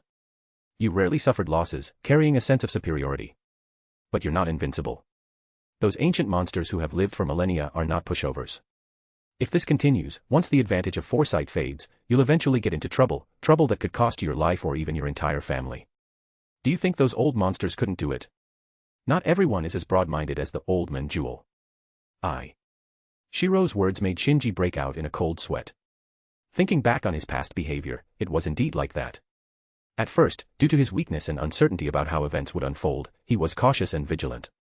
But as he succeeded time and again, and his strength and influence grew step by step, his mindset inevitably relaxed. His actions became increasingly casual, and surviving an encounter with one of the oldest dead apostles, Ortenross, inflated his ego to the extreme, completely forgetting that without Zelrich's help by sending a Len, he might already be dead. If he continued down this path, once the big shots among the 27 ancestors took him seriously, what kind of end would he meet? It's important to remember that the Naciverse is far from as pleasant as it appears in anime and novels. Seeing Shinji's frightened expression, Shiro finally smiled. Do you understand now? I understand. Many times, people are just like that, they can't listen when they feel good about themselves. Only a thorough beating, shattering their illusions and pride, can make them calm down and truly grow. Good, as long as you understand. If you understand, then this trial is considered passed. If, and I mean if, what if I didn't pass? If you didn't pass, then you would probably remain the same for the rest of your life, never reaching Scathach's level. At most, the old man Jewel would keep you safe for my sake. Shinji lowered his head, his expression constantly changing, sometimes angry, sometimes dejected, sometimes sad, sometimes manic, before finally turning into a simple, thank you. As Shiro expected, once this hurdle was overcome, there wouldn't be much hatred left. At most, there would be resentment and dissatisfaction. They might never become friends, but they wouldn't become mortal enemies either. There's no need to thank me. Although my intentions were good, I did go a bit overboard in the process. Maybe it's because I adjusted my mindset to that of a 17-year-old. Speaking of which, I should be thanking you for not chopping me up earlier. I still need to thank you, even if not for myself, then for the family that no longer has me. A high school teenager who hadn't even graduated yet went to work, and it just happened to be at Shiro's shop. And all the salary was sent to his parents from his previous life. Could it have been possible without Shiro's covert assistance? This point precisely hit Shinji's weak spot. He ultimately wasn't magnanimous enough to remain unmoved by honor or disgrace. Even though Shiro genuinely meant well, he found it really hard to accept such methods and means. Even if he couldn't do anything to Shiro now, he would seek revenge in the future. But with the kindness of secretly taking care of his parents, Shinji wouldn't seek revenge, no matter what. That was his greatest attachment to his previous life, an irreplaceable familial bond. He wished for their safety and happiness, even if he was no longer around. For this act of gratitude, Shiro merely smiled, didn't I say? Good people are rewarded. You are a good person, so you transmigrated. She is a good person, so I helped her out. By helping you both, I did a good deed and thus received a reward. Your reward? Yeah, this shop holds special meaning for me, so I needed someone trustworthy to look after it while I was away. I originally thought of calling my sister over but given her existence. Anyway, that girl saved me a lot of trouble. As for you, your very existence is a kind of reward. I'm a bit confused. Listen to me carefully, and you won't be confused. As you know, the Naciverse has many world lines, like the world you're in, which is somewhat similar to Fate/Zero, or the Fate/Apocrypha outside, or the world of Fate/Extra, where Mooncell exists. Some of these world lines are quite similar, while others develop differently. But no matter how they develop, they all lead to the same ultimate end for Earth and humanity. Shiro helplessly took a swig of his drink, while Shinji involuntarily swallowed and, in unison, they uttered the name of that ultimate end. The Land of Steel. Chapter 612, Land of Steel and Amakusa's Persistence. Land of Steel. An incredibly heavy name. A world where living beings cannot survive. It is not an official name but a colloquial term commonly used among the people who live on the desolate Earth, referring to the dying star, the Earth about to perish, and the complete end of the century. As the name Land of Steel suggests, most of the continent is now a cracked wasteland, covered by gray and white clouds. Food cannot be grown, and the atmosphere is no longer suitable for animal life as it once was. Yes, this is the distant future, the end of the Earth. In a sense, a planet is also a kind of life form, and though its lifespan is incomparably long compared to short-lived humans, it will eventually face death. The Earth is dying, and Gaia, the counterforce, is also disappearing. Before its disappearance, it called upon its peers, the UO from other planets in the solar system, to extinguish all life on the planet. UO, short for Ultimate One, are the strongest life forms on each planet, each possessing the terrifying ability to wipe out all life forms in the existing world single-handedly. They have no concept of names and are named by the surviving humans, just like Land of Steel. Indeed, even at the end of the planet, humanity could not be exterminated. They still survived relying on advanced civilization technology. This also means that the long-standing balance and struggle between the two counterforces, Gaia and Alea, finally came to an end, with Alea emerging victorious. However, this came at an incredibly heavy cost. The mother planet died, the ecological environment completely changed, and human civilization was severely damaged, barely surviving on the dying Earth, living every day under the threat of UO. Undoubtedly, this is an extremely disastrous ending. Moreover, it is an ending that all parallel worlds will inevitably face. Great beings such as the Old Man of the Jewels and the Knight of Wallachia have foreseen this ending. The Knight of Wallachia continuously calculated to avoid this ending but could not find an answer despite all efforts, ultimately pinning hopes on the legendary sixth magic, becoming a vampire. The Old Man of the Jewels is the same. In his view, although a method to avoid it has not been found, that ending can certainly be avoided. The reason is simple: among the 9 planets of the solar system, currently, it is 1999, and Pluto has not been excluded yet. Earth is not the oldest and is not dying a natural death. Since it is not a natural death, there is a possibility of avoidance. To this end, he used the second magic, parallel world interference, to constantly traverse world lines, conducting various experiments. Countless failures, countless summaries, countless restarts, the accumulated data and experiment reports could fill an entire library.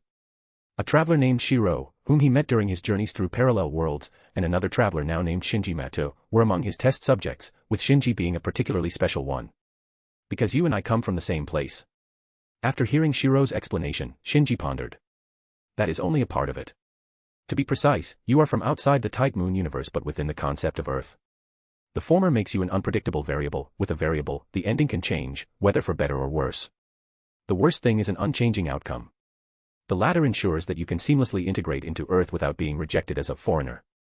You don't need to delve into the specifics for now, as I've only uncovered the tip of the iceberg of the multiverse myself. I understand, don't touch on things beyond my reach, just tell me what I need to know. This answer made Shiro very satisfied. With this attitude, I can rest assured. The Old Man of the Jewels didn't throw you into that special world line in vain. A special world line. Like Justy's survival. That's just one of the special elements. There are many other special factors. For example, dead apostles and servants. Dead apostles are enemies of humanity, while heroic spirits are protectors of humanity, and they are mutually antagonistic. Therefore, in a world line where the servant summoning system prevails, the power of the dead apostles weakens. In the world line of Fate/Zero, the power of the dead apostles is far inferior to that in the world line of Tsukihime, and the list of the 27 ancestors is different. Most importantly, Roa, the origin of the Tsukihime story, was also wiped out by Edmond Dantes during his lifetime. What? There's such a setting. Shinji was stunned. So, if I send Tuko Aozaki to the Tano family to find Roa, wouldn't she come up empty-handed? Didn't I say? The world line you're in is special. It's like a test tube, with all the elements that the Old Man of the Jewels and I could add, whether from Tsukihime or the Fate series, so Roa still exists. I see. By the way, there's something I need to remind you: although various elements have been successfully blended, it's still not the original world line, and with you as a variable, I don't know what changes will occur in the future. Don't you have access to the moon cell? How could you not know? After that world line took shape, I stopped observing it. Since it's a man-made world line, it's not as stable as a typical one. Even just observing it could have adverse effects because of my significant presence as a super variable. Then is there no problem with this world line? No problem, because it's a normally derived world line. Shiro sighed helplessly. But now, over 70% of my body is composed of alien elements. In the Type Moon world, which is exclusionary to outsiders, my true form would be jointly attacked by the two counterforces as soon as it appeared. This is the only way I can enter Earth. That doesn't sound like a good way. Shinji pondered. Of course not. Replacing the existence of a servant isn't easy. Servants are heroic spirits renowned in human history, and even with Muncell's power, it's difficult to interfere. First, there has to be compatibility, and second, the heroic spirit must cooperate willingly. Willingly. Shinji was surprised. Amakusa Shiro Tokusada's will was incredibly strong, so he was willing to be replaced. How did you manage that? Shiro laughed mischievously, like a weasel that had successfully eaten a chicken. I showed him Fate/Apocrypha, the adapted version. Then I told him that with the counterforce in place, he couldn't succeed, but if I took over, there might be a slight chance. You're ruthless. Shinji was convinced, completely convinced. Amakusa would do anything to save humanity, including sacrificing his own life. He chose Semiramis as his servant, fully prepared to become her puppet. It wasn't hard to guess what choice he would make once he knew his wish couldn't be fulfilled. But even after giving up his existence, his obsession remained within the spirit origin, constantly reminding me to seize the Greater Grail and save humanity. Especially after I hid the Greater Grail, that obsession almost drove me crazy, forcing me to make that wish. Truly, he was a saint who could endure for 60 years. Just for that, I raise a toast to him. A toast to Amakusa Shiro Tokusada. Regardless of whether his wish was right or wrong, his sheer persistence and the sacrifices he made for it deserve respect. Chapter 613, The Reward for the Trial. When Shiro replaced Amakusa, Shinji had new questions. What about Artoria, the Watcher? That was also because of me, Shiro admitted frankly. But why an observer? The two counterforces usually eliminate unstable factors directly without mercy. There are two reasons. First, most of my soul is from Earth, and the consciousness that came over this time is also the Earth part. Second, they can't eliminate me. Regardless of my strengths, just my usage rights to Mooncell are beyond their capability to handle. As long as I don't touch their bottom line, they won't act against me and might even help clean up the aftermath. Shinji knew Shiro was telling the truth. Mooncell's power indeed surpassed that of the two counterforces. Although Mooncell itself is merely an observation device without intelligence, only faithfully performing its observational and recording duties, having a user changes everything. Even Shinji knew a few ways to use Mooncell to mess with Earth, let alone Shiro. The counterforces are mechanisms to prevent extinction. They can distinguish between serious and trivial threats. Got a bit sidetracked, let's continue talking about Land of Steel. All of the old man's experiments, including you as a new variable and that world line itself, are to avoid this outcome. So what do I need to do? Shinji asked. As for me, you don't need to do anything special. Your existence represents change. Live well, and pursue the outcome you desire in your way. The old man might make some requests, like purifying the Greater Grail or achieving the third magic. Purifying the Greater Grail is a given. Even without him saying it, I would help Justice complete it. With this sample, the likelihood of success next time is high. But achieving the third magic, the old man might be overestimating me. It's not overestimation, it's that your opportunity is currently the greatest, Shiro said with a smile, waving his hand. Me. Yes, you. The people who have touched the realm of the third magic are mostly around you, and your origin is most compatible with the third magic. According to the information I read from Mooncell, the origin of the last third magician was transformation. This is also why you were chosen to enter that special world line. I see. By the way, speaking of origin, as someone not from the Type Moon universe, do I have an origin? Of course you do. The Type Moon universe is part of the multiverse, and origin is a concept that exists throughout the multiverse. Origin influences talent and future development direction. Although it's not absolute, following one's origin is indeed a convenient path, which is why your opportunity is the greatest. However, the uncertainty of magic is so high that no one knows if it can be mastered. Who knows, the new third magician might be Aozaki Tuko instead. That would be quite a sight. Imagining along with Shiro's words, Shinji couldn't help but laugh. For a long time, Tuko had been overshadowed by Aoko in terms of magic. If she mastered the third magic, the sister battle would start again, and just thinking about it was exciting. Indeed, very exciting, Shiro also laughed. In any case, you don't need to worry too much. The old man won't pin all his hopes on you, just know in your heart. By the way, I should reward you. A reward. This is a trial, and naturally, there is a reward for passing. Awakening the origin and comprehending third magic doesn't count. That is the result of your efforts, not a reward for passing the trial. I severely tricked you once. If I don't give you something good, it would make me seem too petty, and you'd probably hold a grudge. What reward? Shinji's eyes lit up. The man before him was more formidable than the old man. The reward he offered would not be ordinary. Don't you want to end Scythe's immortality? I'll show you the way. Really? Tell me quickly. Shinji was undoubtedly moved. This was his ultimate life goal. Origin and magic can only shorten the gap between him and Scythe. Even if he matched or surpassed her, he couldn't kill Scythe because she was immortal. Normally, unless the world and the outside of the world disappear, she would continue to exist. Without breaking her immortality, he couldn't end her eternity. Scythe's immortality comes from her binding with the world, that is, the planet itself. Therefore, earthly creations can't break her immortality. But things from outside Earth are different. There are plenty of things that can kill her. The simplest method, I can give you a knife that can sever her connection with the world, thus breaking her immortality. However, I don't recommend this way. Why? Because it's a foreign object. The two counterforces are xenophobic. Once you use it, they'll detect it and destroy it. If you don't care, I can get you a knife right now. Shiro looked at Shinji with a half-smile, and the latter quickly shook his head. Forget it. I'd rather hear about other methods, especially the one you recommend. That's smart. The method I recommend is this. Shiro opened one hand, revealing a vivid blue cube-shaped phantom in his palm, resembling a partially missing fifth-order Rubik's Cube. Shinji, well-versed in type moon information, recognized it at a glance. Moon cell. Exactly. Inside it holds power far beyond Earth's, as well as infinite possibilities, including ways to remove immortality. You want to give me the rights to use moon cell? Facing Shinji's hopeful gaze, Shiro shook his head. That's impossible. Only the creator of Moon Cell, the Observer Civilization, can grant those permissions. My permissions are limited to myself. Then how? Although I can't give you usage rights, I can use my permissions to open a channel for you, allowing you to enter the fictional world within Moon Cell. You can search for yourself, and maybe even grab a kingship to play with, which is a higher authority than my user permissions. How about it? No complaints about this reward, right? Indeed, there were no complaints. Shinji couldn't even speak, as the excitement on his face gradually faded. What's with that expression? Isn't this method good? It's good, just too dangerous. Shinji sighed. As you said, Mooncell's specifications far surpass Earth's. I'm nothing on Earth, so I'm even less in Mooncell. It's not surprising if I die there at any moment. You don't need to worry about that. In the real world, it's hard to say, but in Mooncell, as long as you don't want to die, it's hard to die. What do you mean? Can you somehow grant me permissions or directly install cheats, infinite HP and MP, supreme magic power? Shiro rolled his eyes. What next? A dragon-slaying saber with instant delivery on click, one-hit kill, instant max level. Chapter 614, Setting a Small Goal.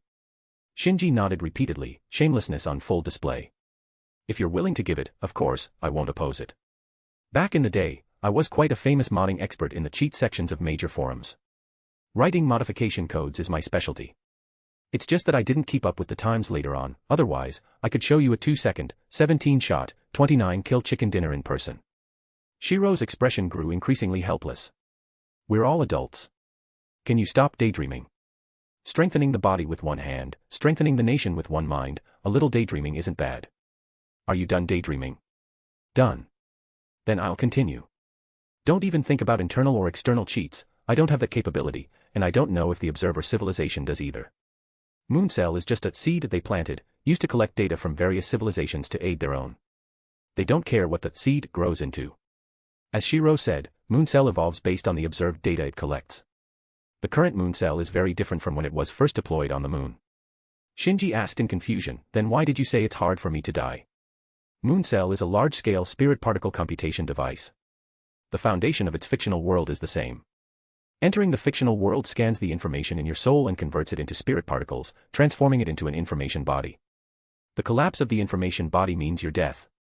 The power system and world rules built on this foundation are completely different from the outside world. Super strong individuals who can call the wind and rain on Earth might become only slightly stronger than ordinary people inside, making the fictional world indeed dangerous from this perspective. But you're an exception because you have magic. Soul materialization is magic based on manipulating spirit particles with information from the soul. For you, the fictional world is not an obstacle but your home ground. You don't need cheats from me, you carry permissions yourself. Although you'll have to figure out how to use these permissions on your own, one thing is certain, strong emotions or desires will convert into your power. As long as you want to stay alive, your magic will protect your information body. As long as the information body isn't destroyed, you won't die. The reason I chose you over the old Jewelman is because you're more suited to that world. That old guy has wanted to enter for a long time, but I've never agreed. His second magic doesn't mesh well with the fictional world, the risk of entering is too high. If he falls inside, Earth's hope in the Type Moon universe would be lost. Got it. So this path is indeed quite suitable for me. At this point, if Shinji still didn't understand, he'd be an idiot. But isn't this reward a bit too generous? This is a whole world, a world that can lead to the stars and the sea. Shinji remembered clearly that one of the endings in Fate/Extra was to head to the unknown stars and sea, truly leaving Earth. Of course, it's not for free. Shiro clasped his hands together, and the azure crystal in his palm vanished. The login channel to Mooncell is both an opportunity and a responsibility.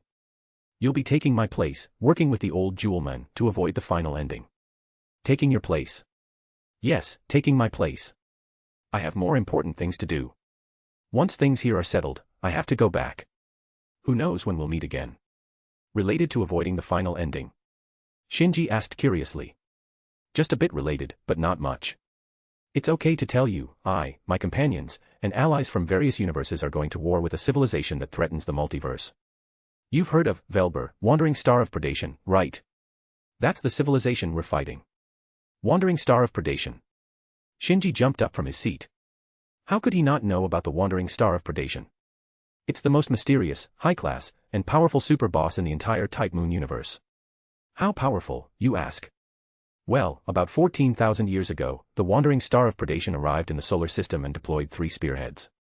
These 3 spearheads crippled the entire solar system in a short time, nearly annihilating the civilizations on the 9 planets. The previously mentioned white giant, Zafar, who could crush the original natural gods of Earth, was just a clone. Yes, you read that right, just a clone. Zafar's true body is inside Mooncell. 14,000 years ago, one of the spearhead's landing pods crashed directly onto the moon, invading Mooncell in both physical and electronic senses. It used Mooncell's power to create a destructive clone on Earth and destroyed 80% of Mooncell's data, completely taking away the solar system's potential and hope. Specifically, it used Mooncell's ability to observe parallel worlds and rewrite phenomena to write the event of the Wandering Star of Predation invasion into all parallel worlds. In all the parallel worlds that followed, the invasion by the Wandering Star of Predation served as the starting point. On the other hand, the white giant Zafar rampaged across Earth, destroying civilizations. The cries of innumerable beings converged, and the planet, crystallizing in the inner sea of the star, forged a holy sword, Excalibur, the planet's last hope. The original wielder of the holy sword wielded it to severely wound Zafar. This wound affected its true body within Mooncell, creating a brief window of vulnerability in the invasion of Mooncell. Taking advantage of this short window, Mooncell managed to seal and isolate Zafar's true body and the Wandering Star of Predation, starship within the network, barely preserving itself. This was the limit of what the non-intelligent Mooncell could do. If even a spearhead is this powerful, what about the main body of the Wandering Star of Predation? To prevent another invasion by the Wandering Star of Predation, Mooncell emitted interference waves, masking the coordinates of the entire Milky Way, thus securing 14,000 years of peace. The birth of the highest authority is also related to the Wandering Star of Predation. And now, Shiro is saying he's going to wage war against the civilization behind the Wandering Star of Predation. I thought I had already overestimated him, but I still underestimated him. You've become an outer god, right, like Nyarlathotep from High-Yor. Nairuko-san. Though the concepts differ, it's not entirely wrong to understand it that way. What, are you scared? Well, yeah. Shinji was stunned for a while before coming to his senses. I fought with an outer god. There's nothing to be so shocked about. The multiverse is vast, and there are many beings stronger than me. If you properly develop Mooncell, you might reach my level, and maybe you can even repay the debt I owe you. Let's not talk about whether that's achievable or not. The goal itself seems too distant. I think it's better to set a short-term, small goal first, like first taking care of those 3 pruning star spearheads. Shiro interjected. Shinji couldn't help but laugh and cry, "You're killing me here." Chapter 615, thank you, I'm sorry. Old man, you're killing me here. Casually complaining, Shinji then realized an even more serious problem. Wait, aren't you going to war with that Wandering Star of Predation? Why are you leaving those 3 spearheads untouched? Because they are also special elements. You can take action against them since you're part of this world, but I can't. If I'm not careful, the entire world line could collapse. With a sigh, Shinji continued, you know, the Type Moon universe has a regular selection mechanism. If a world line doesn't pass the judgment, it gets cut off entirely. A different choice could create a parallel world, and as time goes on, the number of parallel worlds inevitably increases.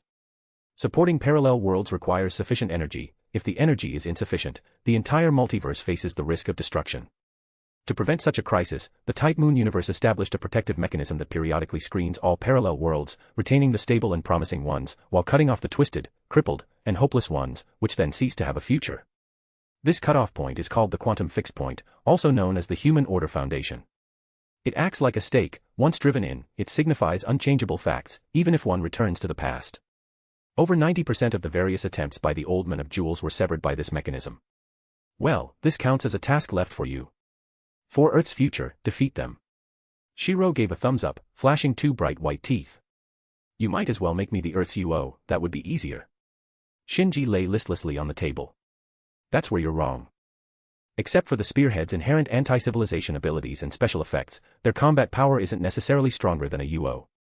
Moreover, unlike a UO, they have weaknesses and growth periods. If you find the right method, they can be dealt with.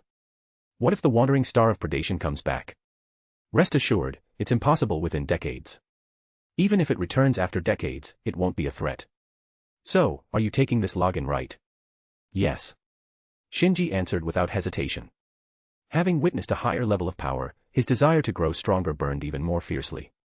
Beyond that, he harbored a hidden anxiety about the world line selection mechanism. The selection cycle is a century, and he didn't know the exact timing of the last selection or if this world line, mixed with special elements, could pass the next selection. If it failed, he would have to consider transferring the world line, not just for himself, but also for his cherished family. The most reliable method known so far is through Muncel's jump. To be safe, he must obtain Muncel's highest authority, kingship. Good, this is the person I chose. Shiro was pleased with Shinji's choice. He materialized the crystal again, tossing it lightly. The crystal turned into a blue stream of light and entered Shinji's body. The method is very simple. Find a safe place, close your eyes, concentrate, and silently chant link start. To log out, silently chant log out. Is it my imagination, or does this feel like Sword Art Online? Haha, you caught me. Shiro didn't hide it, laughing as he spoke. When it comes to fictional worlds and deep dives, that's the first thing that comes to mind. I even vacationed in that world once. It was fun to beat Kirito in various ways. I even got a unique skill dark sword opposite to the holy sword, and using it at level 21 feels amazing. You can even bring out stuff that doesn't exist. Amazing. Alright, enough jokes. We've finished the wine and the food. I've said everything I needed to. If there are no more questions, let's go. It's time to end this. Shiro stretched, stood up, and pushed open the door. Shinji followed closely. It's time to end it. Though the process was terrible, the ending isn't bad. One last question, will I be able to see my parents again? There will be a chance, as long as you become strong enough. Before the words were finished, the surroundings rapidly faded, replaced by the familiar hanging garden and the damaged altar. In front of the dazzling Holy Grail, Atlanta was holding Jean's hand, talking about something. Shakespeare was furiously writing beside them. A bit farther away, the Old Man of Jewels was manipulating space with one hand, preventing the Holy Grail's magic from affecting the real world. Shiro nodded to the Old Man, it's over. Everything went smoothly. Transfer everyone out of the garden. All right. The Old Man smiled slightly and tapped the ground with his ruby-adorned cane. Everyone felt a sudden change in their surroundings and found themselves on an arc 10 kilometers away. Along with them were the masters and servants scattered throughout the garden, as well as the Holy Grail floating in the air. Where is this? Is this your doing, witch? Beware of traps. The sudden change made Achilles and the others tense up, and it left the only conscious enforcer on the ark bewildered. Zelrich spoke just in time, I'm borrowing this place for a moment.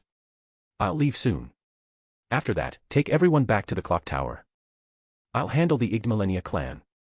Second magician, as you command. The woman dressed as a man seemed to find her backbone and respectfully stepped aside. Second magician. Gord's and Call's faces changed simultaneously. Although they had anticipated that the clock tower wouldn't let rebels go unpunished, they hadn't expected such a heavy weight. The mere thought of the spatial transfer they just experienced made them feel cold, even with top-tier servants like Chiron and Achilles protecting them. Don't be so nervous, young members of the Igdamillennia clan. I'm here on behalf of someone to take care of things. If you don't mind, the Igdamillennia clan will be under my name from now on. You mean? No objections here, how could we have any objections? Calls and Gourds exchanged glances, trembling with excitement. They had thought they were doomed, but the turn of events had one of the biggest figures in the Mages Association offering to protect them. Then go back and prepare quickly. Send a few representatives to the headquarters in London for a formal procedure. Thanks, old man, Shinji sighed, realizing he owed another favor. The old man waved his hand casually and said, if you have something to say it quickly. The counterforce is becoming restless. Got it. Well then, Shinji walked up to his companions and, with utmost sincerity, said, thank you, and I'm sorry. Chapter 616, Farewell. Thank you all for your trust and support all this time. At the same time, I must apologize. This Holy Grail war is closely related to me. I'm sorry for dragging you all into this. I'm sorry for making you participate in such a meaningless battle. At this point, Shinji bowed his head deeply. It wasn't entirely meaningless. Chiron stepped forward and said warmly, although it's a pity that our wishes weren't granted, meeting Achilles again and gaining an outstanding student like you is more than enough. Teacher. Hey, assassin, you've got it wrong. Achilles patted his shoulder. We weren't dragged into this, we chose to participate. If we didn't want to, we wouldn't have answered the summons. Got it. Achilles. If anyone should be thankful, it's me. Without you, I wouldn't know how to achieve my dreams. Atlanta squinted her eyes, her smile pure and beautiful. Atlanta. I had a lot of fun, so it doesn't matter. Astolfo held his head, innocent and carefree. Astolfo. Same here. Meeting you and Archer. If I can make some progress with my electric magecraft as you said, then I've hit the jackpot. Calls winked. Uncle Gourds thinks the same. Without your help, his relationship with Siegfried wouldn't be so good. Blah, blah. It has nothing to do with him. Gourds exclaimed in anger, but his red eyes had already betrayed his true feelings. Shinji turned his gaze to Artoria and Jean, who both smiled, understanding each other without words. Nearby, Mordred acting Tsundere, don't look at me. We're enemies. You all. I see.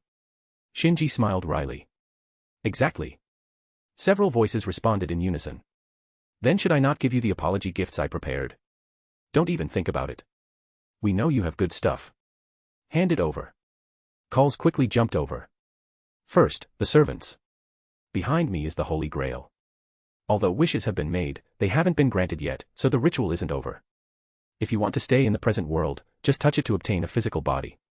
Haha, this is the best gift. Achilles rushed forward eagerly.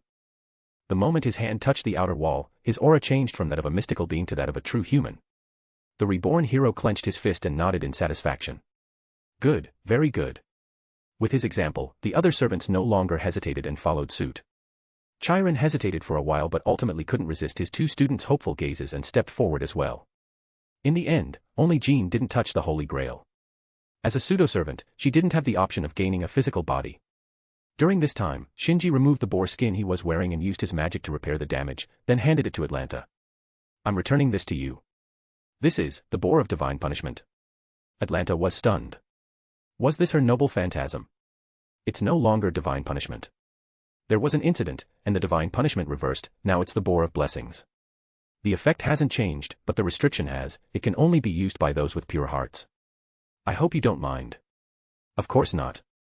Atlanta wagged her tail. A noble phantasm suited for a pure heart was perfect for her. Glad to hear it. Next, Rider's Master. Me. The homunculus boy who was called out walked over timidly. Stand still.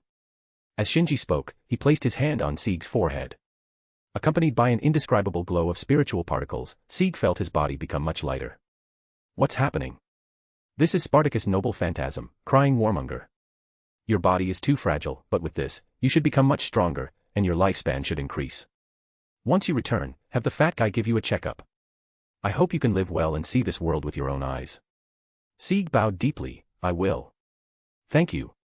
I have always been grateful. Wow, you're amazing, assassin. Get off me. Even though you look cute, I don't want to be hugged by a guy. Astolfo pounced with a whoosh, only to be slapped away by Shinji. Boo-hoo, assassin is bullying me. Stop acting cute. Also, return Pegasus to me. Boo-hoo, let me play with it for a few more days. Although it was only a short time, Astolfo had grown fond of Bellerophon. No, I'm leaving soon. Quick, return it. Boo-hoo, assassin is so stingy. Reluctantly, Astolfo returned Pegasus. Shinji then broke off a piece of the Greater Grail's outer and handed it to Zeke along with the bombong. Also, help me give this to Jack. With this, she can grow up normally like other children. And this is a noble phantasm left by Siegfried. You hold onto it first and give it to Miss Tool when you return. Wait, why give it to Tool? Gords protested. Because none of you can use a noble phantasm. Only homunculi made with the Einsburn family's techniques can. Shinji explained with a smile. Einsburn homunculi could even house the souls of heroic spirits, let alone noble phantasms. But there are many others besides Tool. Well, you have the best relationship with her. Who has a good relationship with her? Indeed, it's the best. Siegfried left a message before he left. After he's gone, Tool will protect you, and objections are invalid. Of course, Shinji made this up on the spot, but he believed Siegfried would be happy with this outcome. Gords instantly deflated. No matter how dissatisfied he was, he couldn't go against Siegfried's final wish. Calls. Here. Seeing it was finally his turn, Calls was ecstatic. I have a favor to ask. Regarding Letitia's information, please handle it well. The association and the church must not find out. Shinji spoke in a voice only the two of them could hear. Letitia was an ordinary girl, but after being possessed by Jean, she became a special case. To the Mages Association, she was a pseudo-servant who bore the power of a heroic spirit in a human body. To the church, she was a saint's vessel. If either organization found out, she'd end up a lab rat, and her family could be implicated. Shinji couldn't bear to see this happen, and neither Calls nor Fiori wanted to see it either. Entrusting it to them was the best choice. Calls, being a smart person, quickly grasped Shinji's meaning. I understand. Leave it to me. Well then. Don't you have anything to give me? No. Hearing this, Calls' expression immediately fell. Doing a favor without any compensation, how could Shinji be so cruel? Shinji found it both frustrating and amusing. All right, don't give me that look. There's no item, but there's a path. Do you want to hear it? Go ahead. To reassure the clock tower, they'll need to send someone to London as a hostage. Try to secure that spot. I'm not messing with you. Hear me out. Without this, how could you study at the clock tower? I've already chosen the department for you, Modern Magecraft Theory, in the El Meloy classroom. Trust me, just go. You'll understand once you're there. All right, I'll go, isn't that enough? Mr. Shishigu. Oh, you're including me too. Shishigu, who had somehow ended up standing next to the manly beauty, shrugged his shoulders. I've thought it over and decided to lift the curse on you. Didn't I say that'd be fine? I don't think it's fine. Shinji waved his hand nonchalantly. Emo-chan, could you do me a favor and hold your master down? Don't call me Emo-chan. Mordred protested while raising her arm. All right, Emo-chan. Hey, are you rebelling? Ignoring Shishigu's complaint, Mordred used her B-rank strength, which did not match her slender arms, to pin him down. I am the rebellious knight after all, and now that I have a physical body and you no longer have command seals, what can you do to me? Nice job. Shinji gave a thumbs up with one hand and drew the scepter of the goddess with the other. A white halo representing purifying power and a blue light symbolizing the third magic entered Shishigu's body, quickly expelling a mass of black shadow.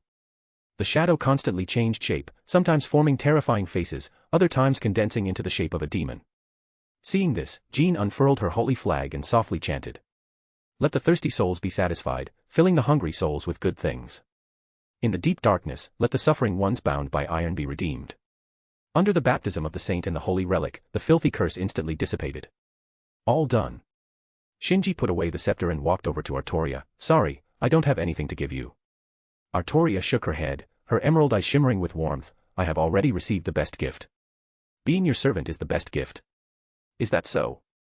Then. Shinji finally turned his gaze to Jean. I've done everything I needed to do. According to our agreement, I'm here to accept the judge's verdict. Very well. Jean pointed her holy flag at Shinji's nose and said sternly, Black Assassin Matou Shinji, for participating in the Holy Grail War irregularly, violating the rules, I, Ruler Jean, hereby expel you. Do you have any objections? No objections. Shinji shook his head with a smile. No need for the judge to act personally, we'll leave right away. Jean put away her holy flag and gave a gentle smile, slightly different from her usual one. I'm really glad you kept your promise. Me too, I'm glad to have met you. Will we have a chance to meet again? We definitely will. Jean glanced at Justice in the back row, her voice soft. Really? Then. Wait. Calls jumped out again. You're just going to leave. Aren't you going to say goodbye to my sister and Miss Reika? There's no time.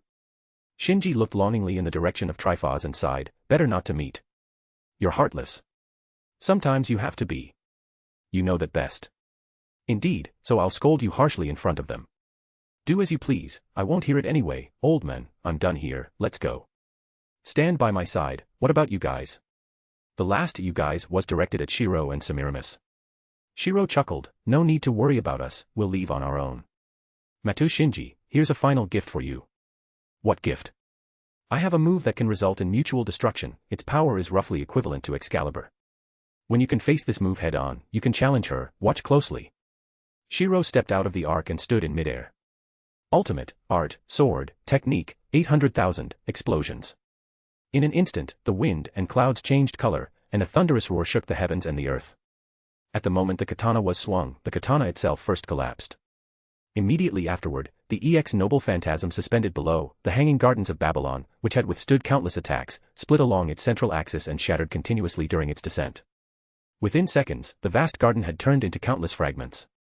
Moreover, these fragments continued to self-destruct, as if continuously being slashed by the katana, eventually turning into dust that scattered with the wind, taking the temple space based on the garden with it. Along with the collapse of the garden, Shiro's body also disintegrated. Each time the garden broke, a crack on his body would burst. As the garden turned to dust, he too dissolved into spirit particles and dispersed into the air. Amakusa Shiro Tokisada is thus defeated. Congratulations to everyone for saving the world. From now on, please continue to protect this beautiful world. Simultaneously, Semiramis's body also began to vanish. Having been struck head-on by Mordred's noble phantasm, she should have exited the stage long ago, but an unknown power had sustained her existence. Now, with that power dissipated, she too could no longer remain in the present world. Zelrich looked up at the sky and spoke. Let's go too, the Greater Grail remaining in this world will cause significant problems. Please transport it to the inner side of the world. A few petals floated down in response. Then, the space shifted, and the figures of Zelrich, Shinji, and Justice became increasingly blurry. Goodbye. Bye-bye. Until we meet again. Everyone waved farewell, even Avisprin, who had not spoken a word. This was also the last scenery Shinji saw in this world. Soon, the three had completely disappeared, and Artoria lowered her arm, lost in thought. Is this all right?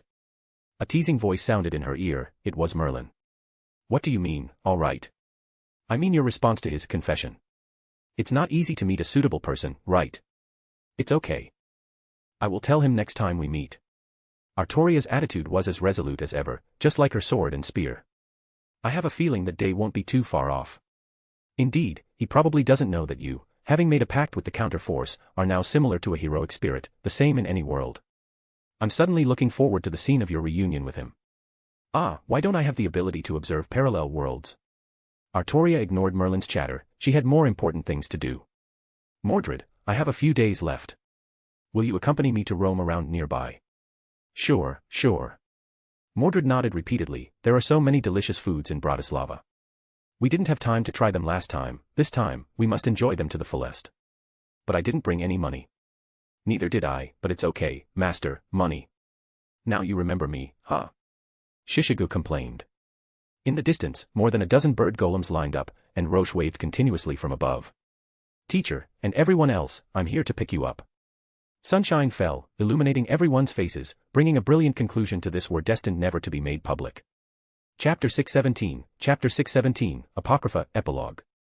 In the study of Millennia Castle, Shakespeare hummed a tune as he enthusiastically wrote his manuscript. This time, without a doubt, the evil demon king and empress were defeated. Although it can't be called a perfect ending, it's already quite good. As the saying goes, the web of our life is of a mingled yarn, good and ill together. Nothing can be perfect, even our works. For him, the outcome of the war was just a change of scenery for his writing. As a writer without any physical strength, he only needed to faithfully fulfill his duty as an author. This was also his agreement with the mysterious master who had already left. Shakespeare loved writing and enjoyed completing the works he started. At his level, he no longer cared about others' praise. As long as he could make an already interesting story even more interesting, that was everything to him. He believed. He believed in people's dreams, ambitions, and anger. In this world, interesting and fun things will never disappear. Even if they did, he would provide them. This story was also very interesting and fun. Everyone was doing their best to live and think. Whether it was tragedy or comedy, or something else entirely, recording all of this was a supreme happiness for him. Be they heroic spirits, humans, magi, or even homunculi, the materials are the same. We are such stuff as dreams are made on. The dreams of Amakusa Shiro Tokusada, Semiramis, Jeanne d'Arc, and Matou Shinji. If these intense and ephemeral dreams aren't recorded, can one still be called a writer? The speed of his typing increased, and Shakespeare's thoughts flowed like a spring. Large sections of text poured from his fingertips, forming splendid chapters that were simultaneously recorded in human history.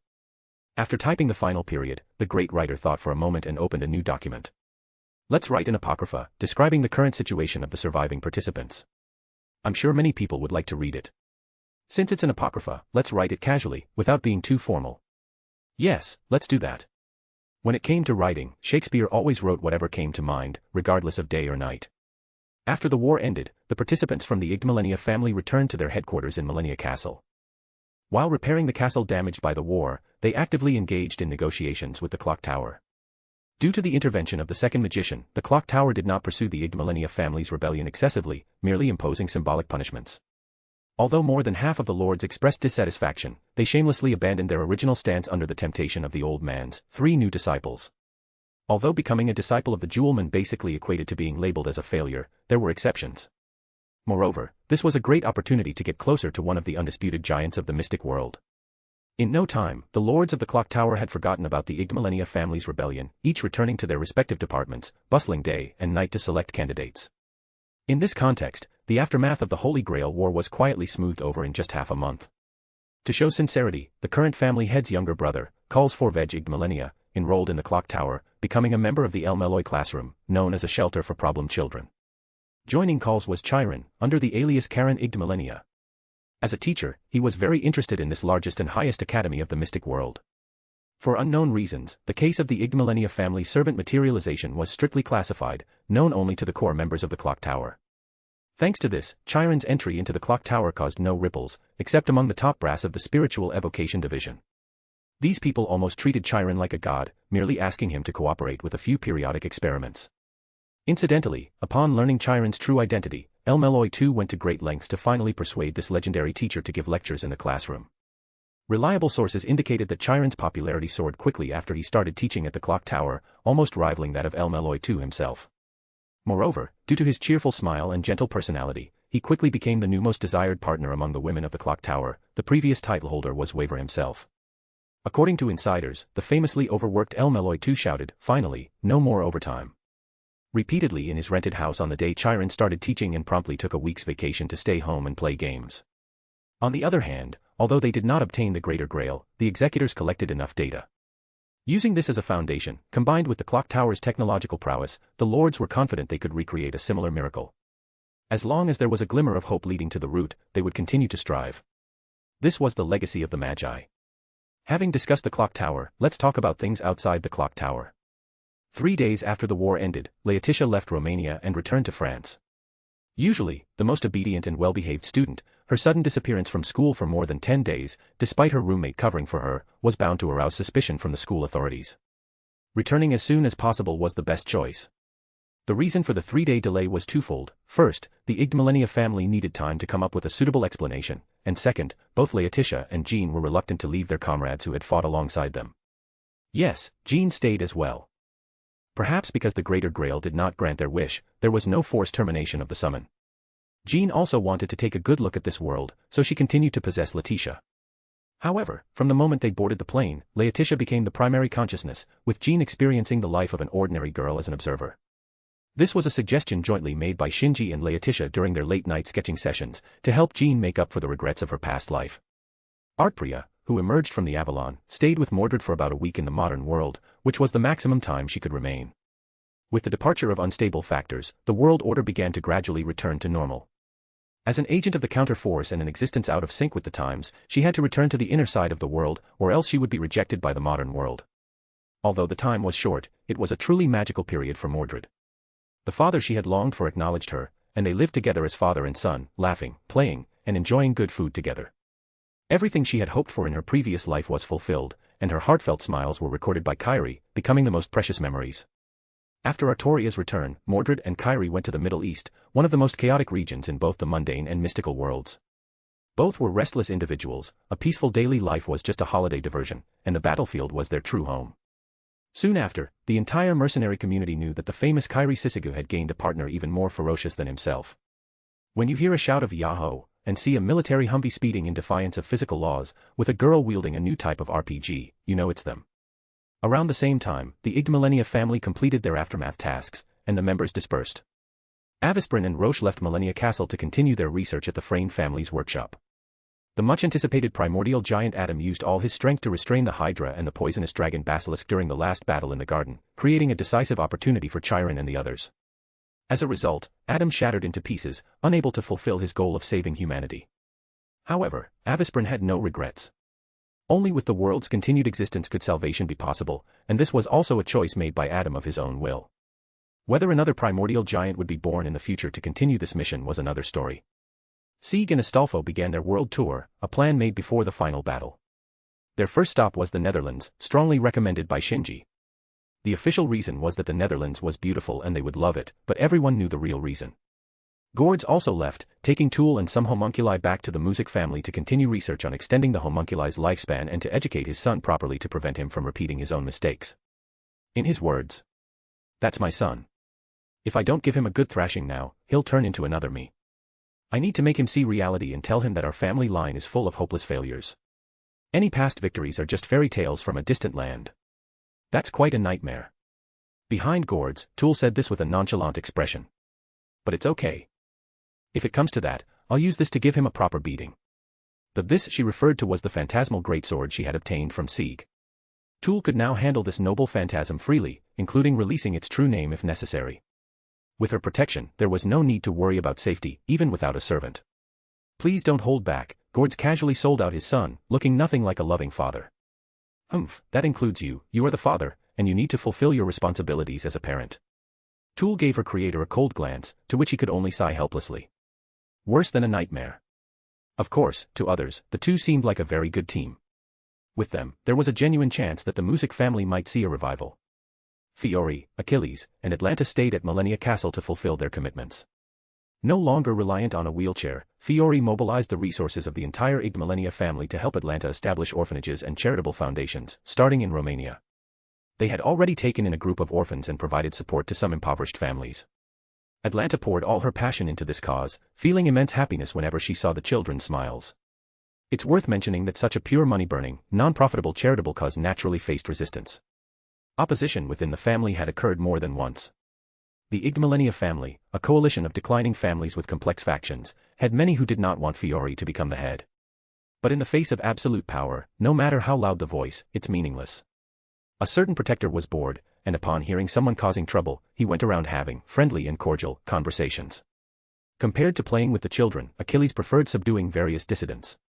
In this age where the gods had already left, his immortality was equivalent to invincibility. Soon, no one dared to voice opposition again, and Fiore dominance approached that of the once formidable Darnik. Reika Rikudu and Jack the Ripper were also not idle. Jack became the leader of the children in the orphanage, while Reika became Fiore advisor. This naturally strategic individual finally had a place to exert her power. The family's revival and the suppression of dissenting voices were mostly her handiwork. It was because of her assistance that Chiron felt at ease to leave. Under the two's management, the Millennia family shone with new vigor. It could be foreseen that in the not-too-distant future, this family would shed its reputation as a coalition of failures and truly secure its place, and these two women would become distinguished figures in their own right. However, looking at the thriving scene before them, the two future prominent figures did not feel much joy. While the family's development was certainly due to their efforts, it was more so due to the resources left by that guy who had departed without a word. He had quietly arranged everything before leaving, providing them with a stable home. But the one they most cared about had vanished and never returned. Only in dreams could they occasionally glimpse that familiar figure, waking up with tears faintly at the corners of their eyes. Will we meet again? Of course you will. As long as you hold on to hope, miracles will happen.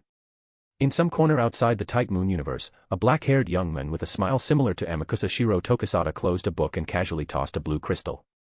By doing this, am I creating another contender for the throne for that guy? Oh well, it's his fault for flirting with girls. If he gets stabbed, it's not my problem. The crystal sank into the ground, disappearing in a flash. What are you doing? A woman in an evening gown, exuding a decadent air, walked over with light steps. Nothing, just read Shakespeare's latest work and felt a bit inspired, so I decided to send another gift over. That useless writer. Did he finish it? Yep. Do you want to take a look? All right, let me see what nonsense he's written this time. The woman hesitated for a moment but took it anyway. You won't be disappointed. The young man smiled confidently. If you appreciate him so much, why not bring him along? I invited him, but he refused. He said the outside world might be bigger, but his favorite place is still the world he once lived in, where he can continue writing, and that's enough for him. Such a Castor-like answer. Right, right. In other words, I'm the only one who boarded your pirate ship. The woman raised an eyebrow, pretending to be displeased. Regret it? The young man asked. A little. Too late. Do you think you can run after boarding the pirate ship? I have my pride, you know. I won't run. The woman shook her head. But you should be prepared, one day I might betray you. I am the oldest poisoner, after all. Will you? The young man looked up, his eyes clear. The woman did not answer, nor did she need to. Betrayal, no matter how you answer, it's meaningless. Only actions are the best proof. What's next? Back to my homeland, to construct the heroic spirit system. With the data from this Holy Grail war, heroes from history can appear again. With their help, we'll have a better chance of fighting against the Star Ruler. Is that your true purpose for participating in the Holy Grail war? Indeed. So, are you interested in becoming the administrator of this system? I am. I haven't yet tasted the experience of ruling people from another world. Then it's settled. We're almost at the world gate. Let me first see if anything interesting has happened recently. What the heck? How can it be this bad? What's wrong? Hearing the young man suddenly curse, the woman asked curiously. In one of the world lines, I'm doing terribly. It's bad enough to curse my wife, but cursing someone else's wife. How embarrassing. No, I can't stand it, just in time, the heroic spirit system's initial launch needs testing. Let's use you as a test subject. Playing with resurrection. Fine, let's see who can outplay whom. A flash of brilliance appeared in the young man's eyes, and the trajectory of a parallel world changed accordingly. End of this volume. Chapter 618, what is this place? An unfamiliar ceiling. This is often the first line spoken by protagonists in many anime after they regain consciousness. Now, Shinji found himself saying it as well. It's not that he was trying to invoke a certain sentiment or meme, it was simply the truth. Under the manipulation of the old man of jewels, he had left the parallel world and returned to his timeline. The first thing he saw upon regaining consciousness was an unfamiliar ceiling. He turned his head to look around. Just like the ceiling, the surroundings were unfamiliar. Shinji was certain he had never been here before. Could something have gone wrong with the soul return? A chill ran down Shinji's spine. This seemed like the most plausible explanation. His body was preserved in a special container crafted by the old man of jewels. If the return was successful, he should have woken up in the container, the first thing he should have seen being the gel-like substance. However, he quickly dismissed this guess. He looked down, arms and legs smaller than those of a servant's body. He touched his head, hair that had not yet fully grown back. There was no doubt that this was indeed his own body, just one that had only grown for 12 years. It seems the soul has successfully returned, but why am I here? Following the method taught by Scathach, he spread his magical energy throughout his body, awakening bodily functions that had been dormant for an unknown period. Shinji got up from the ground, the dizziness from the crossing vanishing. Could it be that the old man is up to something again? Shinji was already psychologically scarred. This parallel world journey, though fruitful, had also been exhausting. He didn't want to be messed with by the old man any further. Old man, are you there? If you are, please respond. No response. If there's something you want me to do, just say it. How am I supposed to know what you want if you don't tell me? Still no response. Old man. Old man of jewels. Second magician. Kaleidoscope. Old jewels. Yet no response. Alright, looks like he won't respond. I'll have to rely on myself. Having gone through the trials of the parallel world, Shinji's mentality had matured significantly. He was decisive after assessing the situation and did not forget to be cautious in an unfamiliar environment. The first thing he did was check his body. The physical condition of a 12-year-old was not as optimal as that of a fully maximized servant's body. Being accustomed to that body, transitioning back would naturally come with some discomfort, so he had to adjust his state to better protect himself. His magic circuits were intact, and the flow of magical energy was smooth. The relic and login crystal showed no abnormal reactions and were ready for use at any time. Everything was functioning normally. It seemed the old man of jewels did not deceive him in this regard, he had indeed taken good care of Shinji's body. Next, he needed to try contacting the outside world. His phone, out of battery.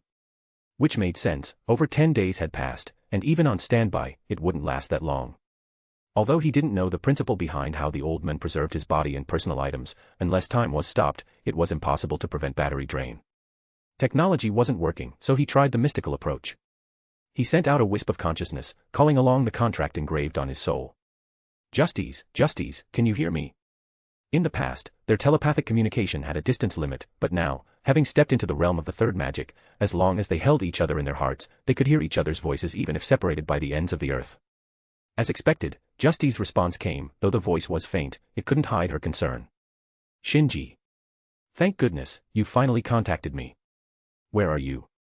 I'm not quite sure either. I just woke up and found myself in a completely unfamiliar place. I don't know what happened. Do you have any clues? Zelrich said there was a bit of a problem when you came back. He's investigating the cause. First, try to figure out your location. Once we have a rough coordinate, we'll come to pick you up. Okay. First, help me let my family know I'm safe.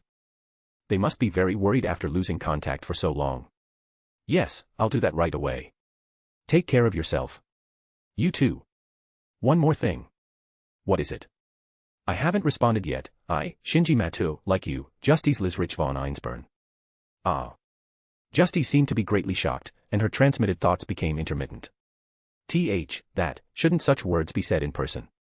I can't wait, so I'm giving you a preview, I'll give you a proper response when we meet. Then, I'll wait for you. You must come. Her voice, completely different from usual, was delicate and soft, giving Shinji endless motivation. Definitely. So, now, let's start exploring this new map. Shinji stretched and carefully observed his surroundings. It seemed like he was in a hall. The stone floor and walls, the ancient yet grand pillars, didn't resemble modern architecture but rather an old castle. However, if it were an old castle, it was too well preserved. The floor and walls were clean and spotless, showing neither the marks of time nor traces of human habitation as if it were newly built. Could it be some movie set still under construction? Through his eyes, Shinji could gather only this much information. To make further discoveries, he needed to explore other areas. But before that, Shinji needed to prepare, repairing Hades' cloak. Acting openly in an unfamiliar environment was unwise. With the cloak's concealment, his safety would be greatly increased.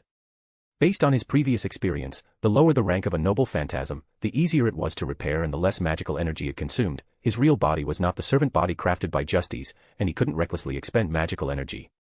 Saving even a bit was crucial, which was why Shinji chose to repair only the cloak rather than restoring all his noble phantasms at once. Skillfully opening his magic circuits and drawing magical energy, he suddenly noticed something was off before the spell could fully activate. No. The magical energy conversion rate is wrong. Using his magic circuits as a medium to draw magical energy from the greater source was the instinct of every competent modern magus, and Shinji was no exception. Since it was drawn from an external source, perfect conversion was naturally not possible. The stronger the magus, the higher the conversion efficiency. The more active the greater source, the higher the conversion efficiency. The reason why the child of Inash was so difficult to handle was that its inherent otherworld suppressed the activity of the greater source, affecting the continued supply of magical energy. Here, it was the exact opposite, the activity of the greater source was unusually high. As soon as Shinji opened his magic circuits, the omnipresent life energy flooded in, almost making him burst. Frightened, he quickly shut his magic circuits. Phew, finally recovered. I never expected to be overwhelmed by magical energy. What kind of place is this?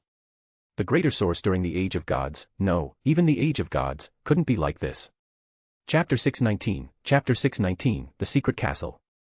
In the distant Age of the Gods, Magus did not place much value on magic circuits. This was because the greater source was very active at that time, and Magus could directly extract magical energy from the greater source without needing to use magic circuits. According to the famous Great Witch Medea, magical energy is everywhere, it's just that ordinary people cannot see it. Similar words were also heard by Shinji from Skathak, who provided a further explanation. The greater source is like a massive reservoir, and magic circuits are like a pump. The lower the water level, the harder it is to pump water, the higher the water level, the easier it is to pump water. If the water level is too high, the pump becomes unusable because the entire machine is submerged. Some might say, isn't it better this way? If you can't get water, you need a pump, but if the pump is submerged, you can get water directly. Isn't that more convenient?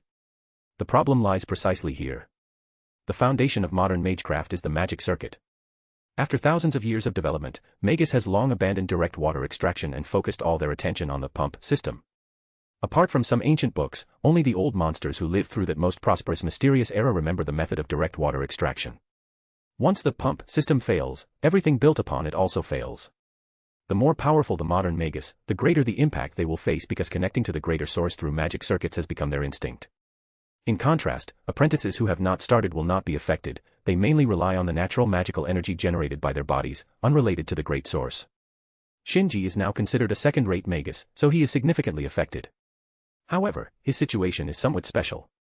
His enlightenment mentor, Scathach, comes from the age of the gods and knows how to extract magical energy from the greater source, which she imprinted in the inheritance crystal given to her disciple. Ah, found it. I indeed saw it before, the meditation method from the age of the gods. Could it be that Shursho foresaw that I would need this? The meditation chapter is a compulsory introductory course for Magus from the age of the gods, so it's naturally not difficult. After studying it several times, Shinji quickly grasped the knack. Although there is still a long way to go to combine it with modern magecraft, it is already sufficient to drive magic. Before long, Shinji completed the repair work of all the treasures. Yes, all of them. The greatest advantage of Magus from the age of the gods is that magical energy does not need to be accumulated, it can be used as needed. As long as the spiritual power is sufficient, the magical energy is inexhaustible. Spiritual power happens to be Shinji's absolute forte, so he decided to get it all done at once, and he could also brush up on his meditation method's proficiency.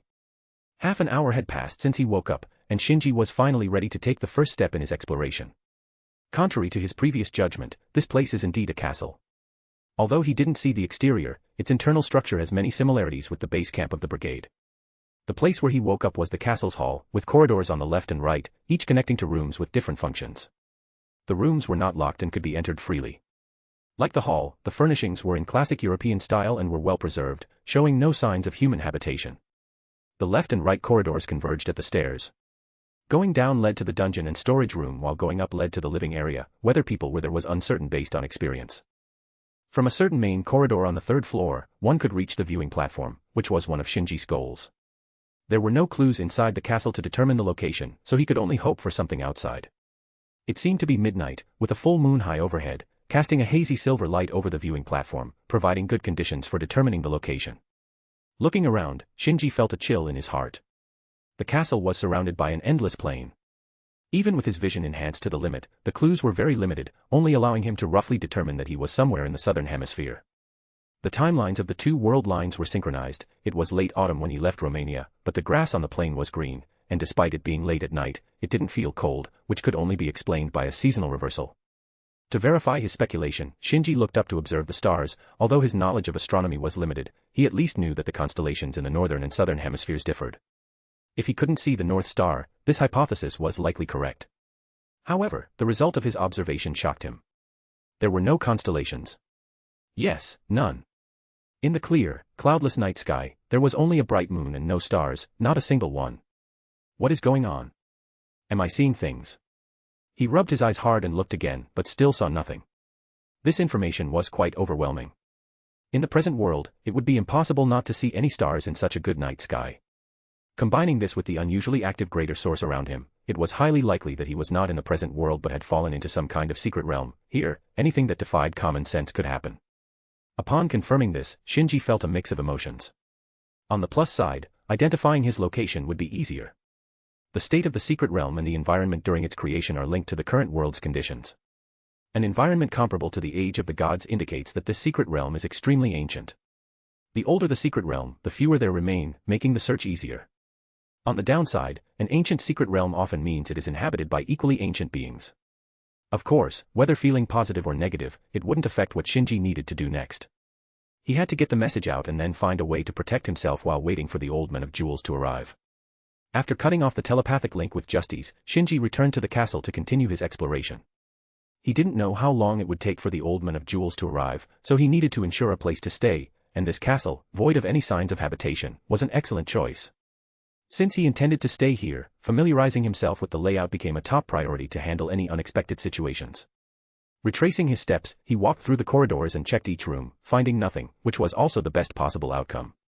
After exploring the third floor, Shinji moved on to the fourth floor. This was the highest level of the castle, typically used as the living quarters for the castle's lord, as this height maximized the isolation from noise and smells from the rest of the castle. If nothing was found here, the castle would be completely safe. To be cautious, Shinji didn't explore in the natural order as before but deliberately checked from the periphery to the center. After confirming all the other rooms, he finally stood before the central and largest room. Taking a deep breath, Shinji adjusted himself to his best state and knocked 3 times on the tightly closed door. As usual, he waited, received no response, and pushed the door open. The moment he opened the door, he was stunned. Chapter 620, The Pure White Princess. Chains. Chains. Chains. Chains. Chains. Chains. Chains. Countless silver chains crisscrossed and filled the entire spacious room, leaving no place to step. In the center, surrounded by countless chains, was a jade throne. Seated on the throne was a woman. She had shoulder-length blonde hair and slender eyebrows. Her appearance was flawless, without a single blemish. She was dressed entirely in white as if it were a trademark, a pure white figure. Before the woman's appearance, white had always been the signature color of Justice and the series of homunculus modeled after her. But after she appeared, this label could only belong to her. This was because the white of the Einsburn was an artificially crafted color, whereas she was naturally born this way, whiter than snow. Her purity alone was enough to leave a profound impact, and she also possessed a beauty that surpassed even this purity.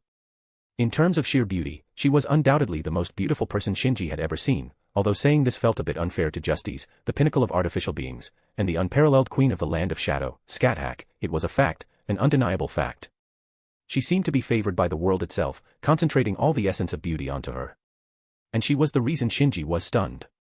At first sight, Shinji recognized her identity. Arcuate Brunastud. The last true ancestor, the princess among true ancestors, the executioner of vampires, the pure white vampire princess, and a candidate for Type Moon. Yes, the moon in Type Moon. She was also the heroine of Shinji's gateway and entry work into the Type Moon universe, Tsukihime. She was his favorite character not just in the Type Moon series, but in the entire two-dimensional world, bar none. Shinji stood at the doorway, silently, not daring to disturb her slumber. Only when his stomach protested did he gently close the door and slide down to sit against the door frame. I've finally met you, princess. So this is her castle, Millennium Castle Brunastud. I didn't expect to stumble upon this place by accident. Since it was the Millennium Castle Brunastud, the high-hanging full moon and the abnormal activity of the greater source could be explained. The sea of memories surged, and all memories about her surfaced. The heroine of Tsukihime and Kagetsu Toya, born on December 25th, with a height of 167 centimeters, weight of 52 kilograms, and measurements of B88W55H85. Sorry, I digressed, let's start over. The origin of vampires, the true ancestors, were not native to Earth but creatures from the moon. At their pinnacle was the king of the moon, the ultimate one of the moon, Crimson Moon Brunastud. Responding to a signal from Earth's counterforce, Gaia, Crimson Moon came to Earth. Initially intending to bring Earth under her control, she discovered upon arrival that she belonged neither to Gaia nor to the Alea. Eventually, she would be corrected by the counterforce, so she conceived the idea of creating a successor. On the other hand, Gaia, sensing the threat of humanity, also prepared to create a species to act on its behalf. Thus, the true ancestors were born. They were Gaia's creations, modeled after the Crimson Moon and simulated to resemble humans. To restrain humanity, a similar physical and mental structure was indispensable. They could be seen as Crimson Moon's children, as well as Gaia's children, the touch of nature. However, none of these children reached Crimson Moon's level and were insufficient to be her reincarnation, hence they were not given the name Brunastud. This is not hard to understand. After all, the Crimson Moon was an ultimate one, the pinnacle of the moon, not something that could be easily replicated. The first to receive this name was the Black Princess, Alt Rouge. She was the closest to Crimson Moon in ability, but due to some uncertainties, she was ultimately deemed a failure. Around the 6th century AD, Crimson Moon angered the second magician and was eventually killed by the latter. However, Gaia's creation of true ancestors did not stop and continued until a certain Christmas in the 11th century. On that day, the last true ancestor, who reached the same level as Crimson Moon, Arcuate Brunastud, was born. From her birth, she was given the name Brunastud. Since then, Gaia has not created any more true ancestors because they had an irreparable flaw, the impulse to drink blood. All true ancestors crave the blood of the humans they are supposed to restrain, not because of physiological needs. As a touch of nature, true ancestors can draw power directly from nature and do not need to eat. Their blood-sucking impulse is purely a result of mental inheritance. Crimson Moon herself had a strong, blood-sucking impulse, which is why they are classified as vampires. Initially, this impulse could be suppressed by the immense mental power that true ancestors are born with, but this suppression has its limits. Because the blood-sucking impulse cannot be fundamentally resolved, the desire slowly accumulates and eventually cannot be controlled by their power. Such true ancestors would voluntarily enter eternal slumber, which can be considered their lifespan despite having no concept of lifespan. Some true ancestors succumbed to the blood-sucking desire and began to drink blood. However, once a true ancestor drinks blood, it becomes like an addiction, making the blood-sucking impulse even harder to suppress, leading to continuous blood-sucking. Humans bitten by true ancestors turn into dead apostles, and those bitten by dead apostles also become dead apostles, causing their numbers to surge. The true ancestors saw the spread of dead apostles as dangerous, even threatening their existence, so the unfallen true ancestors decided to appoint an executioner to clean up their ranks. This person was Arcuade. To the true ancestors, she was merely a tool, needing to know nothing. They firmly believed that with her immense power and purest heart, she was perfect and wouldn't be bothered by the blood-sucking impulse, because she didn't even know what blood-sucking was. Unfortunately, the true ancestors overlooked one thing: human desire. Besides Arcuade, the church also hunted vampires, leading her to meet the church's magus, Roa. This was the source of all nightmares. Roa deceived the naive Arcuade into drinking his blood. It was her first and last time drinking blood. The blood caused Arcuade to go berserk, killing all the true ancestors in the Millennium Castle Brunestad. Meanwhile, Roa, upon being bitten, seized part of her power and became a powerful dead apostle, using this power to achieve infinite reincarnation, becoming the Serpent of Akasha. Since then, Arcuade has only done two things: suppress her blood-sucking impulse through slumber in the Millennium Castle and hunt Roa. Whenever Roa awakens, she awakens as well to destroy him completely, then returns to her slumber, repeating the cycle. She has eliminated Roa's reincarnation 17 times, and his 18th awakening marks the beginning of the story of Tsukihime. Thinking about this, Shinji felt very conflicted. Chapter 621, Chapter 621, The Awakening of the Princess. Yes, Shinji was very conflicted. Before entering the Millennium Castle Brunestad, he did not want Arcuade to awaken. Each of Arcuade's awakenings would exacerbate her blood-sucking impulse, which was an unbearable torment for her. Moreover, it was now the late autumn of 1999, and the story of Tsukihime takes place in 2000. Arcuade's next awakening would signify the beginning of the Tsukihime story. To be fair, Tsukihime is a very good story, but it starts with Arcuade being killed once by the mystic eyes of death perception, leading to a 70% reduction in her power. Depending on the ending, she might die again and eventually have to fall into eternal slumber. This was not what Shinji wanted to see, which is why he had Tuko go to the Tano residence to find Roa's 18th reincarnation, Shiki Tano, and have Ryugi Shiki kill Roa completely before Roa could make his decision, this being the only known way to kill Roa. Although this would make the story of Tsukihime disappear, it would free Arcuade from her shackles, allowing her to do whatever she wanted. But upon arriving at the Millennium Castle Brunestad and seeing that pure white vampire princess with his own eyes, he wavered. It wasn't out of any improper thoughts, he simply wanted to talk to her, chat with her, to satisfy the admiration and affection from his past life. After all, she was his most beloved Arcuade. Shaking his head to clear his chaotic thoughts, Shinji exhaled a long breath. Thinking about this now is pointless. Tuko has already been at the Tano residence for quite some time, it's impossible to stop her now. And I have irreplaceable bonds, so I can't harm them for the sake of nostalgia and affection. Therefore, once again, he pushed open the living room door, gazing at the figure that had amazed him countless times. This is fine. Just being able to see you with my own eyes is enough. Rest assured, the Roa who deceived you, and any other dead apostles, we humans will handle it. Please be at ease. After speaking, Shinji closed his eyes, as if to sever ties with the affection and nostalgia from his past life. Just then, a clear sound suddenly echoed in the empty room. It was the jingling of interlocking chains, filling the entire room and even winding around Arcuade's body. The silver chains were retracting. Before long, all the chains had retracted into the walls, leaving only an ancient throne and the sleeping white princess sitting on it. With the final chain retracted, Arcuade's body lost its support and began to sway, about to fall.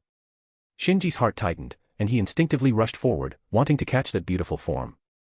Just before he reached the throne, Arcuade's long eyelashes trembled slightly, and a pair of eyes more brilliant than blood opened, meeting his blue eyes up close. The sleeping Arcuade had awakened. Arcuade was in a daze, possibly because she had just woken up and had not yet grasped the situation. Shinji was also in a daze, once again stunned by Arcuade's beauty. If the sleeping princess resembled a serene and beautiful painting, then the awakened princess brought the painting to life. Although it might seem inappropriate to say so, at that moment he truly understood the meaning of adding the finishing touch to a masterpiece, with her red eyes elevating her beauty to another level. However, this was only the beginning. During their gaze, Arcuade's eyes gradually changed. A hint of gold appeared in the depths of her pupils and began to spread outward. Before long, the gold had dyed her entire eyes. Golden. Eyes that seemed capable of absorbing the soul. Arcuade's allure reached its peak at that moment. Breathing became heavy, almost frenzied. His consciousness blurred, eroded by those golden eyes. His body inexplicably became scorching hot. Thump thump, thump thump. The throbbing pulse of his heart and blood surged. His breathing was chaotic. His vision blurred. Just a second before his raging blood was about to explode, a trace of coolness sprouted from the depths of his soul, quickly sweeping through his entire body. In an instant, the abnormal emotions stirred by the golden eyes vanished like smoke. His breathing, blood circulation, and body all returned to normal. No, there was still one part that hadn't returned to normal, his right hand. At some point, his previously well-behaved right hand had turned black. The curse that had been tamed and become part of his power was now fully activated, entering the black hand mode capable of assimilating others' magical energy. Arcuade's eyes were fixed intensely on this black hand. That unwavering gaze made Shinji feel an indescribable sense of danger.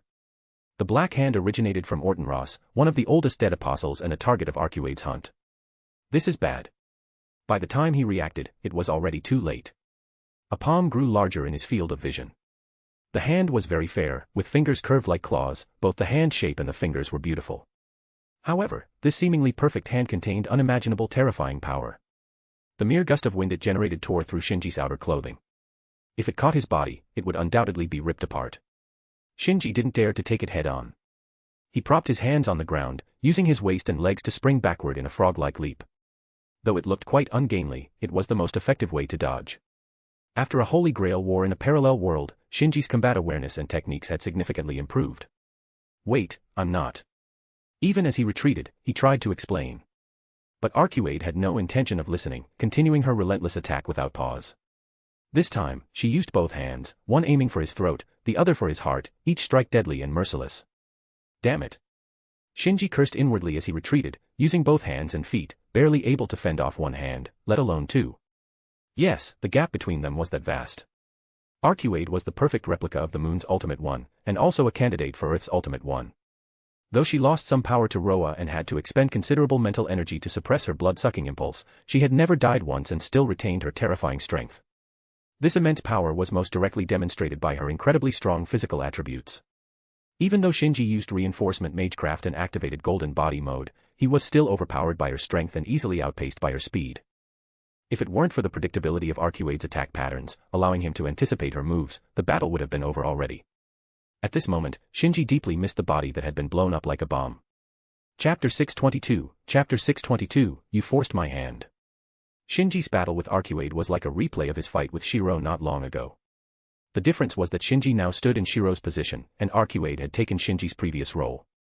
As he continuously evaded, Shinji found a moment to assess Arcuade, arriving at the following conclusion. Strength, EX, Endurance, EX, Agility, EX, Magic, EX. That's right, you read that correctly. This was Arcuade's attribute panel. But the problem was that Shinji was still far from Shiro's level. The transformation that could enhance his body had either been returned to their original owners or used as favors. It wasn't surprising then that he was being so thoroughly dominated by Arcuade. A white line flashed briefly as her fingers sliced through the air, leaving a trace where the air had been cut. This was Arcuade's sole attack method, tearing with her hands, aiming for the most lethal points. No matter how the enemy responded, her approach didn't change.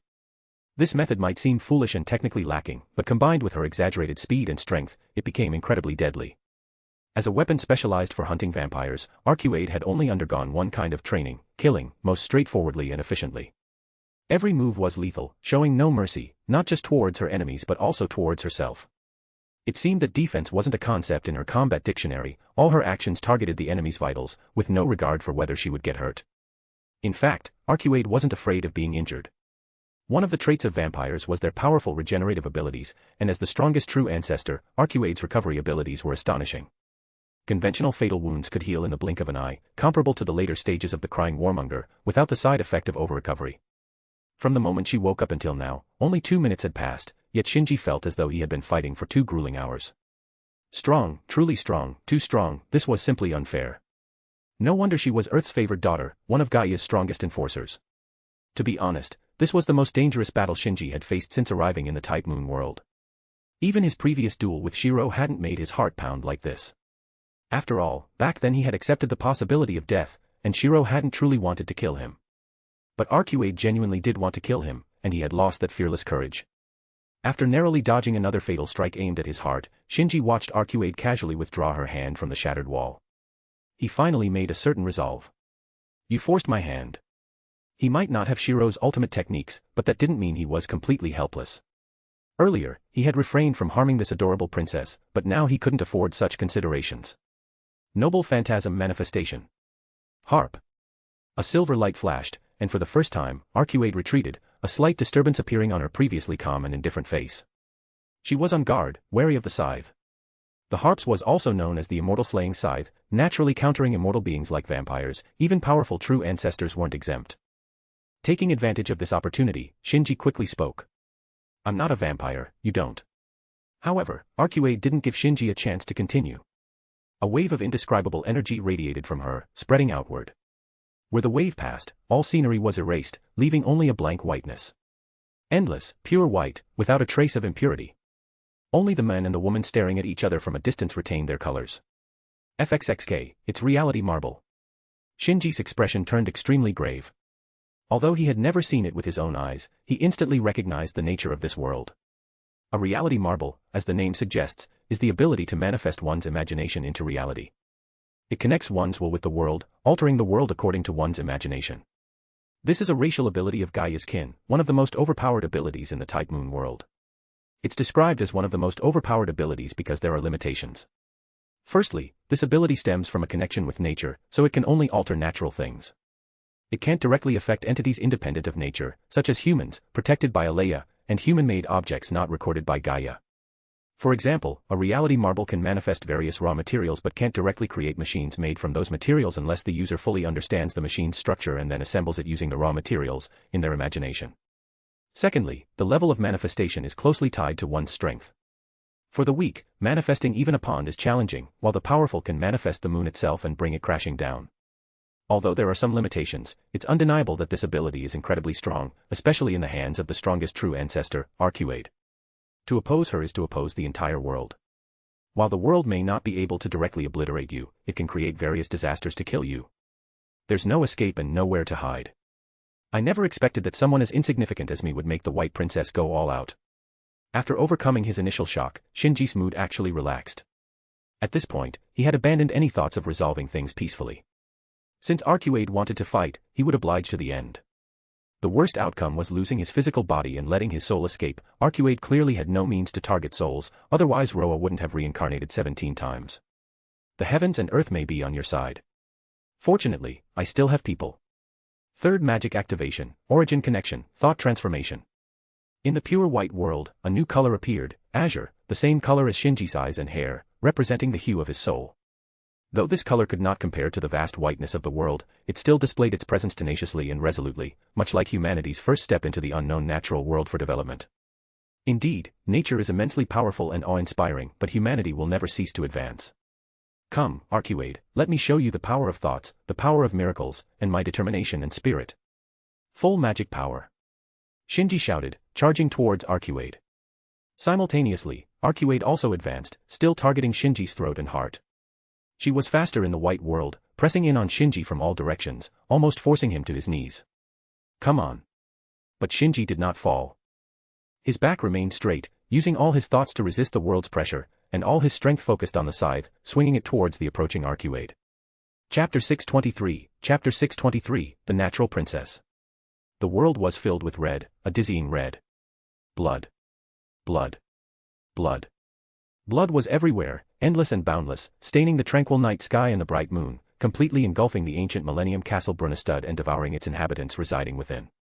The true ancestors, beings on par with the legendary nature gods and spirits, capable of altering the world with mere imagination, were like lambs to the slaughter. Despite their desperate struggles, they could not escape their fated demise.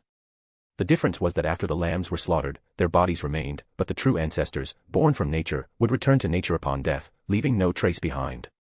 In the end, the ancient thousand-year castle had only one remaining pure white princess, sitting dumbfounded on the ground, clutching her head with blood-stained hands, her eyes vacant. An unfamiliar ceiling. A few hours later, Shinji repeated the same action. Opened his eyes, confirming his surroundings, and checking his body. Am I still alive? Yes, he had passed out again and saw an extremely tragic scene while unconscious. The death of the true ancestors, the sorrow of the Millennium Castle Brunnestad. That day, the princess became the last true ancestor. Was that a dream just now? But why?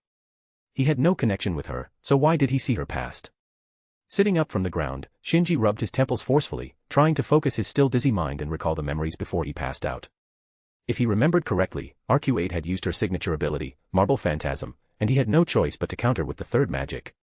He thought his body would be torn apart by her, but unexpectedly, as they got closer, his soul's light suddenly went out of control, causing RQ-8's manifested pure white world to follow suit. The pure white and azure colors intertwined, quickly expanding outward, and finally exploded.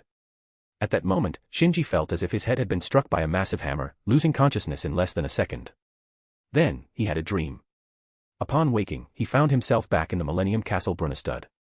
Both the pure white world and the azure light had vanished, along with the traces of their previous battle. If not for the change in his position and his torn clothes, he might have thought everything was a dream. Pressing his hand against the floor that should have been shattered, he pondered. So that's it, I've heard that Millennium Castle Brunnestad is a product of Marble Phantasm, maintaining its original appearance and quickly repairing any damage. What a convenient ability. Getting up from the ground, he habitually scanned his surroundings and saw RQ-8 once again. She was lying not far from him, in a similar posture, with her eyes closed. No way. It was one thing for him to pass out, but how did RQ-8 also pass out? Was that explosion really that intense? Swearing by the two great counter-forces, it was an accident. Who knew why the third magic and Marble Phantasm would cause such a reaction? Could it be that he was naturally prone to causing explosions? After some wild thoughts, noticing that RQ-8 still showed no signs of waking up, Shinji cautiously approached her. Perhaps it was an illusion, but the princess seemed slightly different from when she was bound by chains. Though still as beautiful, there seemed to be a bit more lively spirit in her cold tranquility. Maybe it was due to the recent intense activity. She looked even cuter. Got sidetracked again. Possibly due to the explosion, his thoughts were unusually unruly. Suppressing his chaotic thoughts with reason, Shinji bent down and gently picked up the unconscious princess. At 12 years old, he had no ill intentions, he simply thought it was inappropriate for her to sleep here and wanted to carry her to the nearby room with a bed. However, as soon as he took a step, RQ-8 murmured and woke up. Shinji's body instantly stiffened. It wasn't that he was afraid RQ-8 would misunderstand anything. Although she was already 800 years old, she spent most of her time sleeping, with only 1 year of actual active time, all of which was spent hunting vampires. She probably didn't even know what misunderstanding meant. But precisely because of this, her thoughts were very simple. If it was a target to be hunted, she would kill it directly. This was what Shinji was worried about. At such a close distance, with just a flick of her finger, his head could be sent flying. Should he throw her away? Just as the thought crossed his mind, RQ-8 moved. She extended her finger and touched Shinji's chest. The movement was unexpectedly gentle, like a dragonfly lightly skimming the water, a touch and then withdrawal. His head remained intact on his body, and Shinji wasn't harmed. However, there was a smear of red on RQ-8's hand. It was a fragment of Shinji's shattered clothing, torn by the pressure of the earlier battle, with a bit of blood on it. RQ-8 brought the cloth to her nose and sniffed it, then spoke, You're indeed human. Although there's a bit of dead apostle scent, I mistook you earlier. With these words, Shinji immediately relaxed. Thank goodness. So, you don't want to kill me anymore, right? You're not a dead apostle, why would I kill you? RQ-8 stared at Shinji with her eyes redder than blood, looking both pure and innocent. Shinji was amused by her. But you almost killed me just now. That's because you had such a strong scent of a dead apostle and an ancient one at that. You mean it was my fault? Yes, it was your fault. RQ-8 nodded seriously, without any sophistry or arrogance, she genuinely thought so. Although Shinji already knew she was a naturally clueless princess, he hadn't expected her to be this naive. This level of ignorance was almost disastrous in a certain sense. Shinji wanted to press his temples with his hands, but he was holding RQ-8 with both of them. So, he made a resolute decision. He loosened his hands and directly dropped RQ-8 onto the ground. Ow. What are you doing? RQ-8 let out a cry of protest as her bottom hit the floor. Nothing, just a little revenge on the princess who almost killed me and a small punishment for a true ancestor who doesn't realize her own mistakes. Shinji clapped his hands, looking refreshed. Mistakes. Punishment. RQ-8 sitting on the ground looked bewildered. Shinji's head began to ache again. It seemed that educating the princess would not be a task solved in a short time. Chapter 624, Why is this happening? In a room on the top floor of the Millennium Castle Brunnestad, closest to the corridor. Arcuade was sitting while Shinji was standing, the latter talking. Do you realize your mistake? I do. What was it? I don't know. You, forget it. Shinji sighed helplessly. You don't know. I'll tell you. You are an executioner of true ancestor, specifically meant to kill fallen true ancestor, not humans. If you can't even distinguish between a vampire and a human, how can you be a proper executioner? Hey, are you listening? Yes, I'm an executioner of vampires, right? Arcuade stuck out her tongue and grinned, hee, I like the title executioner. Don't laugh, and keep your hands still. Sit properly, with your hands on your lap. Shinji was fuming. When he watched Tsukihime, he thought Shiki was too harsh on Arcuade, completely lacking the gentleness he showed to others. Now, he realized it wasn't that Shiki didn't want to be gentle, he simply couldn't afford to be. A moment of inattention and this girl would get carried away. When ordinary people get carried away, it might not lead to major problems. But if Arcuade did, it could spell disaster, given she was a god of the present world who could alter reality at will, possibly even on a level higher than a god. Regardless of whether she would leave in the future, Shinji had decided to teach her properly while she was awake, to prevent her from causing trouble. Of course, Arcuade didn't appreciate Shinji's good intentions. Her eyebrows raised, and her expression fell, pouting in dissatisfaction. I almost killed you, so what? You're such a petty person. Didn't you almost kill me too? Please, my princess, I'm human, not a true ancestor. Humans are very fragile, unlike you true ancestors who can revive even if you die, even if my harp cut you in half, it wouldn't matter much to you. No matter how effective the refraction of longevity effect of the harp was, it couldn't compare to the conceptual power of the mystic eyes of death perception. Arcuade could survive even after being divided into 17 parts by the mystic eyes of death perception, so the harp was nothing. Reviving comes at a cost, and that's not what I meant. Then what? Shinji was genuinely curious. It's that blue light. Because of it, my head is now filled with all sorts of noises, all jumbled up. If it gets worse, I might not even be able to maintain my consciousness. Is it that serious? Shinji didn't believe it. It wasn't even the complete third magic, how could it be so powerful? Yes, it is. Arcuade nodded repeatedly. What exactly is it? Rune and Kabbalah secret arts are ineffective against me due to my immunity. Since I haven't developed an immunity, meaning I haven't experienced this type of magic before, it must be something from the East or South America. But could the secret arts from there hurt me this much? Arcuade's unique constitution made her naturally develop immunity to magic she had experienced, rendering such magic ineffective. Only extremely high-level mysteries could harm her effectively, such as mystic eyes of death perception, distortion mystic eyes, or ancient age of gods mysteries. Hey, tell me. Arcuade grabbed Shinji's arm and shook it back and forth. All right, I'll tell you. Just stop moving, I'm getting dizzy.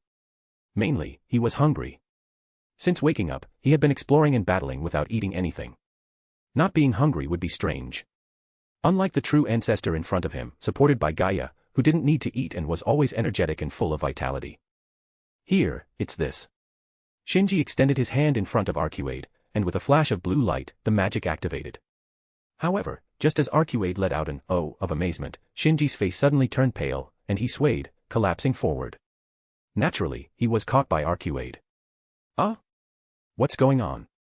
Shinji looked at his hand in confusion, pressing his other hand on Arcuade's arm to steady himself. He didn't feel anything wrong, so why did activating the magic give him a headache? It was like the feeling at the final moment of his confrontation with Arcuade when the blue of his soul and the pure white world burst open. Am I injured? It seems so. Arcuade brought her face close, staring intently into Shinji's eyes. It should be similar to the injury I received. When you activated that just now, I felt my marble phantasm, ouch. Towards the end, Arcuade's expression also showed pain. What about you? I just tried to activate marble phantasm, but the noise in my head got louder. It seems your magic and my marble phantasm interfere with each other, causing both of us to be affected. I see, then why does my head stop hurting now, but yours still does? Maybe it's the difference in the scale of abilities. Your ability is smaller in scale, so the impact is less. My ability is larger in scale, so the impact is greater. That makes sense. Shinji carefully recalled the final clash. Wasn't it just two abilities interfering with and affecting each other? He probably saw Arcuade's memories because of this. So marble phantasm and third magic can affect each other. Wait, what did you say? I said marble phantasm and third magic can. Third magic. You use third magic. Arcuade showed clear surprise. Yes, but it's only a small part, still far from being a true magician. It's mainly about thoughts and emotions. Third magic, thoughts, emotions, all related to the spiritual realm. They can interfere with each other. Magic is indeed fascinating. Arcuade furrowed her brows, then quickly relaxed as if she'd understood. That must be it. I can faintly hear pronunciations like brother and Shinji. Is that your name? Yes, sorry, I haven't introduced myself yet. I'm Shinji Matou, a magus with a small grasp of the third magic. Shinji smiled and extended his hand to her. This time, Arcuade sensibly shook Shinji's hand. I'm Arcuade Brunestad. Just call me Arcuade. As you said, I'm the executioner of vampires, a true ancestor. Nice to meet you, Shinji. Nice to meet you, Arcuade. P.S. Correction, there's no concept of mystery in terms of effectiveness. It's just that mystery becomes ineffective in the face of a greater mystery, leading to derived concepts. Chapter 625, clearly. Targeted by Gaia. Hey, Shinji, how did you get here? Arcuade tilted her head, legs swinging, her face full of curiosity. Shinji innocently touched his nose. That's what I want to know too. Millennium Castle Brunestad is a product of Marble Phantasm, originating from Crimson Moon. After Crimson Moon was killed by Zelrich, it fell into disrepair but was restored to its original state after Arcuade's birth. This place exists both within and beyond the present world, a secret realm higher than a temple, a great temple. Generally, no one can enter without Arcuade's permission. I woke up and found myself lying in the hall. I was hoping to get the answer from you. I see, let me take a look. Arcuade tilted her head from left to right, her eyes turning from red to gold again. She had very peculiar eyes, usually red, but they turned gold when she activated her mystic eyes. Arcuade possessed mystic eyes, known as the mystic eyes of enchantment. They weren't the low-level artificial mystic eyes inscribed with enchantment magecraft, but high-level natural mystic eyes with powers to bind, brainwash, and manipulate memories, interfering with the mind. Unlike most mystic eyes, they didn't require direct eye contact but needed the other person to look at her a few times. Because of this, Shinji was affected when looking at her. If not for his mastery of the third magic related to the soul, giving him unparalleled resistance to mental interference, he might have fallen under Arcuade's control. However, this time, Shinji did not resist and was not affected by the mystic eyes because Arcuade was not manipulating his memories, but the world's memories or records. This was also one of her abilities as a natural being, Gaia's true daughter. This ability allowed her to track Roa down in each reincarnation, killing him shortly after his rebirth, because he could not hide from her. An ancient vampire would have many ways to hide otherwise. After about 3 minutes, the gold in Arcuade's eyes gradually faded, and she looked up, letting out a pitiful whimper. Ouch, my head hurts. All kinds of voices mixed. Didn't you feel uncomfortable using magic? No. Shinji shook his head. Every voice was an important bond. How could he feel uncomfortable? You monster. You're the last person I want to be called that by. I finally understand why I had a headache. The information from the world exceeded my brain's capacity. You, who can freely interfere with the world, are the real monster. Am I? You are. Then, we're both monsters. Arcuade clapped her hands, concluding. Hee hee, that's not so bad. Fine, you win. In a way, you're right. Naturally, Arcuade, a candidate for UO, and Shinji, who wielded double-digit noble phantasms and delved into the third magic, were far from ordinary and deserved the title of monsters. Do you know why I ended up here out of nowhere? Yes. Arcuade nodded. It's because of the planet, also known as Gaia, that you were sent here. Huh? Gaia.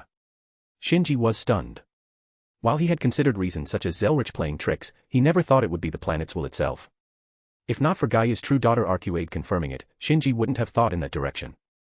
After a good while, he finally reacted and asked. Why did Gaia send me here? To have you kill me? No, it's to follow you. That's why I was awakened. Arcuade awkwardly scratched her cheek. Shinji put his hand on his forehead, ready to say something, but the princess had already apologized. I was groggy from sleep. Sorry. Forget it. Shinji sighed helplessly. The situation had already happened, so there was no point in dwelling on it. Moreover, it wasn't entirely Arcuade's fault. She was sleeping soundly, only to be woken up by an alarm and find a stranger with an unpleasant aura before her. Understandably, she attacked without checking the alarm's message. So, why did Gaia want you to follow me? The incomplete third magic shouldn't warrant such attention from her. Considering Gaia's top creations were predominantly female, Shinji chose the female pronoun, her, fitting the term Mother Earth. It's not the magic, it's the eye on the moon. She wants me to go with you. Ah, I see. Hearing this, Shinji understood. Indeed, Mooncell deserves Gaia's attention, with a priority higher than magic. In a parallel world, specifically in the Fate/Extra storyline, Arcuate also entered Mooncell, likely due to Gaia's directive. Though Shinji understood, he had his concerns. What if he and Arcuate, or rather Gaia behind her, disagreed? Then. Arcuate, I have an important question. You must answer honestly. Ask away. Did Gaia give you specific instructions on what to do? No, when you go, she'll send me with you. And then. That's it, just follow you. Shinji stared at Arcuate. Arcuate also stared at Shinji, blinking her eyes. The two had a staring contest. In the end, Shinji gave in, knowing that Arcuate wouldn't lie. So, what is this? Surveillance. I don't know either. How about we go now and see? Maybe I'll know what to do once we're there. I refused. Shinji mercilessly rejected Arcuate's proposal, causing her to pout again. Why? 2 reasons. First, it's very dangerous there, and we're both injured because of your mistake. Ugh. I already apologized. Shinji, you're so petty, what's the second reason? I have something to do. What is it? Can I help? Sure, first send me to the nearest city, as fast as possible. Hey, what are you doing? Before he finished speaking, Shinji found himself being carried by Arcuate. Sending you out. Arcuate said this while sprinting with Shinji at a speed of 100 meters per second. Slow down, let me cast a protection spell first. You said to be quick. Ah, Fukuda. It seems Shinji's upcoming life will be full of disasters, in every sense. Chapter 626, Millennium Castle and McDonald's. Being human must be hard. Half an hour later, in a certain globally renowned fast food chain, Arcuate propped her chin with her hand, listlessly staring at Shinji sitting across from her. She watched him swallow a burger in 3 bites, and said indistinctly. Sorry, humans are just that troublesome. We need to eat and sleep, and we're very fragile. Yet, there are so many of us, and we have endless desires, but what can you do when you're dealing with a human? Ugh, that sounds terrible. Exactly, humans are terrible creatures. Shinji seemed to have choked from eating too fast, so he quickly took a few gulps of cola. But even terrible humans have some advantages, like creativity. Creativity. Yes, look around you and compare it to your castle. This is a manifestation of creativity. Arcuate curiously observed the store, which was predominantly red and yellow and emphasized cleanliness and convenience. She thought about it for a moment and then nodded seriously. It looks nice. Hey, do you think it would be fun if I turned my castle into something like this? Puffed. Shinji couldn't help it and sprayed out a mouthful of cola. No, absolutely not. With a few drops of brown liquid splashing on her face, Arcuate didn't get angry. She just asked confusedly, why? Isn't this good? It is good, but... Turning the vampire's sacred origin site, the significantly meaningful Millennium Castle Brunestad, into a McDonald's would drive those ancient monsters who lived through the age of true ancestors insane, especially your sister Alt Rouge. Of course, Shinji couldn't say such blunt truths out loud. Anyone who knew a bit about the vampire circles would be aware of the strained relationship between the Brunestad sisters. Arcuate once had long golden hair reaching her waist, but it was cut off by Alt Rouge centuries ago. In retaliation, Arcuate gravely wounded Alt Rouge, forcing her to hide for many years. She even signed a contract with the Knight of Wallachia to use his power to gather blood and recover from her injuries. Shinji didn't answer, but Arcuate wasn't willing to give up, persistently pressing on. But what? In desperation, Shinji came up with a random excuse. But it doesn't fit the vampire style, at least not the image of vampires that circulates in human society. Unexpectedly, this reason piqued Arcuate's new interest. Vampire style, how do you humans describe us vampires? Red cape, black tuxedo, a 2,000 square meter castle by the sea, rows of servants, a warehouse full of jewels, sleeping from 6 in the morning to 8:30 at night for beauty sleep, and waking up to a bottle of 1982 blood. Sorry, I mixed up my lines from too much work recently, let me redo it. Let me think, I remember there's a song that describes vampires. He took another sip of cola to wet his throat and began to sing quietly. Vines crawling over the Count's grave. The castle is desolate, with overgrown weeds in the soil. A chubby witch who can't ride a broom chants spells in Latin, la la woo, her black cat smile looks like it's crying. Even after 6 years in this world, he still remembered the lyrics and melody clearly. After finishing the song, sparse applause sounded around him, with some enthusiastic young people whistling and calling out encore.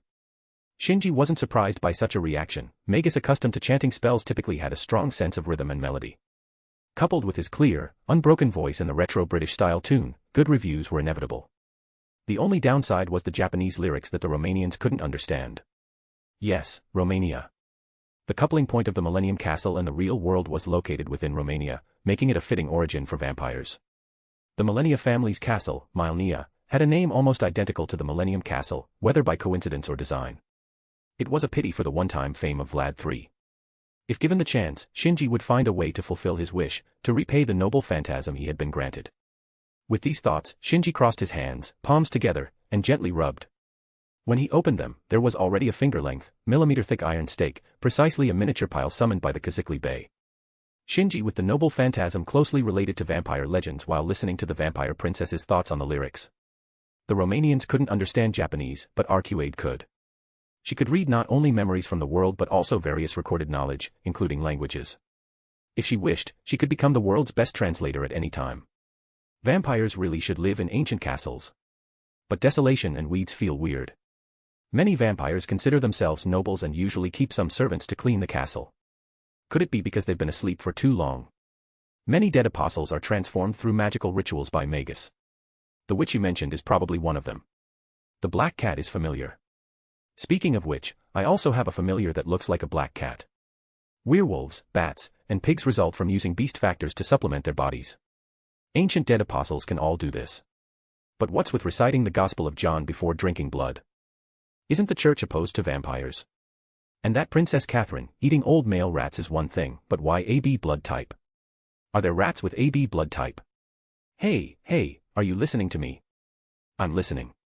Shinji squinted his eyes, twirling the miniature iron stake in his hand faster and faster. Then answer my question.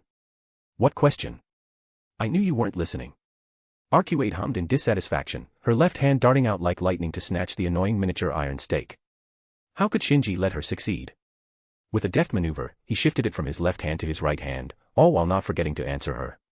I already told you, that's a common perception, a product of human imagination and creativity. Taking it seriously means you've lost. I won't lose. Seeing that one hand couldn't win against Shinji, Arcuade used both hands. Unfortunately, in this kind of trickery, she wasn't Shinji's match. After dozens of tries, she still couldn't get what she wanted. At this moment, applause and whistles sounded again from around them, clearly taking the playful tussle between the two as a performance. Hearing the support from others, Arcuade became even more enthusiastic. She planted both hands on the dining table and then the table collapsed. Chapter 627, Printing Money on the Spot. The table collapsed. Why make a big fuss about it? As the only natural god in the modern world, a candidate for UO and a being higher than even phantasmal species, Arcuade was more destructive than a humanoid T-Rex. Tearing down buildings by hand and running faster than a sports car were trivial for her. In her normal state, she would consciously control herself to avoid causing damage to her surroundings. But once she got excited, her control would weaken. Luckily, she only pressed down on the table with her palms, and McDonald's standard table quality was decent enough. Otherwise, the diners would have witnessed the fantastical scene of her hands slicing through the table like tofu. Of course, even just collapsing the table garnered a lot of attention. A young man at a nearby table even mimicked Arcuade's posture, lifting his feet off the ground and putting all his weight on the table, which remained intact, proving the quality of McDonald's hardware. Shinji quickly reacted, pressing the muttering so fragile Arcuade back into her seat with one hand while raising the other high, speaking in English. Sorry, we got a bit carried away. How much for the table? We'll pay the full price. The McDonald's staff hadn't encountered such a situation before and quickly fetched the manager, who finally gave a price. Shinji didn't haggle. The Matou family might not be as wealthy as some, but their assets were more than enough for the family members to splurge, so there was no need to fuss over a small amount of money. However, when he pulled out his wallet to pay, he was embarrassed. He didn't have enough money. Shinji's wallet was new, the previous one possibly lost in the river or the sea. Either way, it was gone. The IDs and bank cards inside could be replaced, but it would take time, and Shinji hadn't received them before leaving home. The wallet only had some cash. Though Shinji often traveled abroad and had a habit of carrying US dollars, he had only kept a few bills for symbolic reasons, enough for a meal but not for compensating a table. Do you accept yen here? Sorry, we don't accept yen. You can use a credit card, the manager replied. The problem is I don't have a card with me. Are we going to dine and dash? Shinji muttered softly, turning to look at Arcuade. He didn't have high hopes but decided to ask anyway. Do you have any money? No, but I should have a way. So, we just need more of this kind of paper, right? Arcuate said, pulling a green bill from Shinji's wallet. That's right. Shinji nodded, a sense of unease rising in his heart. The next second, his unease was confirmed. Arcuate's eyes turned from red to gold, and then identical bills appeared out of thin air, even with the same serial numbers. He had just been lamenting about fantastical scenes, and now one had appeared. This was no longer just about attracting attention, it was about eyeballs dropping to the ground and being crushed. The culprit, Arcuate, proudly asked, Hey, is this enough? Enough. Shinji barely managed to suppress the emotion surging in his chest. He glanced at the surveillance cameras overhead and then, under the shocked gazes of the onlookers, drew runes in the air, casting the suggestion magic that every magus needed to master in society. Nothing happened here. You saw nothing. We saw nothing happened. Influenced by the runes, the people in McDonald's repeated the same words in unison. After confirming that there would be no issues, Shinji finally stopped the suggestion. Phew, suggesting so many people at once is tough. What's the big deal? My mystic eyes could have handled it in an instant. Shinji, you're so overthinking. Hearing Arcuate's complaint, Shinji's barely controlled emotions surged again. Whose fault do you think this is? If you hadn't used your powers recklessly, would I need to go through all this trouble to clean up? I didn't use them recklessly, just a little bit. Indeed, it was just a little bit. Although paper money is man-made, its structure is simple, and with a sample, Arcuate could easily replicate it. It's still reckless. You promised me that you'd get my consent before using your powers. Having experienced being dragged along in a 100-meter sprint in 1 second, how could Shinji not make preparations in advance? Unfortunately, he still underestimated Arcuate's unpredictability. Alright, I admit I was wrong. Isn't that enough? Seeing Arcuate's spirits dampen, Shinji's expression softened, and his voice grew gentler. I'm not trying to harp on your mistake. Money is a fundamental part of human society, and even a small discrepancy can cause big problems. Explaining it in detail is complicated. If you're interested, I can find you a book to study it slowly. No way. If you say it's complicated, it must be very complicated. I'm not reading it. You. Arcuate wrinkled her nose in a cute manner, which brightened Shinji's mood considerably. She had that kind of charm, though it was only perceptible to those connected to the mystical world. This was one of the preparations Shinji had made. If Arcuate fully unleashed her charm, ordinary people's sanity would crumble instantly, regardless of age or gender. Fine, don't read it then. Just remember what I said and never do this kind of thing again. If we don't have enough money, I'll handle it. Maybe it was a bit exaggerated, but for a competent magus, problems that could be solved with money weren't problems. Arcuate, in response, pointing at the floating replicated bills, and asked, what should we do with these? Destroy them. You've already made them, so let's not waste them. Just change the serial numbers, the last 3 digits here, so they don't repeat. Like this. Her eyes flashed gold, and the numbers changed accordingly. No matter how many times he saw it, Arcuate's ability was always astonishing. This was the legendary humanoid money printer, creating genuine bills on the spot that even the US Mint couldn't distinguish. Yes, just like that. Let's go. Shinji first counted out the necessary amount and handed it to the manager behind the counter, then put the remaining bills into his wallet. He didn't forget to erase the runes he used for the suggestion spell before leaving. With a snap of his fingers, the fast food restaurant returned to its usual order. Only the staff at the door could faintly hear the conversation of the departing couple. By the way, does using marble phantasm still give you a headache? It does, but it's a bit better now. It seems you're gradually getting used to the voices of humans. Maybe I should find a place to test my magic too. Sure, let's go right now. No, before that, we need to go somewhere first. Where to? A place where we can make an international call. My phone's out of battery. Phone. What's that? It's this. It looks fun. I can't understand its structure for now. Take your time to understand it. If you still don't get it, I'll buy a few more for you to take apart and play with. Hee, Shinji, you're the best. Chapter 628, Link Start. A dimly lit room. A boy lying on the ground. A girl with vacant eyes. Intermittent sobbing. And occasional rises and falls. Please don't misunderstand, this is not some sort of prison. This is the cargo hold of a plane flying from Romania to East Asia. This isn't some illegal detention roleplay either, it's smuggling, although this act is still illegal. The boy and girl are naturally Shinji and Arcuate, who just escaped from the Millennium Castle. They ended up in the airplane cargo hold because they didn't have Romanian documentation, making them TNT unable to board a plane through regular means. Originally, Shinji intended to contact Zelrich by phone to have him teleport himself and Arcuade directly to Japan. However, Zelrich had once again disappeared before Shinji could call, saying only, "Shinji is already fine," and then sent Justice, Rin Tosaka, and emaciated out of the secret workshop. When Shinji contacted Justice, the three were already on a train back to Fuyuki. After all, it's Japan where the Matou, Tosaka, and Emiya families have much more influence compared to distant Europe, where their reach is limited. Shinji was displeased with Zelrich's hands-off approach. However, considering the old man's unparalleled ability to escape and their vast difference in power, Shinji could only curse a few times, calling him an old fossil. Arcuade, on the other hand, didn't mind. Other than showing a slight surprise at the mention of Old Man Jewel, she didn't say much. The two are old acquaintances. Arcuade met this legendary old man shortly after her birth. Despite being a dead apostle, the old man is a unique individual not listed on any vampire hunting lists. With no one to help, Shinji had to find his way home. Having previously traveled to Romania with Artoria, Reka, and Jack, he naturally chose a similar method. They transferred to Bucharest, confirmed the flight, and sneaked into the cargo hold while the goods were being loaded. Then came the long wait. Arcuade's personality is innocent and carefree, saying whatever comes to her mind, and she despises boredom. She could endure the day by sleeping, but at night she became energetic, needing something to do. This is also a characteristic of vampires. Unlike other vampires, who are harmed by sunlight and can only hide during the day, sunlight doesn't cause Arcuade any physical harm. She simply dislikes it and becomes lethargic under it.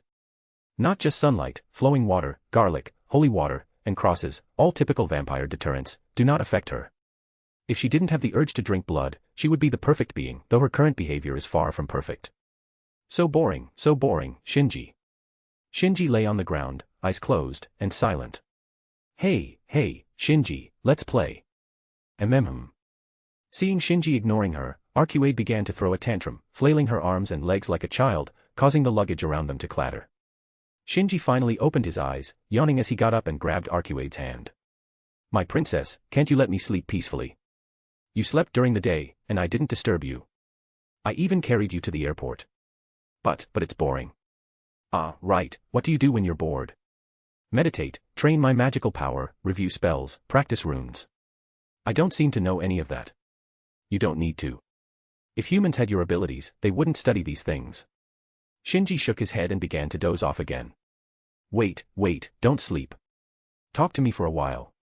Talk, how long? A day. Arcuade suggested tentatively. Sigh. Then, half a day. Phew. Until dawn, just until dawn, okay. Arcuade pouted, looking greatly aggrieved, but little did she know that Shinji felt even more wronged inside. Young lady, if you don't want me to sleep, just say it. Okay, I don't want you to sleep, I want you to play with me. I'm defeated by you. How do you want to play? With Arcuade being this honest, what else could Shinji do but obediently surrender? In the 6 years since he came here, this was the first time someone made him feel so helpless. I don't know. Still an answer so honest it left one speechless. Shinji can decide. Then accompany me to sleep. With a thud, Shinji lay back down. Sleep, just sleep, doing nothing else.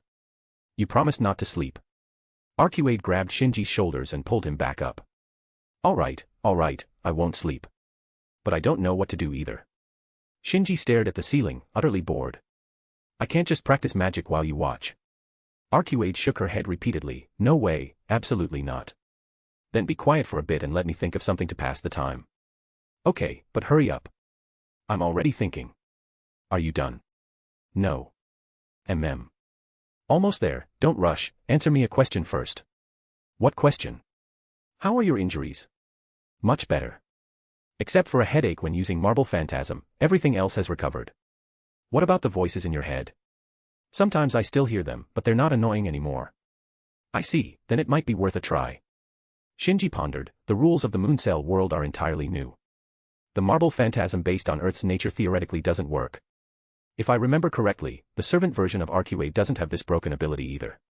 So, yeah, it's worth a try. If it doesn't work, we can just come back out, it'll be like a first experience. This phrasing sounds terrible. What's terrible? Did you think of something fun? Arcuade beside him still looked full of anticipation. I did have an idea, but it could be a bit dangerous. That's okay, I'm not afraid of danger. How do we play? It's too cramped here to do anything. We need to go to a broader world. Put your hand down. I didn't mean for you to punch a hole in the cargo hold. Do you want to crash the plane? Then how do we get outside? With a chant, I can send us out. As for you, Gaia will send you up. Gaia. Could it be? You've always wanted to see it, right? Let's go then. But first, we need to secure our bodies and set a return time so no one finds out. Leave that to me. I'll deploy a small-scale illusion.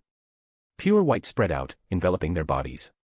Arcuade grabbed Shinji's wrist and watched him close his eyes, softly chanting.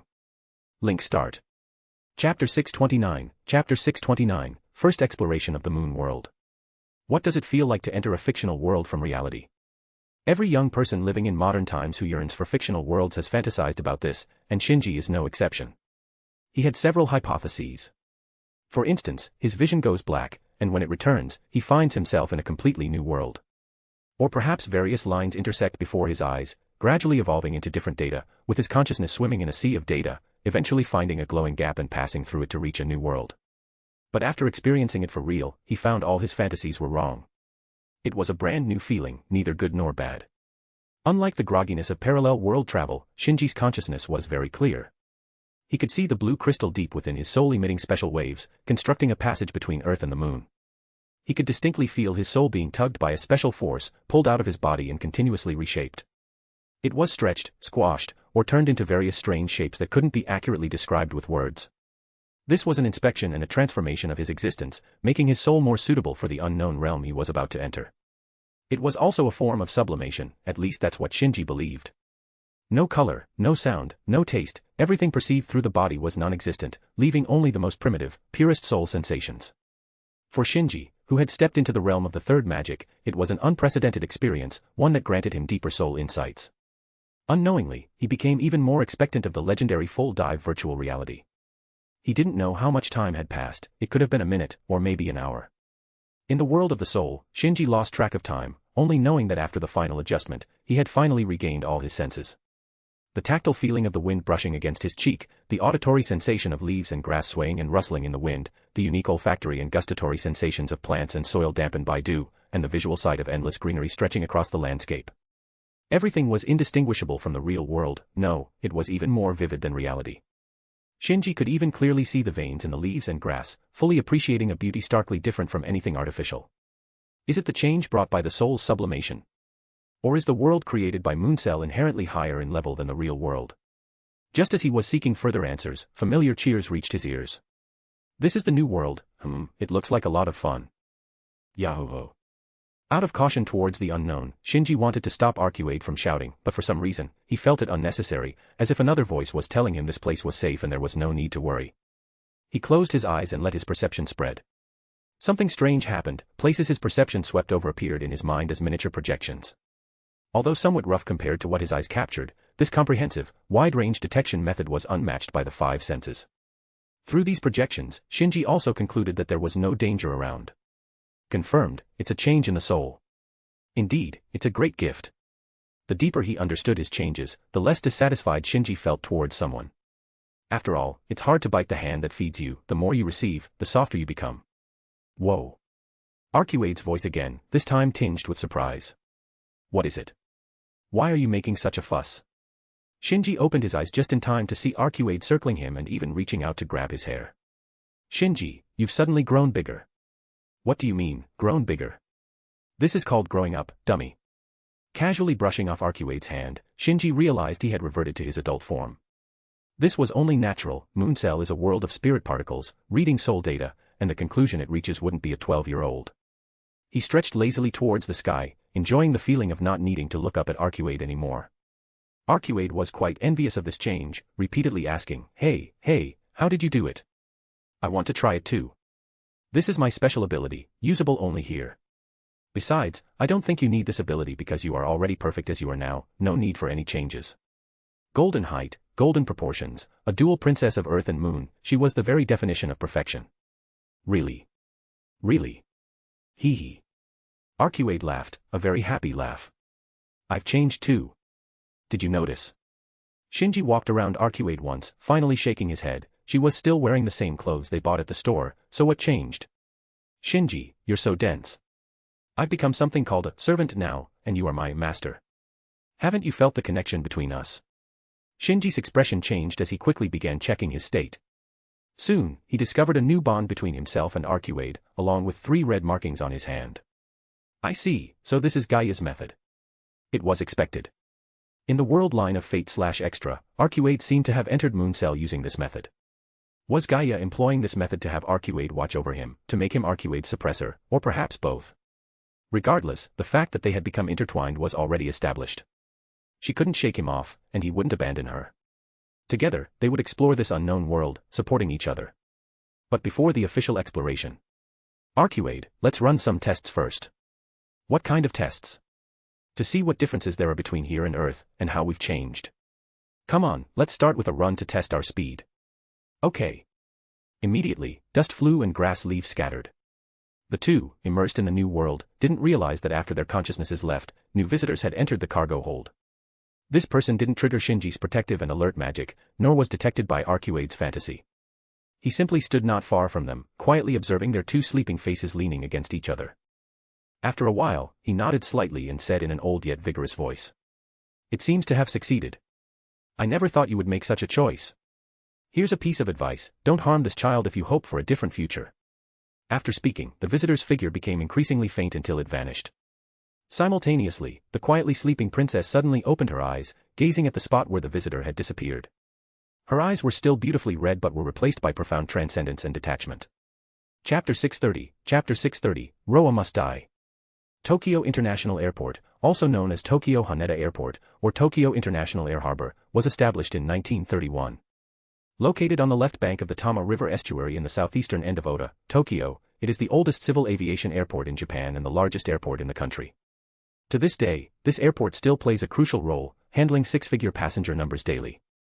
A passenger plane from the west landed on runway number 7 following the control tower's instructions. The Taram logo on the fuselage indicated its origin and ownership, Romanian Airlines. After a period of taxiing, the plane reached its designated berth. The prepared staff operated the elevator to the dock with the cabin door, while ground personnel on the other side began unloading cargo. Everything was orderly and methodical. However, if someone carefully counted the number of passengers on the bus, they would notice an undercurrent beneath the order. There were 2 more passengers on the bus than had originally boarded. Unfortunately, no one would perform such a seemingly trivial task, and those 2 extra passengers quickly blended into the crowd upon entering the terminal, leaving no trace. These 2 were, of course, the stowaways Shinji Matou and Arcuade Brunastud. As they exited the airport, Shinji removed his hood and asked with a smile, "How was it?" "Fun and exciting." Arcuade nodded repeatedly. "Fun, very fun. Let's quickly find a safe place and go back into play again. This time, I will win." By fun, she didn't mean the stowaway part. To the 2 who wouldn't die even in a plane explosion, stowing away was quite boring. The excitement came entirely from their first experience in the fictional world. They were so immersed in the new world that they completely lost track of time. It wasn't until the alarm clock rang for the 5th time that they reluctantly logged out of Mooncell. By then, the plane had already landed, and the cargo hold door had been opened. Fortunately, they had set up a bounded field, otherwise, they would have had to go through the trouble of using magic to suggest their way out to airport staff. Was the fictional world that interesting? Could it captivate both a transmigrator and a natural god? The answer is yes. Although the 2 hadn't left the wilderness where they logged in, nor encountered any spirit life forms, the wilderness itself and the changes in their forms were enough to keep them excited for a long time. The physical rules of the fictional world were mostly similar to Earth's, but there were some differences, such as gravity. Earth's gravitational acceleration is about 9.8 meters per square second, while the fictional world's gravitational acceleration is 1.633 meters per square second, only 1/6 of Earth's. This is because Mooncell is located on the moon, and this aspect of the rules references the lunar environment. The change in the gravity environment is no small issue, affecting all aspects of their behavior. Take the initial running test, for example. As soon as they started running, both fell one after the other. They were used to moving in Earth's environment, and as a result, they used too much force. Running was difficult, making exploring the new world an impossible task. Thus, their primary goal became adapting to the environment. Fortunately, this was not a particularly difficult task. Arcuade naturally possessed immense strength, and to avoid causing excessive destruction, restraint had become instinctive. With reduced gravity, it was merely a matter of restraining her strength a bit more, and she quickly got the hang of it. Shinji didn't have this instinct, but he had undergone Scathacker's body control training, enabling him to adjust his body well. By the time they left, the two were capable of a considerable degree of combat. They hadn't logged out in time because they were too engrossed in the evenly matched battle. Yes, evenly matched, and it was close-quarters combat. The login rights Shiro left were only for Shinji, not including Arcuade. Arcuade could enter the fictional world by being attached to Shinji as a servant. Since she became a servant, she had to follow servant rules. A servant's basic attributes are limited by the master. Although Shinji was strong, he wasn't enough to support a fully EX-ranked Arcuade, so weakening was inevitable. Arcuade's current attributes were Strength, A. Endurance, A. Agility, A. Mana, A. Luck, D. Noble Phantasm, E. On the other hand, Shinji's basic attributes directly referenced his servant panel of a parallel world due to his experience as a servant, confirming that the third magic could indeed interfere with the fictional world. One side weakened, the other strengthened. Although there was still a large rank difference, Arcuade's straightforward combat style allowed Shinji to display his martial skills, resulting in a draw. Of course, this was just close-quarters combat without using skills and noble phantasms. Otherwise, not even two Shinjis could be a match for Arcuade, because of Arcuade's inherent skill, Ultimate 1. Ultimate 1, Rank EX.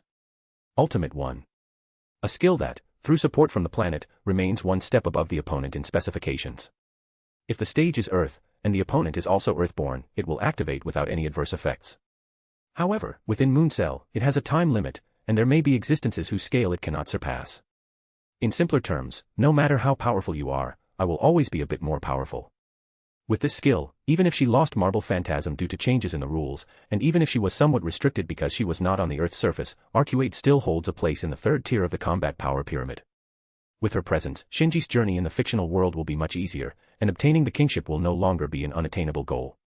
However, Shinji did not agree to Arcuade's request to find a place to log in again immediately.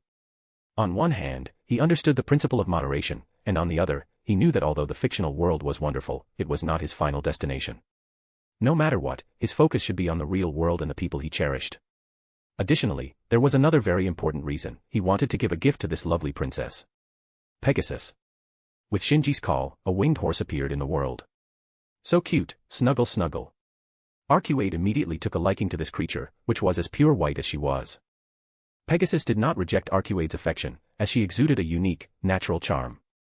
Shinji mounted the horse, one hand stroking its mane, and the other hand reaching out to Arcuade, who was whispering to the horse. Come on up, there will be plenty of opportunities to play later. First, come with me to a place. Where to? Is it far? Not far, it's in this area. You'll know when we get there. He tugged the reins, and Pegasus flapped its wings, stepping into the air. Their destination, the Tano family. Since you have become my servant, your enemies are my enemies. Roa must die. Chapter 631, Night Visit to the Tano Residence. On a secluded hill in the suburbs of Tokyo stands a mansion. No, a mansion is an understatement. In terms of sheer land area, it can be compared to the palatial residences of ancient nobility. A black iron fence, old but not rusty, encircles the entire hill. The area is large enough to accommodate a primary school with a football field comfortably. Inside the fence lies a forest garden. Yes, the forest is the most fitting word. Within this forest, dozens of houses of various sizes are arranged in an orderly fashion, all surrounding a tall Western-style building in the center. The entire estate exudes a powerful, awe-inspiring presence. Of course, this presence did not intimidate the two visitors. Is this the place, Shinji? Arcuade swayed under the bright moonlight, exuding an unusual beauty. However, Shinji accompanying her had no time to appreciate her beauty, as it was imbued with a chilling killing intent. Yes, this is the place. But, do you have to go in now? The sun will rise in 2 hours. Let me gather some information first. What if I'm wrong? No, you're not wrong. Arcuade shook her head firmly. Although it's faint, I can sense Roa's presence here. Thank you for bringing me here. I know you're right, but I really can't wait any longer, not even for a minute. I shouldn't have told you the news in advance. Shinji scratched his head and sighed. He had overestimated Arcuade's patience or underestimated her hatred for Roa. Arcuade had a strong curiosity and was very persistent. She didn't listen to phrases like, "You'll know when we get there." During the flight, she kept asking Shinji where he was taking her, changing her questions repeatedly. Unable to withstand her relentless questioning, Shinji told her that Roa's current reincarnation might be in the Tano residence. Upon hearing Roa's name, Arcuade changed entirely. She became unbearably cold, and her undisguised killing intent froze the air. She urged Pegasus to accelerate, then accelerate again, and again, even leaving Pegasus back to lighten its load. When Shinji's mana was insufficient, she directly carried him, flying to the Tano residence, arriving 2 hours earlier than expected. Well, if you don't want to wait, then let's not wait. But before we go in, I need you to agree to 3 things. What are they? First, only target Roa. Try not to affect anyone else. Second, if others are alerted, let me handle them. You focus on Roa. Third, and most importantly, no matter what Roa says, you must not kill him. I've already told you the reason. We can't give him the chance to reincarnate again. Since he had shared information about Roa, Shinji also revealed the plan to end Roa's reincarnation with the mystic eyes of death perception.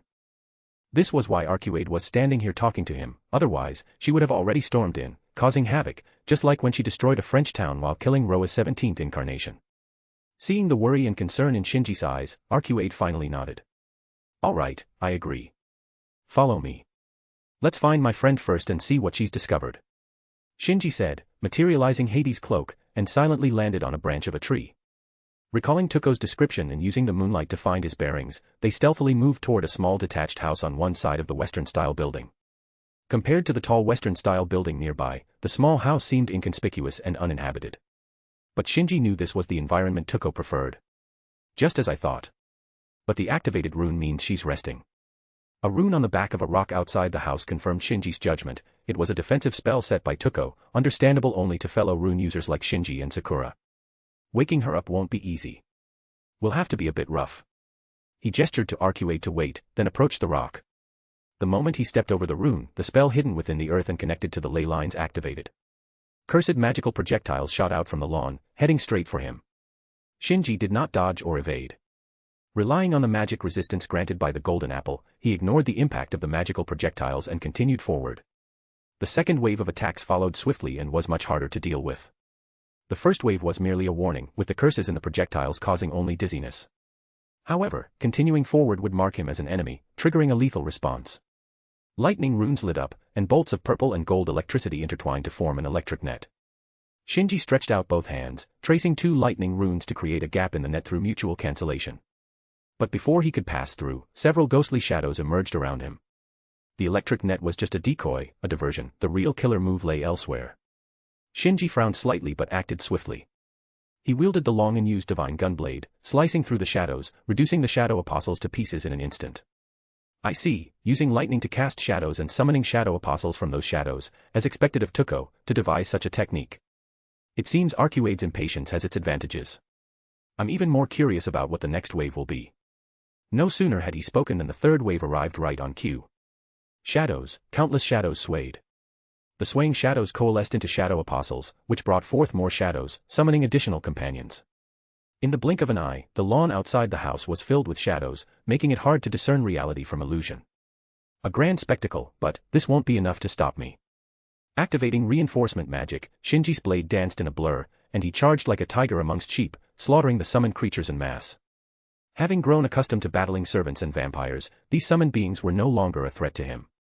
He didn't even need to use his noble phantasm, a mere magical blade sufficed to cut them all down.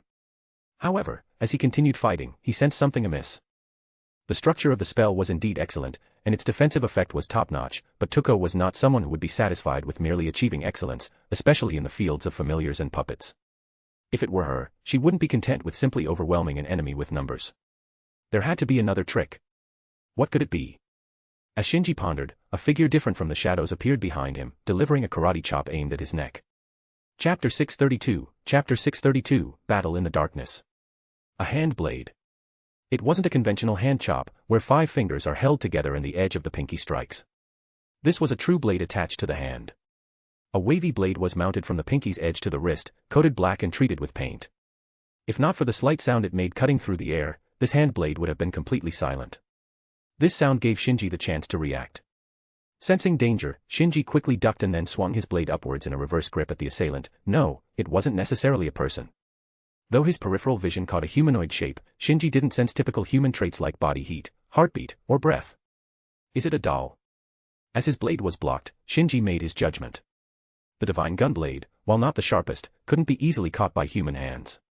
The house's owner, Aozaki Tuko, was renowned for her mastery in doll-making, earning a top rank in the clock tower. He severed the flow of mana to his blade, causing the maniformed blade to vanish. Using this opportunity, Shinji quickly retreated while assessing the doll before him. Long hair, roughly 165 centimeters tall. Though hidden in shadows, the silhouette suggested a female form, and the amber eyes were a rare feature, unlike Tuko's dolls. As his vision blurred, the humanoid silhouette vanished in an eerie manner from Shinji's sight. Invisibility.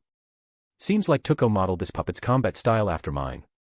Alright, let's see whose stealth is superior. Shinji pulled his cloak, and his form began to disappear.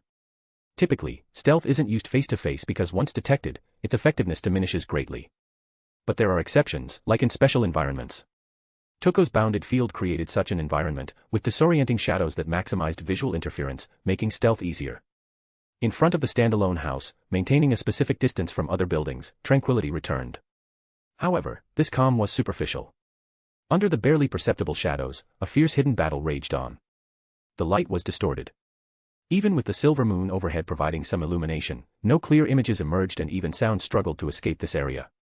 Watching from outside the bounded field, Arcuade could only faintly hear the increasing frequency of blades clashing. 1 second. 2 seconds. 3 seconds. 1 minute. 2 minutes. 3 minutes. Though the time wasn't long, it felt unbearably lengthy. Hand blade, bow blade. Fists, palms. Nothing was clear, and the sounds were indistinct. One side was a lifeless doll, the other was a stealthy wielder of divine weapons. This was a battle in the darkness. This was a clash in silence. This was a true assassin's duel. Such a battle couldn't last long. When one side was forced to break stealth, the battle's outcome would be decided, just as darkness can never last forever. With an unusual explosive sound, a figure was knocked out of the air, stumbling and staggering. A tattered gray cloak, steadily leaking spirit particles. The reconstructed blade of the divine gunblade was falling apart. His left arm somehow turned golden and bore a gaping wound covering most of his forearm, with golden blood streaming out. Sweat from his forehead fell along with the blood. Undoubtedly, Shinji had lost this dark confrontation. Given Shinji's current strength and physique, a few minutes of combat shouldn't have left him drenched in sweat, no matter how intense. But the mental strain was another matter, the pressure of having his senses shrouded, knowing there was an enemy but being unable to pinpoint them, was immense. It felt like an ordinary person dancing on a knife's edge while blindfolded. This experience gave Shinji his first taste of a true assassination. Unlike him, who relied on noble phantasms and bore the title of an assassin in name only, the puppet was a genuine assassin, truly killing without a trace. Drip. Drip. Drip. Blood mixed with sweat dripped onto the ground. Shinji admitted his defeat wholeheartedly. However, despite his admiration, he had some doubts about whether this doll was truly created by Tuko. It wasn't a question of Tuko's abilities but rather a sense of antiquated mystery from the doll, a long history ingrained within it, intrinsic to the doll itself, not externally added. This property allowed it to break through the golden apple's protection and injure Shinji's left arm. Of course, Tuko might have used a plethora of ancient materials to craft this doll. What exactly are you? Naturally, there was no response, as that would reveal its nature. In a brief moment of exchanged blows, Shinji saw a spark of intellect in those amber eyes. She was no ordinary puppet. Answer me. If you don't, I'll have to ask your creator directly. Ignoring the bleeding wound, Shinji rushed towards the door of the small house. Just as he was about to touch the doorknob, a sharp blade suddenly appeared, aiming straight for his back. Yet, in this life-threatening moment, Shinji remained calm, even confident.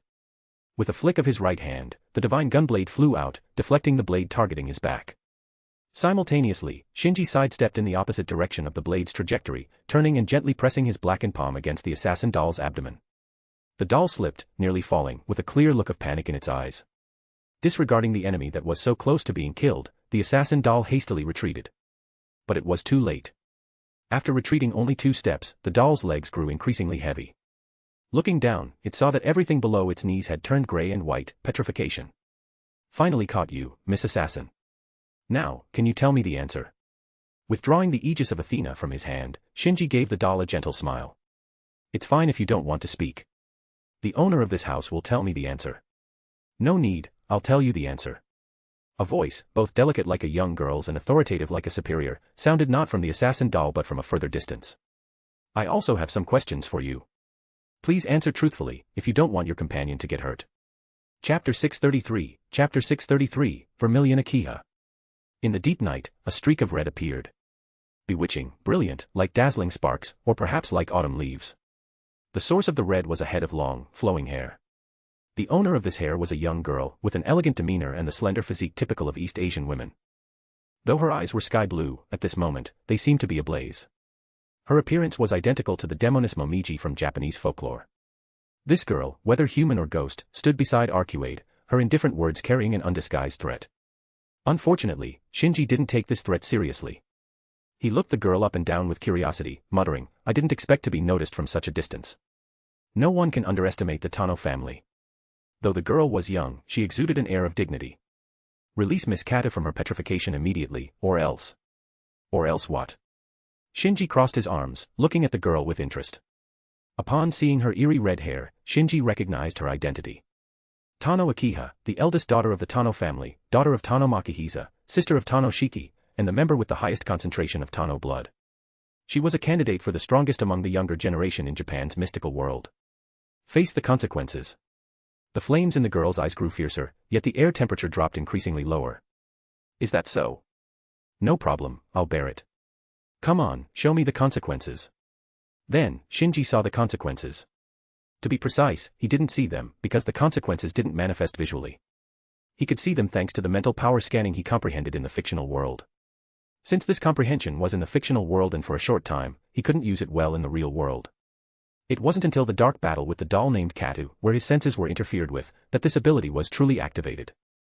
Shinji lost the dark battle, but Katu also lost her greatest reliance, captured by the mental power scan. Thus, Shinji could skillfully deflect the blade and then use the assimilation magic of the Black Hand to disrupt Kata's internal magic, finally petrifying her calf with the aegis of Athena. Now, another strange scene appeared in Shinji's consciousness. The scenery remained the same, but this time, numerous lines filled the view, red lines, spreading outward from the girl's hair, dividing the sky, earth, and everything between into countless fragments, including Shinji and the observing Arcuade. Interesting, so this is how caging hair manifests. Quite fitting, hair like a fence, trapping its prey with no escape. Next. The caging hair entwining Shinji began to burn. Despite the flames, there was no heat, instead, it grew colder. Within just a second, Shinji felt his body numb, and even his thoughts slowed. This was the effect of caging hair, using hair as a medium to rapidly drain the enemy's heat, rendering them immobile or even causing death. Invisible and intangible, it was a nearly indefensible technique, Tano Akiha's most common combat method. However, since it was captured by the mental power scan, it could naturally be countered. Shinji clasped his hands together and chanted a Buddhist mantra. Homage to the incarnate light of infinite radiance, master of the universe. In an instant, the relic emitted a brilliant light. The golden Buddha light enveloped Shinji, dispelling the caging hair around him. The Tano family's special ability stemmed from the demon mixed into their bloodline, which was precisely countered by the Buddha light. Without caging hair, Akiha's heat-draining ability was severely affected and quickly receded. Buddhism, Tendai sect. Akiha, worthy of her status as the Tano family's eldest daughter, immediately recognized the source of the Buddha light and questioned sharply. Is the Tendai sect declaring war on the Tano family? Buddhism flourished after Jianjin's eastward journey, Christianity arrived in the 15th century, native Shinto, and various demons and their descendants tied to the Yaoyorozu no Kami, along with exorcist families specializing in combating these creatures. These forces have historically fought and cooperated, ultimately forming a current state of interwoven influence, maintaining an overall balance. But this balance is fragile. If the Tendai sect, which holds a significant position in Japanese Buddhism, were to clash with the leading human-demon hybrid family, the Tano family, this balance would be shattered. Thus, Akiha's tension was palpable. Upon being asked this, Shinji recalled the complex situation in Japan's mystical world. He quickly waved his hand and gave the timeless response, I'm not with the Tendai sect, and I don't intend to wage war against the Tano family. Then who are you? Why are you here? Before he could answer, Arcuade couldn't hold back any longer. So noisy. Hey, Shinji, isn't it done yet? Her patience was already thin, and she had only been waiting quietly because of her agreement with Shinji. Now, her patience was finally exhausted. Just wait a bit longer, it'll be done soon. Shinji quickly reassured her. I'm not waiting anymore. Arcuade pouted, shaking her hand childishly and heading towards the small house. Anyway, we just need to get inside. Stop, don't move. Akiha's red hair moved as if blown by an invisible wind. Arcuade was a hostage meant to balance against the enemy in exchange for the doll. There was no way Akiha would let her leave. Arcuade kept walking, completely ignoring Akiha. The princess's personality was straightforward. If she was interested, she would cling to you, if not, she wouldn't bother at all. Akiha was furious. She fully activates her caging hair. Not good. Shinji's expression changed. He rushed towards Tano Akiha at the fastest speed, not to attack, but to save her. She was very strong, fully utilizing the power of the Tano blood to rival a servant. But no matter how strong she was, she couldn't be stronger than Arcuade. The consequences of provoking her recklessly were obvious. As caging hair began to burn, pure white spread out, altering reality itself. Not only did it annihilate the red hair, but it also reversed the flow, attacking Akiha's body. Along with the pure white was Arcuade's hand, beautiful yet dangerous, posing a lethal threat to Akiha. She had never seen anyone dissolve her sea caging high in such a manner. This woman was even more terrifying than that boy. Just before the pure white in the hand could touch Akiha, Shinji intervened, grabbing Arcuade's wrist with one hand and knocking her on the forehead with the other. Stop, you stop right now. Didn't we agree you'd focus on Roa and leave the rest to me? But it's boring. Arcuade said, holding her forehead. How much longer are you going to make me wait? Soon, just be patient a little longer. Then hurry up. I'll be quick. Just don't make a move, and if you do, don't hurt anyone. Got it. Shinji took a final glance at the pouting Arcuade and the still frightened Tano Akiha before rushing towards the small house at top speed, bursting through the door. Sister Tuko, wake up. Chapter 634, An Unexpected Development. The mood of Ms. Aozaki Tuko, renowned Grand Magus, top-tier doll maker, and the Tano family's doctor and Akiha Tano's advisor, was a bit sour. No one would be in a good mood after conducting experiments until late at night, and then being woken up just half an hour after falling asleep. Seeing that the person waking her up was a certain little rascal who had been missing for days with no news, her bad mood was somewhat alleviated. However, since she wasn't wearing her glasses, her expression was still unpleasant, and her tone was icy. Oh, back already? Yeah, I'm back. Where's my gift? There wasn't much worth bringing back from there, so you're saying you went out, didn't bring a gift, and the first thing you do upon returning is disturb my sleep? Do we have a grudge or something? I was wrong, all right. Hearing the resentment in Tuko's voice, Shinji quickly apologized, his attitude sincerely contrite. I'll make it up to you later. Just tell me what you want, and I'll get it for you. That's more like it. Seeing Shinji's sincere apology, Tuko's remaining displeasure vanished. She reached for her glasses from the case, resuming her image of an intelligent and capable mature woman. By this time, Akiha Tano had also understood the boy's identity. Tuko was still sitting on the bed, wearing only a thin nightgown, not minding the exposed parts of her body being seen by Shinji.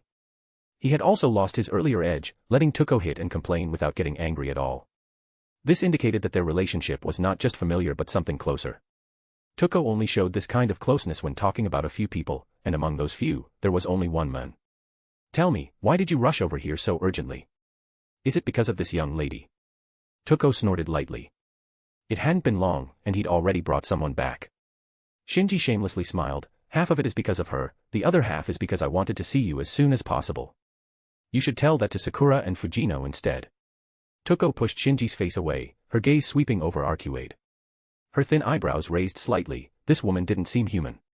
The pure white princess was sitting on the windowsill, basking in the moonlight, her legs swinging back and forth, still muttering, not yet, be patient, not yet, be patient.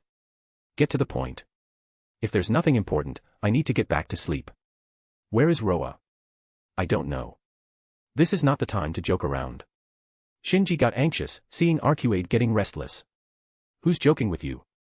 I don't know. Seeing that Tuko was serious, Shinji frowned, his gaze shifting twice towards Akiha Tano.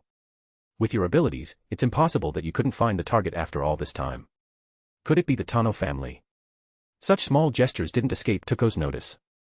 She shrugged, causing a ripple across her chest. No matter how capable I am, I can't bring the dead back to life. Dead? What do you mean? Don't you get it? The person you asked me to find is already dead before I even arrived. That's impossible, Roa isn't dead. Shinji glanced at Arcuade, who was listening intently. Despite the unusual situation, Roa was indeed the vampire she had sensed. If she said Roa wasn't dead, then he wasn't. I don't know if Roa is dead or not, but the person you asked me to find, Shiki Tano, is indeed dead. You gave me outdated information. Shiki Tano is dead. Shinji almost doubted his ears. Shiki Tano was dead. How could he be dead? How could someone who was possessed by Roa and could drain others' life force die? If he was dead, what would happen to Roa? Questions kept popping up, making his head a mess, and it took a while for him to calm down. Are you sure?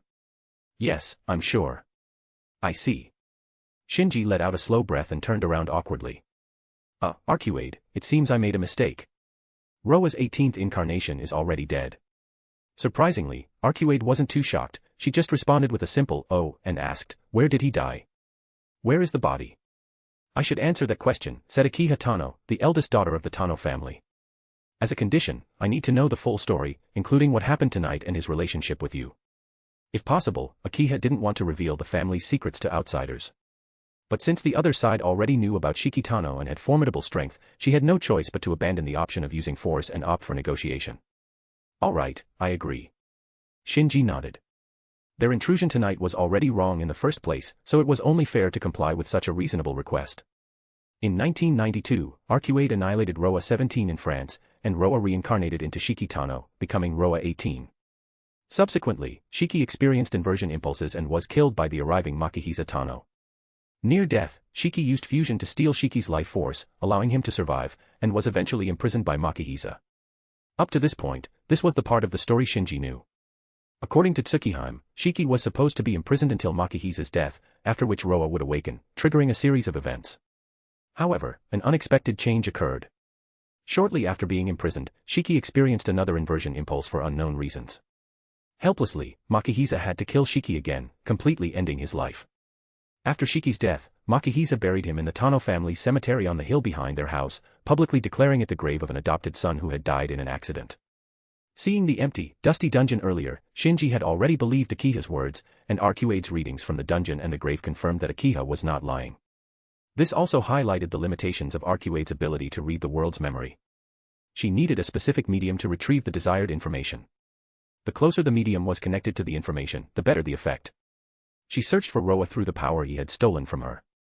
If Roa didn't awaken, this power would remain dormant, making it impossible for her to find him. Using the Tano family as a medium, she read traces of Roa's existence but couldn't get further information until she used Shiki Tano's grave and death location as the medium. "Now I'll have to wait a long time again." This was Arcuade's final reaction, cold and indifferent, reminding Shinji of how she was when they first met. "You don't seem to care much. Isn't he your enemy?" "Yes, but I've killed him many times, and he's escaped many times. I don't mind waiting a few more times." "I see." Hundreds of years of entanglement and long waiting, he didn't understand, but that didn't stop him from making a decision. "Next time he awakens, I'll go with you." "All right." Before dawn, the coldness of the pure white vampire princess melted, and she smiled like a blooming flower. She had changed. That day, they met. At that moment, a collision occurred between the natural touch and human sentiment. In that instant, the embodiment of nature, which was supposed to be emotionless, was tainted with feelings. Magic. Miracle. No, none of that mattered. What mattered was that she liked this feeling.